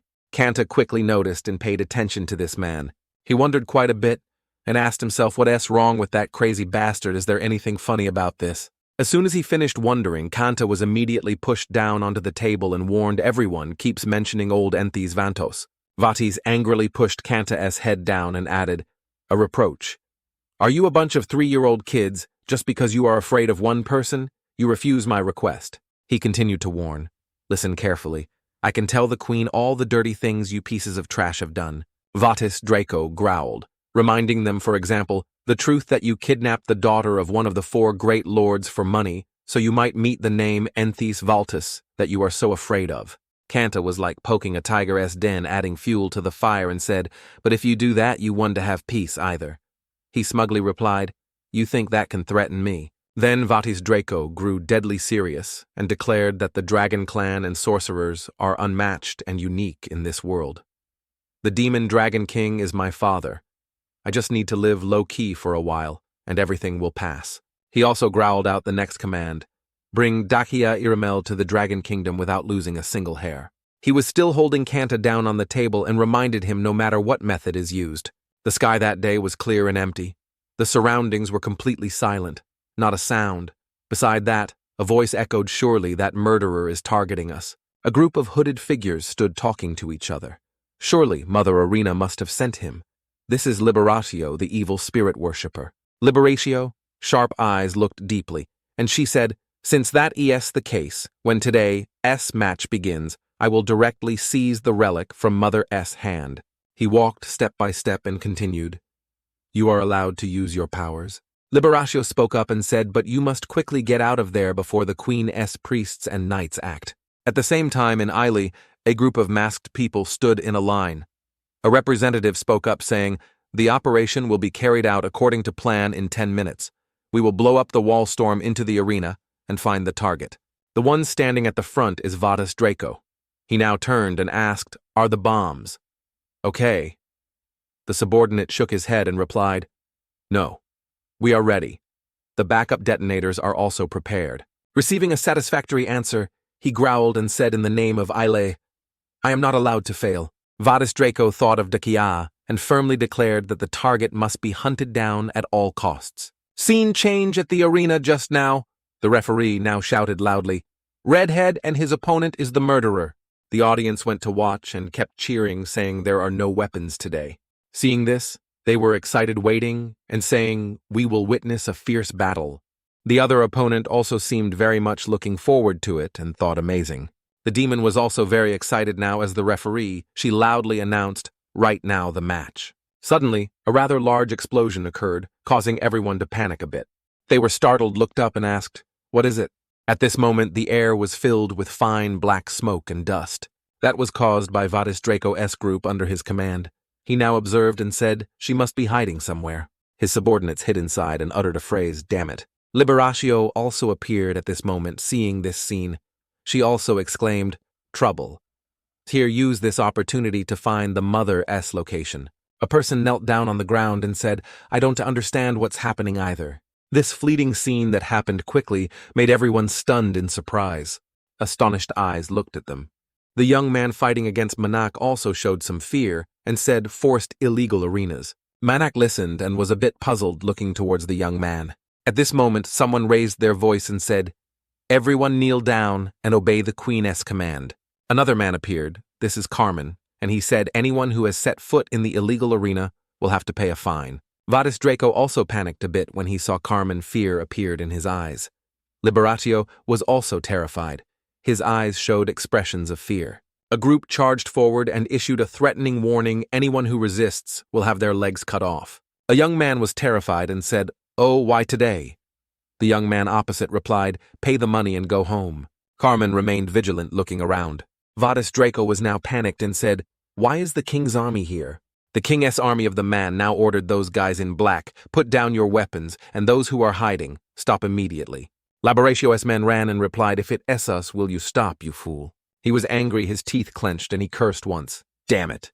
Then he ordered you close the doors and the rest follow me. At this moment, someone spoke up to stop Carmen Danti. That was Marak. He stood up to stop him, making Carmen angry with the intention to attack, and said, "What do you want? Quickly move out of my way." Marak still stood there motionless and said, "Now is not the time to chase after those people." Then he pointed in one direction and said, "Those guys came here to kidnap Princess Defy." The two young men standing outside also nodded and said, "I heard it too. They were even yelling, looking for Princess Defy." "Me too, me too." Carmen also got a little angry hearing that. Then he yelled loudly, saying, "Everyone disperse." He ordered his troops temporarily ignore the ones who fled, pursue those in black clothes. If they resist, kill without mercy. Carmen now spoke up and called Sajita, "Eliminate them for me." Then they immediately charged forward and attacked.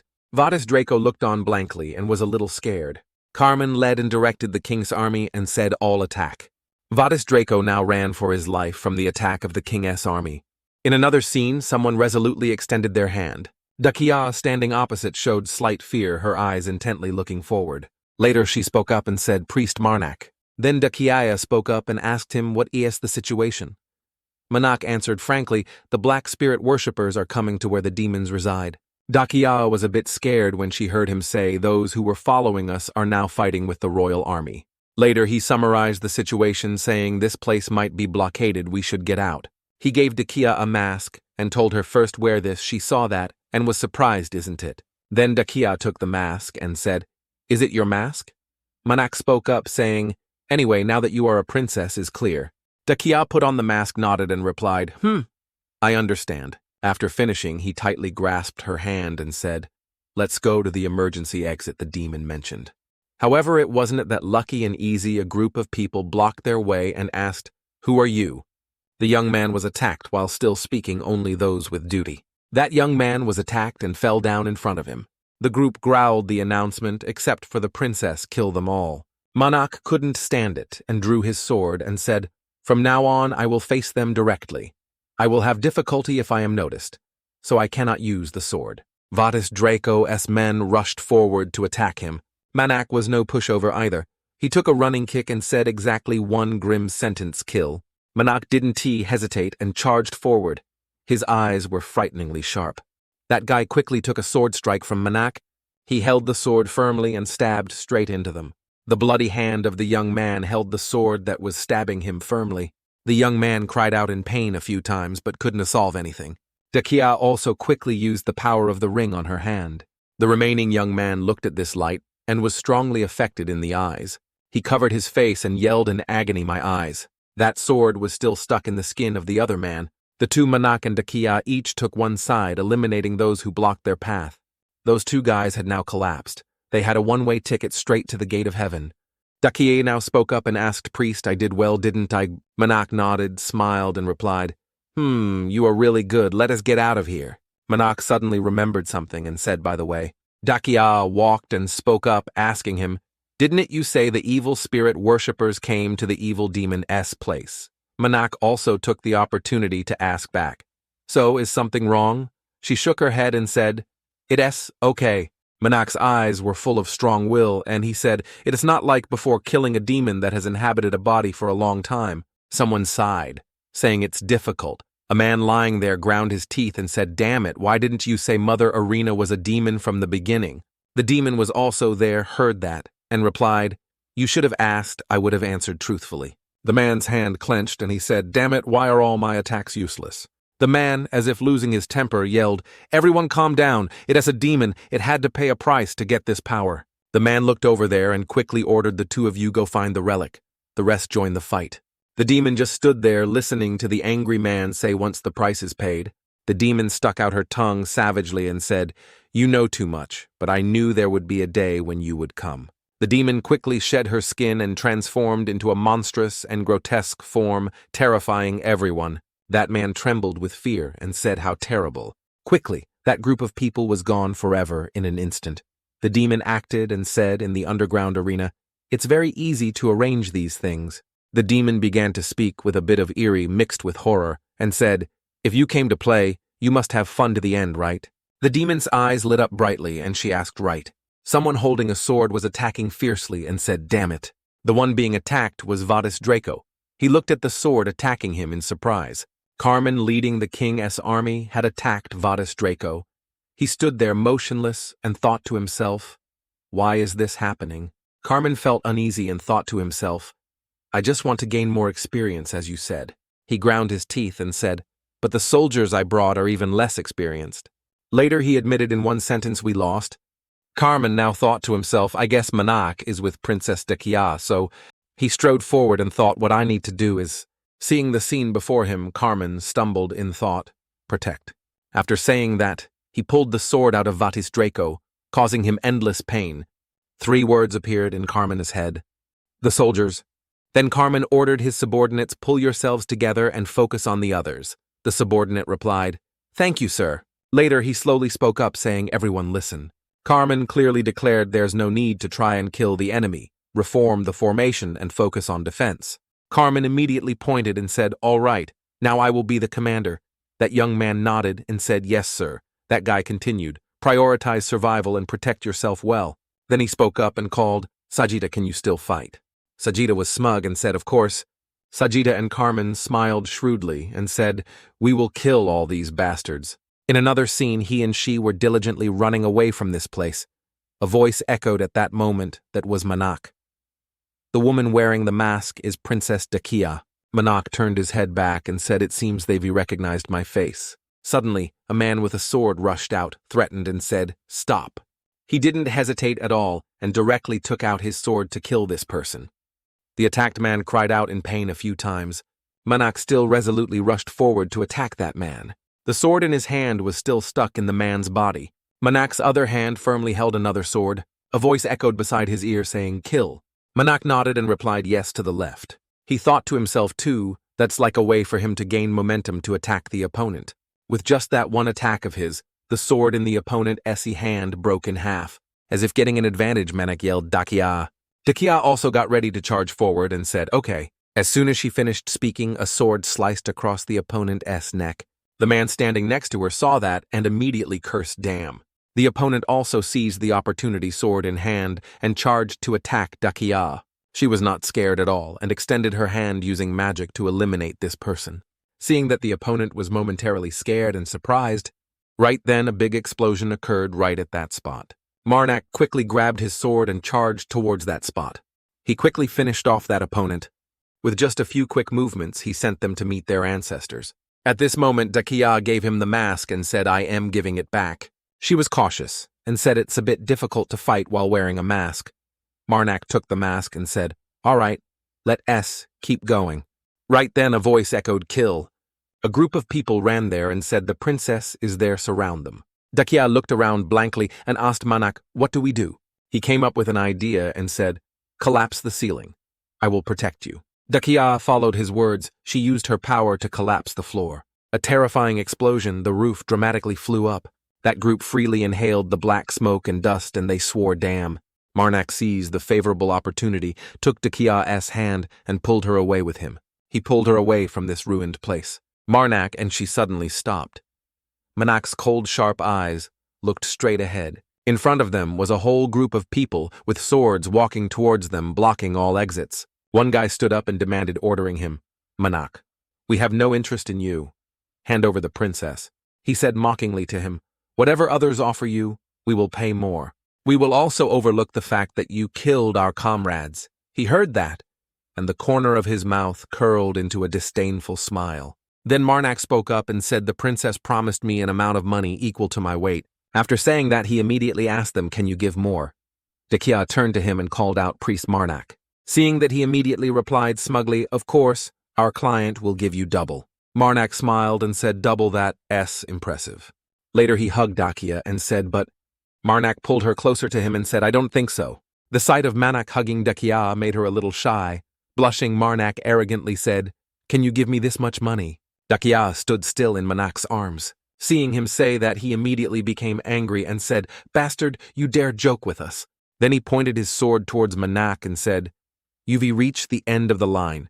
Do you think you can defeat this many people? Hearing that, he also smiled friendly and said, for a cat, what's the difference between 2 mice or 12 mice? Seeing him mock them like that, he became angry and said, kill that bastard. Marak quickly drew his sword and taught these guys a lesson.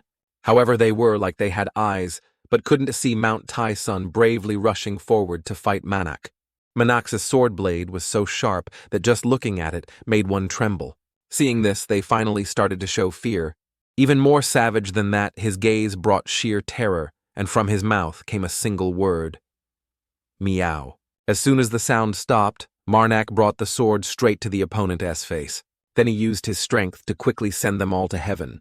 Marak's feet now slowly stepped closer to that guy. He stepped back in fear, his mouth incessantly uttering a few fearful sounds. Marak's face was covered in blood, and he gently said, "I told you there's no difference." Then he also used that very sword to send him to reunite with his comrades. Scene changed to the demon's location. The demon walked step by step and said, "Now, only you remain."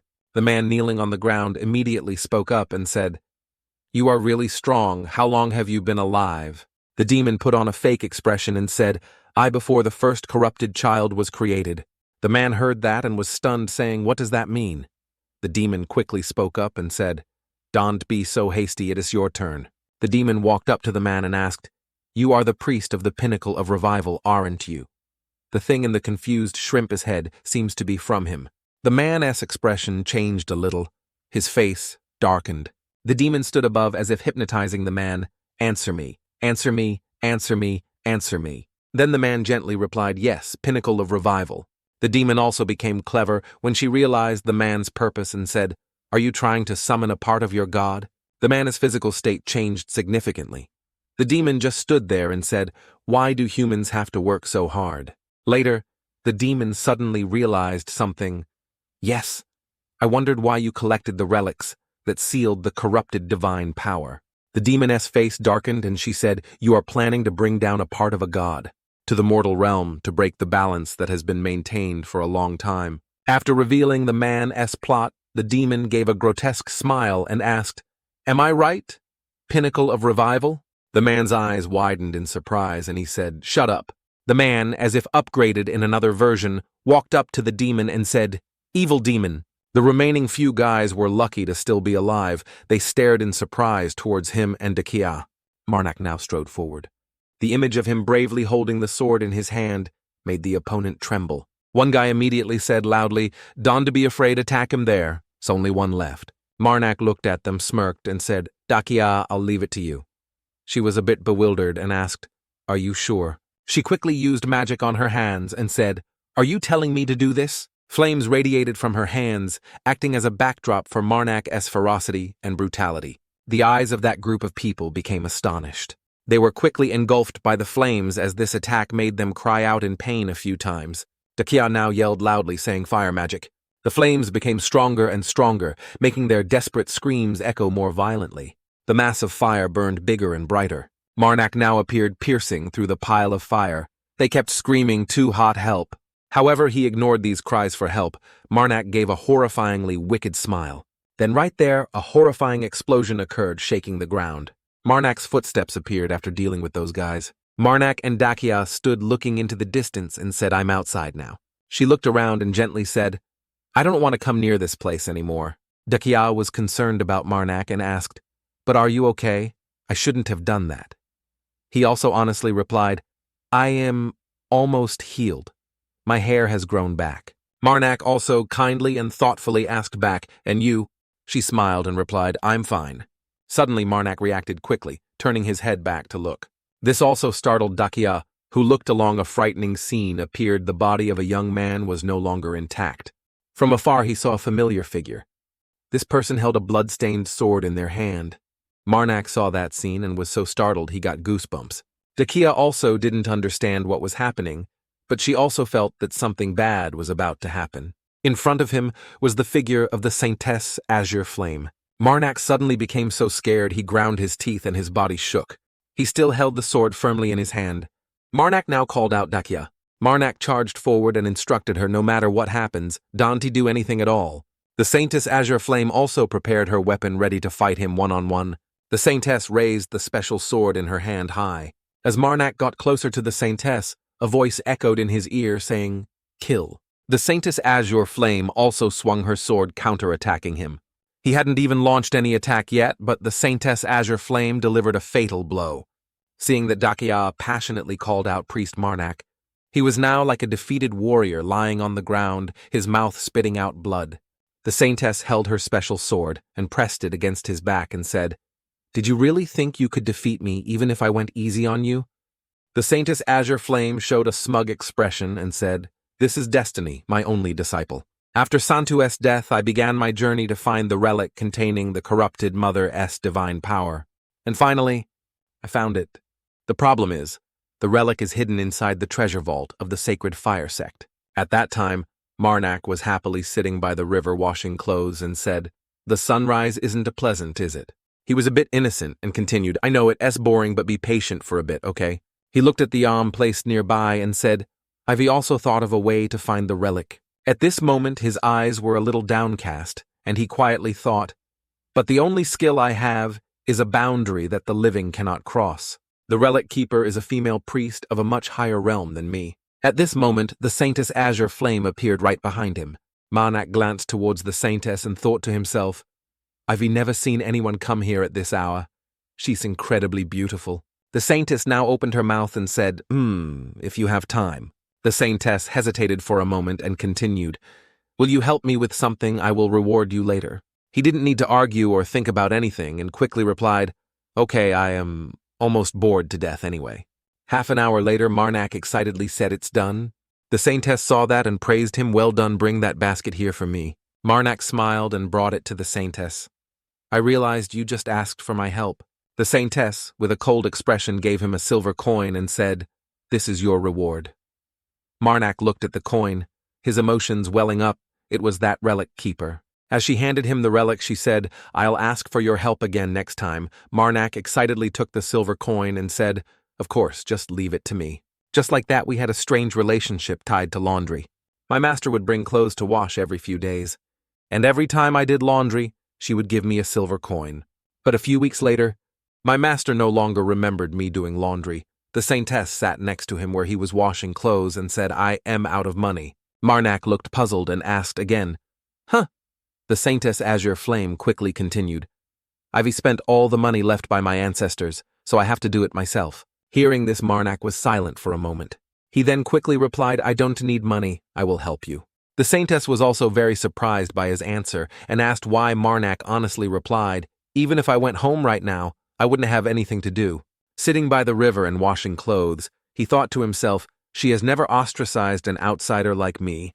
He held the monk's silver coin and thought, "And with the amount of silver coin she gave me, these things are nothing." The saintess Azure Flame showed a cold and calm expression and said nothing. Later the monk spoke up and said, "I've a thought about it. I am out of silver, but..." The saintess hesitated and said, "Shall I teach you sword fighting?" Marnak was slightly surprised and said, "Huh?" He quickly asked again, "What do you mean?" The monk sighed and said, "Never mind." However, Marnak was overjoyed and jumped up excitedly and replied, "Okay, that's great. Currently all I have is strength, and I am bad at fighting now." Marnak smiled contentedly and said, "Fortunately, masters also exist in this world."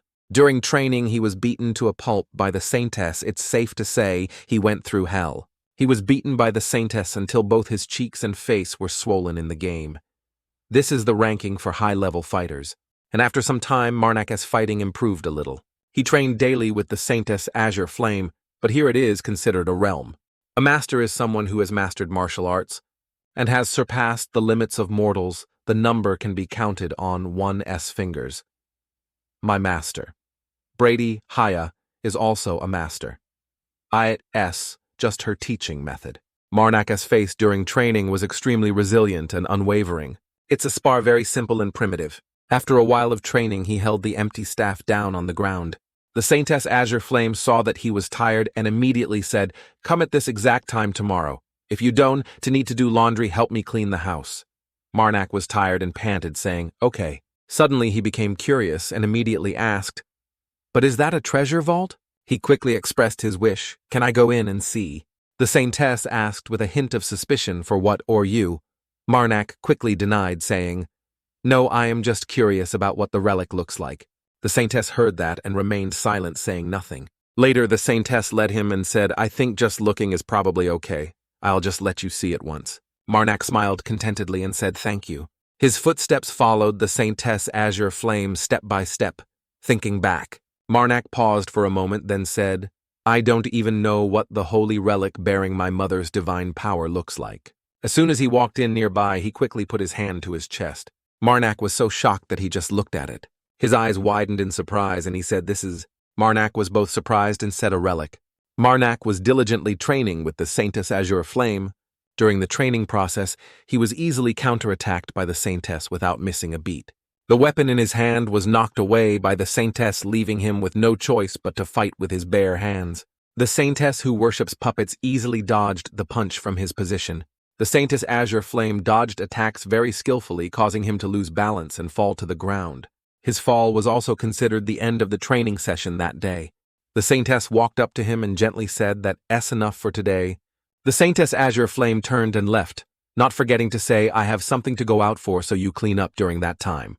Marnak lay stretched out on the ground and replied, Okay.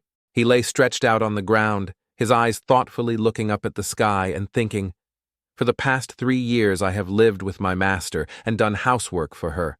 His hand lightly scratched the ground, and he continued to think, I like not having to worry about food and shelter. But I've only just learned how to survive, let alone swordsmanship. Marnak sat up, rubbed his head, and said, Well, after saying that, he thought to himself, I'll run away then. Looking at the staff that the Saintess Azure Flame had just sent, flying, he also thought, Anyway, I can to learn anything more. Marnak thought seriously, I need to complete the main mission. And the main key in his head was, and revenge for Santu too. Marnak's serious face looked a bit scary with his will and determination. Then Marnak quickly stood up and left.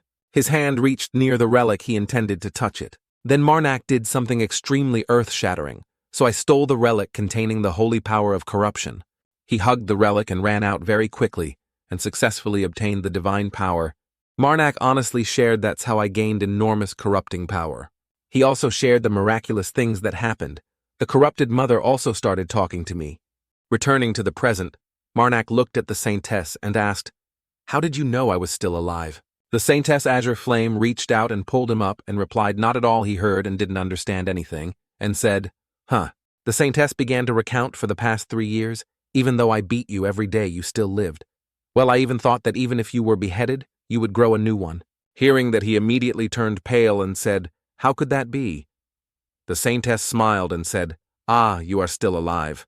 The Saintess gave him the paper and said, Furthermore, I also put up a wanted poster for you. It looks exactly alike. Seeing himself depicted on the paper made Marnak freeze for a moment and say, You really find me with this. The Saintess Azure Flame also replied, Your standing in front of me is proof enough. Marnak was speechless and didn't know how to respond. Suddenly, the Saintess Azure Flame frowned and said, Disciple, I don't care what you are, but I have my pride. The Saintess Azure Flame spoke up and ordered him, So you should train again until you become a master. Marnak heard and exclaimed, I knew it. Then he spoke up and asked again, How long does it take to become a master? The Saintess thought for a moment and said, I have been training continuously every day. Then after a while, the Saintess Azure Flame gave him the answer, which is around 30 years. The Saintess also praised him, saying, You are very talented, so perhaps you only need to toil for 27 years. Marnak heard that and thought for a moment, With this pace, the main mission will also be ruined. Moreover, Don T. lump a genius like you and me together like that. After thinking, Marnak spoke up and called Master. He hesitated a bit and said, Someone's footsteps were approaching and they called. To D, the person named Turdy immediately replied, Yes, I am. That was Carmen. He turned his head and asked how many more. Turdy quickly replied, 4. Turdy also reported clearly to him, saying 3 people were seriously injured and 11 people were lightly injured. Carmen heard that and remained silent. Thinking 16 people sacrificed, I am sure he didn't expect this to happen. Carmen gripped the sword tightly in his hand and cursed under his breath. Damn it. Then said he should have brought 100 elite soldiers. Suddenly something happened that made him and Turdy stand and watch. Seeing something strange, Carmen raised his voice and yelled, Damn it, what is this? From underground, something seemed to be trying to crawl up, trying to get out. He looked and was momentarily stunned. In front of Carmen was a ferocious monster. Seeing that, he ground his teeth again and said, That is... Carmen looked at this monster and exclaimed, Compared to the one in Erotico, it is much smaller, but still similar. Then he quickly ordered Turdy run quickly. Turdy received the order and replied, Understood. At this moment he clearly yelled, Sajita, we will buy time for the soldiers to retreat. Carmen held the weapon firmly in his hand, ready to fight this giant monster. He held his sword, using all his strength to throw it forward. The sword quickly pierced the skin, flesh, and body of the opponent. Sajita seized the opportunity very well, quickly charged forward, and gave the monster a severe beating. Sajita used all her strength to attack the monster. The sword quickly pierced the monster's body.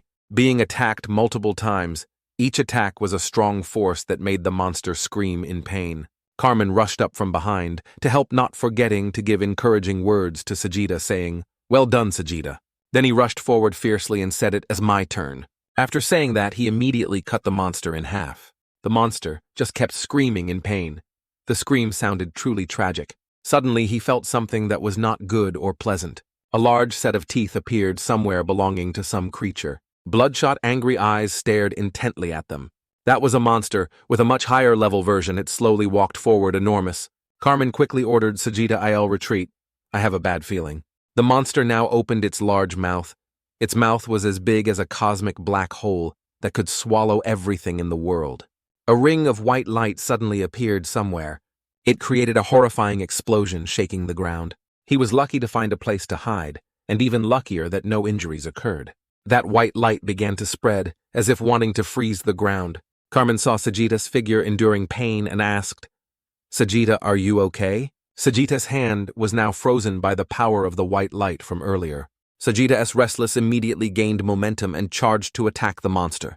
The monster was attacked once again and was stabbed by a sword, causing it to cry out in pain. He just kept holding the sword, destroying the very root of the monster-esque branches. Later, this monster spoke up, begging, Stop. I said, Stop, you stop. However, Sajita also desperately struggled up and eliminated the monster. That white light once again shone intensely. The masked people also saw that miraculous white light. However, before they could react, they were attacked by that white light, leaving them motionless on the ground. They stared blankly at the situation and said, What? That white light now enveloped the monstrous body. Carmen again felt the situation was not good and said, Sajita, we were falling behind. Carmen and Sajita quickly ran far away from the white light and that monster. They hadn't run far when that white light landed on Sajita's leg. Sajita seemed to feel a little pain as she looked towards where the white light was coming from. There was a similar stream of light right on his leg. Only the monster's large foot was seen slowly moving. Sajita quickly noticed this. Then Sajita yelled, Carmen, above your head. Carmen also looked up at his head in panic. He still held the sword firmly in his hand. Carmen risked his life to attack the monster. The small rays of white light now flew towards them like blind arrows. They competed to stab Carmen's hands. It was like a small, compact attack, but caused very high damage. This made him cry out in pain. It sounded truly tragic and oppressive. The Saintess reminded Marak and Dakia. He replied to the Saintess with an embarrassed smile, while Dakia stood beside him with a face full of killing intent. Continue practicing until you master it.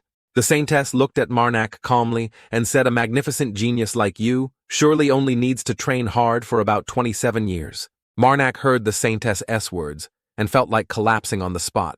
He forced a pained smile and thought, For that long, all my main missions will be ruined, and don't compare me with a true genius like you. He suddenly wanted to say something to the Saintess and hesitantly spoke, Master, I. Suddenly, a loud explosion came from behind the snowy mountain smoke, and fire flew everywhere, shaking the surroundings.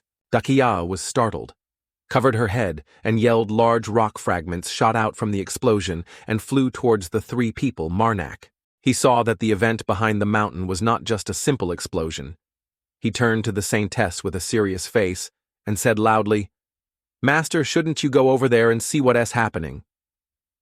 As for the Saintess, behind her face, remained calm, as if nothing had happened, and she looked at Marak and said, The Saintess replied to him with a calm face, I met that person on the way here. An unknown source of power leaped over rooftops and moved forward at an extremely high speed. Around were piles of desolate rubble. He'll probably get there soon, I don't need to rush anything. Marak looked surprised when he heard the Saintess say. He turned his head and asked again, Who did Master meet? At this moment behind the mountain, the battle with the monster was raging fiercely. the desperate scream of the black-haired youth tightly wrapped by the monster yelling in pain, "Ah!" At this moment, a man suddenly appeared and swung a saber towards the monster below. A single strike from this man split the monster in half, causing it to immediately disappear. Black Wolf. This man is Enthys Vantos. After escaping the monster, the black-haired youth knelt down and said towards Enthys Vantos' father. Enthys Valtis leaned on his saber, looked at his son kneeling on the ground, and asked, "Can you still walk?" The black-haired youth regained his courage and replied, "Yes, I can." Enthys Valtis told his son, "Then go." He looked at the group of monsters and said, "I will kill that monster." The young man in black immediately followed Enthys Vantos' words and left following orders. He and his comrades helped each other out of the battle. Only Enthys Valtis remained standing, proudly looking at the group of monsters. He turned his face, his sharp eyes looking towards the monsters. A monster yelled, saying, "Surrender quickly, you damn thieves!" The giant snake-headed monsters roared, questioning, "Where did you hide it? Answer me quickly." The giant snake monster in the middle bared its terrifying fangs and threatened again, asking, "I ask you, where did you finally hide it?" Other monsters with many heads on a single host and their claws like weapons thrusting towards the opponent. Enthys Valtis stood between the two groups of monsters tearing at each other and spoke that. The snake monsters lunged to attack the many-headed monster. The many-headed monster also retaliated, "Give it back to me." The snakehead and the monster's claw collided, both deflecting each other's moves. The snake monster continued to scream, "Give it back." The fearsome snake monster bared its fangs and continuously demanded, "Return it to me immediately. Give it back to me." The one controlling behind that giant snakehead is the female demon. A step by Enthys Valtis leaped up. His hand holding the saber swung up. Enthys Valtis advanced towards the battle between the two monsters ahead. He quickly dashed forward, slashing continuously at the many-headed monster, causing it to be cut into many pieces. The many-headed monster, cut into many pieces, screamed in pain. The snake monster watched, utterly astonished by Enthys Valtis' terrifying power. He landed after the slash. Enthys Valtis leaped onto the giant many-headed monster. Suddenly the snake monster screamed, pleading, "Dante, touch me, please." He swung a saber with all his might, ending the technique. The snake monster shrieked in pain, pleading, "I beg you, don't touch me." A snake shrieked and said, "It is over." The other snakes witnessed Enthys Valtis slaughtering the many-headed monster unexpectedly. His saber strikes continued to swing towards the snakeheads, cutting them in half. Enthys Valtis relentlessly slaughtered the group of snake-headed monsters. Kyuk. His eyes were filled with death and soaring killing intent. Enthys Valtis stepped on a snakehead and said, "Should end here, right?" Only the leader snake monster remained. Seeing the snakes around it all eliminated, it said, "Damn it." The female demon inside the snakehead looked towards Enthys Valtis and thought hatefully, "If it weren't for him, I could have gotten that back." She had no way back, feeling helpless. She thought, "Do I have no other choice but to give up?" At this moment, the female demon remembered Marak and thought, "Help me, please." Suddenly, a streak of blue hair flashed past Enthys Valtis from behind. Saintess Azure Fire appeared behind Enthys Valtis and struck a blow, causing Enthys Valtis to immediately dodge. The snakehead was surprised to see the Saintess appear here. Her eyes calmly looked towards Enthys Valtis. The two Saintess Azure Fire and Enthys Valtis charged into battle. Enthys Valtis both defended and assessed the Saintess before him. Her energy is incredibly strong. He unleashed a decisive move, Kyuk. The Saintess dodged a kick, sending Enthys Valtis flying far away, leaving him no time to defend. He took a palm strike from the Saintess and was flung violently into the distance, crushing everything around. All around were dead monster corpses. Enthys Valtis stepped out from the rubble and walked forward. He looked towards the Saintess and asked, "Why did you do that?" The Saintess, with a calm expression, looked at Enthys Valtis and replied, "I was just curious how strong the best swordsman in the north could be, that is all." Enthys Valtis replied, "If that is the case, can we spar?" Enthys Valtis continued to suggest to the Saintess, "Now please move aside. I still have to protect the capital." The Saintess gave a sarcastic smile and said, "It seems the talented sword genius is talking to me." Enthys Valtis listened silently, saying nothing. His saber emitted a red power. Enthys Valtis suddenly became serious and got into a fighting stance. The Saintess also raised her saber, emitting an imposing aura. The two charged into fierce combat. The snake monster in the distance watched the battle in surprise. "What?" Suddenly a loud voice came from behind. "It is me." A masked person suddenly rushed forward and said, "What should I do next?" The snake monster spoke towards the masked person. "You are here, thank you very much." The masked person quickly rushed forward and shouted, "Don't thank me any more quickly, tell me what I need to do next." The snake monster shrieked, crying, "Holy relic! That monster is holding the holy relic stolen from me." The snake monster spoke, while remembering the image of its daughter. "In the holy relic is something my daughter left for me. Please help me retrieve it." The snake monster pleaded, "Please." The masked person held the saber and rushed forward, thinking, "Holy relic, a holy relic." He charged forward and cut off the monster's arms in front of him. That is something that possesses a lot of holy power. The masked person thought and then said towards the monster, "I think it will be a bit difficult to find it." The snake monster spoke, pleading, "Please, you can do it, I believe in you." The masked person hesitated and said, "Even if you say so." Suddenly, a circle of light appeared enveloping a child inside Mommy. The masked person was surprised at Esme. The child with a serious face looked at the masked person and said one word, "Kill." The person behind the mask was Marnak. He looked at her and spoke, "Mom, you said you could find it in this form." Marnak looked at her in her small form and said worriedly, "But that's very dangerous." She continued to repeat the word, "Kill." He was silent and said nothing. Seeing her face, Marnak finally helplessly agreed. "All right, there's really no way with you, Mom." Her face was excited when he picked her up, "But if there's danger, you must immediately turn back into that hand form." Her face was firm as she replied to him, "Kill." The giant snake monster in the distance saw this and also shouted towards the two, "Let me help."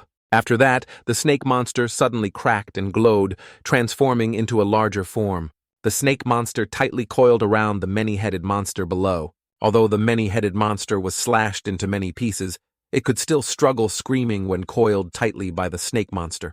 The monster with the severed head continued to scream violently. Marnak leaped up and slashed a line down its body, one arm holding his mother, Kook. He looked up and saw everything shaking, and said, "An earthquake has started." He immediately reminded her beside him, one hand holding the sword stabbing deep into the monster. "Mom, remember to hold me tight." Marnak's mother immediately replied, "Kill." At this moment, another monster head lunged up from below, attacking Marnak and his mother. He immediately swung a saber, cutting the monster in half.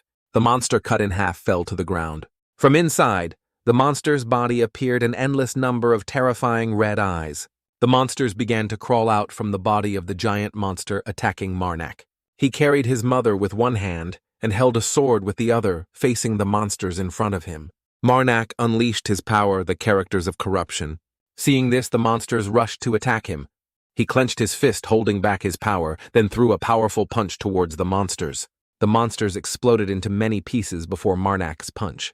Marnak's mother, sitting in his arms observing everything, suddenly discovered something. She pointed forward and said, "Marnak looked suspiciously kill." It turned out there was something glowing on the monster's head, so it's there, excellent. Marnak looked at his mother and said something. She smiled sweetly at him. "Now I really want to kiss your forehead, Mom, but I will try to restrain myself." He hugged her and leaped high onto the monster's position, making her startled. "Kill." Marnak pulled out a saber from the monster and threw it far away, directly piercing the monster's head, causing it to cry out in pain. He shouted loudly at the snake-headed monster. Found it's right near the cut on the neck. The snake monster spoke, thanking him. Thank you very much." Then the snake monster said in a firm voice, "I will devour everything." The snake monster crushed everything of the monster head below its body with terrifying power, except for its neck. The two monsters engaged in battle again, while Marnak had now carried his mother away from the fight. The human-headed monster was squeezed tightly, screaming in pain and hatred. "You are just an ordinary human worshipped by those fools in heaven, yet you dare to look down on me." Marnak quickly hugged his mother and ran quickly forward. She pointed downwards as if discovering something and said to him, "Kill." She pointed towards the light source under the monster's body. He saw this and immediately said, "Here." Marnak used his hand strength to punch hard down through the monster's thick skin. All right. The emitted light grew stronger, blowing away everything around him and his mother. Marnak pulled out a wooden box from under the monster's body covered in the monster's slime. Found it. He unexpectedly discovered something. All of the monster's arms were pushed back, contracting and approaching. There are no arms here. If you see, there's one arm. Marnak looked at the box in his hand, thinking, is this thought due to the holy relic S power, or for some other reason? At this moment, Marnak's mother pointed forward, reminding him, kill. He quickly realized there was no more time to think Mom is right. We don't have much time. He held up the box and shouted toward the snake monster fighting above. I got it. The snake monster saw this and stopped surprised and overjoyed, saying, really, thank you. Thank you very much. The snake monster reminded him to quickly leave the body of the many-headed monster before they attacked. Come down here quickly. He looked at his mother and told her to return to her old form to be safer. Please return, Mom. At this moment, when both Marnak and his mother teleported away from the battle, the snake monster suddenly shrieked loudly, cursing at the sky. Peak of revival. You bastard. Don to keep hiding in heaven like that. Listen carefully. Inside the snake head, the female demon also simultaneously shrieked with hatred. Even if I have just my last breath, I will not respect you. The snake monster with a terrifying face roared, filled with hatred. You will pay for this today. At this moment, Marnak was quickly jumping out of the monster-s body and landing safely. Meanwhile, the snake monster was biting and tearing the body of the other many-headed monster. At this moment, a group of capital soldiers appeared and rushed in, seeing the monster in front of them. They shouted loudly, everyone run quickly. The monster has appeared. Absolute command, a soldier shouted loudly. Look! The soldier looked towards the fighting snake monster and said, Monster! Marnak hid behind a nearby rock, thinking worriedly, oh no, the kingdom's reinforcements are here. On the side, the battle between the Saintess and Entist Valtus was still fiercely ongoing, with neither side at a disadvantage. Entist Valtus swung his sharp saber blade towards the Saintess. The Saintess from above used a bit of power to slash down, forcing him to use all his might to block this blow. Everything around seemed completely shattered. The Saintess glanced at Entist Valtus, moving away to avoid her attack. At this moment, he took a direct blow from the Saintess and moved out of the way to dodge. He still stood firm and gradually appeared from behind the dust cloud from her attack. A hint of apprehension and slight worry appeared in Entist Valtus' eyes towards the Saintess. Entist Valtus spoke up, asking curiously, what exactly are you doing? The Saintess, with a nonchalant expression, looked at Entist Valtus and replied, just doing what you want. She calmly uttered a sentence that silenced Entist Valtus. I lost interest in fighting you a long time ago.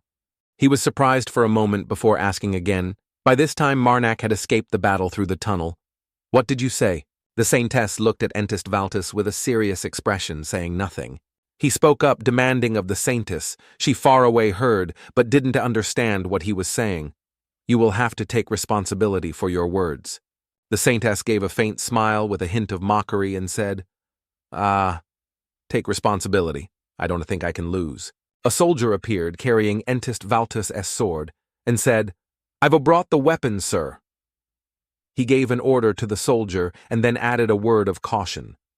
Quickly arrest the person on the other side. Remember to respect her. Entist Valtus walked away while saying to the soldier behind him, she is very strong. Do not try to provoke or do anything inappropriate. The soldier behind him could only obey his words. Understood. The soldier approached the Saintess and politely spoke, as you just heard, I need to arrest you for obstructing an official and bringing danger to the people in the kingdom. The soldier was extremely frightened, but still tried to appear calm as he spoke to the Saintess in front of him. But please cooperate. The Saintess suddenly interrupted the soldier by reaching into her robe to search for something. Wait, where did I put it again? She took a piece of paper from inside her robe and said, found it. Then she gave the paper in her hand to the soldier, who was surprised and didn't know what it was. Here, take a look. The soldier took the paper and was incredibly panicked, having to shout in disbelief. This is... The Saintess smiled faintly, looking at the surprised soldier. What is it? The soldier started and spoke. What is it? The Saintess smiled faintly, looked at the person in front of her and said, sorry. She held out the paper in front of the man and said. The man's face trembled with fear as he looked at the paper the Saintess gave him. I accidentally gave you my disciple's drawing. The Saintess smiled nonchalantly and said, cute, isn't it? The soldier stepped back in fear and thought, is that considered human? At this moment, the Saintess put her hand into her robe pocket, took out something and said, this time it should be the right one. She handed it to the man in front of her. The man took the paper. Here. The The man reached out to take it. Yes. The man looked at the paper in front of him with a panicked expression. Immunity. Privilege. No matter what sin the owner of this paper commits, the kingdom will not pursue accountability. He hesitated in fear, saying in disbelief, "This thing, is it real?" The saintess calmly bowed her head and said to the man, "If it were fake, I wouldn't need to show it there. It's even a seal." He was surprised, holding the paper, and asked the saintess, "How did you get something this precious?" She put her hand on her chin, thinking, and said, "When did I get it? I think the king gave it to me after I killed the evil god worshipper." The saintess remembered the king, whose face was frightened, crying while handing the paper to the saintess. "He handed it to me while crying and pleading that I was the savior of the kingdom. I also didn't think I would personally receive an item like this." The saintess turned around and walked away, saying, "Can I go now?" As she walked, she looked ahead and smiled. "I still have somewhere to go." A mouse was sneakily eating when it suddenly startled at something above. Someone's powerful foot stepped down, causing the mouse to jump away in fright. Squeak! The mysterious man in the cloak swiftly moved through the tunnel forward. That man was Marak. He glanced and turned his head back. Suddenly, a long-haired woman came rushing out of nowhere and hugged Marak tightly, catching him off guard and surprising him. It was the female demon hugging him tightly with a joyful expression, saying, "Thank you very much," Marak said awkwardly. "Please let me go." The female demon suddenly cupped Marak's face and leaned in close, saying, "Thank you." Suddenly, Marak's mother appeared from nowhere, squeezing between the two and pushing them apart, shouting loudly, "Kill." Her face showed determination. The female demon hugged Marak's mother tightly, catching her off guard, and she cried out, "I must thank the mother of corruption, too." Kill. He stood from a distance, watching, only able to laugh helplessly, as he saw his mother crying for help in the female demon-e's embrace. "Thank you very much, Kill." After being hugged and kissed by the female demon for a while, Marak's mother had no strength left to resist and let out a helpless cry, her face covered in countless kiss marks. "Kill." She approached with cookies and hot tea, her face joyful and smiling. "You two quickly come and have some hot tea." The female demon handed a teacup to Marak and his mother. "Here." The female demon pushed the plate of cookies towards them and said, "Marak's." Mother, sitting beside them, had already focused on the plate of cookies on the table, her face unable to resist the aroma of the cookies. "Eating this with tea is a perfect match, try it." Marak took a sip of tea and thought, "Indeed, I can taste anything." At this moment, Marak's mother was holding a cookie in her hand. Her expression was serious, as if about to taste a dangerous, potent poison. She put it to her mouth and took a bite. She couldn't have imagined it would be so delicious. It was like this was the most delicious cookie flavor she had ever eaten. She felt like she was flying to a cookie paradise. Kill. She immediately picked up the plate of cookies and ate them all with great enjoyment. The female demon saw this and was curious, not understanding what she said. What did she say? Marak saw his mother eating so deliciously, scratched his head, and laughed helplessly, saying to the female demon, "My mom says it is excessively delicious." After that, he sighed and said to the female demon, "It is time to hand it back to you." He took out the box and pushed it towards the female demon. "Here is the box." She happily received the box from Marak and said, "Thank you very much. Although I've said it many times, I'm truly grateful to you." Marak asked a question out of curiosity. "Where is your daughter now?" The female demon replied with a calm expression. The image of her daughter standing in the middle of a grassy field waving at her appeared again. "She died a very long time ago." The female demon saw that he looked sad and immediately spoke, "Oh, you don't need to feel guilty." She looked at the box and smiled faintly, saying, "My daughter lived during the ancient empire era. If she were still alive, now that would be very strange." Marak was curious and asked another question. "So your husband is the same?" The female demon also calmly replied to him, "I don't have a husband." She remembered when she appeared in this body. Her large belly already contained a tiny life. When I acquired this body, I was already pregnant. The female demon opened the box and turned towards Marak and his mother, saying, "I am just showing you two." Inside that simple box was a picture drawn in a child's slightly clumsy style and a few trinkets. Images from her past appeared of the days she lived happily with her daughter. Her daughter looked exactly like her, running happily to give her a self-drawn picture of herself. We always try not to have children when possessing a body in this world. Our goal is to fully enjoy life before leaving, but when we bring a life into the world, a strong bond with that child is also born. That bond will soon turn into sorrow. The female demon recalled and said, "But that sorrow is too great, to the point that we have to avoid that feeling ourselves, because I know life in this body only lasts for a period of time." Marak asked curiously, "So why did you give birth to that child?" The female demon was curious about the shape of what was growing inside her belly. "Because I was curious, actually other demons would also try it at least once." She felt no regret for keeping the child, she said happily. "Anyway, I gave birth to a cute, lovely, and wonderful baby. The baby name is Ceylon." The female demon folded the box and said to Marak, "You know." Marak's expression became serious when he heard the female demon mention the sword. "The sword you carried when you first met me. That strange, serrated sword," he asked her curiously. Is something wrong with it?" The female demon continued. "I've never said anything before because it sounds a bit boastful, but that was created by my daughter." Upon hearing that, Marak was so surprised his mouth fell open in disbelief. The female demon pointed at Marak and said, "Can you bring it out? I'll show you some interesting things." Marak listened to her and took out the sword. The female demon saw the sword and immediately recited some incantation.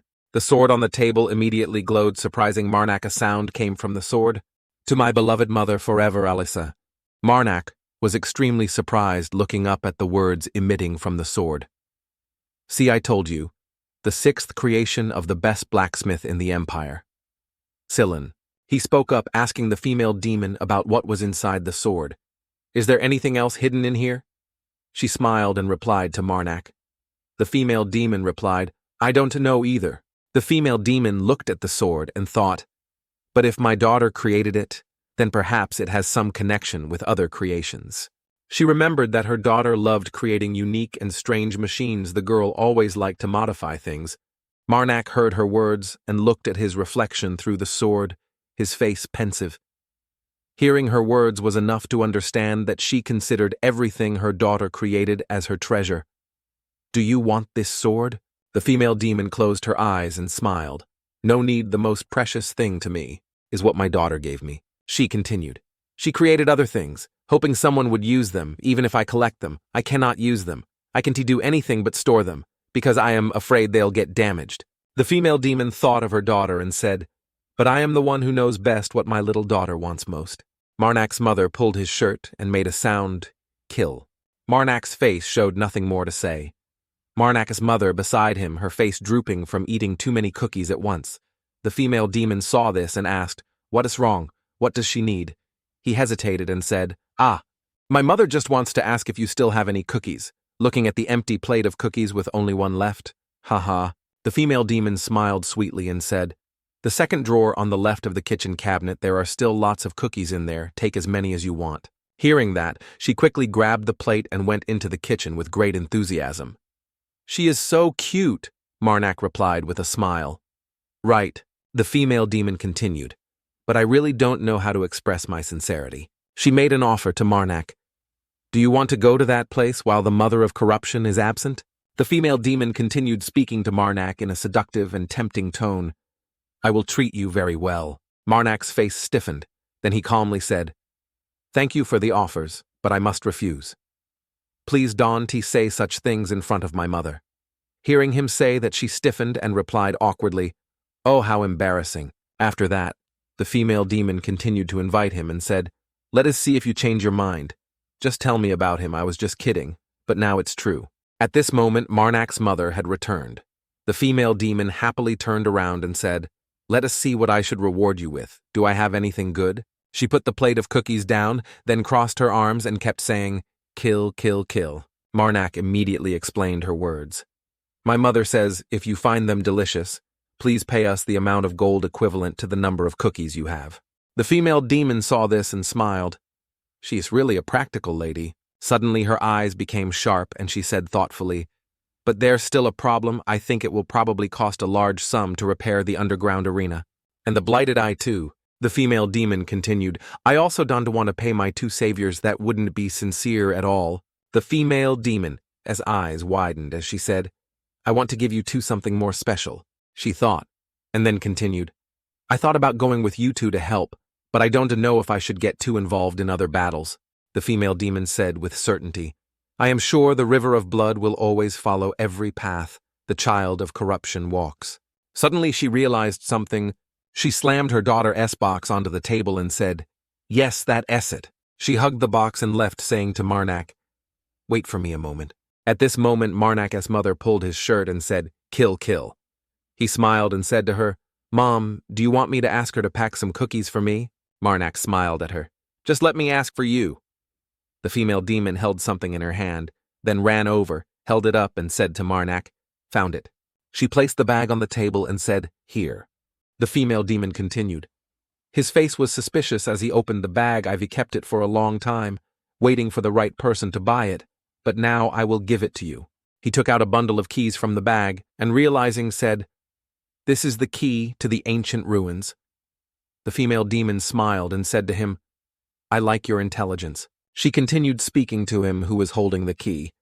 This reward must be generous enough, right? The key Marnak held could also open doors containing other mysteries.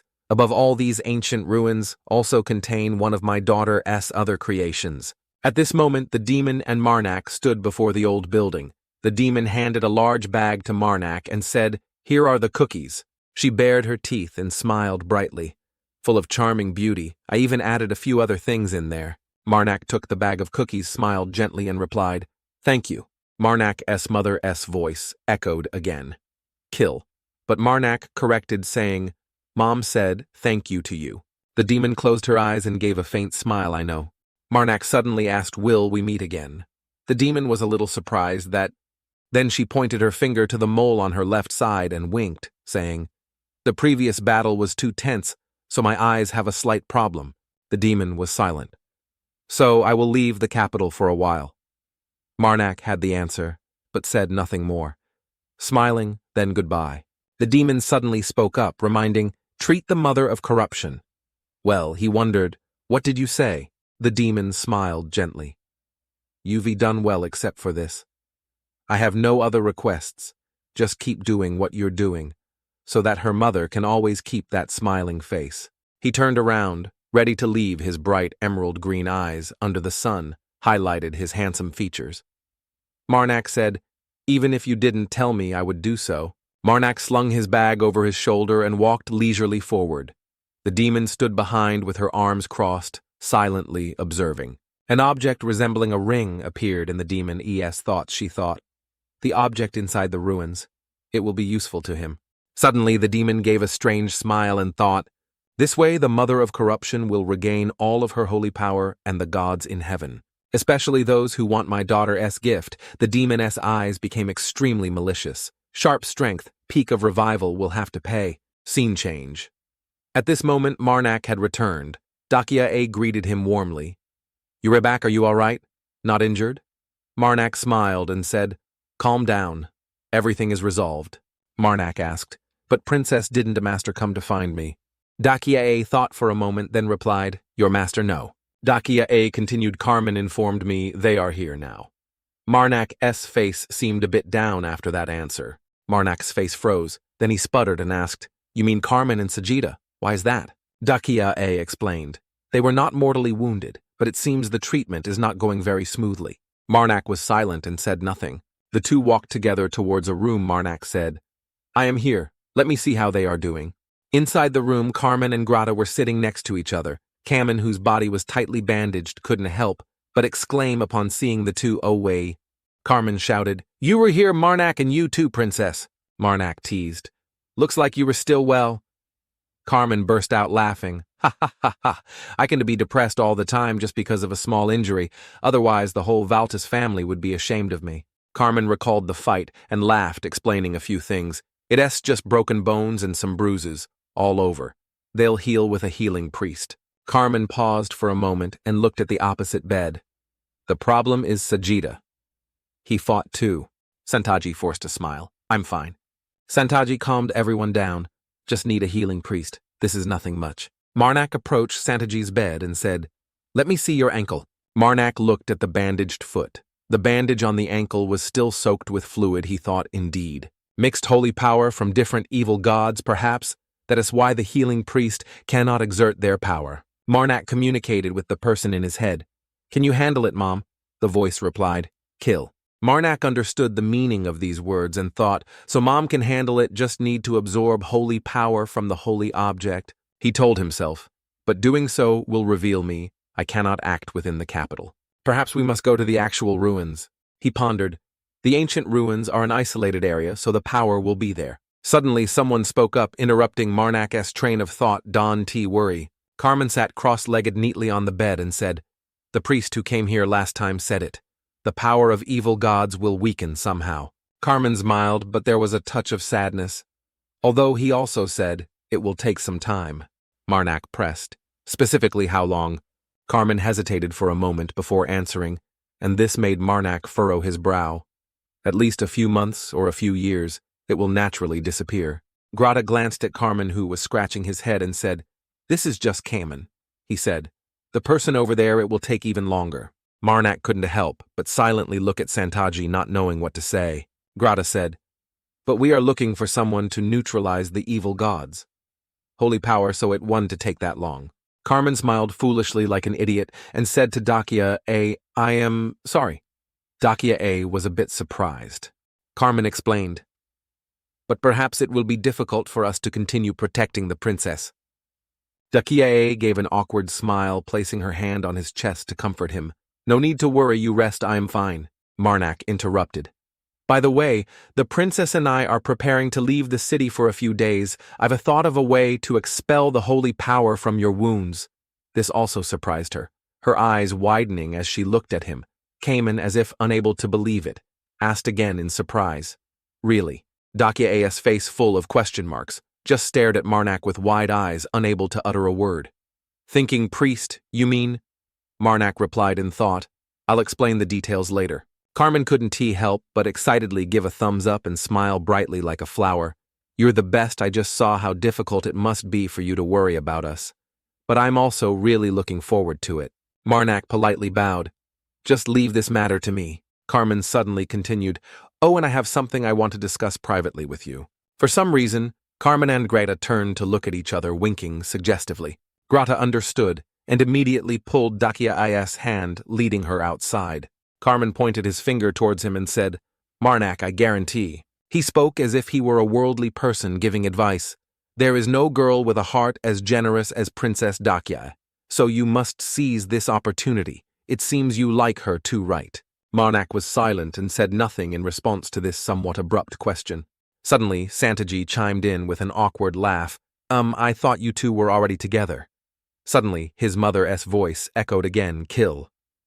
Marnak quickly denied, we have nothing going on. The voice kept pressing, full of dissatisfaction. Kill, kill. Marnak was a little angry and argued internally. Mom, you re with me all the time. What do you mean? Do I have to explain myself?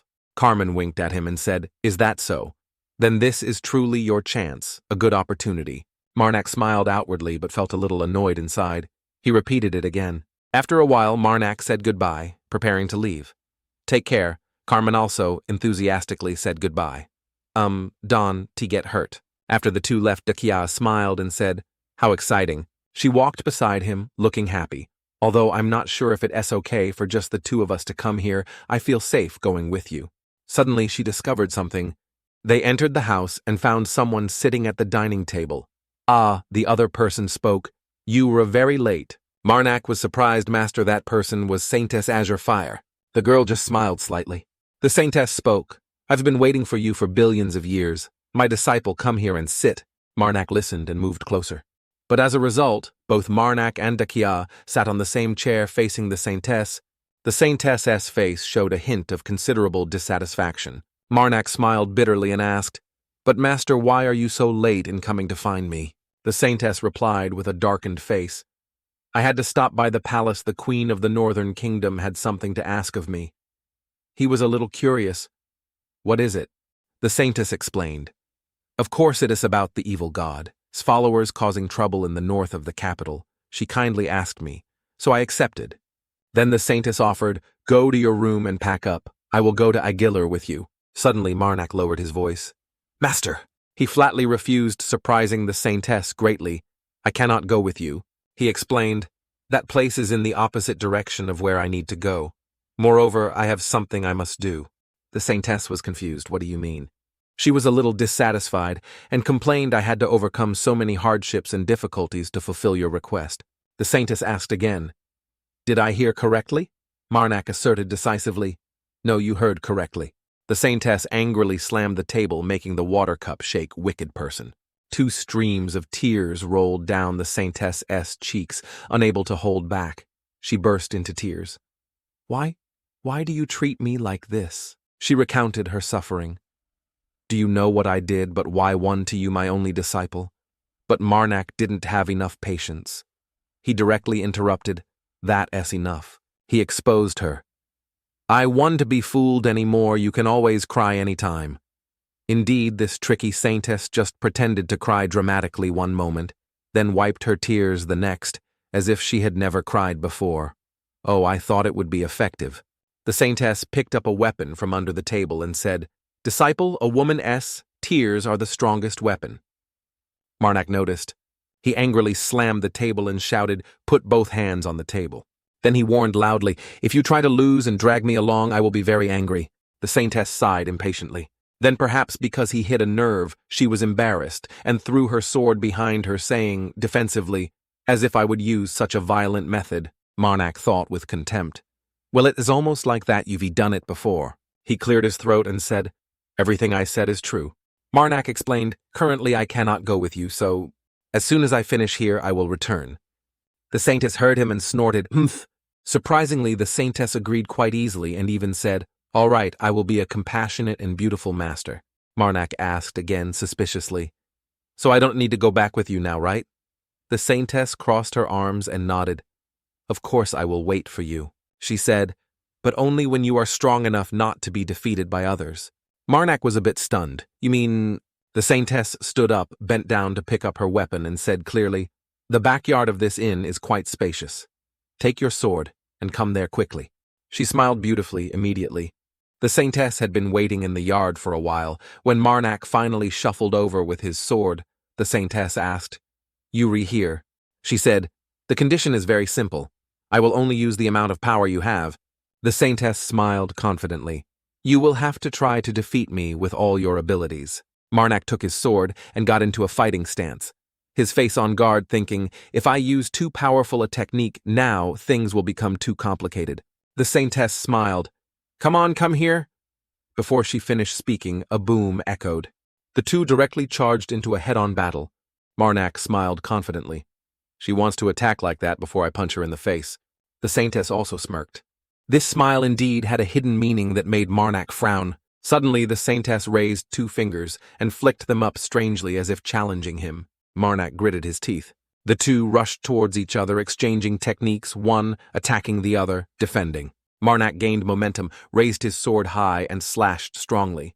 Unfortunately, the saintess easily blocked the blow, sending his sword flying out and sticking into the ground. Marak's sword point was firmly embedded, causing him some difficulty. The ground. The saintess smiled and asked Disciple, What do you think is the most important thing to become a skilled swordsman? Marak replied, Sword techniques honed to their peak and a body trained to its limits. The saintess smiled kindly and then directly jumped onto Marak. Those are just basic conditions. Marak was knocked down, sitting on the ground, having to cover his face while the saintess still stood upright and said, If those were all the requirements to master sword techniques, then I would have become such a person after just 5 years of holding a sword. Marak couldn't help but say, Do you know that sometimes you are very arrogant? The saintess affirmed, That is the truth, I am not exaggerating. The saintess took the sword tip and pointed it directly at Marak's chest. It's the mind. Marak was confused. Mind, the saintess asked. Do you know? She teased. Your bewildered face is quite cute, Marak angrily exclaimed. Explain it, please. The saintess then spoke seriously. A sword master can imbue the will of any sword. Then even things others consider impossible to defeat, a master can still do. But to become a master swordsman, your mindset must not be overjoyed or dependent on others. She stared at him, placed the sword on his shoulder and said, But you seem to be obsessively dependent on something. She directly asked, What is that? Marak closed his eyes tightly and thought, I can answer. I can to say that her disciple is a priest dependent on the mother of corruption, and that every time I revive from the dead, my dependence on that divine power increases. The saintess said loudly, "Oh, my only disciple, it seems you know very well what I am talking about." He admitted that's right. The saintess smiled. "I am very happy to have found you and taken you as my disciple, but my heart turned cold when we began to spar." Marak asked, "Is it because it will be a long time before I can become a sword master?" But the saintess denied no more than that a mother's heart, I think. She suddenly started rambling incoherently. "It feels like I raised a son with everything I had, only to see some cunning, wretched woman steal my son." Marak interrupted. "It's very clear. Mom doesn't like you at all." The saintess didn't bother. "That annoys me greatly." The saintess said seriously, "As long as the nurtured one is dependent on that creature, then I will only harbor resentment if I keep trying to separate that person from you." She said softly, "I don't want that to happen, so I want to force you, but always keep this with you." The saintess placed an object resembling a ring in his hand and said, "This is an ancient relic I obtained from the sacred fire sect." The saintess raised her finger wearing her black ring and explained, "If you wear this mystic ring, you can always know almost exactly where the person wearing the white ring is." Marak put the ring on his finger and replied, "All right, I will wear it." He suddenly asked Master, "Can I ask you a question?" He was curious. "Why is it that you are already so proficient in swordsmanship yet still a nun?" The saintess bowed her head. "It is not always because of faith that people become nuns. Rather, I became a nun because a god granted me that right. And even swordmasters or priests regard gods as their faith. However, they are not influenced by blind emotions with matters related to the divine." The saintess's words stunned him, "Just like I still consider you my disciple, even though in reality I saw you use the holy power of an evil god." She continued, "That is why you must become a master swordsman, so that your emotions are not dependent on anyone or any faith. If you can do it," she said seriously, reminding, "you will be able to distinguish between your true emotions and the emotions the holy god has sown in you." Marak placed his hand on his chest.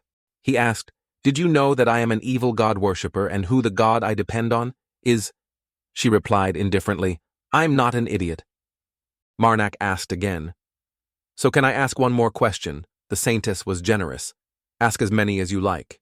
Marak began, "Why do you consider me a disciple and not someone else who is more talented and willing to listen to you?" The saintess said dismissively, "I thought since you were so hesitant you would ask a more difficult question, but I didn't expect it to be this easy."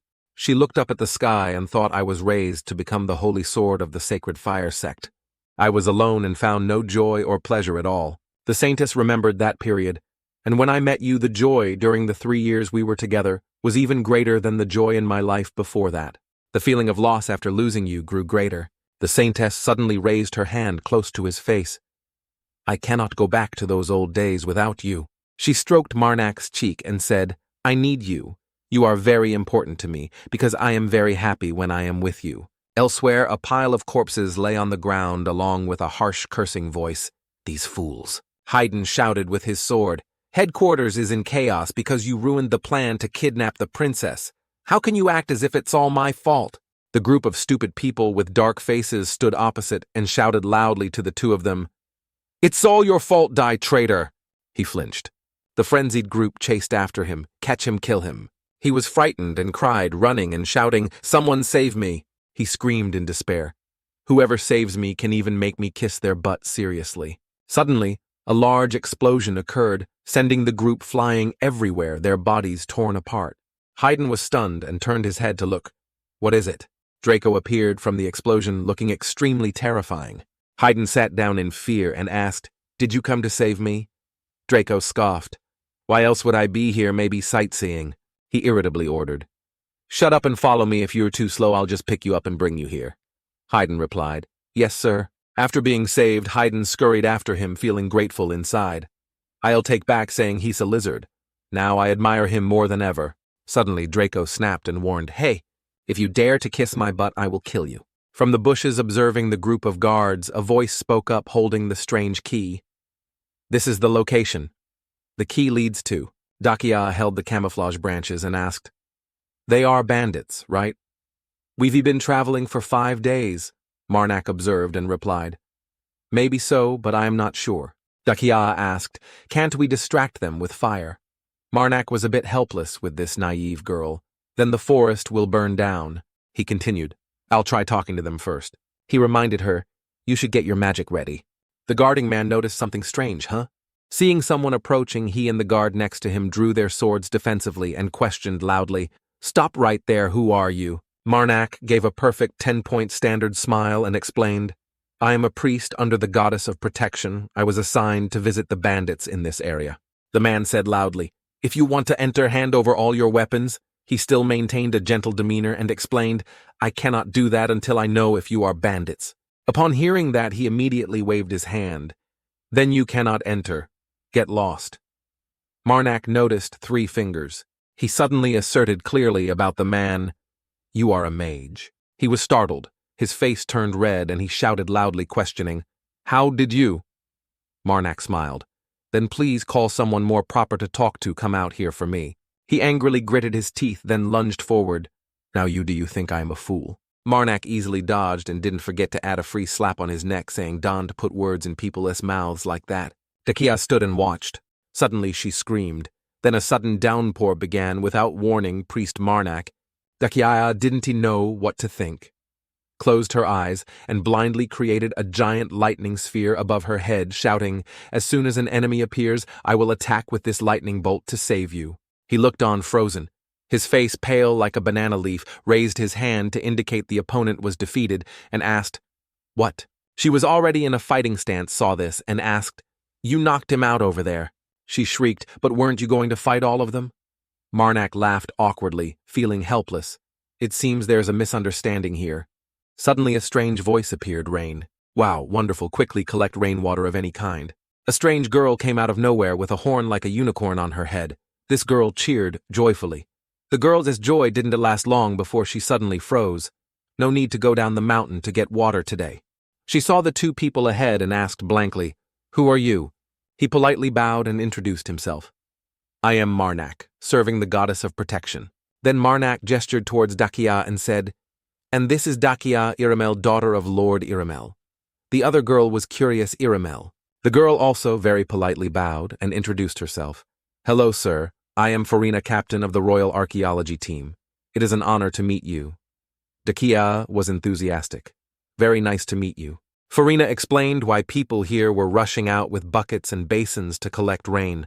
Our mages are not very skilled in water magic. Truly grateful that you 2 brought water here. Dakia smiled awkwardly. I am happy to be of help to everyone. Farina looked at the person who was beaten flat on the ground and gave an awkward smile, explaining, On behalf of that wretch, I apologize to you 2. Farina was extremely dissatisfied and didn't even bother helping the person up, adding a few more sentences. If he weren't a mage, I would have driven him away long ago. Then she turned and pressed the 2. But how did you find this place? The excavation methods for ancient ruins are always top secret, Marnak explained. Actually, we found this place by following the coordinates shown on the key. Farina seemed to know that object too. The key, you mean the key leading to the ancient ruins.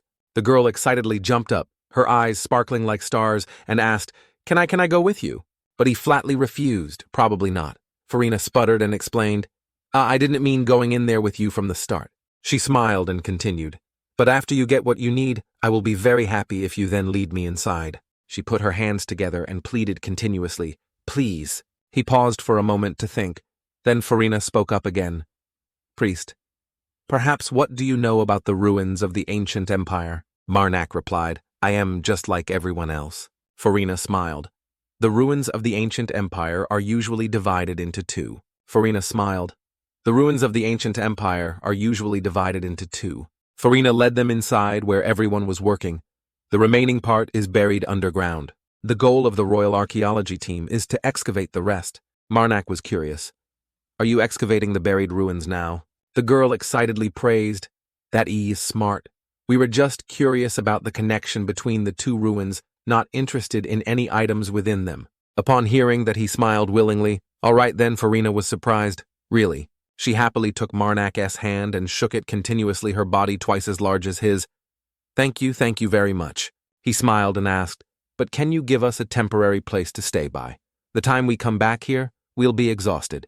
Farina generously replied, "Of course."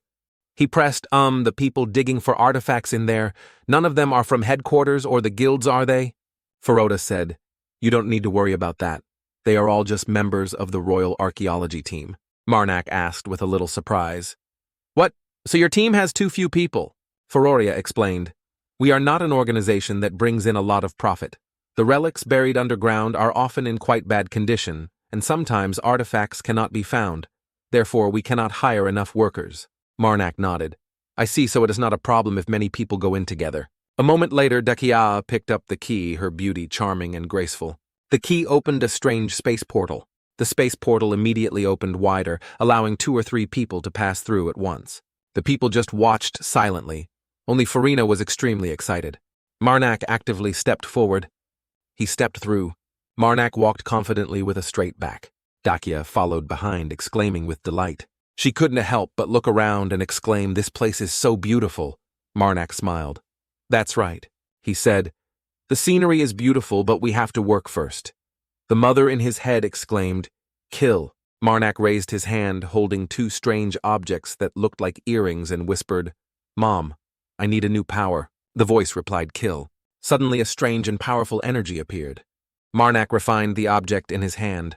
Holy power, 15232.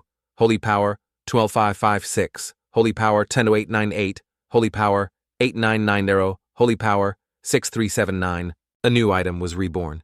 Marnak looked on with satisfaction. Finally a power with strong attack. Marnak picked up the weapon, here, his face full of confidence, the sword of corruption devouring everything it touches. But suddenly he discovered something. For some reason the item suddenly caused a strange phenomenon. Wait, the weapon is rusted? Immediately after, Marnak's entire arm also disappeared with it. Marnak's face darkened. "If it devours me too, how can I use it?" Dakia looked at Marnak's stump of an arm and asked, "Is your hand okay?" Marnak replied, "It will heal soon. Don't worry." A voice echoed. A stream of green energy emanated from Marnak's body. It turned out to be Marnak's mother. She still only knew how to say "kill." Marnak's mother rushed over and hugged him tightly. Marnak said in surprise, "Mom, you're much bigger now." Marnak's mother cried. He stroked her head with his hand.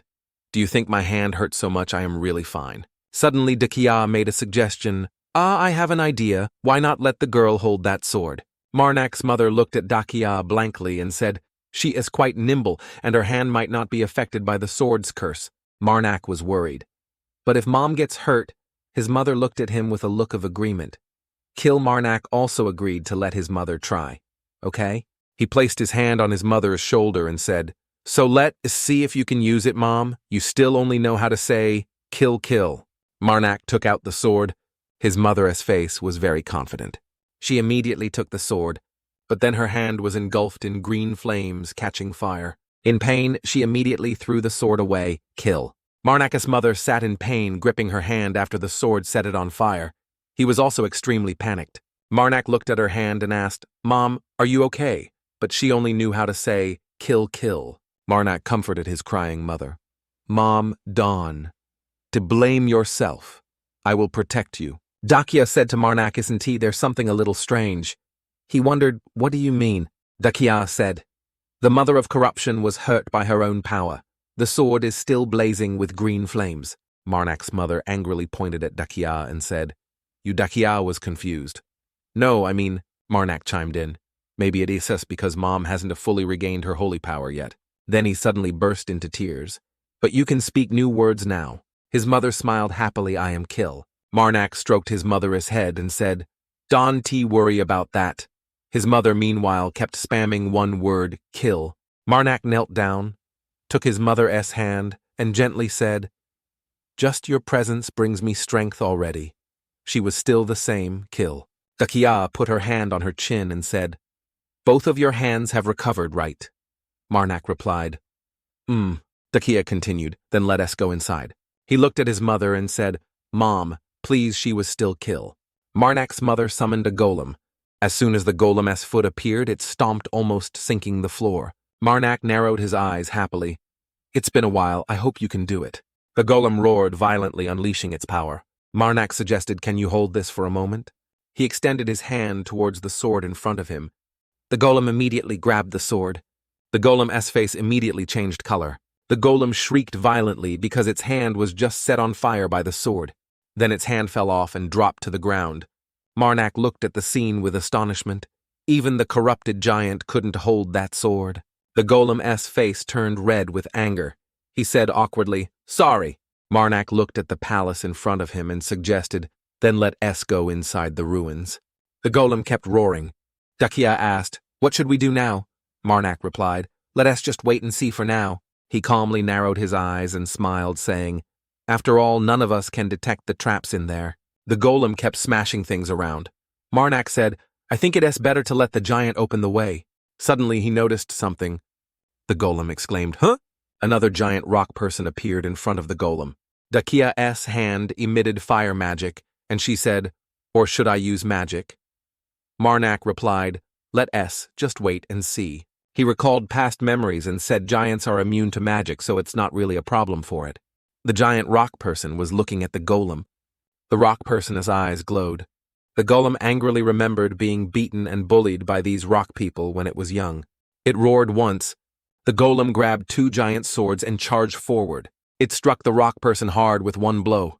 The rock person countered and punched the golem in the jaw. Marnak's mother stood by cheering, "Kill, kill." Marnak also laughed and said, "It's really worth cheering for it. Kill, kill." He was surprised when he saw his mother take something from her robe pocket. It turned out she took out a giant green gem. She held the gem and looked at it thoughtfully. The gem glowed a beautiful green. Marnak's mother closed her eyes and chanted, making the gem emit a glow. He was surprised, Mom, that is. The gem split in half. She held it up for Marnak to see, and then smiled. "Kill holy power. 13379. He used his hand to lift his mother's armpit. "Now you can be considered a goddess." Marnak lifted her up and said, "You have merged all the chaotic forces into one." He lifted her and spun her around. "Mom, you're amazing." Dakia also watched, speechless, at the mother and son. Dakia said, "You two are very well suited." Marnak laughed. "Ha ha ha, you think so?" Dakia asked a question that made Marnak speechless. "Do you think we could also be suited like that?" Marnak subtly replied, "I think we are already suited, aren't we?" He said, "Or is it just me who thinks so?" Dakia blushed. Dakia was shy, That Marnak looked at her and smiled, thinking, "When fighting, she always helps me whenever I need her." The golem roared. Then it held something up high. The blue sword appeared along with Marnak's thoughts. "According to the situation I used 10,000 divine power to strengthen my power and the corrupted giant as needed. I can pull out a power as hard to control as the corrupted sword in critical moments." Marnak smiled and said, "All right, let us go." Dakia nodded. "Okay," he said to his mother. "Mom, change back into the hand form now." Marnak's mother looked at him kill. The two Marnak and Dakia, along with the golem, were moving deeper into the ruins. Someone's foot appeared. A figure with a fully covered cloak and darkness within appeared. The golem watched as something was about to appear in front of it. Suddenly it was hit directly in the face. It was a golden robot that sent the golem flying away. Marnak hugged Dakia danger. The recent collision caused the surrounding earth and rocks to explode, filling the air with dust. He was still hugging Dakia, tightly protecting her. Marnak looked towards it in surprise. What the hell? His face was worried. The valiant golden robot appeared, stealing the golem's spotlight. It began to advance closer towards Marnak's group. Marnak gritted his teeth. "Damn it!" The robot's hand lunged to attack. He channeled the power of the characters of corruption, causing his eyes to turn green along with green patterns on his face. Marnak said to Dakia, "Miss, hold on tight to me." Then he shouted loudly, "I'll run at full speed." And then Marnak hugged Dakia and dashed away. The golem was angry and roared continuously. It bravely charged at the golden robot. The golem used its giant sword to attack the robot, allowing Marnak to run. Dakia was worried about the golem. "Is this okay, leaving it here like this?" Marnak reassured her. "It will be fine. We will come back after completing our task." He was actually very worried but tried to act as if nothing was wrong. Marnak and Dakia ran to a door. Marnak said, "It seems this is the door." Marnak's mother's voice spoke up, "Kill." He looked around in confusion. Marnak and Dakia were startled and frightened to see the group of robots standing in front of them. A robot's eyes displayed two red dots. The whole group of robots started to attack. The sword-wielding robots charged at the two people. Marak said, annoyed. They want to even let us rest. Holding the sword in his hand, he shouted, Dakia, you handle the right side. Dakia replied, all right. Marak looked at the defeated robot that was smoking. Dakia's voice spoke up. Did I do well? Marak praised, you did very well. You used a large amount of magic. Perhaps we should rest a bit. Dakia said awkwardly, A sound was heard, making both of them vigilant. A robot leg appeared. A golden robot appeared. Kill. The golden robot raised its hand. Then it pulled out two guns from its hand. Marak looked and jumped aside. He continued to hug Dakia and run this way quickly. Marak and Dakia hid behind the wall to avoid the golden robot that was continuously firing bullets. He gritted his teeth in anger. Dakia held onto Marak in fear. The earth and rocks were shot until they were glowing red. Every piece was as hot as burning coal. Marak didn't see the robot firing bullets anymore and thought, it must have run out of ammo. As for the robot, its 3 barrels fired too much, so they are now glowing red. Marak stomped hard with his foot. He hugged Dakia, keep running. And then Marak seemed surprised by something. He looked behind him, A robot arm was absorbing the bullets just fired. What the hell is that? It turned out, the golden robot just ran out of ammo, so it was picking them up. Marak muttered annoyedly, It's picking up the bullets it just fired. Dakia was worried. What should we do now? Marak calmly said, Can you hit that giant S-gun with your magic? He looked at the robot S-gun and continued.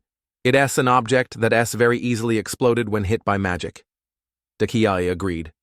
Okay, I'll use magic right now. Suddenly Marak suggested. No, wait a moment, just as he is about to fire. Dakia said with a confident expression, I will try to hit that gun. He saw the robot getting ready to fire again. Marak shouted loudly, Do it right now! Dakia unleashed fire magic at the robot. Dakia's fire orb was hurtling towards it. The fire orb caused the golden robot S-gun to explode. Marak looked up at the ceiling and noticed movement. He looked at Dakia and smiled happily. Well done. Dakia blushed and clenched her fist. All right, leave it to me. These robots want to be able to do anything to me. Marak stomped hard with his foot. He hugged Dakia and ran away while Dakia continuously unleashed magic towards the golden robot. Hit by many spells, the robot gradually exploded and caught fire. Dakia's expression immediately turned annoyed. Marak was worried. It seems she's running out of mana. He noticed something. Both were surprised by the door in front of them. Marak strongly kicked the door once. But it didn't budge, so he was annoyed. Damn it. Marak was helpless. We've hit a dead end. He put Dakia down and said, I think this is the exit. Please keep watch for me while I examine it for a bit. Marak looked back worriedly. Almost out of time, they will catch up to us soon. The golden robot was still relentlessly chasing. A saw appeared. It turned out he was using the saw to open the door, but it was ineffective. The door had many scratches, but no sign of opening. Marak looked on in panic. He looked at the door gradually healing and wanted to curse. What the hell? A sound was heard. No cheating. Marak thought, annoyed. Maybe I have to defeat that thing to open the door. The golden robot was continuously firing bullets and getting closer, making him frustrated. Damn it. Marak shouted loudly to Dakia. Dakia, do as I say. Marak unleashed all his power and charged forward. This is the last monster, Marak continued. Just hold on a little longer. Dakia wiped her sweat. The robot used its arm to absorb bullets. He threw something and thought, does it want to reload again? The object Marak threw hit it, causing the robot's arm to stop absorbing bullets. He shouted loudly, Dakia. Dakia unleashed all her magic power. The magic explosion caused the area around the robot to ignite and explode, engulfed in a sea of fire. Dakia knelt down exhausted. Marak gritted his teeth. This is the last magic she can cast. He leaped high and charged at the robot. It's time to seize the opportunity and act quickly. Marak gripped the sword tightly in his hand. The sword of corruption. He forcefully thrust the sword into the ground. The golden robot looked on in surprise. Marak's hand was ignited and corroded by the sword. He thought in horror. Damn it, the devouring when holding this sword is happening too quickly. The golden robot was also gradually affected and being corroded. Marak felt uneasy. Not good. I can't maintain the characters of corruption anymore. But his hand still gripped the sword even though it was almost completely necrotic. That one to do if the sword disappears. Suddenly, Marak's hand pulled him forward. The golden robot also charged forward in anger. A wave of green light spheres emitted from the robot. His mother's hand was holding that sword. His mother's voice echoed, "Kill." Marnak's mother held the sword, bursting into tears, and said, "I'll kill you." While he was lying flat on the ground, a power struck the golden robot directly. Dakia looked up in horror. The golden robot was being set on fire and corroded. Marnak's 2 arms were corroded by the sword and turned to ash. His mother rushed forward, opening her arms to hug him. Marnak's mother raised her hand towards him. Marnak's eyes widened. He jumped up and shouted loudly, "Mom, are you okay?" His mother said, "Kill." Marnak looked at his mother with joy. "Oh, Mom is still okay. I'm so happy." He asked her, "Did you bring Dakia and me here?" She replied, "Kill." Marnak smiled brightly like a flower. "I really can't live without you, Mom." His mother raised her hand, looking serious. And then she raised 2 fingers and posed proudly, "Kill, kill." Marnak smiled and said, "Yes, Mom is the best." He recalled, "If it weren't for Mom, we wouldn't have been able to defeat that robot." A voice spoke up, making Marnak turn back to look Priest Marnak. It was Dakia, speaking. "I am not dead yet, right?" He replied, "Not yet." Marnak walked over to Dakia's side. "Can you walk now?" Dakia said, "Yes. Thanks to the rest, I feel much better. Where are we?" Marnak looked at the door in front of them and said, "We've arrived." A sound from the door echoed again. "What is eternally lovely?" Dakia was surprised. He smiled and said, "As expected of the mother-daughter pair." Dakia asked, "Marnak, is this a riddle?" He replied, "Elisa." A memory snippet appeared between the mother and her daughter. The door immediately opened, surprising Dakia, while Marnak obviously found it normal. A vague foot appeared and said, "Exactly." The person who just appeared introduced herself to both. "I am the best blacksmith in the Empire Sillin." It was a girl with pigtails tied on both sides. She said, "Well, more precisely, I am just a 3D projection, but..." Marnak started sweating, thinking, first a machine gun and now a projection. He looked at the girl in front of him. What kind of ancient kingdom is this? The projection continued to repeat the sentence, leaving Dakia stunned. "Exactly, I am the best blacksmith in the Empire Sillin." "Well, more precisely, I am just a 3D projection." But Dakia exclaimed, "Huh." Marnak explained, "It is probably because we kept standing here that's why the projection repeated itself. Let us go inside." The 3D projection of Sillin said, "You said you overcame the guards I created. Truly impressive." Dakia asked him, "How did you know the answer?" Marnak said, "Ah, you mean that riddle," he continued. "Because you mean my mother's name," Sillin chimed in. "And why did I ask that? It's simple." A yellow key with many mechanical parts appeared. Sillin said, "You all entered here using the key I left for my mother, but what if you didn't know my mother's name?" Sillin began to become dangerous and said, "Why should I spare you all?" Her 3D projection was angrily catching fire. Marnak looked over at Dakia and gave an awkward smile. "It would be really bad if I answered incorrectly." Sillin became serious again and continued, "Any way to get in here, you all must have had a hard time. She created a house and said, so just rest here." Marnak stroked his mother's hand, his mother still spamming kill. Dakia's voice spoke up, "You shower really quickly." Dakia, in her charming swimwear, looked at Marnak and said, "Isn't the bathroom here?" "Wonderful. It feels like I've gotten rid of a ton of fatigue." He said calmly, "I feel the same. Do you like it?" Dakia replied, "Yeah, I've never seen those strange devices before." The faucet and shower appeared as Dakia described them, but the details were explained in ancient language. Even my clothes were washed while I was bathing. She was happy. It seems my aversion to Sillin has disappeared by half. Marnak's mother said, "Kill the house Sillin created looked very beautiful and modern." Sillin appeared and asked, "Are you fully rested?" She floated in front of Marnak and said, "I am here to return some items you all left behind on the way here." Marnak looked at the thing in front of him. It was a black ring. Sillin said, "I also repaired the damaged items." He picked up the ring and I thought it fell off because my hand rotted when I held the sword.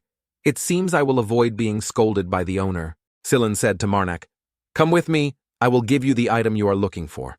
Dakia was astonished. "Wow." A magnificent white palace appeared before Dakia, making her exclaim in awe.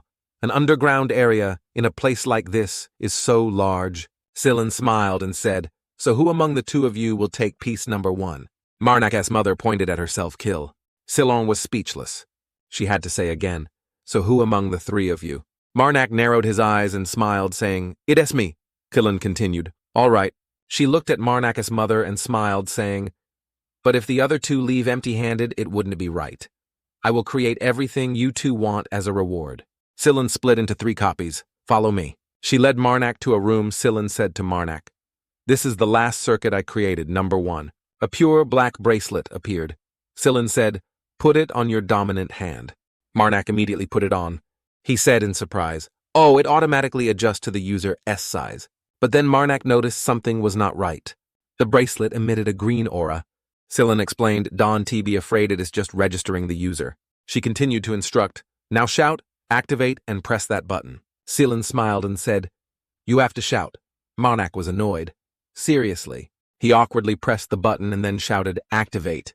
The bracelet immediately transformed and covered Marnak's entire hand. His entire hand immediately transformed into a robot hand. He was surprised.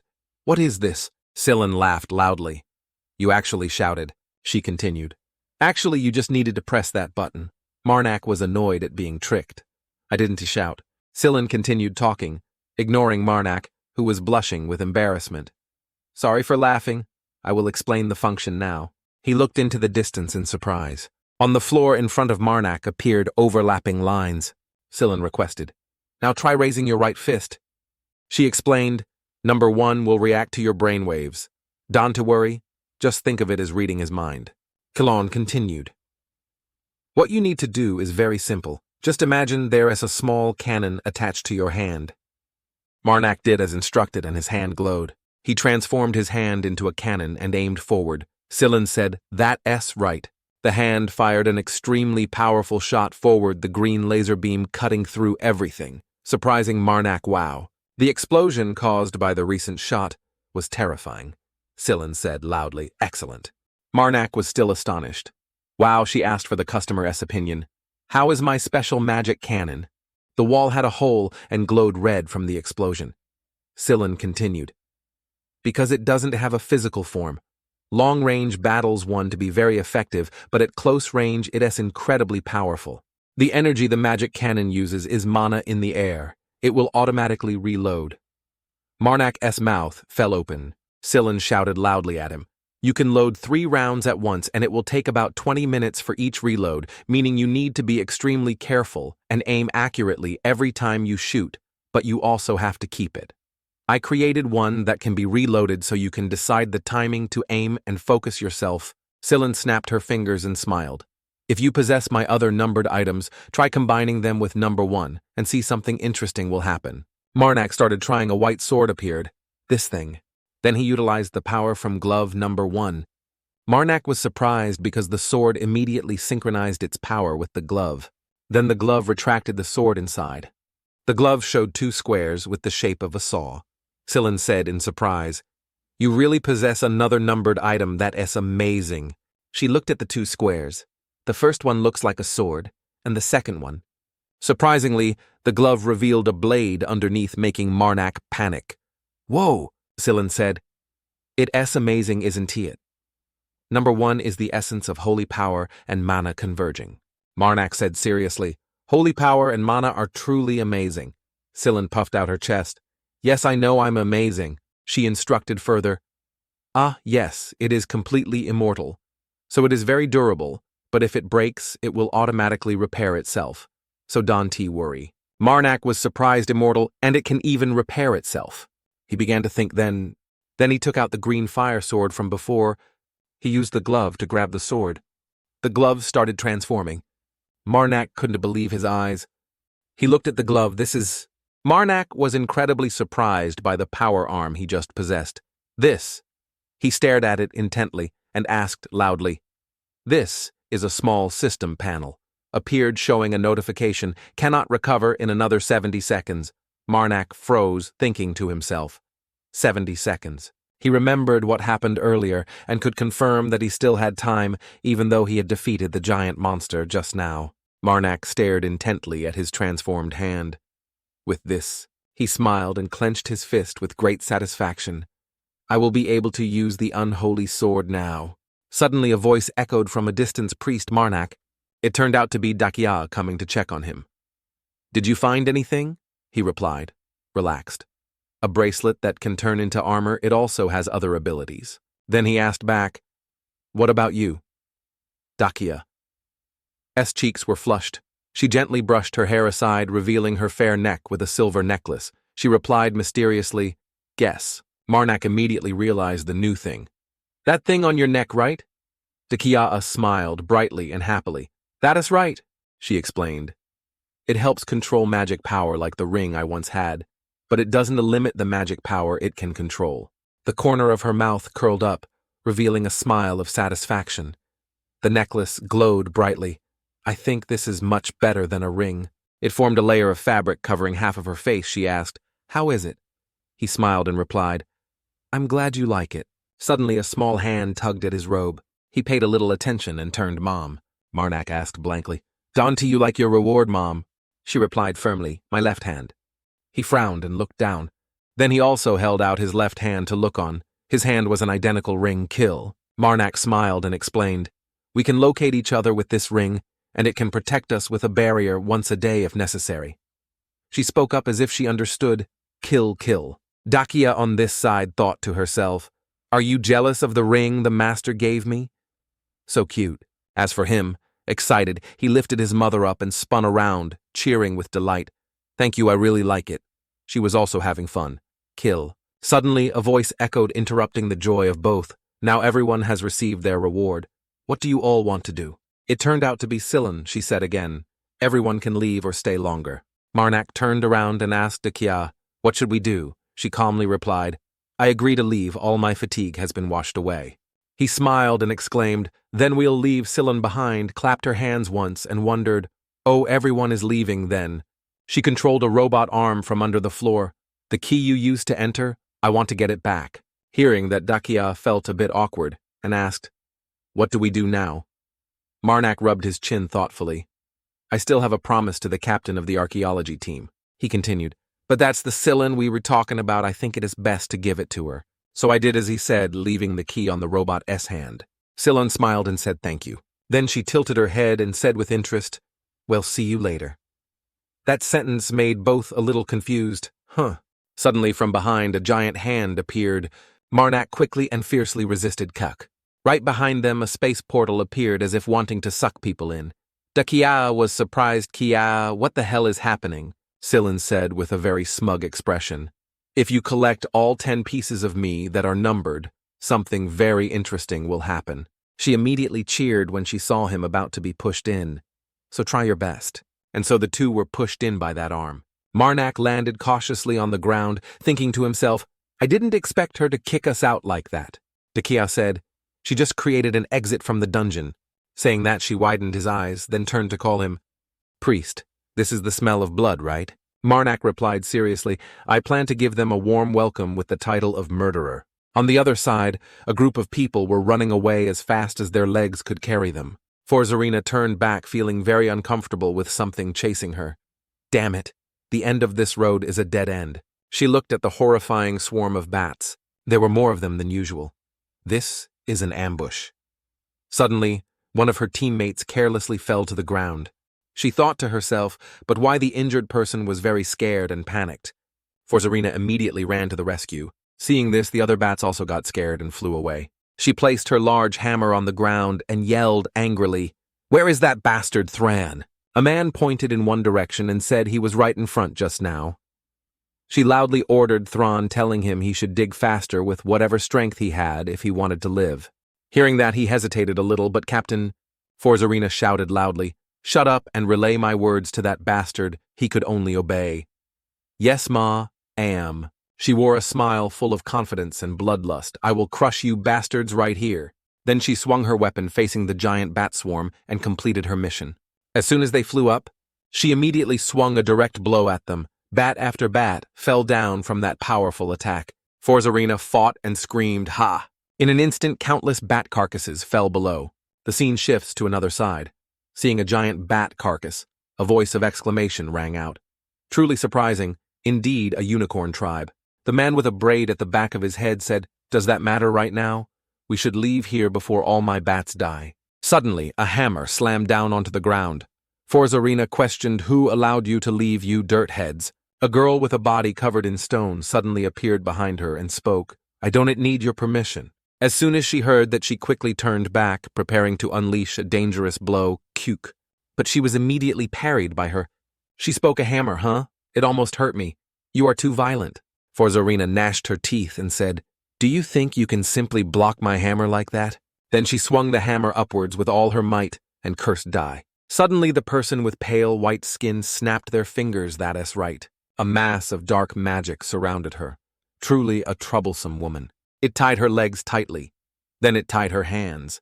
Finally it wrapped around Forzarina's neck. Her whole body was restrained and she couldn't move. Cuke. The girl behind her laughed gleefully. My dear Dawn, to behave like that.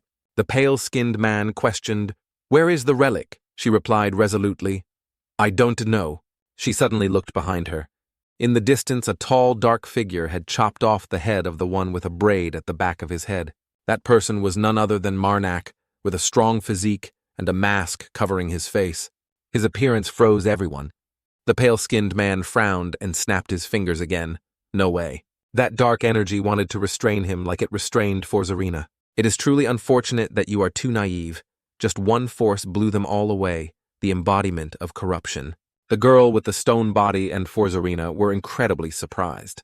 Marnak on this side charged like a furious leopard. Seeing that, she cried out in fear, Holy power! He held the chainsaw and slashed straight down at the ground. The man saw it and could only panic, staring blankly. Marnak stood proudly as the rocks were shattered by him. Marnak's voice rang out, you guys. His eyes were full of killing intent. He questioned, How many are there? The pale-skinned man couldn't recognize his own situation and was still planning to resist. Suddenly a large explosion occurred in front. Smoke and dust billowed, blocking all vision. Then a giant lump of flesh appeared. He smirked smugly, thinking that Marnak had been swallowed by that mass of flesh. But in an instant he was slapped in the face. Impossible. His chainsaw cut through that mass of flesh as fast as lightning. Blood splattered everywhere. The scene became utterly horrifying. He was so scared he broke out in a cold sweat. You what? What the hell are you? As soon as he finished speaking, Marnak easily escaped the restraint. His eyes blazed sharp as if wanting to slit the throat of anyone who looked at him. At that time, from the heavens above, 4 stars descended. A holy war. It is a holy war, you who submit to divine will. Destroy the fallen gods, we will lead you. This is the will of the gods. The 4 stars have gathered warriors who will carry out the will of the gods. The 4 stars spoke. Do we need to revere or serve the fallen gods even a little? The only reverence for the fallen gods is annihilation. Do not doubt and have no questions. Just follow what you have been commanded. All of it is for your benefit. The stars have descended. They have named the warriors they gathered as Holy War of Extermination. Returning to reality, Marnak questioned, How many of you are there? The man stubbornly continued to use his power to try and keep him, but he didn't flinch at all and rushed to tightly grip the man's neck. Marnak didn't waste words and just asked directly how many. The pale-skinned man was still persistent. Why should I? He didn't say anything more and used action, punching the opponent's neck with one blow. And that had a great effect. His face was covered in blood. By this point, he was very scared, so he finally confessed, Besides us, there is another team. If you let me go, I will. The man was currently hanging in the air. Hearing that, Marnak immediately let go, making the opponent fall to the ground. Then the girl with a body covered in earth stepped forward. Oh, wow. She was still very arrogant and laughed, saying, I must teach you a new lesson. But suddenly she froze because a knife was stabbed straight into her chest. Her entire body gradually aged, her hair fell out, and her skin melted away, leaving only bones. Seeing that scene, Marnak spoke. That's indeed. Then he used his hand to send her off to meet her ancestors, a perfect massacre. Then Marnak turned to ask Forzarina, Miss, where is my next target? The corner of her mouth curved up and she said, Pull me up first, then we'll talk. He also listened and pulled her up. She thought to herself, He is kinder than I thought. Forzarina frowned when she clearly saw Marnak's appearance now, even though he looked a little strange. He helped her up. She spoke, I don't know who you are, but can you save me? Marnak replied nonchalantly, I am a murderer. Forzarina broke out in a cold sweat and said, Ah, okay, a murderer. Huh, buddy? Her eyes subtly glanced down. If you help our team. It turns out his 6-pack abs were the destination of her gaze. Forzarina then blushed and turned away. I will do everything you want. Then he was startled and realized It turned out her hand was touching Marnak's strong body. He angrily questioned, "What are you doing?" Forzarina happily drooled, quickly withdrew her hand and explained, "Sorry, I wasn't paying attention." He was annoyed, his eyes full of killing intent, and warned, "If you don't want to be killed, take me to where those lumps of flesh that need to be killed are." She heard and felt a little scared. Well, all right. She clasped her hands and begged please. He tiredly yelled, "Shut up, I am not doing this for you." Marnak stated his purpose clearly. "I just want something new to slaughter," Forzarina replied. "All right." His eyes slightly glanced to the side. Then he used his hand to unleash power, holy power. Plau 1000. He thought to himself, it seems like, looking at the skull on the ground, the cursed sword doesn't absorb corpses. After that incident, Marnak reminded himself, I must limit using too many fingers so I can use it on those things. Suddenly he sat down below and said, "Now I will run out of here as fast as possible." Marnak frowned and threatened, "If you don't want to be killed by me, show me the right way." Forzarina smiled and replied, "All right, I'm counting on you." Seeing her attitude made him even more annoyed, and he yelled, "I am not doing this for you, okay?" Marnak emphasized, "I just want something new to slaughter." Forzarina, who was being carried on his back, happily cheered. Yeah. So he dashed deep into the cave. Dakia was hiding behind a rock, watching them both. She tightly clutched her cloak. Then she also quickly ran after them both. Elsewhere, someone was casting ice magic. Someone was shouting, urging Thran, "Hurry up." They loudly said the captain risked his life to buy us time. Thran was urged and became too angry. He yelled, "Damn it! Do you think this is a child's game or something? If you can help, then shut up." Suddenly a subordinate looked behind him. That person wondered this sound is... Immediately the giant bat swarm flew towards them again, wanting to attack. The subordinate yelled a warning, "The bats are here again." Thud, "If only I had a weapon in my hand." Thran gnashed his teeth in anger. He just yelled, "Damn it," while using all his strength to unleash his power. Immediately the wall was punctured with a large hole. He happily said, "It's done." Then he shouted to his subordinates behind Dig, "Quickly, we will go inside." The bat swarm was still charging at this time. Right at this moment, all of them had safely jumped to the other side. Thran clapped his hands together to control the stone wall. He very seriously cast magic carefully. The bats were flying towards them. The stone wall immediately closed, crushing. The bat blood splattered all over the wall. Its head fell off stone dead. Thran knelt down on the ground. He panted and spoke, "Hey, someone come help." Thran clicked his tongue. Damn it, thinking to himself, we were able to survive thanks to the captain's sacrifice. But the captain, little did they know that Forzarina on this side was being carried by a handsome man and was thrilled to death. Marnak's mother was annoyed. Kill. A voice rang out, "Managing to run, huh?" The black-haired girl wondered, why are these people so hard to catch? The blonde-haired young man replied seriously, "It seems that archaeology team is stronger than we thought." Jamel came closer, sighed and said, "Ha! You are sure they have relics, right?" He squinted his eyes and said, "There is no doubt anymore the higher-ups can track the location of the relics." Jamel, she came forward from behind.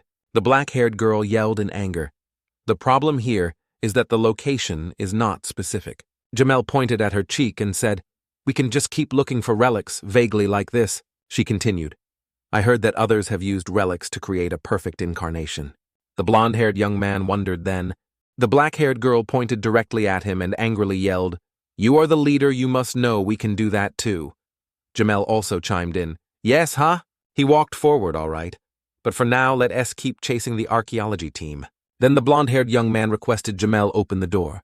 She replied, "Okay." After speaking, she immediately clasped her hands together to cast magic and recited a spell, "Oh, giant stones, unite." She pointed straight at a stone wall and continued, "Clear the path from those rocks." Immediately, a large straight crack appeared. In an instant, a large hole was opened. The black-haired girl urged, "All right, let's go." But before she could leave, a giant bat charged towards them. Following that were countless other bats chasing them.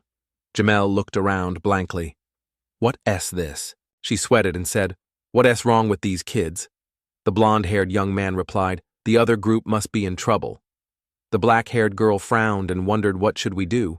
Go help them. As soon as Jamel heard that, she immediately refused. "That group is full of weirdos. I really don't want to." He reminded her, "Our mission is to retrieve the relic.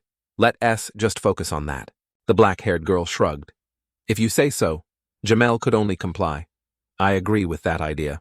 The scene shifts to Marnak. A damaged hand was touching his chest. He was startled and questioned, "What are you doing?" Forzarina changed the subject. "Are you interested in archaeology?"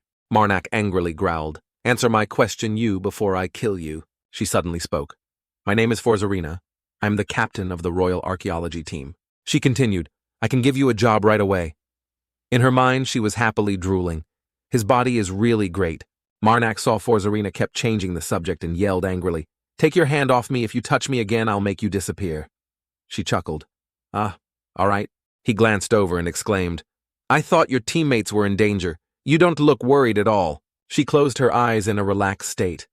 Calmly replied, "I don't even know if they are dead or not, so there is nothing to be sad about." Suddenly, Forzarina discovered something. Then she was excited, pointing straight ahead. "My people must have gone that way." He looked in that direction and saw a large castle behind the rock's ruins. She replied, "That is where Princess Sillon passed away." Marnak was a little surprised, Princess Sillon. Then he realized who that person was. Forzarina explained, "This is the experimental site as well as her fortress. The Old Kingdom, during the reign of her mother and the Emperor Winglak, no problems occurred. But when it came time to choose a successor, her daughter Sillon renounced the throne. Therefore, an adopted son from a close royal family immediately took over the position. Of course, when Sillon renounced the throne, there were no problems at first, until Sillon created the Immortalium. Hearing this, Marnak's eyes were full of doubt. Forzarina smiled and said, "What I am about to say is just my hypothesis, so please don't take it as fact." She continued, "For the Old Kingdom, which was built after the era of the fallen mages, there was no enemy worthy of them. But thanks to the Immortalium mind, Sillon's reputation soared. The Emperor expanded his army to consolidate his power. But the problem is this, that action, on the contrary, threatened his authority. A group of revolutionaries was formed aiming to support Sillon's ascension to become the Empress. Sillon still had no intention of taking the throne, but this made those people want her to ascend even more. As an emperor who only cared about power, finally a civil war broke out. Between the revolutionaries and the imperial army, both sides tried to drag Sillon in, because she was the only one who could create the Immortalium. The emperor was certain that his sister would side with him. The revolutionaries also believed that Sillon would not turn her back on the people who were bleeding. However, Sillon declared her neutrality. Forzarina continued, "I think she's just doing what she thinks is right. But the other two factions, because of that, eventually considered her an enemy. She became someone the others felt they had to seize and exploit for their own benefit, instead of someone they should persuade. They came to her experimental site, but were repelled. Right in front of them was a monster made of robot with glowing eyes full of killing intent. The soldiers she created were too strong. They blew away the guards. As someone who brings punishment, Marnak understood those giant constructs are truly powerful." Forzarina continued, "They couldn't penetrate her defenses and made a foolish choice. They took the lives of innocent civilians and tried to threaten her." Sillon was extremely furious at that action and decided to put an end to this civil war. She decided to eliminate both factions because both were the root of all problems. Historical records state that an army of cold steel continuously poured out. I believe these are the robots belonging to Sillon's faction. To counter Sillon's overwhelming army, the Emperor and the revolutionaries decided to join forces. After that, they introduced a force that only they could use. The Masters, a team of highly skilled individuals, infiltrated the experimental area. The outcome: they successfully assassinated Sillon. Forzarina held a piece of colored paper in her hand. She spoke, but it also recorded that no one could return after that. Hearing that, Marnak was very curious why she replied, "Nobody knows. There are no records of it." She continued, "Sillon's experimental zone became a forbidden area, so after that, no one could enter." He glanced to the side, questioning after that event what happened to the Old Kingdom.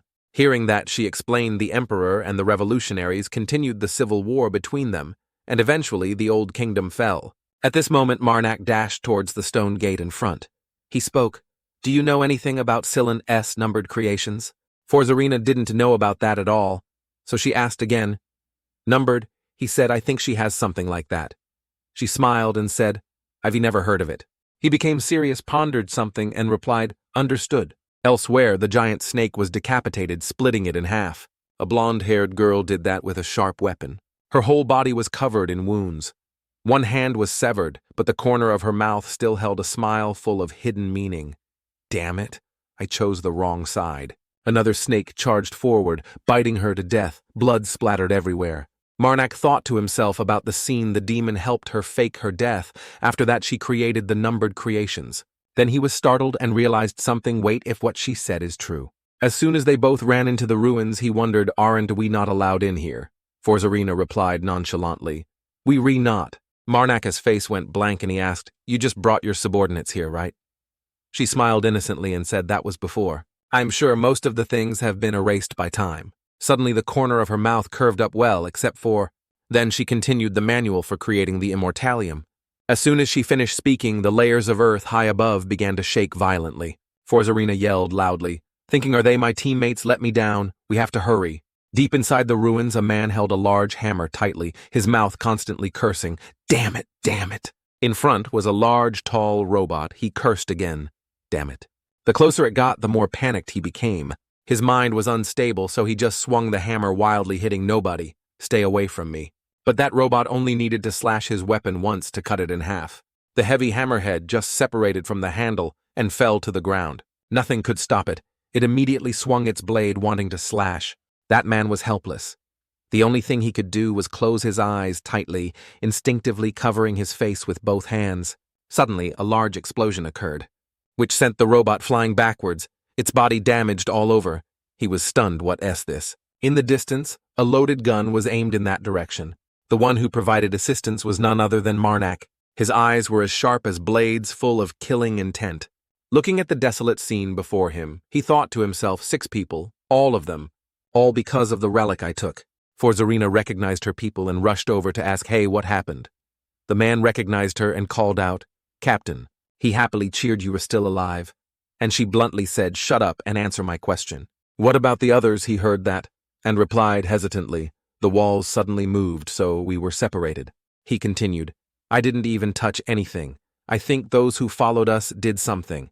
At that moment, the robot's eyes lit up brightly.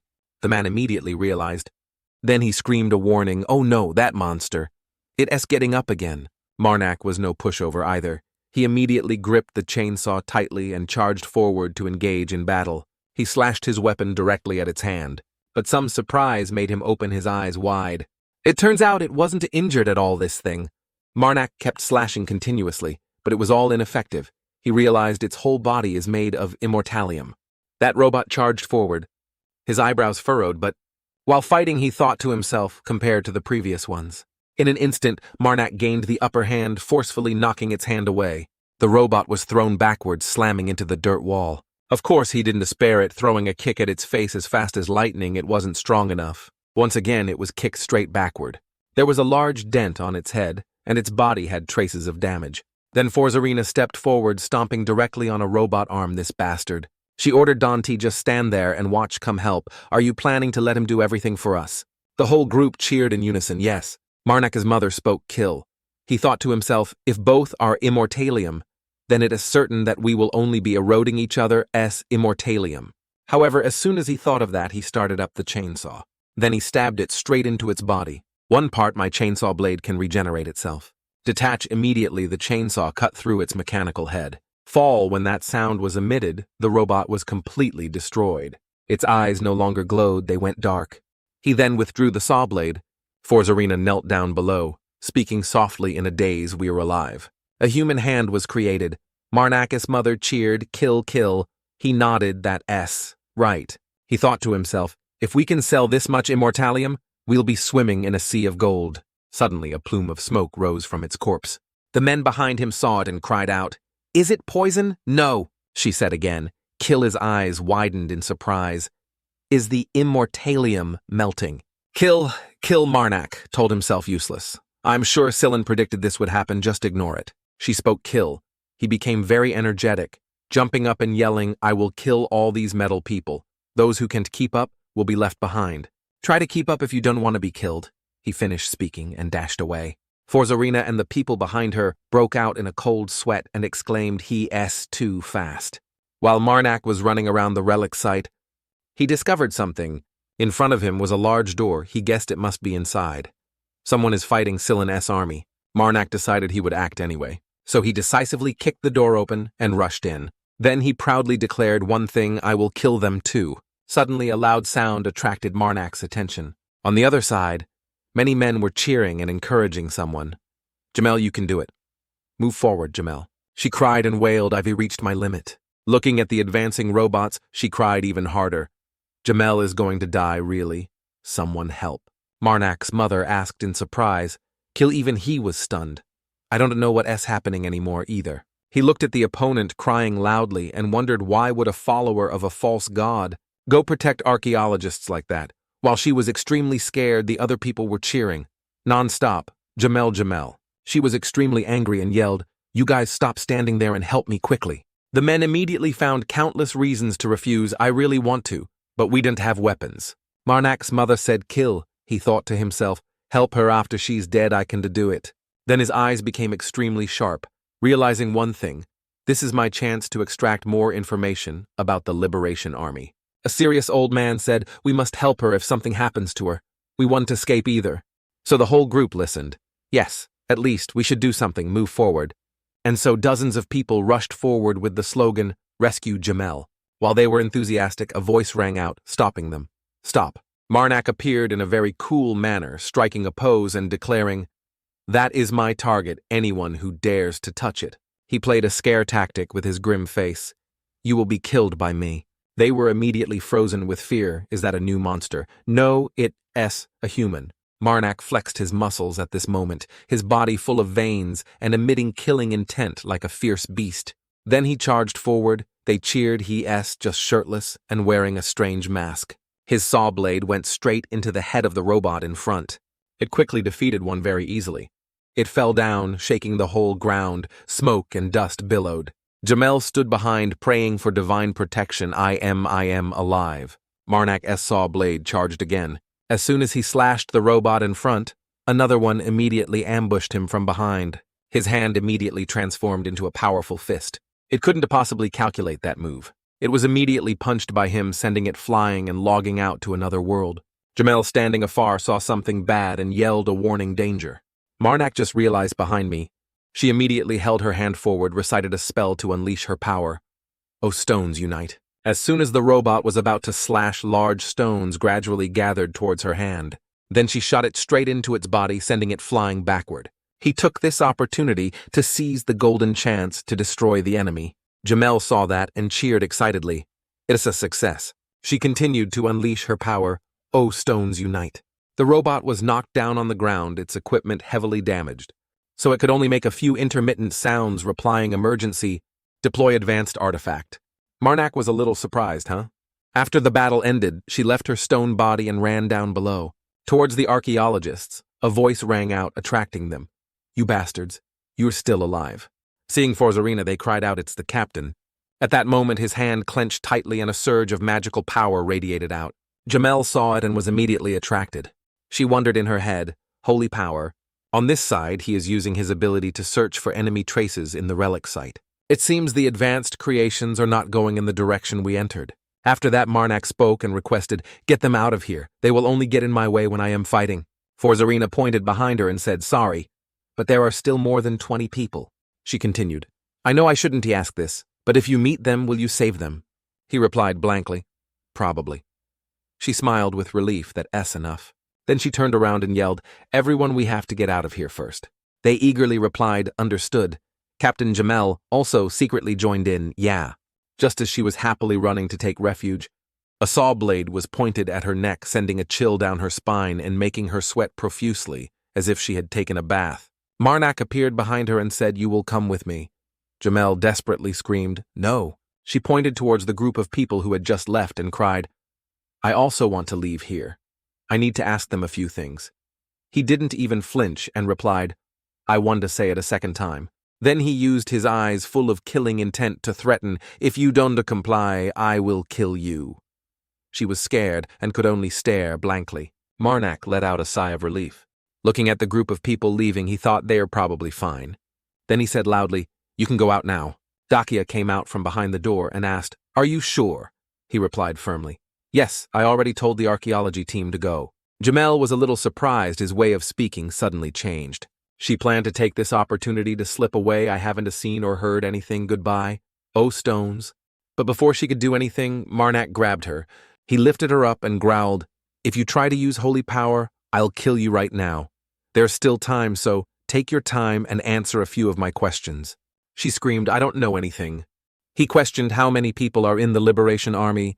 Jamel struggled and yelled, "I don't know, we were divided into small groups, so I don't know how many people there are in total." Marak continued to question how could the Liberation Army find the relic. At that question she paused a little. Seeing that the other person wasn't speaking, he pointed the chainsaw blade at her neck so she had to speak in fear map. "We possess a relic in the form of a map." Marak brought the chainsaw blade even closer and threatened a map. "Huh, bring it out," Jamel replied tremblingly. "I don't have it, only the higher-ups possess it." He continued to ask, "How many relics has the Liberation Army collected so far?" She stammered 4. He silently recalled old memories. He heard the same thing last time. Then he growled a warning, "Don't even think about lying." Marak spoke coldly. "The one who worshipped the evil god a long time ago, whom I interrogated, also said 4. Jamel panicked. Tried to explain, "I am telling the truth. I don't know when you heard that." She gradually lost strength. Her voice also became softer, but the map was damaged due to the civil war splitting factions. Now the map will point to a dozen locations at once. He wondered civil war hearing that Jamel explained everything. The Karsrus faction wanted to overthrow the gods. While the Burzio faction was trying to summon the gods to this world, she continued, "They are fighting each other. Each faction possesses 2 relics, and I heard recently Karsrus defeated a god." Marak was incredibly surprised and quickly questioned, "Defeated a god?" Marak used his hand to grab Jamel's face and lifted her up high, "Annihilated a god." Jamel cried and wailed, I don't belong to any faction, so I don't know the details either." An explosion shook the entire base. In the thick smoke and dust, a figure appeared. It was a robot knight that appeared. The robot knight began to speak. "Identify enemy location, execute immediately." Faced with the dangerous situation, Jamel immediately made a proposal to Marak. "Can I use holy power, now I truly won, to betray you, Marak?" As mother said, "Kill." Marak pondered. "The safest way is to kill her, but there's something bothering me." He recalled before Jamel protected the archaeologists and didn't even intend to attack him moreover. Jamel cried, "At this rate I'll really die." Marak remembered Santu would tell me to let her live. Recalling the image of Santu, he could only curse under his breath, "Damn it." Marak put Jamel down and said, "I will only trust you this one time." Jamel was overjoyed. "I am alive." Jamel immediately unleashed holy power. "Oh, giant stones, unite, please help me." The robot knight was surprised as the ground around him sunk. The robot knight looked forward. Marak immediately charged at the robot knight, attacking. The shock from the blow sent earth and stones flying everywhere. Dakia and Jamel, standing aside, also felt the pressure from the recent blow. They covered their faces with their hands from the dust cloud. The recent blow hit the robot knight's face, but he wasn't hurt at all. His face was still intact, despite Marak's weapon being stuck in it. Marak was stunned for a moment. "What?" The robot knight spoke finally. The knight knelt down and continued. "You successor I Tertio, the 3rd knight, greetings, sir." Marak was surprised. "What?" He was surprised what the knight said. "If you wish, I will lead you to the person who manages this experimental area." Dakia asked Marak what is happening. He replied, "I was told that this place," Marak said loudly, "is Silan's experimental area." Marak asked the knight, "You want to ambush us on the way there, will you?" "I swear on my honor, Tozio, something like that will not happen." He continued, "So I'll rely on you to lead the way." The knight replied, "It is my honor to serve you." Tozio began to lead Marak's group deeper into the base. Jamel asked anxiously, "What will happen to me now?" Marak was contemplating, "I really don't want to kill her, but letting her live is also a problem." His mother spoke. "Kill Marak, thought maybe I should kill her first and figure things out later." Dakia looked at Jamel and chuckled. "She said you want to go back to your friends, right?" Jamel replied, "Yes." Dakia continued, "If you want, you can go?" Jamel was startled. I had completely forgotten about Giselle and Zarn. Recalling their image, Jamel said confusedly, "I don't even know who they are." After hearing that, Dakia chuckled. "Really, they'll be sad." Jamel cried, "I'm sure they'll understand." After that, Jamel nervously said, "Even though I don't even know who they are," Dakia pretended to act along, "I see." Then Dakia turned to look at Marak, squinting her eyes and saying softly, "I think she fell for the trap." He said directly, "We can just let her go like that. But I don't want to kill her either. It seems she will have to come with us for a while." Jamel at this moment felt a cold shiver down her spine in fear. Marnak said to Dakia, "We can give her some chores. I also have a few questions I want to ask her." Dakia immediately asked Man in that case. She asked if she continues to accompany us from now on. It wouldn't to be a problem to say your name, right? Marnak replied, "Yeah, Jamel doesn't understand what's happening yet." Marnak took off his mask and said, "Well, then I'll take off my mask." After seeing the face behind the mask, Jamel was startled and screamed, "Marnak." Jamel pointed and asked directly, "Are you that priest Marnak?" Marnak said in surprise, "You know me." As Jamel spoke, she recalled the time her organization's people fought. Marnak, "Of course you've messed with our organization so many times. Your portrait is everywhere in the Liberation Army. Everyone knows about you." As Jamel imagined, she clutched her head in fear and said, "Will you also kill me once you get the answer you want from me?" Marnak said clearly. "Not necessarily." Jamel said fearfully, "I'll do well." Jamel rushed to hug Marnak's leg and begged, "Please, Don, to kill me." He said, "All right, so let go of me." He said, "Frankly, if enough time passes, I might even let you go." Jamel doubted, really. Jamel, while kneeling and bowing, said, "As long as you don't kill me, I will also swear loyalty to you." Seeing that scene, Marnak also scratched his head, flustered. "All right, let us keep going." Leading the way, Tozio said to everyone, "We here." Opening the door, Tozio said loudly, "Manager IV brought the successor." A robot arm appeared and spoke, "Is the successor here?" Tozio pointed and introduced, "He is standing right next to me."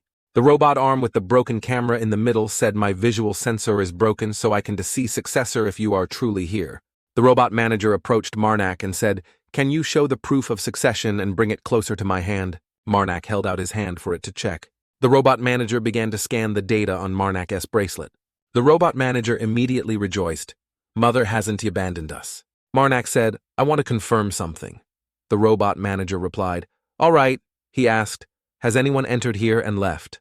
The robot began analyzing the data it collected and said there are a total of 24 people currently here. It recalled and said to Marnak one group of 2 people and one group of 24 people.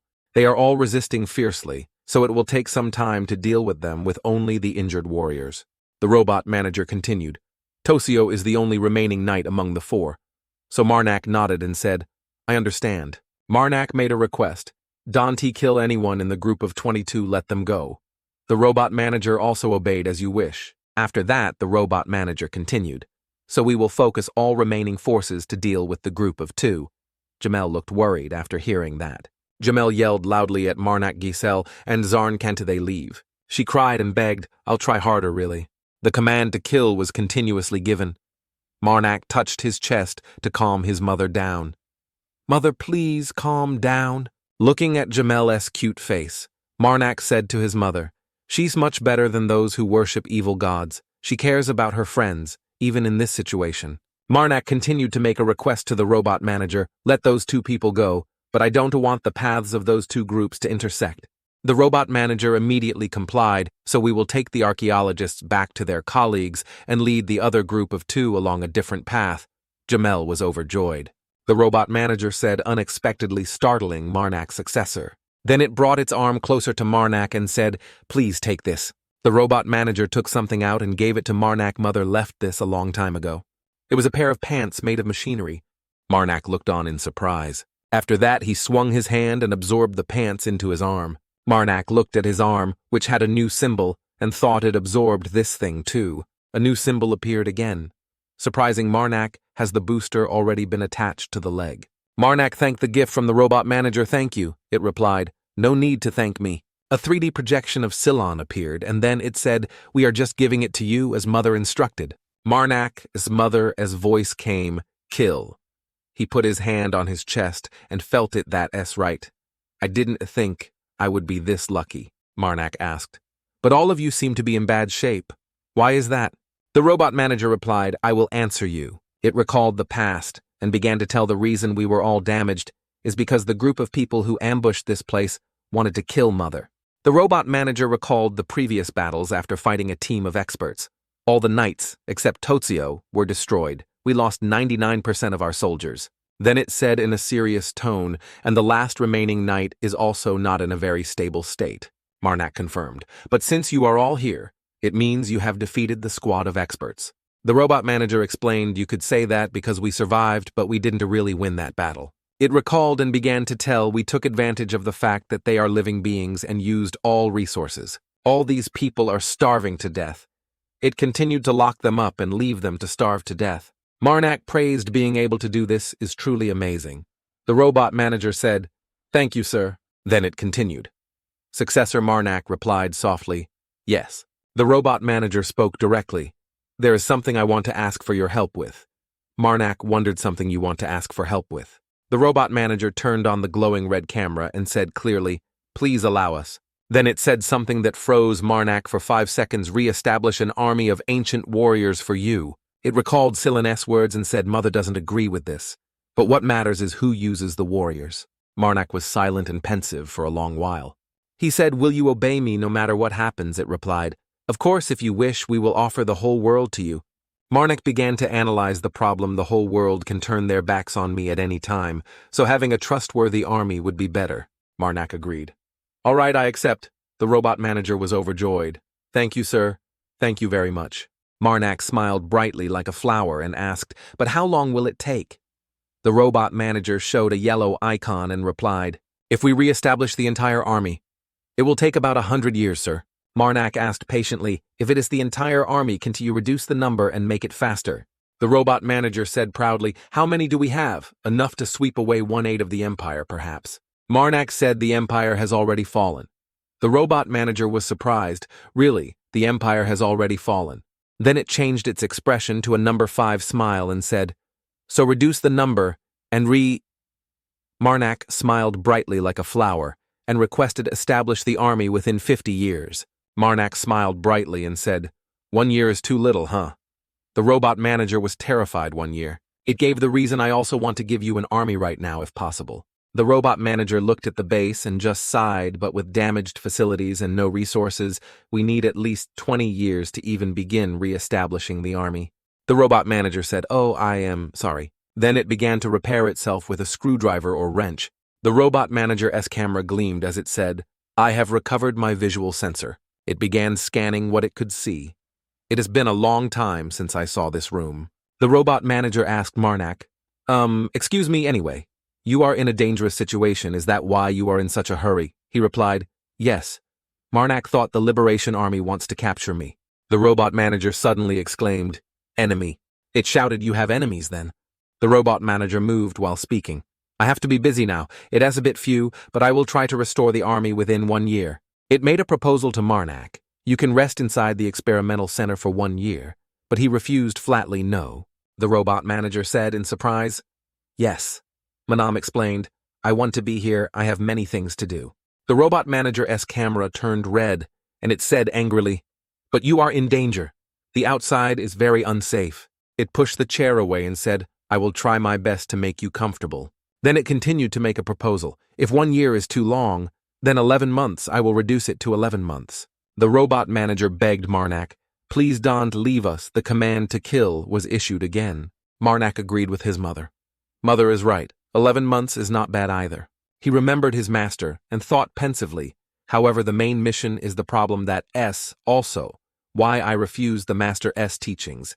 The robot manager and Tozio were both happy. Marnak began to recall past events, and the truth is, the Liberation Army pulled down a god.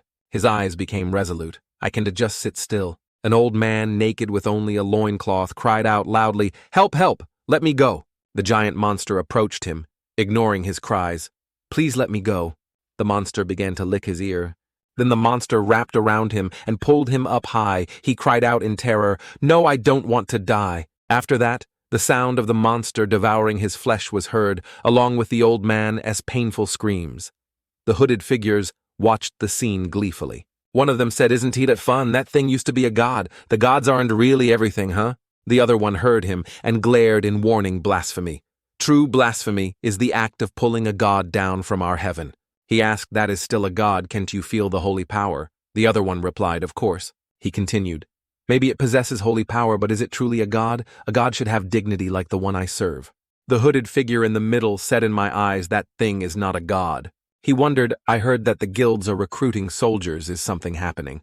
He continued, "I guess you haven't heard about it because you were busy dealing with this thing." He laughed again and said, "The holy war of destruction or something is keeping them busy." The flag of the Empire appeared along with the soldiers appearing through his words. But whatever let us just ignore them. They don't even know how to use relics. We just keep doing what we are doing. Search for relics and pull the heads of the gods. A shocking sound rang out, startling the entire group. One of them laughed dangerously. It seems it will be finished soon. The one in the middle ordered, then you will need a sample for experimentation. The group replied, we have already decided on the location. He asked again, It's finished. Where is it? That person gave a cunning smile. Then he said in the northern kingdom. Marak smiled politely and said, there are still things to do, so I must go ahead. He looked at the two robots next to him and continued, but such a wonderful inheritance cannot be ignored either. Marak replied affirmatively to them, I will not abandon you. An intelligent machine spoke, calling him successor. The intelligent machine spoke to Marak in a firm voice, trusting him. I trust you, do not hesitate at all. The intelligent machine continued to affirm to its master like a loyal servant. While you are busy, I will focus on building a very strong army. I will offer the entire continent, no, this entire dimension to you. Another voice called successor. The other robot next to him suddenly knelt down and said, please accept me. The robot spoke in a firm voice. I guarantee I can help you. The robot spoke urgently to Marak. Please grant me the honor of standing by your side. He hesitated and said, but Marak looked at the robot in front of him hesitantly and said, your current size is too noticeable. Hearing that, the robot immediately said, don't worry, I can shrink. The robot suddenly shrunk to the size of a palm. You can carry me in your pocket too, and I can enlarge again when needed. Marak's mother's voice from deep within. Marak rang out, kill right. Marak laughed and thought, resist or not, the bag is mother's anyway. He turned to ask the robot, can you shrink down to human size? The robot answered confidently. Then the robot began to transform from its giant body and shrink. Of course, after shrinking, the robot was only slightly taller than Marak, seeing that he agreed to let the robot accompany him. Good, then you come with me. The robot raised its hand to its chest and answered proudly, I am very honored. Suddenly, a hole appeared on the top of the robot's head. A robot arm emerged from it and grabbed the robot's head, pulling it up, causing it to writhe unprotected. The robot spoke to Marak. I will fix Tozio right away. The robot. Tozio was pulled high up and writhed non-stop. It will take about 3 hours, please wait a moment. The robot continued, and we have collected the soldiers that you destroyed. Marak's mother inside heard that and reacted, kill. He looked at the damaged robots and thought that, right, we are rich now. Marak spoke to the robot, can I take them? The robot above thought the soldiers. Marak continued to explain the reason to the robot, I want to sell the immovable. The robot looked at him curiously and asked, are you that poor successor? Marak scratched his head and said, actually I am doing all right now, so you could say I am quite well off, and there's still money from the arena too. The robot above was startled and said to him, only quite well off? Huh? I am very concerned about your finances. The robot continued to speak, advising Marak to understand, but immovable is a precious resource, keeping it is better than selling it. The robot thought and presented an idea to Marak, how about this? When digging for more resources, we will also dig for gold and diamonds. The robot said to Marak confidently, just wait a little longer. I can bring you a lot of gold and precious stones buried beneath the continent. Gold and precious stones of the continent, huh? He continued to ask the robot, can this laboratory be moved? The robot heard that and answered clearly, this laboratory can move freely on land and underwater. The robot continued, even in the air. Of course, most of our features cannot be used yet. It explained to Marak right now, it still needs a lot of repairs. He smiled reassuredly and said, no way, that's great. Then I'll rely entirely on you. The robot said gratefully, thank you for the compliment, please rest for now. The robot set up a full set of sofa chairs and invited everyone to sit after fixing Tozio. I will inform you. Dakia happily congratulated Marak. I don't know what's happening, but congratulations. The orange-haired person next to them was happily celebrating after hearing what the robot said. It seems getting rich won't be hard anymore. The robot told Marak about the condition of the robot. Tozio more like a sheep, but Tozio should be able to defeat anyone except the experts. The robot continued, when there is enough time and resources, I will help him gain the ability to fight the experts. The robot continued, when there is enough time and resources, I will help him gain the ability to fight the experts. The robot thought about repairing the robot Tozio in the most perfect way to serve Marnak, and I will place a communication device inside Tozio. You can contact me at any time. Finally, the robot made a request to him also. You will probably be very busy, but please make some time to contact me. Marnak smiled gently and said, Of course, hearing that the robot was overjoyed. Really? Thank you, sir. After hearing Marnak say that the robot was happy and asserted I will make the whole world kneel before you, successor, he smiled and walked away with the two people beside him, saying it as truly something to look forward to. Shifting to a wooden house under the warm sunny sky in the middle of the white snow, Carmen inside the house was striking a majestic pose as if ready for battle. Ready. Carmen looked at Marnak and said, Thank you, Marnak, he said politely, just doing what needs to be done. Dakia next to him said, You've been through a lot. Carmen closed his eyes and thought in that case, he said, then looked at the robot standing next to him. Now will you introduce the newcomers to us? Marnak smiled and said, Go this way. The robot Tozio stepped forward and introduced himself. First, a great pleasure to meet you, sir. Tozio bravely and clearly said, I am the third knight serving the successor. My name is Tozio. Carmen said in surprise, Is he a robot? Seeing that Marnak replied no, he explained Tozio to Carmen. Simply put, he is an artifact from the old empire. He immediately shook Tozio's hand and said happily, It is a pleasure to meet you.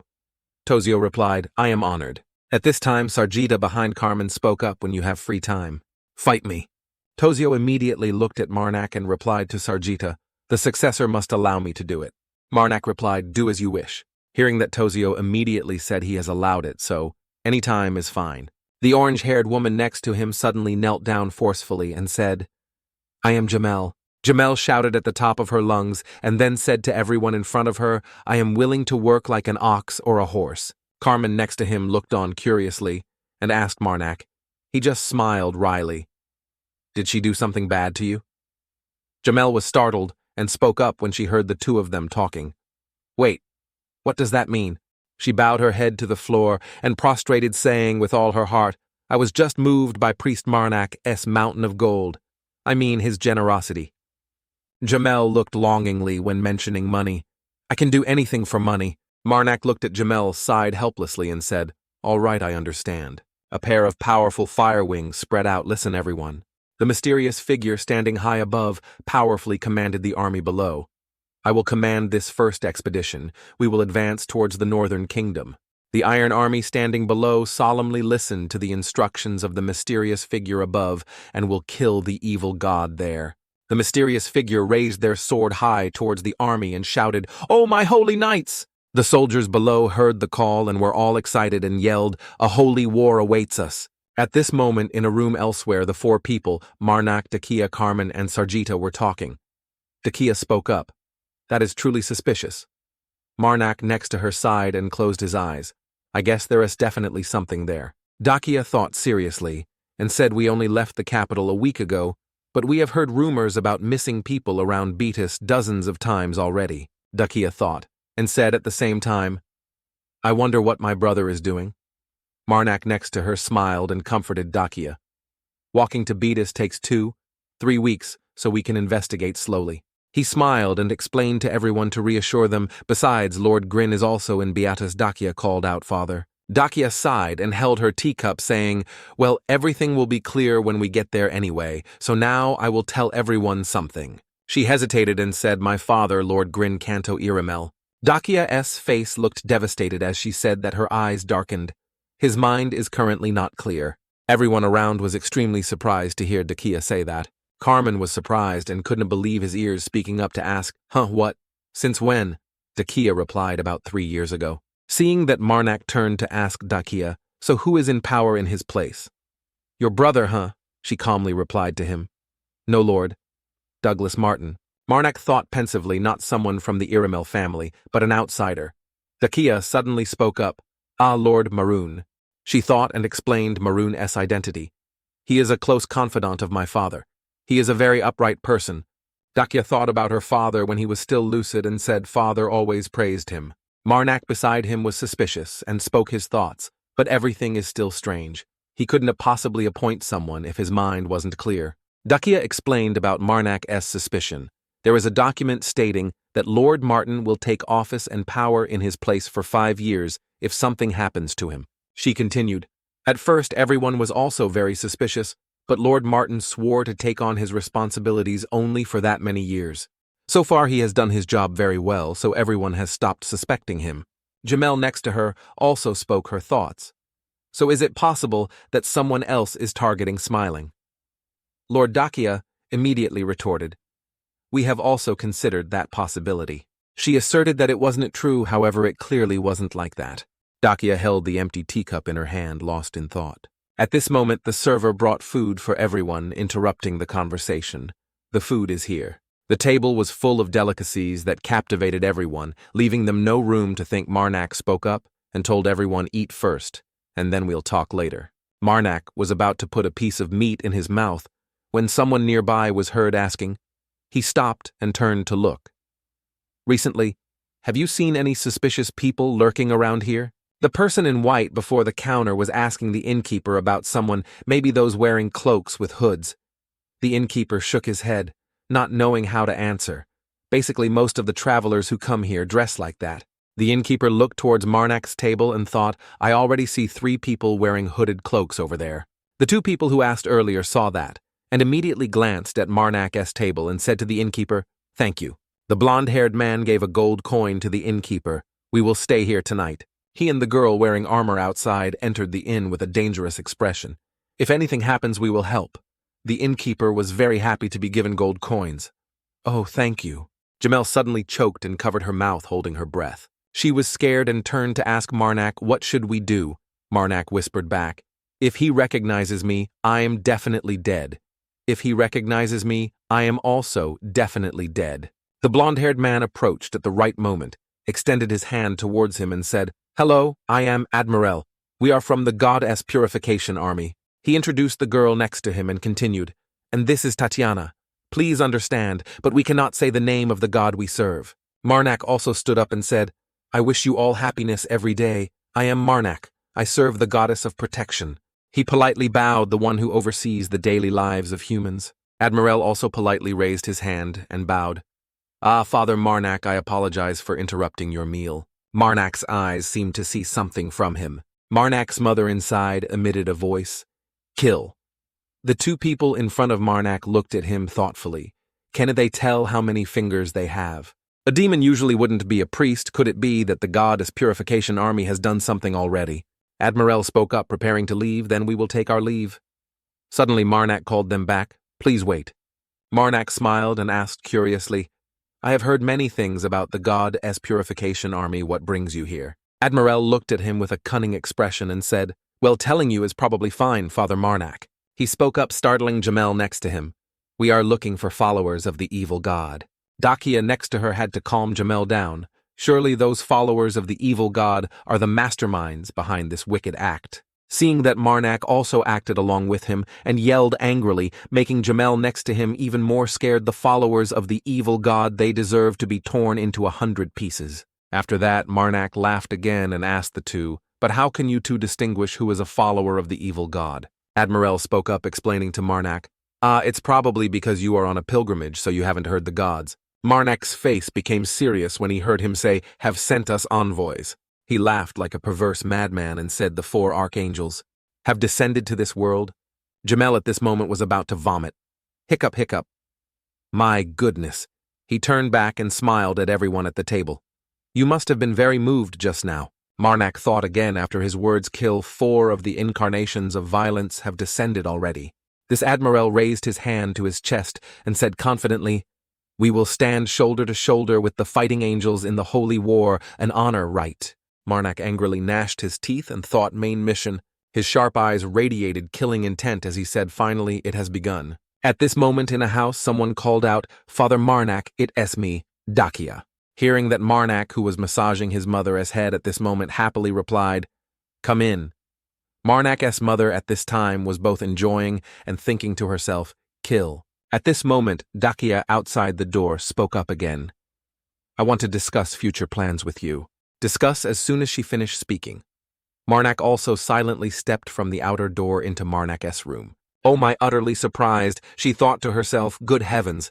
The one secretly observing and investigating was none other than Jamel, who was now utterly panicked and speechless, thinking to herself, "Those two are being intimate with each other." Then at this moment, Jamel thought about the scene where Marnak turned into a pervert and began to think erratically, he is scheming to seize the Iraml family. Then suddenly at this moment, Jamel was also incredibly excited and thought to herself about the gold items. Then thought to herself with great excitement, "I know he will become my gold mine, huh?" Inside Marnak's room. At this moment, Marnak's mother was extremely angry and thought to herself, "Kill." As for Marnak, he was still continuously massaging his mother, and then spoke up to explain to his mother, let her discuss it by herself, don't to be so selfish. At this moment, Marnak was secretly massaging his mother's forehead, making her extremely pleased, comfortable, and delighted. She was only silently thinking of killing, but the massage had dispelled that thought. At this time, Marnak also took this opportunity to speak up. "She has been with us all this time." Then at this moment, Marnak spoke up again to ask Dakia, who was in front of him, "Exactly what do you want to discuss?" Hearing that Dakia at this moment stammered in reply, "Well," at this time, Dakia also sat comfortably on the bed and began to narrate the story from when she was little. At this time, Dakia was very sad and lowered her face, starting to speak, while next to her Marnak and his mother were silently listening. "I had wanted to become the head of the family." At this time, Dakia thought about herself when she was little, feeling very lonely, and then spoke a few more words to get back at whoever. At that time, Dakia was so lonely that she could only grit her teeth and endure by herself. Then spoke up to explain, "They don't like me because I am a mage." Suddenly, at this time, Dakia remembered the time she was at a villa she had stayed at before and continued to speak. "I want to become the leading mind of the family and prove to everyone that they were wrong about me." At this time, Dakia thought about herself when she was little, having to dive into studying and diligently training, and then chuckled to herself. "Before I was always diligent and hard-working, striving to study, I even practiced swordsmanship. At that time, Dakia had to practice alone with a wooden pole stuck in the ground like an enemy. And at this time, Dakia also spoke further. "I cannot help but say that I once wished that my father and brother would acknowledge me." At the same time, while Dakia was training, there was also a white-haired person behind Dakia who was Dakia's older brother, and he spoke up, "Especially my brother. He is in the same situation as me, but he had a reason to hate me very much at that time.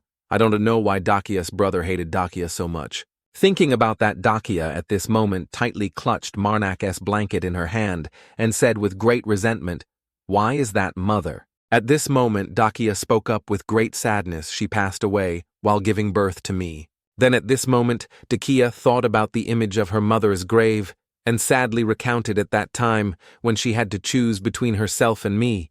She chose me and left this world. At that time, Dakia seemed to be constantly pressured by her brother because their mother died because of Dakia. So my brother always said to me that, at that time Dakia's brother was extremely cold and extremely angry, spewing extremely harsh words at Dakia. "You monster, you killed mother." After saying that, Marnak also spoke up to comfort her, "That is not your fault." Then, at this moment, Marnak looked at Dakia, while Marnak's mother looked at Marnak with a very proud expression. At this time, Marnak spoke up. "You didn't choose to be born a mage, nor did you choose for your mother to die to give birth to you." Before, I also thought he would say that. At this moment, Dakia spoke up again to defend her brother anyway. After father fell ill, my brother carried out his duties.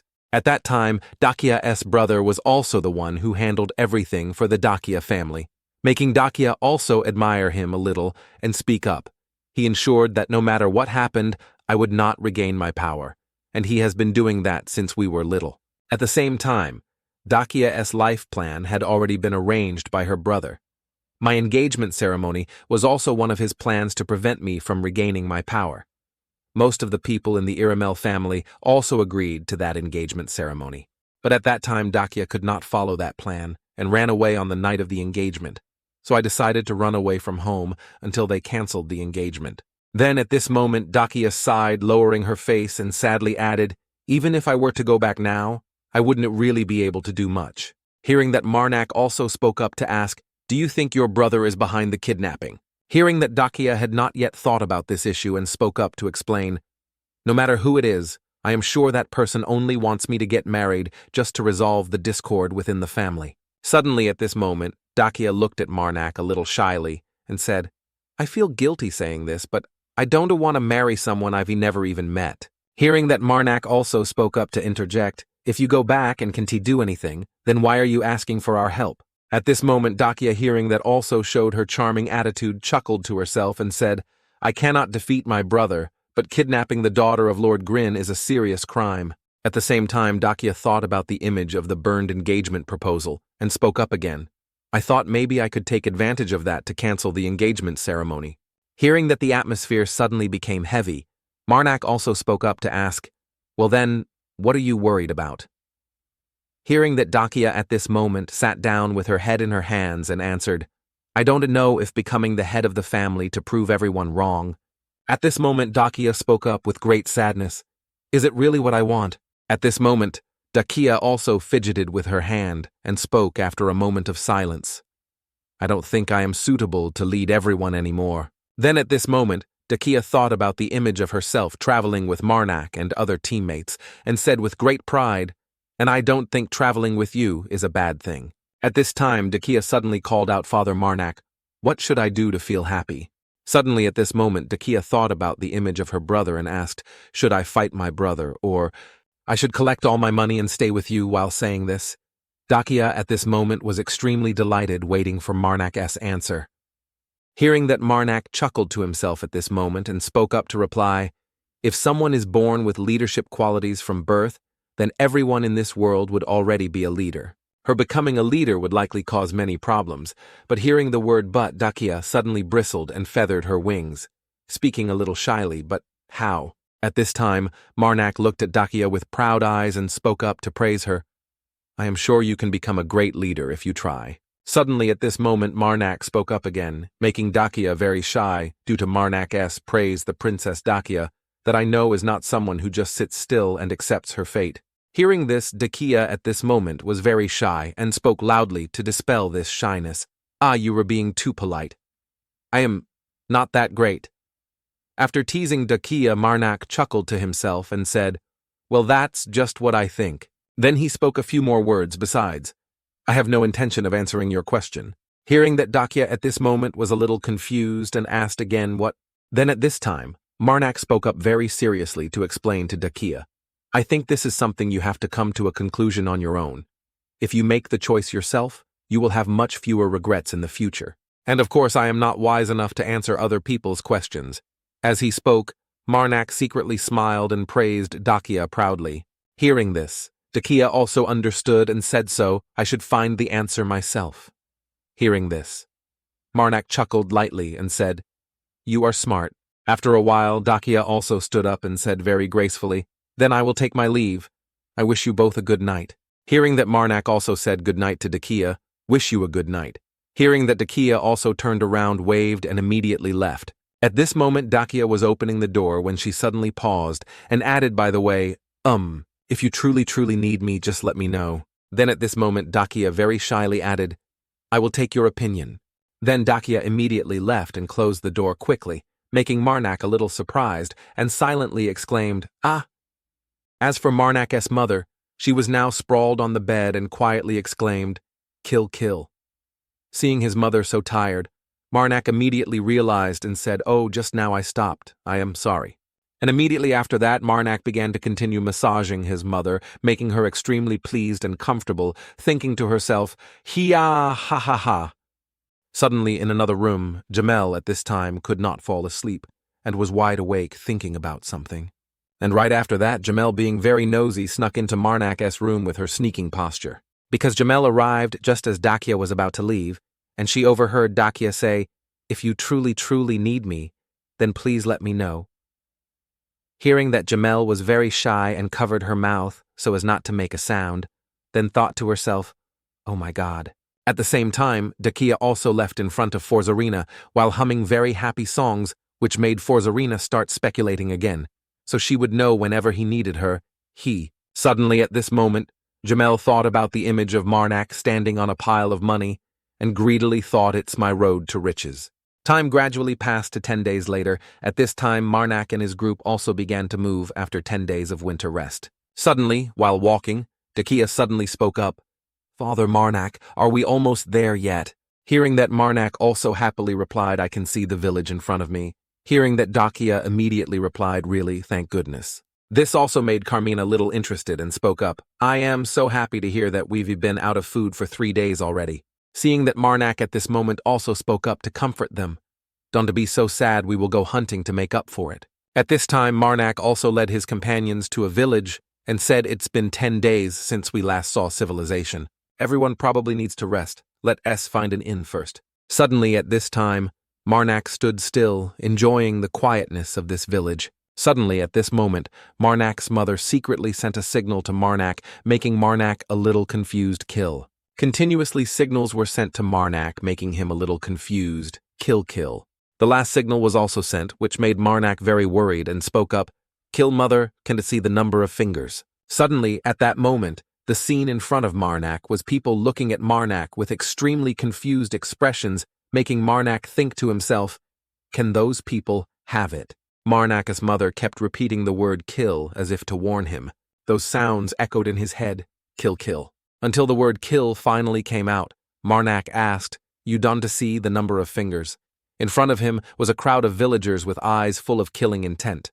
What's wrong with these people? Carmen behind him saw that and wondered, "Why did you suddenly stop?" Marnak broke out in a cold sweat, slightly turned his head back and reminded, "I think we need to be vigilant. This place is not a normal village." After uttering those words, they all looked for an inn to take refuge. Carmen wondered, "So you mean this village might have some connection to the followers of the evil god?" Hearing that, he replied, "Yes." His face gradually became so contorted that it was unsightly, his mind filled with chaotic thoughts. There's no way every person in this village are demons or part of the god's purification army. Then Dakia behind them suggested, "How about we split up and investigate at least until sunset?" Carmen immediately smiled and agreed with the idea. "All right, we can just ignore it if this place is really connected to the followers of the evil god." He was very confident and thought this was easy because this village is also quite large, so I think we should split into 3 groups, 2 people in each group.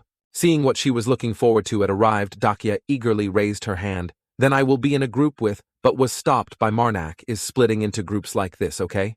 He continued seriously. "I suggest splitting into groups like this. Jamel and me, Tozio and the princess, and the rest are Carmen and Sarjita."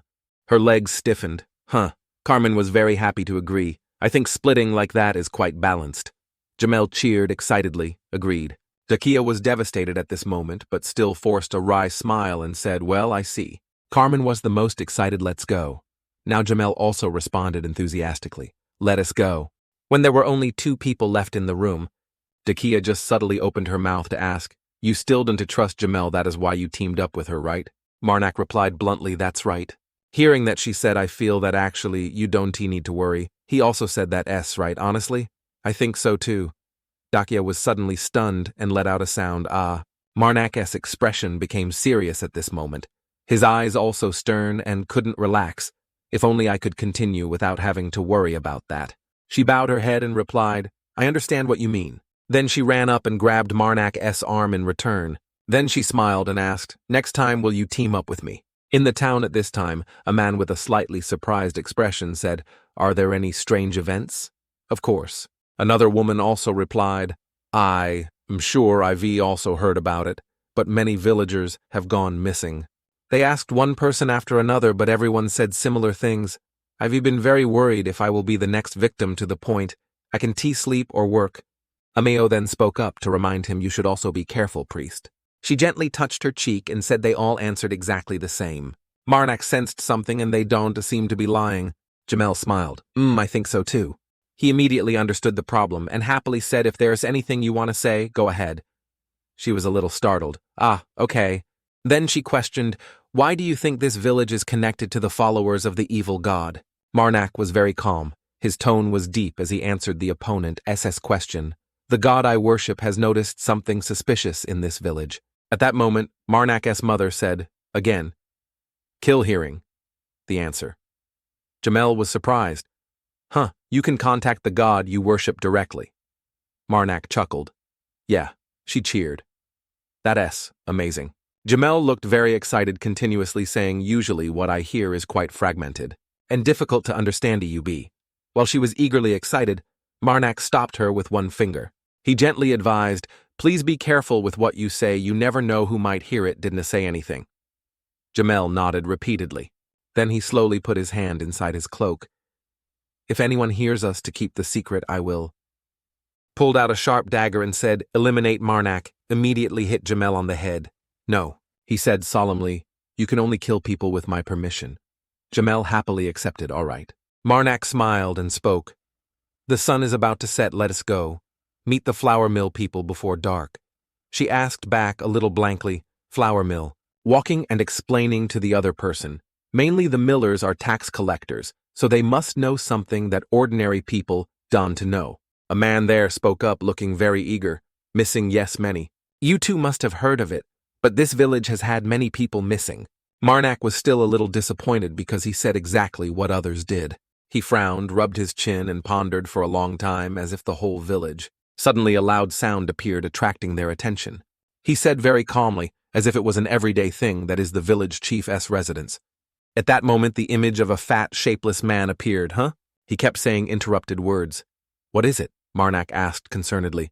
Are you okay? Then immediately his head exploded, revealing horrifying tentacles inside Marnak's mother immediately spoke kill. His hand immediately transformed into a robot hand. Marnak gritted his teeth, bent low, his hands behind him to gain momentum. The monster tentacles just rushed in. He immediately threw a punch straight at it.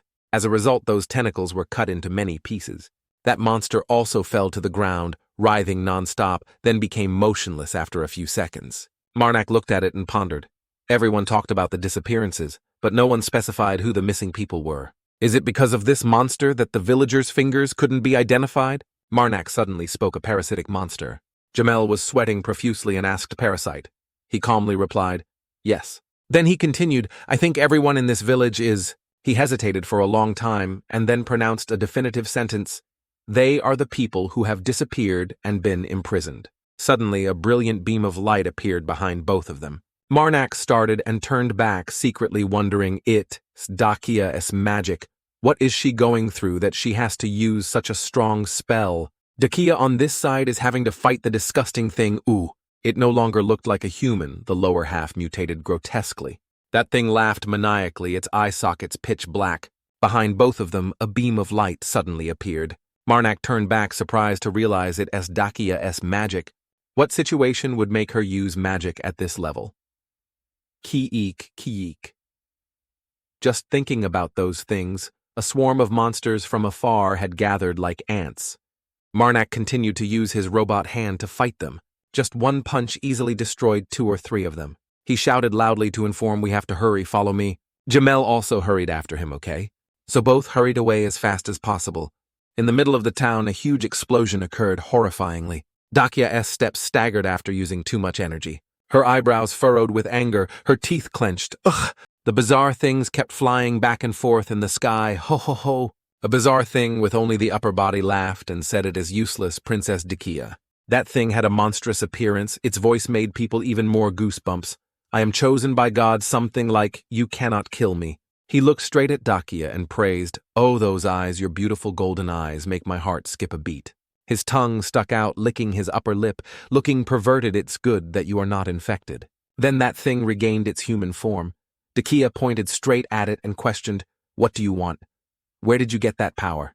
That thing approached, its words heavy with threat.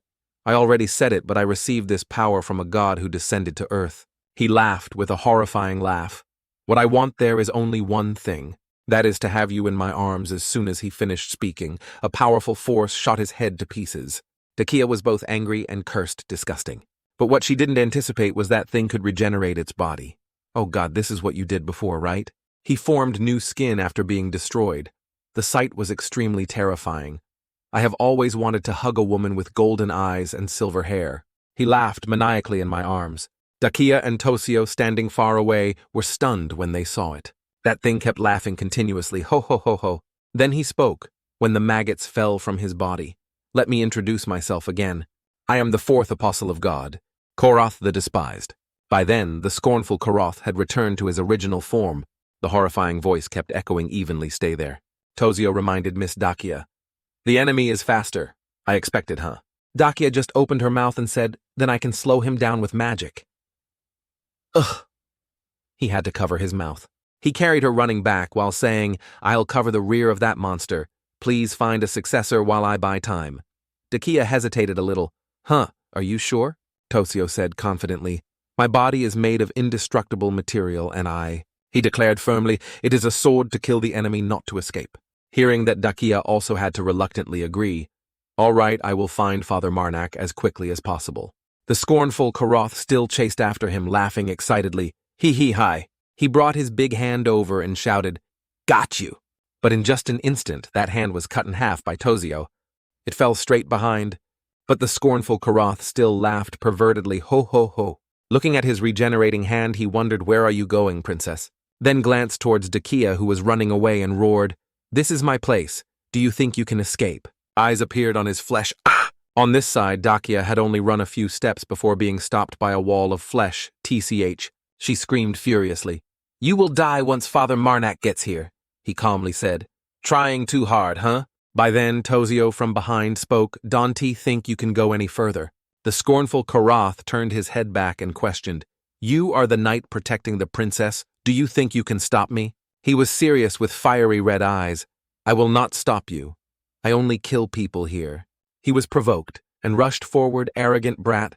Tozio swung his sword intending to strike again, but suddenly realized this is... From the tip of Tozio's sword, maggots crawled out, looking utterly disgusting. The scornful Karoth said, "Do you think a trick can be used twice, huh?" Then shouted, "I will show you the power of an apostle." His hand still held the sword tightly. The engine behind him turned on. Tozio once again cut off the arm of the scornful Karoth. He was stunned and bewildered, falling backward. "What?" He spoke, "As long as I Tozio are here." The engine under Tozio's feet lit up again. It seemed to be accumulating power, becoming stronger and stronger. Tozio lowered himself, preparing to rush. "You will not be able to go any further." Despite seeing such great pressure, the scornful Karoth was still very arrogant. "Huh, you are no different from a corpse." Suddenly, a giant tornado rushed straight towards him. He was hit and cried out like a pig being slaughtered. "Ah!" Tozio, after finishing his task, said, "I will kill you no matter how many times." The scornful Karoth fell straight to the ground, but still laughed. "Ak hi, then spoke, hi. Did you think you were strong when I wasn't even serious? Look at yourself." He suddenly collapsed onto the ground.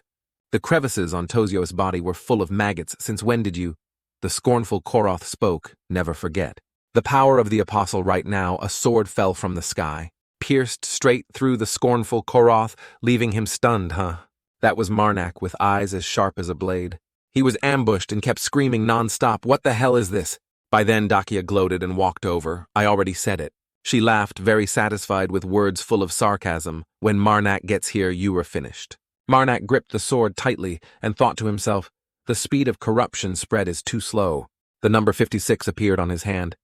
The protective glove would break if he continued doing this. "Now maybe I need to pay more attention." He said, "Don't trust Carmen and Sajida Dakia," and Jamel replied in unison, "All right." Marnak continued, "Oh, can you bring Tozio here first?" Jamel, she immediately obeyed, understood. Dakia gently approached and asked, "Do you need my help with anything?" He answered bluntly, "No need. Thank you." The number on his hand slowly decreased, leaving only 38. The scornful Karoth was being controlled, so he could only make meaningless sounds. Ak. Jamel, after finding Tozio, was excited and shouted, "Father Marnak over here, how is it?" Marnak spoke up and requested Jamel please go ahead with the princess. He smiled and promised, "I will follow." She didn't think about anything, and said with a bright smile, "Understood." After seeing them leave, he spoke that far enough. The corner of Marnak's mouth curved up, revealing a crazy smile pit of corruption. In just an instant, the three of them fell into an undefined dimension. Tozio looked around in astonishment. The maggots that were just wiggling on his body gradually died off. He was a little surprised he could move now. All the pieces of flesh stuck in the joints were gone. Then knelt down on one knee, bowed his head, and expressed, "Thank you, sir. I am also very ashamed of those things." Marnak smiled gently and praised Dante. "Be like that, you did very well. Please stand up." Then he looked straight at the disgusting creature opposite him. "The battle is not over yet. The scornful Karoth opened his eyes wide. His breathing became rapid and urgent. Ha ha!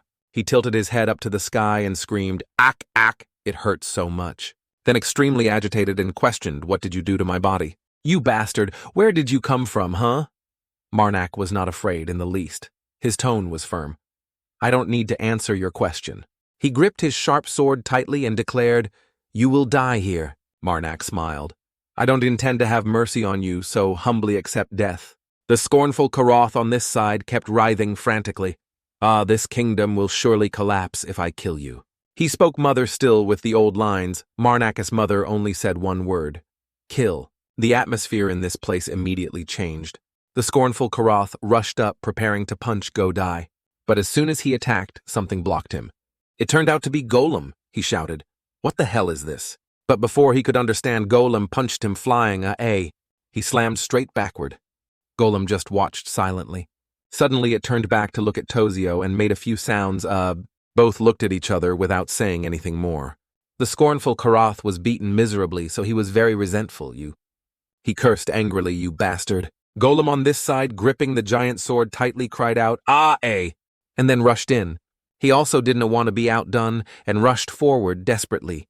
"Do you think I will be defeated like this?" Suddenly things like swords appeared on the scornful Karoth, very sharp, pierced, straight into Golem, bleeding out. But it laughed, then used the sword to slash his neck.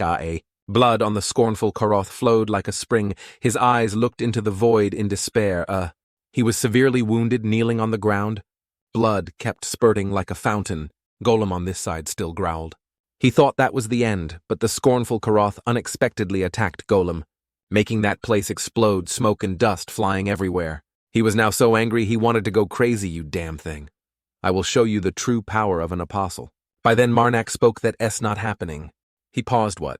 He smiled and spoke. "Mother, I beg you. The defiled sword, holy power, 15379 to 25379, activated Marnak. Mother said a familiar word again. Kill. A beam of light appeared as if tearing through the night. From inside, the defiled sword slowly appeared outside. He took it. The number on his hand was only 20. He thought to himself, 20 seconds. The casting time for magic has shortened as I become stronger. Although not as desired, it is enough. A crazy smile appeared on Marnak's face. The scornful Karoth didn't fully understand his situation, so he was still very arrogant. Do you think I'll let you attack with that stupid sword again?" He didn't haggle, but just asked a simple question. "You've never fought properly. Right, I don't intend to go easy on you this time." He was surprised again but he didn't bother giving him a chance to understand, swung the sword straight up to the sky. A huge source of power erupted farewell. Marnak directly slashed him vertically. The scornful Karoth cried out in pain, whining loudly, "Hya!" In just an instant, his whole body turned into dust. He let out a sigh of relief. Phew! While Marnak's mother kept getting agitated. "Kill, kill," he gently soothed her. Mother calmed down, then placed his hand on his chest and said, "I understand you are sad because we couldn't get the holy power of that fanatic apostle." He smiled, "But I have set my eyes on something else," Marnak's mother wondered. Kill. Scene shifts to another side where there are guards trembling in fear of something. They roared, the disgusting monster. "Everyone pick up your weapons, we will take down that disgusting creature." That thing was tall. It turned its head back and asked, "Take me down." It laughed maniacally while gnawing on a human body part. Ha. Its name is Revered Adora. Although the guards were afraid, they were still very determined, all weapons ready. "We will destroy this evil creature." Revered Adora flapped her wing up, then laughed triumphantly. Hey, what do you think you can do to me?" Revered Adora. The white-haired man looked up with a horrified expression. Finding a fake apostle is good, but why does it have to be the maggot kind? Revered Adora continued to talk tirelessly. "Where is the courage from just now? I thought you wanted to kill me. Go cry and beg your gods." Suddenly a person appeared with a body blazing like fire. "How dare you mock the gods?" That person wore a cloak covering their body, their eyes blazing.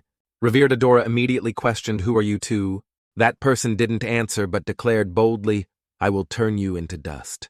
His hand gripped the weapon tightly towards her. When the white-haired man spoke, I finally learned his reputation. "Oh, the 4 stars are here to protect us. This scene is truly beautiful," she, on top, said again, while I was in despair.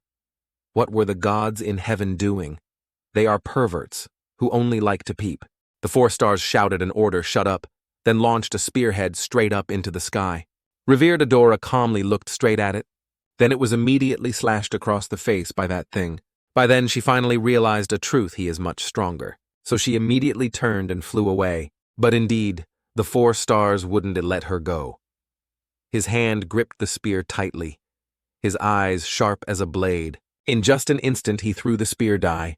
Revered Adora on this side was sweating profusely, as if she had taken a bath, because she knew, damn it, if she was hit, she would have lost her life. In that instant her whole body was split in two. That spear created a circle in the middle of her body, making Revered Adora reveal her true form, struggling to escape.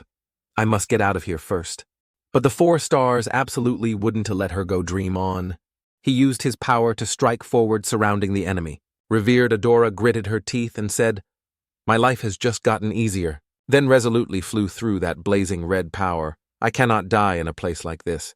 But that turned out to be a wrong decision, making her scream in pain. Ka! Finally, Revered Adora fell down to the cheers of the crowd below. Hooray for the 4 stars, please avenge our fallen comrades. Suddenly, the white-haired man heard some sound. That sound resembled a horse. The corner of her mouth curved up with triumph. Far away, a pair of legs were running towards them, looking very much like horse legs. It was a black-haired man with the lower half of his body being a horse's body, rushing over very quickly. The 4 stars used his power to strike straight at it and shouted, "I won to let you escape." But that black-haired man was completely unharmed. His legs still ran very fast. Upon reaching a place, he took a leap. While avoiding the 4 stars' attack, he managed to carry Revered Adora and escape. TCH. Seeing this, the 4 stars could only roar, "Stop there." She was carried away, but still very aggressive, turning her head back and declaring, "Just you wait. I will come back for revenge." He didn't respond anymore, just stood watching them leave with fiery red eyes. Both ran to a dark forest. Everything was pathetically dilapidated. The black-haired man spoke up to announce, "Koroth is dead, Adora."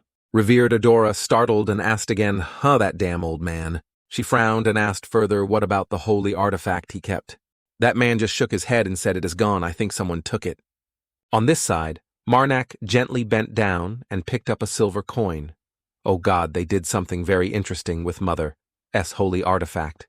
He smiled and asked, "Right, Mother?" A few days after the 4th Apostle's raid, Marak thought to himself, "Luckily, I found Mother's holy artifact." Suddenly his expression became solemn, "But I still don't understand. Why does Mother's holy artifact carry the holy power of another god?" He kept asking countless questions in his head. Did they steal a part of Mother, or can they absorb Mother's holy power? If it is true, then there's no need to break down Mother's power and seal them anymore. Marak's mother still only said one word: kill. But it seems like he understood exactly what she wanted to say. Yes, I'll leave it there for now. Mother is right. I will know when I get close to another piece with similar holy power. We couldn't catch Koroth, but I have regained a little holy power, so don't worry, Mother. System notification, holy power 5379 to 13876. She said again, "Kill." Suddenly, Dakia appeared and asked, "What are you thinking?" Marak replied with a bright smile, "I am thinking about the incident a few days ago." Her eyes were a little lost in thought. The village massacre. Marak's mother spoke up again. "Kill." He put his hand on his chest and explained, "It's understandable that she reacted like that. Massacring a village right under the Iraml family's jurisdiction, so she also feels some responsibility." By then Dakia spoke up again.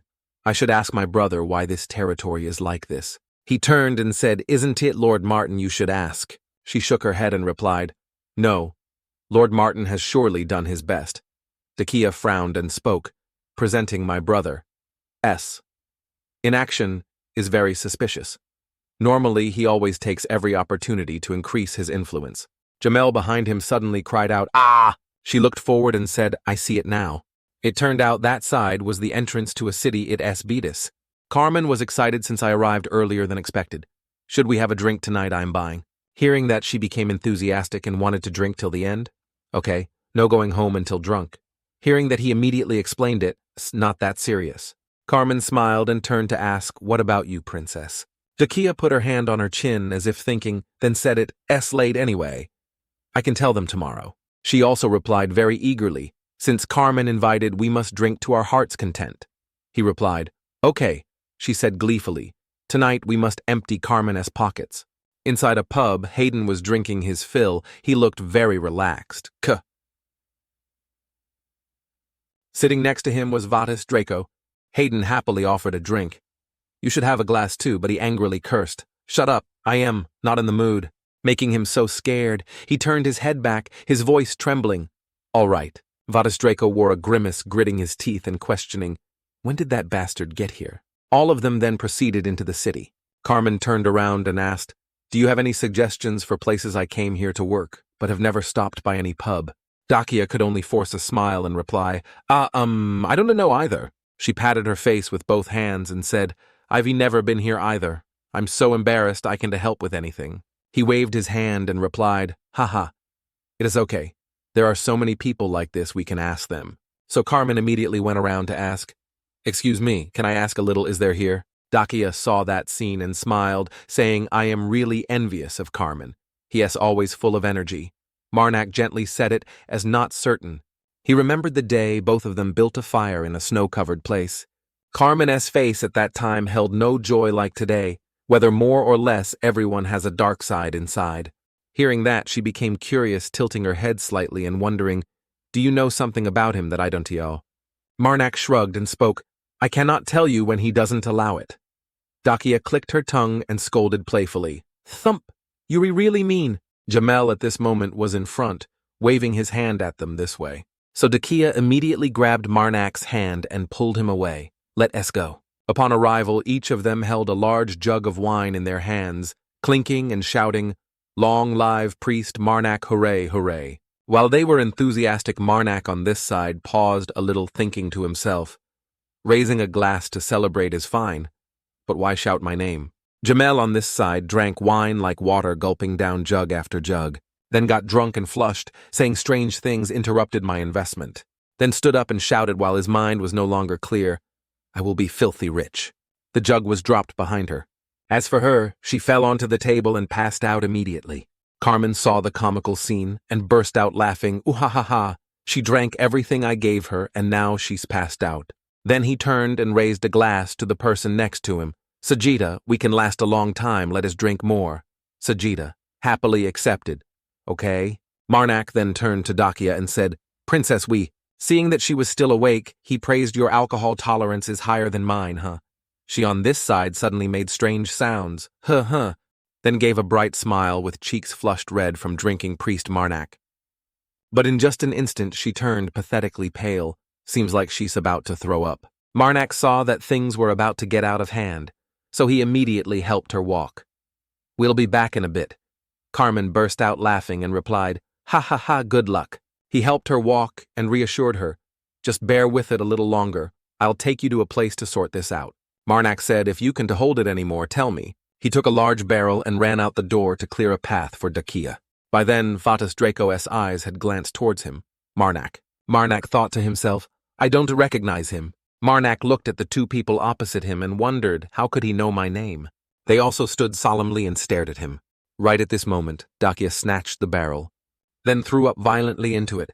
Marnak smiled wryly but still went and patted her back. Oh my God, are you okay? Vatis Draco saw that disgusting scene and froze in place. Dakia on this side, after throwing up, was helped by Marnak. She resolutely declared, Blech, I am never touching alcohol again. Suddenly, while walking, she slipped, didn't know if it was accidental or intentional, UAH.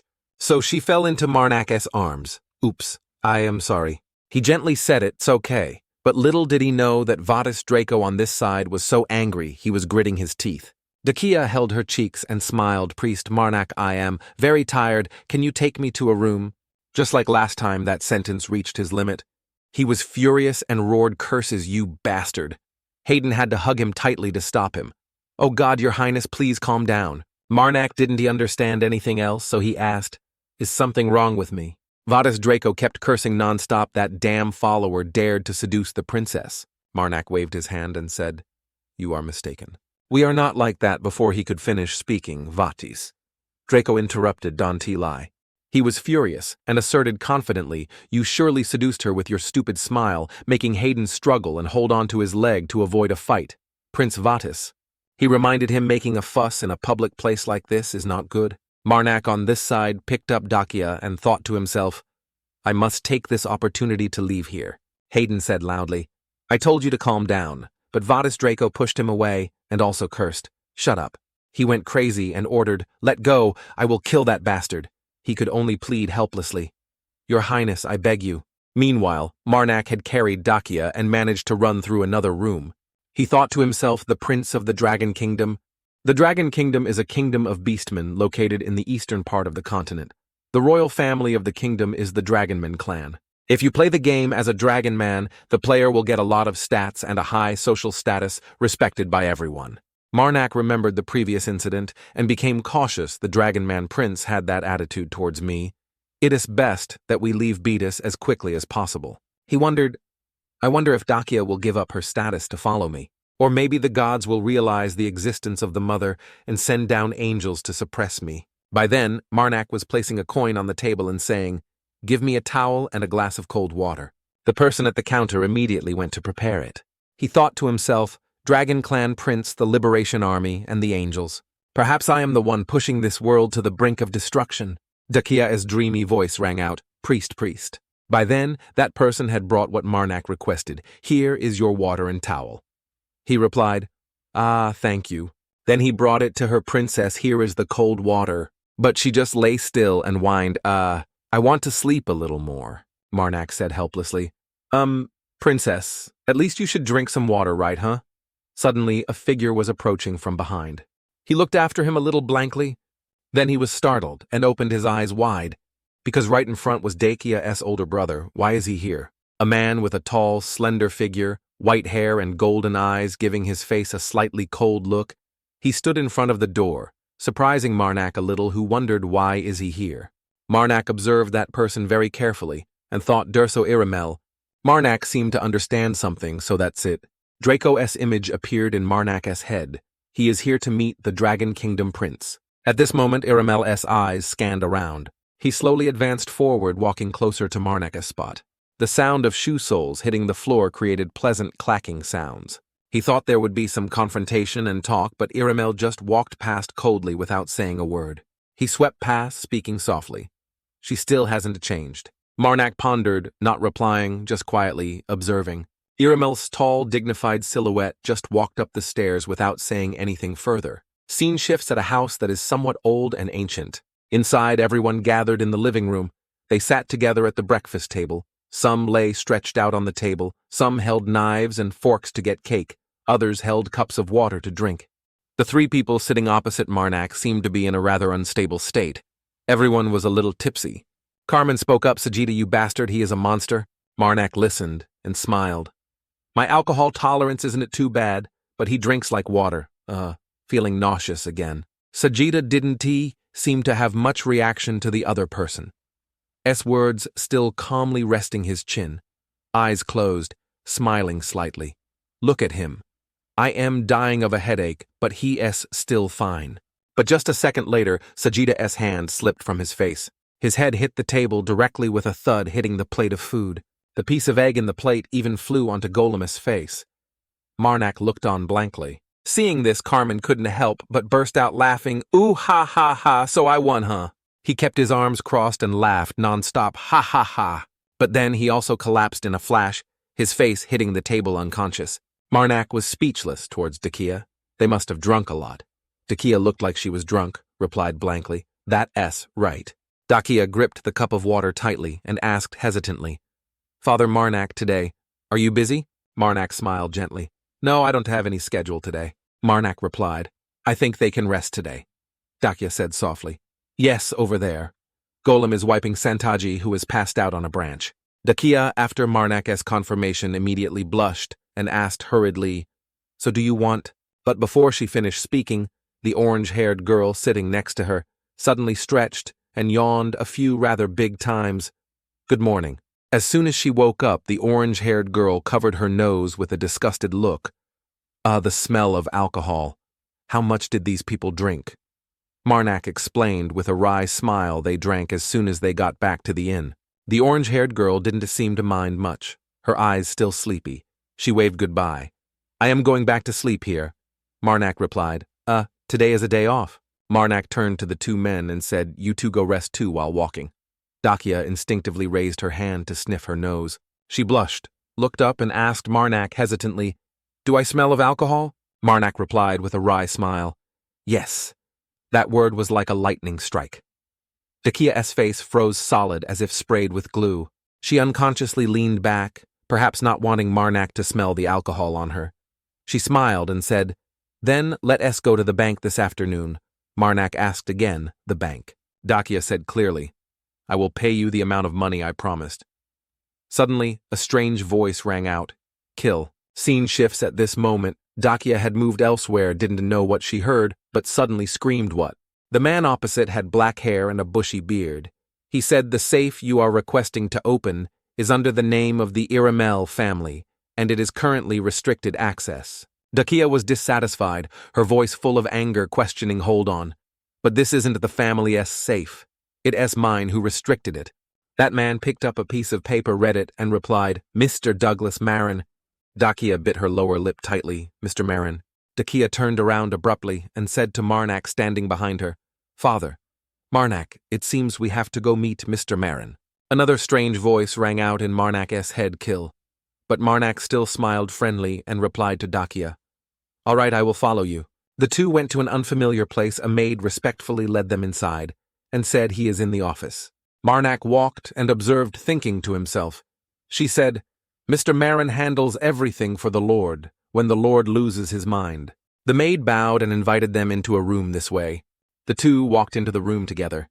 Inside, a man spoke long time, no see Princess Dakia. The old man, with a thick silver beard. He wore a monocle that exuded seriousness and composure. The man sat in front of a table full of documents. His voice was indifferent. It seems you are still well. I'm sure your time away was fine. This reassures me. Although Dakia bowed her head in greeting, she couldn't hide her obvious dissatisfaction. It's been a while since we met Lord's representative. The man took off his monocle and said, you don't need to call me that. You can call me Mr. Marin as before. Dakia frowned, as you wish, Lord's representative. That man heard Dakia's discomfort while wiping his glasses. He said, it seems you have a problem with me. Dakia replied, me, if you think so, it seems you see sin somewhere. At this moment, the invisible voice in Marnak's head became even more numerous. Kill, kill, kill, Marnak thought to himself. Luckily, Mother can speak in this situation. Marin pointed to the paper as if unintentionally saying, perhaps you are here because I have forbidden your safe. Dakia closed her eyes, suppressing her anger, and asked, why did you do that? Marin calmly, it's simple. Marin smiled and said, if I didn't do that, you would never return to the territory. Only then did Marin notice someone else. Besides Dakia was here, he turned and asked, perhaps you are Father Marnak. Marnak smiled gently and replied, yes, I am Marnak. I serve the goddess of protection. Marin heard and retorted, is that all? His voice had some sarcasm. Devil Slayer of Dakia turned her head to look at Marnak. Marin continued, nemesis of the evil spirits of Kenton. And Marin also didn't forget to praise Marnak and savior of Erotico. You are very famous. Marnak was humble. It is just rumors. Rumors will be exaggerated more if they are mentioned more. Marnak asserted, I'm sure what I do is much less than the rumors. Marin laughed with his hands behind his back and said, ha ha, you are too humble. A victory, even if small, is still a victory. He approached Marnak. I know everything you do is for good purpose. Suddenly, his eyes became a little strange, Father. Marin mentioned someone. The Lord smiled and wanted to see you. Marnak was a little doubtful, huh? A man was slowly sipping a cup of tea in his hand. It's Hayden. He was enjoying tea calmly. Suddenly, an angry voice, accompanied by a pillow thrown hard against the wall behind Hayden, rang out. Damn it, that damn bastard! Draco was lying on the bed, angrily shouting, I should have torn him to 100 pieces right there. He was just like a 5-year-old child being provoked, thrashing and cursing nonstop. That is... right, I should have done that then. Why did you stop me? Hayden! Hayden, holding the teacup, showed little emotion, saying, if you had done that, then you would never have gotten the result you wanted originally from the start. He brought the teacup to his mouth again, looked at Draco and asked, you just need the princess's current status right. Hayden's words were as light as a feather as he analyzed for Draco. If rumors about her relationship with that priest spread outside now. You would have to break the engagement to save your image, but he seems to get angrier the more he hears. Draco's eyes full of resentment roared. I know that, but seeing my fiancé hand in hand with someone else makes me furious. He suddenly had a crazy idea. All right, let us go kill that damn priest, just the sword so no one finds out. Hayden held the teapot and poured water into the teacup, replying, You cannot do that.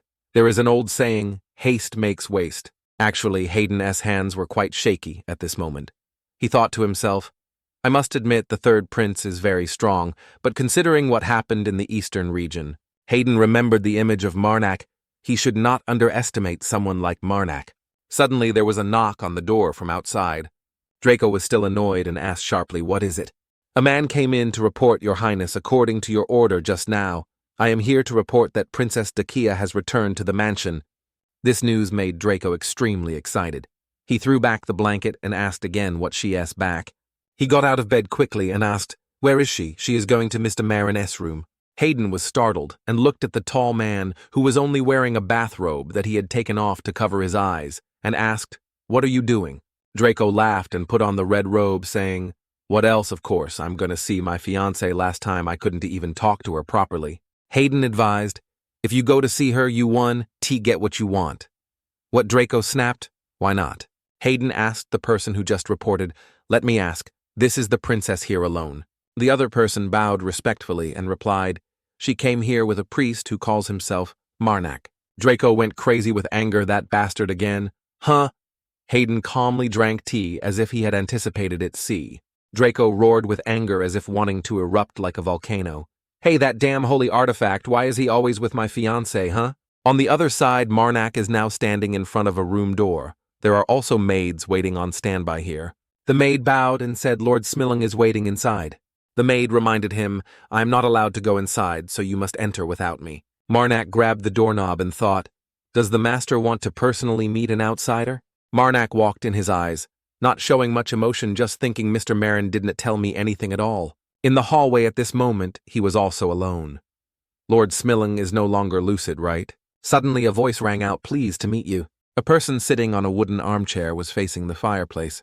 It was an old man. His hair and long beard covered more than half of his face.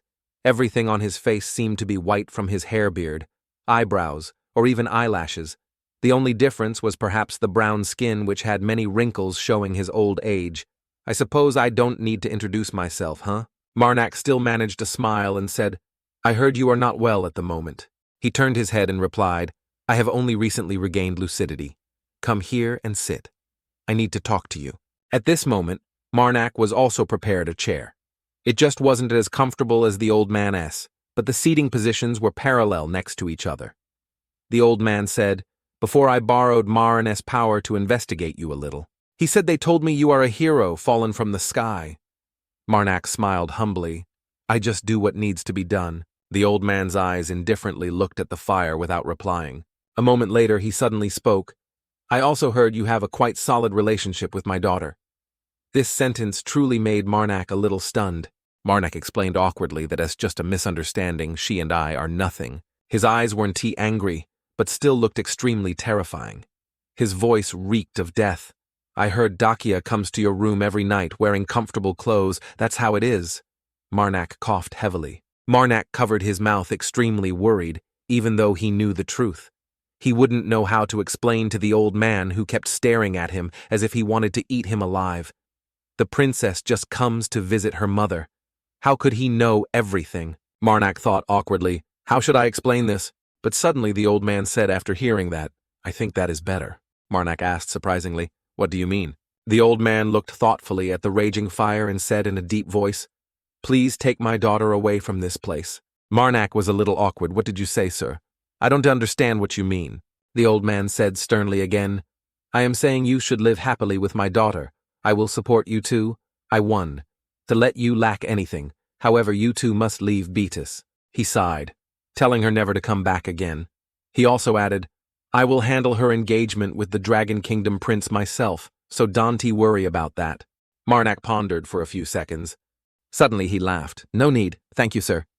The old man frowned. No. Marak explained, your support. Like that is already too good, and besides, my child is certainly flawless because she carries my bloodline. Marak said she is a sorceress, so no one supports her. No one wants her to become the lord of this place. Marnak stood beside the old man and said clearly, "But whenever she says she wants to become the lord of this place, I encourage her. So if she says she wants to leave with me, I will also happily accept it." Marnak continued, "But I don't have the right to make that choice. Only she can make the choice for herself." Marnak smiled a little creepily and said, "If you really want her to leave this territory, I think you should tell her yourself that is the right way. Don't you think so?" The old man was silent again, looking at the fire. A few seconds later, he closed his eyes and spoke. "The reason I don't tell her myself is very simple." The old man spoke and recalled the image of his stubborn little daughter. She is a child that no matter how hard you push her down, she will bounce back just as strongly. If I tell her to leave now, she might try to fight for ownership of the family, which will tempt her, the old man said in a deep voice. But the future ahead on that path will not be what she desires. He looked at Marnak as if entrusting something. "So I want you to convince her from the beginning inherently being the lord of a territory is not that great." Marnak paused for a moment and said, "Can I ask you something? It might be a little rude." The old man didn't hesitate to reply, "I think you've been rude enough already, so go ahead and say it." Marnak expressed the doubt in his heart. "I heard that you have never really cared about your daughter, so why are you suddenly making an offer like this now?" The old man said calmly, "Do I need a reason? I just changed my mind, that's all." He suddenly gripped the armrest of the chair and said, "And please leave this place as soon as possible. Perhaps the truth is the best thing for that child." Then the old man waved his hand, indicating dismissal. "You can leave now." Marnak smiled. "Yes," he said as an afterthought, making Marnak stop. And also," the old man turned his head to remind him, "don't to tell others about my mind becoming clear again, just." The old man instructed say that you had a lot of difficulty communicating with me because my mind wasn't clear. Marnak didn't ask much and immediately agreed. "All right," the old man replied, "thank you." The old man closed his eyes tightly, enjoying the warmth from the fire. Now in the room, this fire is the only thing left full of vitality. The old man suddenly spoke Calto retrospective. The old man said, "Iret, the progressive one. Adora, the revered one." Suddenly 2 people appeared on either side of the old man's chair. Iret spoke up and asked, "How are the preparations coming along?" The old man rested his hands on the armrests of the chair. He stood up miraculously as if there had never been paralyzed legs on his body. He said it will be done soon, but his eyes seemed to have an unusual change, looking very scary. That voice was low and deep. "Just wait a little longer, only a short time more." The door slowly opened from outside. Marnak poked his head in from the doorway while hearing a loud argument. "I said, I don't want to." Inside, Dakia and Draco seemed to be very tense. Draco held onto Dakia's sleeve, but she angrily tried to shake him off and said loudly, "I already said I didn't come here to meet you." She pulled her sleeve away with all her might. "From the beginning, I never intended to marry you." Marnak unintentionally witnessed a scene he shouldn't have seen, so he stood awkwardly outside the door, thinking, "What is this?" The 2 inside had discovered him. Dakia immediately exclaimed, "Father." She was completely different, happy compared to her expression when talking with Draco. She smiled and asked, "Are you done with the meeting?" Dakia didn't linger either. She directly turned to Draco, said goodbye, and left Prince Vadis. "I am sorry about the engagement," she said innocently, despite someone already grinding his teeth in anger. "I am leaving now, have a good day." He was in a fit of rage because of Dakia's refusal. At this moment he saw your appearance. As if his most sensitive nerve was touched, he roared like a beast, making Hayden struggle greatly to hold him back and prevent him from breaking free and biting people. "Marnak, it is you again." But how could someone as small as Hayden restrain Draco? He threw Hayden aside and ran away, pointing at Marnak warningly. "Stay away from my fiancé immediately." Dakia immediately rushed out to stand in front of him and shouted, "I will not marry you." He couldn't accept the truth and kept questioning, "Why, what is it about me that you don't like?" She sighed in frustration. "It is not that you lack anything, I just don't want to get married." Draco was like a child, trying to please an adult. He whined and spoke softly, trying to coax her. "Don, to be like that. Why, Don, do we have a meal together?" His hand trembled as he reached out, wanting to get closer to her. Dakia coldly and flatly refused. "I already have plans." He didn't give up and asked again, "What about tomorrow?" Dakia replied, "Busy the day after tomorrow. Busy. Well, busy." She kept refusing, making Draco frown. "I haven't said which day yet." She didn't want to say anything more, so she turned and left, and didn't forget to emphasize, "I am very busy." Marnak hid to the side, forcing a smile. Mother in his head exclaimed, "Kill, kill." He thought she really left him. Suddenly Draco shouted loudly, making Dakia startle and stop. "How about this?" He took out some paper and said, "I heard there is a theater troupe in Peters. A famous singer is with them. You know her, right? Her name is Adora. He was awkward, come with me to see her. But unfortunately, you are still so cold I have met her." This time, Draco must have understood that she never had him in her heart. He collapsed, his eyes full of tears. "But the first performance will take place in 3 days. Dakia turned her head and said in a disgusted tone, "All performances are the same anyway. I want to watch any new performances anymore." Draco was angry, grinding his teeth. Suddenly his eyes blazed without pupils. His neck veins bulged, his teeth grinding loudly as he said, "Refusing me, is it because of that bastard Marnak, right?" Dakia activated defense mode and spread her arms to protect the love of her life, even though Marnak, standing far away, was still eagerly watching the drama. "No, it has nothing to do with him." He roared angrily, "Don't lie to me." He pointed towards Marnak and said something that made Dakia blush. "You go to his room every night." The atmosphere indeed froze, as if sprayed with glue because of this sentence. Mother angrily questioned in his head, "Kill, kill." Marnak helplessly explained to that voice, "What is it you are always with me when she comes?" At this moment he quickly spoke to explain to Draco, "Your Highness, there is a misunderstanding." Marnak said, "We don't have that relationship."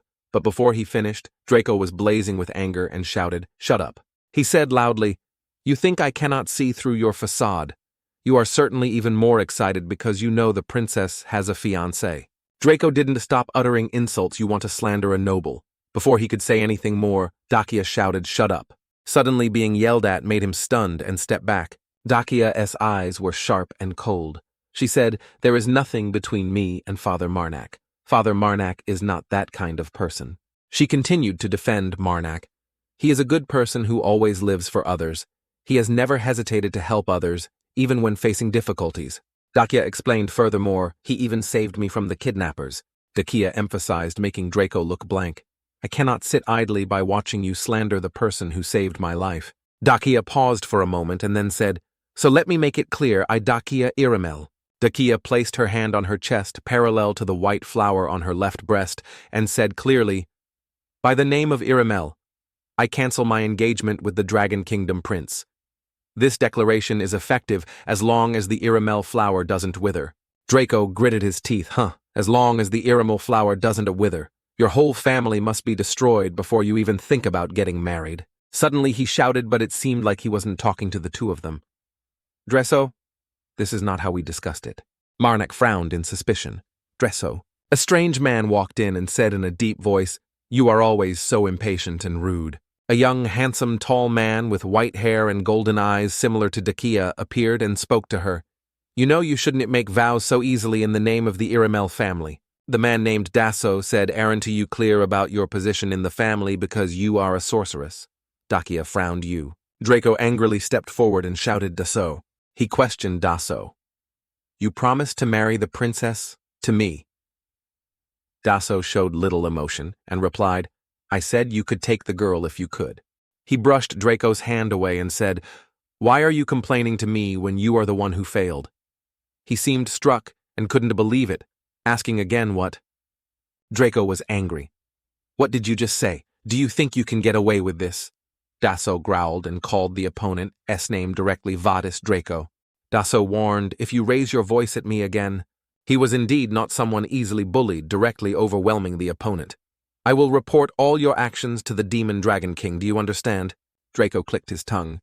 "Hayden over there must have had a good nap before he was called awake. Don't sleep anymore. Wake up quickly." Draco, after the argument, also swept past Dasso without saying anything further. Suddenly, Dakia spoke. "Wait, you are the one who suggested the kidnapping." She asked Dasso, and the Dragon Kingdom Prince just listened to you. Dasso didn't think so again. He countered kidnapping. "I just told him to protect you." Not only that, he also blamed her, "You only whine. Only thinking about yourself, you have never stopped to think about what is beneficial for the family." He pressed his face close to Dakia, looking extremely scary, saying, "If I wanted to kidnap you, do you think I would still be standing here?" Dasso warned, "You should be grateful that I showed mercy when talking about bloodline. Dakia was stunned, what? Then he glanced over at Marnak and said to her, "It is better to leave here with that guy. Do you need a clearer explanation?" Daso's voice was cold. "Leave beat us within 3 days, Dakia." After leaving the room, Dakia angrily roared, "That bastard ridiculous, leave beat us within 3 days." She was full of burning hatred, asking Marnak, who was standing awkwardly, "Father Marnak, can I use magic to punch him?" He raised his hand to advise, "Your brother will lose his life." Dakia was disgusted. That thick face is fine. Words in his head kill. Marnak understood and immediately thought, "I agree." Marnak thought about Dakia's 2 relatives, both father and brother. Telling us to leave quickly couldn't be a coincidence. Suddenly, Dakia called Father Marnak. He replied, "Yes." She pointed in the distance and asked, "Isn't he that Jamel?" Both looked towards an orange-haired girl standing in the distance. Marnak nodded, "Yes, but what is she doing?" Suddenly, Tosio ran over from somewhere, the successor.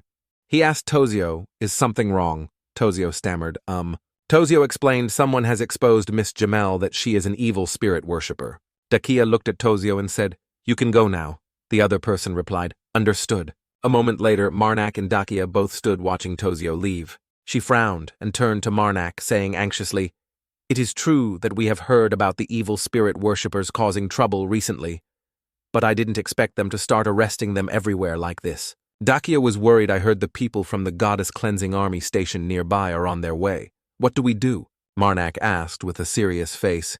"What do you think will happen to an evil spirit worshipper who has been captured?" She sighed and looked down, replying, "They will likely be handed over to the gods' cleansing army and then tortured until they reveal information about the liberation army until death." Marnak frowned. He thought in order to track down evil spirit worshippers without holy power, perhaps they found them by tracing the remaining holy power of the evil spirit in their bodies. He placed his hand on his chest in thought if that is the case. Dakia observed Marnak's reaction and exclaimed, "Father, do you have a way?" Marnak smiled and replied, "Yes, I think I have a way to save Jamel. It might be difficult for me, but..." He spoke to the person in his head, "If you are willing to help, Mother, I think we can hide Jamel." That voice replied, "Kill." In a dark, damp prison cell where there were only the sounds of rats and filth, in the cell, a small, thin figure sat huddled, hugging herself in the corner of the wall. It was the desperate Jamel. "I became a nun by chance, but it was unnecessary because I wanted to become an evil spirit worshipper." She cried, "I am just an orphan they took in." A series of negative thoughts kept surrounding the little girl. His mind was going with Father Marnak. "A mistake. I should have run away. He should have been the last ray of hope for me." Her tears fell non-stop. She sobbed, "Oh, united stone, what should I do now?" She was tired. "If I use power in a place like this, I will die before I can get out." A rat ran across Jamel's shadow from somewhere. A few people walked over. Jamel looked up curiously through the bars. She gave a rare smile, "Everyone," she exclaimed, "Giselle Zarn." Jamel rushed to the bars, unable to contain her joy. "You two are alive." But the other two standing outside didn't seem happy at all. Their faces, serious arms crossed, staring at her. Her hands trembled. "The atmosphere is strange, is it?" She froze and asked, "Are you the two who handed me over?" They admitted coldly, "Yes." Giselle punched the bars, her eyes fierce, cursing traitor. Jamel bit her lip, her voice trembling, asking, "Did you just call me a traitor?" They confirmed, "Yes, because you are a traitor. You lived your comfortable life with that damn priest while we had to fight for our lives." Giselle's eyes were completely cold. "I worried about you because you were separated from us, but I shouldn't have even worried."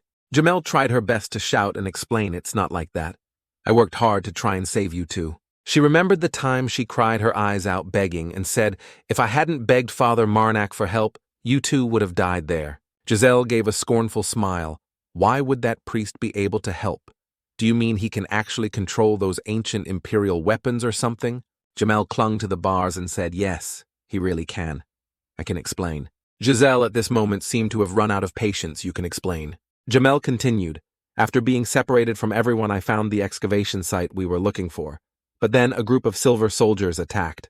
Because I had things I needed to ask those people, I couldn't let them die, so I helped them, but it was too much for me." She recounted that when Father Marnak appeared and repelled the silver soldiers with me, they were surprised. "What, wait?" Giselle didn't fully believe her and retorted, "You said he could control them, so why did he fight them?" Jamel shook her head and said, "Because that was before he received that power. Just listen. Then a silver soldier twice the size of Yan looked at her father, gesturing wildly with his bloodied hands and feet recounting Marnak, and knelt down and said the air. Jamel kept cheering. He is actually the one that the princess of the ancient empire. Giselle was annoyed and interrupted, waving her hand. Enough. Jamel paused and said softly, "The story is still very long." She was annoyed and lost patience. "Do you think we will believe that lie, what the heir, the princess of the ancient empire?" She directly attacked Jamel. "I didn't know you were so good at imagining things, Jamel." Jamel said aggrievedly, "I'm not lying, it's all true," but Giselle didn't care much whatever. Then she asked again, "Then why didn't you reunite with us after leaving the ruins?" She frowned. "Why were you with him like that?" Jamel stammered, unable to explain that thing. Giselle pressed her face close to Jamel and growled, "Do you think I called you a traitor for no reason? I have been following you since the day you led us to beat us." She said sarcastically that Marnak didn't do anything to keep you, but you followed him like a dog instead of running away. Jamel explained with difficulty, Well, he said he would kill me if I ran away, but it turns out he is a very good person." She suddenly blurted out that "S right, everyone come with us."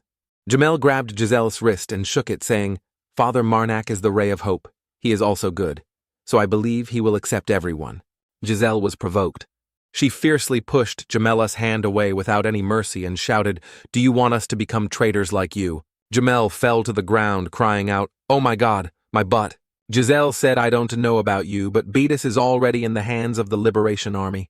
She continued, "The fallen god is," but before she finished, Jan interrupted that, "S enough, Giselle." Giselle pointed at Jan irritably and shouted, "I didn't intend to say anything at all. Don't you dare order me around." She took something from her clothes and said, "I know we grew up together, but we cannot tolerate a traitor." What she took out was a gun. Her voice was cold. "The Liberation Army does not forgive traitors no matter what." Giselle pointed the gun at Jamel and said, "At least I will finish you off quickly." She warned Don to try to use your power, otherwise you will be taken away by the God's cleansing army, and Zarn took the gun, saying enough. He snatched the gun and aimed at Jamel without hesitation. "If you don't want to, then let me do it." On the other side, Zarn frowned and thought, "Why does that idiot have to do that?" Zarn said his last words, "Goodbye, traitor." Jamel screamed in fear, covering her face with her hands. "I don't want to die." Suddenly a monster rushed in from somewhere. The gun fired a shot. A strange person in armor holding a weapon rode a giant rat to block the bullet.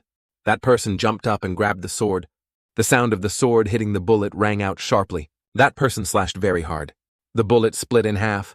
The two halves of the bullet flew past the bars, grazed Jamel, and hit the wall. Although they didn't hit her, Jamel still screamed in fear. An angry voice rang out, "How dare you!" That person pointed the sword straight at John S. Group and shouted, "Wicked soldiers, how dare you lay a hand on the successor S friend." But a strange scene made everything freeze. Who would have thought that Hero was a tiny person the size of a fist? No wonder the bullet in his eyes was so big, and it turns out that rat wasn't some giant monster either. They all cried out, "What is this?" Jamel anxiously watched the unexpected situation outside the cell. He pointed his sword at the enemy with eloquent reasoning. "You barbarian, how dare you lay a hand on the successor's friend?" However, looking at the height difference between the two sides, his action had the opposite effect and became cute. And it was surprisingly overwhelming compared to the tense atmosphere that a normal conflict should have. They watched in silence. After being silent for a while, Giselle laughed mockingly. "What is this thing is this? The knight who is supposed to be twice the size of Zarn. Jamel, is there something wrong with your head at the same time attacking her for daring to entrust someone like this?" He silently endured until they dared to insult that person. Suddenly, a powerful beam of light emanated, making them unable to see directly, only seeing the small knight from before flipping over. Giselle reluctantly told her teammates, shoot that stupid Jamel." And when the words were finished, the one who appeared before them was no longer the tiny knight but had become a giant knight. His teammates exclaimed, twice, "What, he's this big?" He didn't care about their feelings at the moment. The only thing he cared about was her. So he turned and asked her, "Are you injured anywhere?" Jamel was looking forward to the drama but was dragged in. So at first, she was a little panicked and stammered, "I'm fine, look ahead." "All right." Only then did he relax and focus on the opponent. He neither asked nor threatened, but asserted, "You will die here." She behind him was also surprised by his aggressive and slightly arrogant words. But more than anyone she knew for sure that if he said it, he could certainly do it. So she hastily advised him, You don't need to kill them. But it was clear that if he said one, there was no doing two. He said decisively, that is the best solution. Those who mistreat the successor as friend are a threat to the successor. Realizing the current situation is only disadvantageous for themselves, and they cannot just sit and wait for death. His teammates quickly decided retreat. Giselle. Okay. Then Giselle cast a teleportation array intending to slip away quietly. But things are unpredictable. It is not that easy. I want to let you go anywhere. And then he seemed to have an engine installed, flying straight to break the array. Giselle put all her strength into accelerating the opening of the array, while also defending against his attack. It's useless, he said coldly. And just as expected, right after that, he swung his sword down hard on the icy brick floor, scattering dirt everywhere. Inside the bars, she hugged her body tightly to avoid injury from the aftershocks. After a while, the dust screen flew away, leaving only him standing alone in the open space. By then, she slowly lowered her hand, covering her face, and looked outside. Asked did they run away, he answered truthfully. Yes, I couldn't catch them. I am sorry, I couldn't eliminate the enemy, seeing his self-blaming appearance. She quickly waved her hands and feet to comfort him. It is okay? Thank you. Then she hesitantly asked what she had been wondering about since the beginning of the day, but how did you know I was here? He didn't answer Jamel's question directly, but evaded to explain something else. If it is just a formality, then the answer is somewhat acceptable. The successor will come here. I came to inform you in advance. Priest Marnak. Huh, she asked again. Yes, it won. That'd be long, he replied and poked the little rat that just landed on his shoulder. She was polite. Thank you. Do you want me to open an exit for you? I can use my power. He put the rat down on the ground, saying, if you do that, it will cause a bigger problem. So don't do that. I will leave the way I came. Just when she didn't understand how she suddenly saw a strange thing was real. The little rat had turned into a big rat and was the Knight's unique and exclusive vehicle. Coming and going the same way, literally, both turned small again and left quietly. Luckily, they turned small. Otherwise, they would have truly scared people to death. She was stunned for a while. He's riding a rat, Suddenly, a thought flashed through her mind.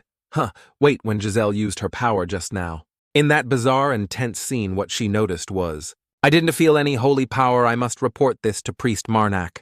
She realized this disastrous truth to herself. Not long after the person who came to rescue her also arrived, she cried loudly, Priest Marnak, I knew you wouldn't abandon me. Is that so?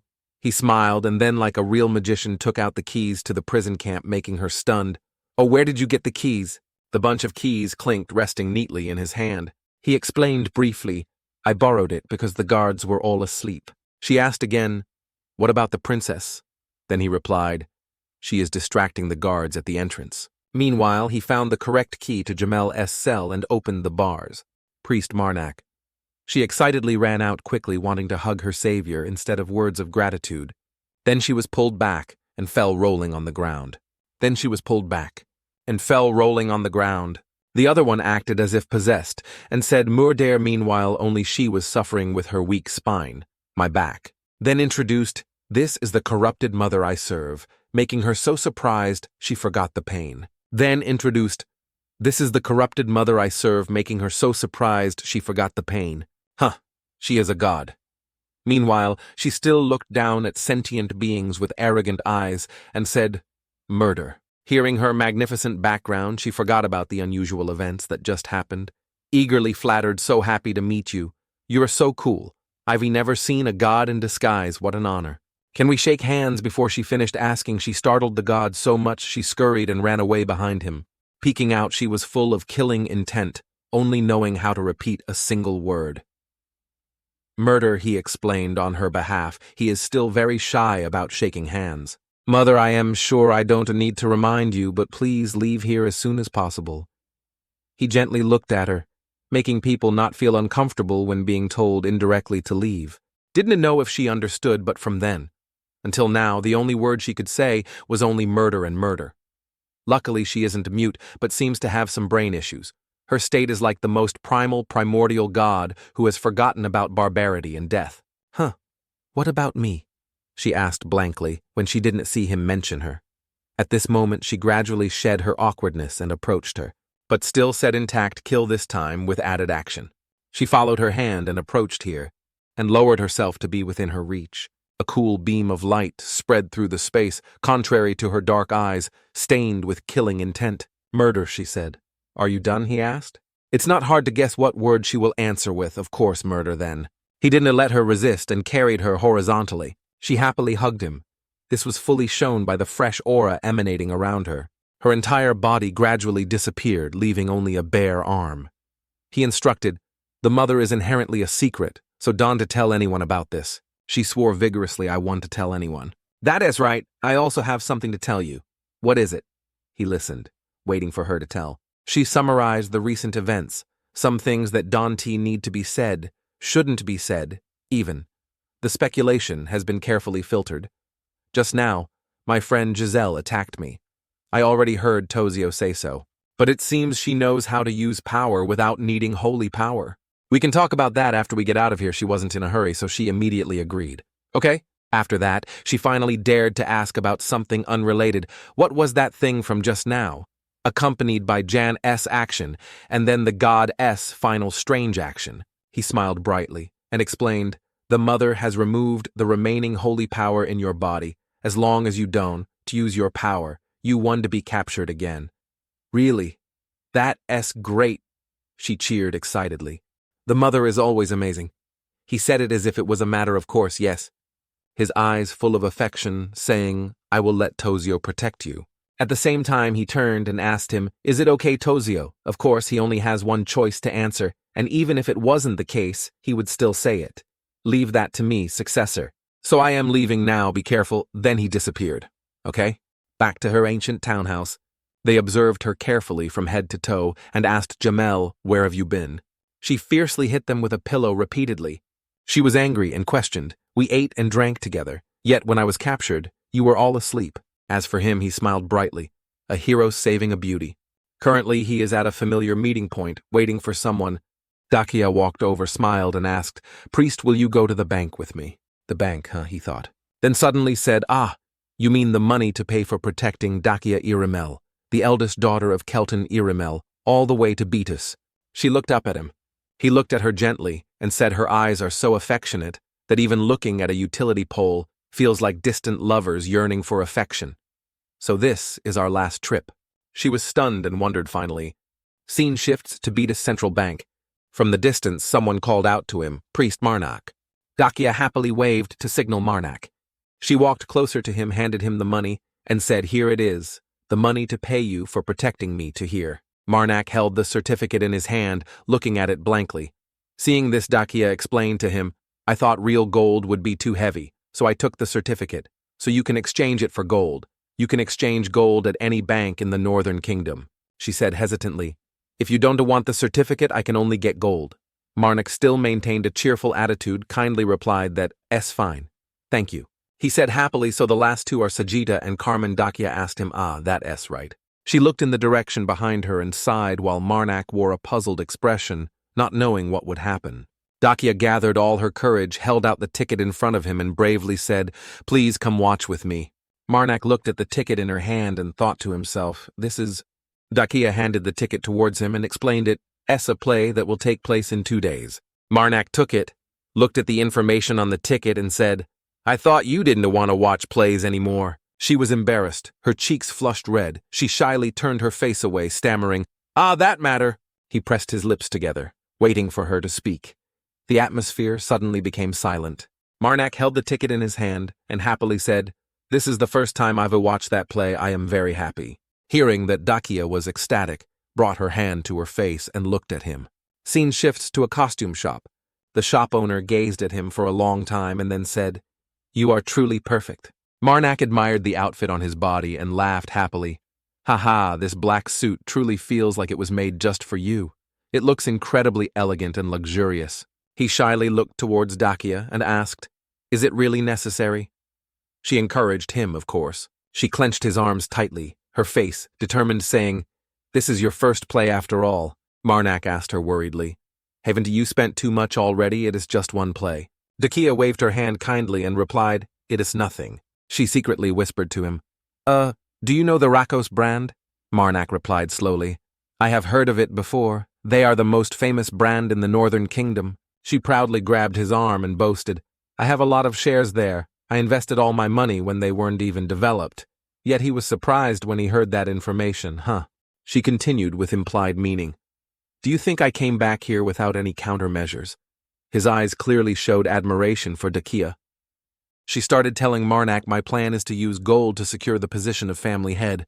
Dakia pretended to whisper, of course my father and brother Danti know. She began to explain the situation to him because the Rakos brand operates in the northern and southern kingdoms, so it takes some time to convert goods into money. Dakia burst out laughing, revealing her wealth, but I have a lot of money, you don't need to worry. Marnak realized and said, so you have a plan, huh? Thank you. Dakia stared at him, her cheeks flushed red again now you redressed. Dakia took his arm and went to the play like a real couple, she said happily. Let us go watch the play, shall we? At the theater stage, the lights were dazzling.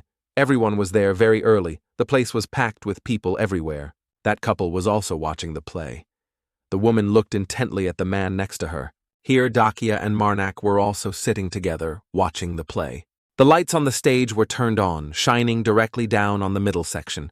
The backstage curtain slowly opened.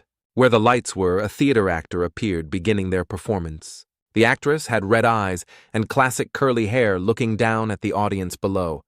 Her delicate face looked extremely beautiful. She gently placed her hand on her chest as if wanting to perform a form of prayer. In just a moment, the girl began to immerse herself in the play and perform.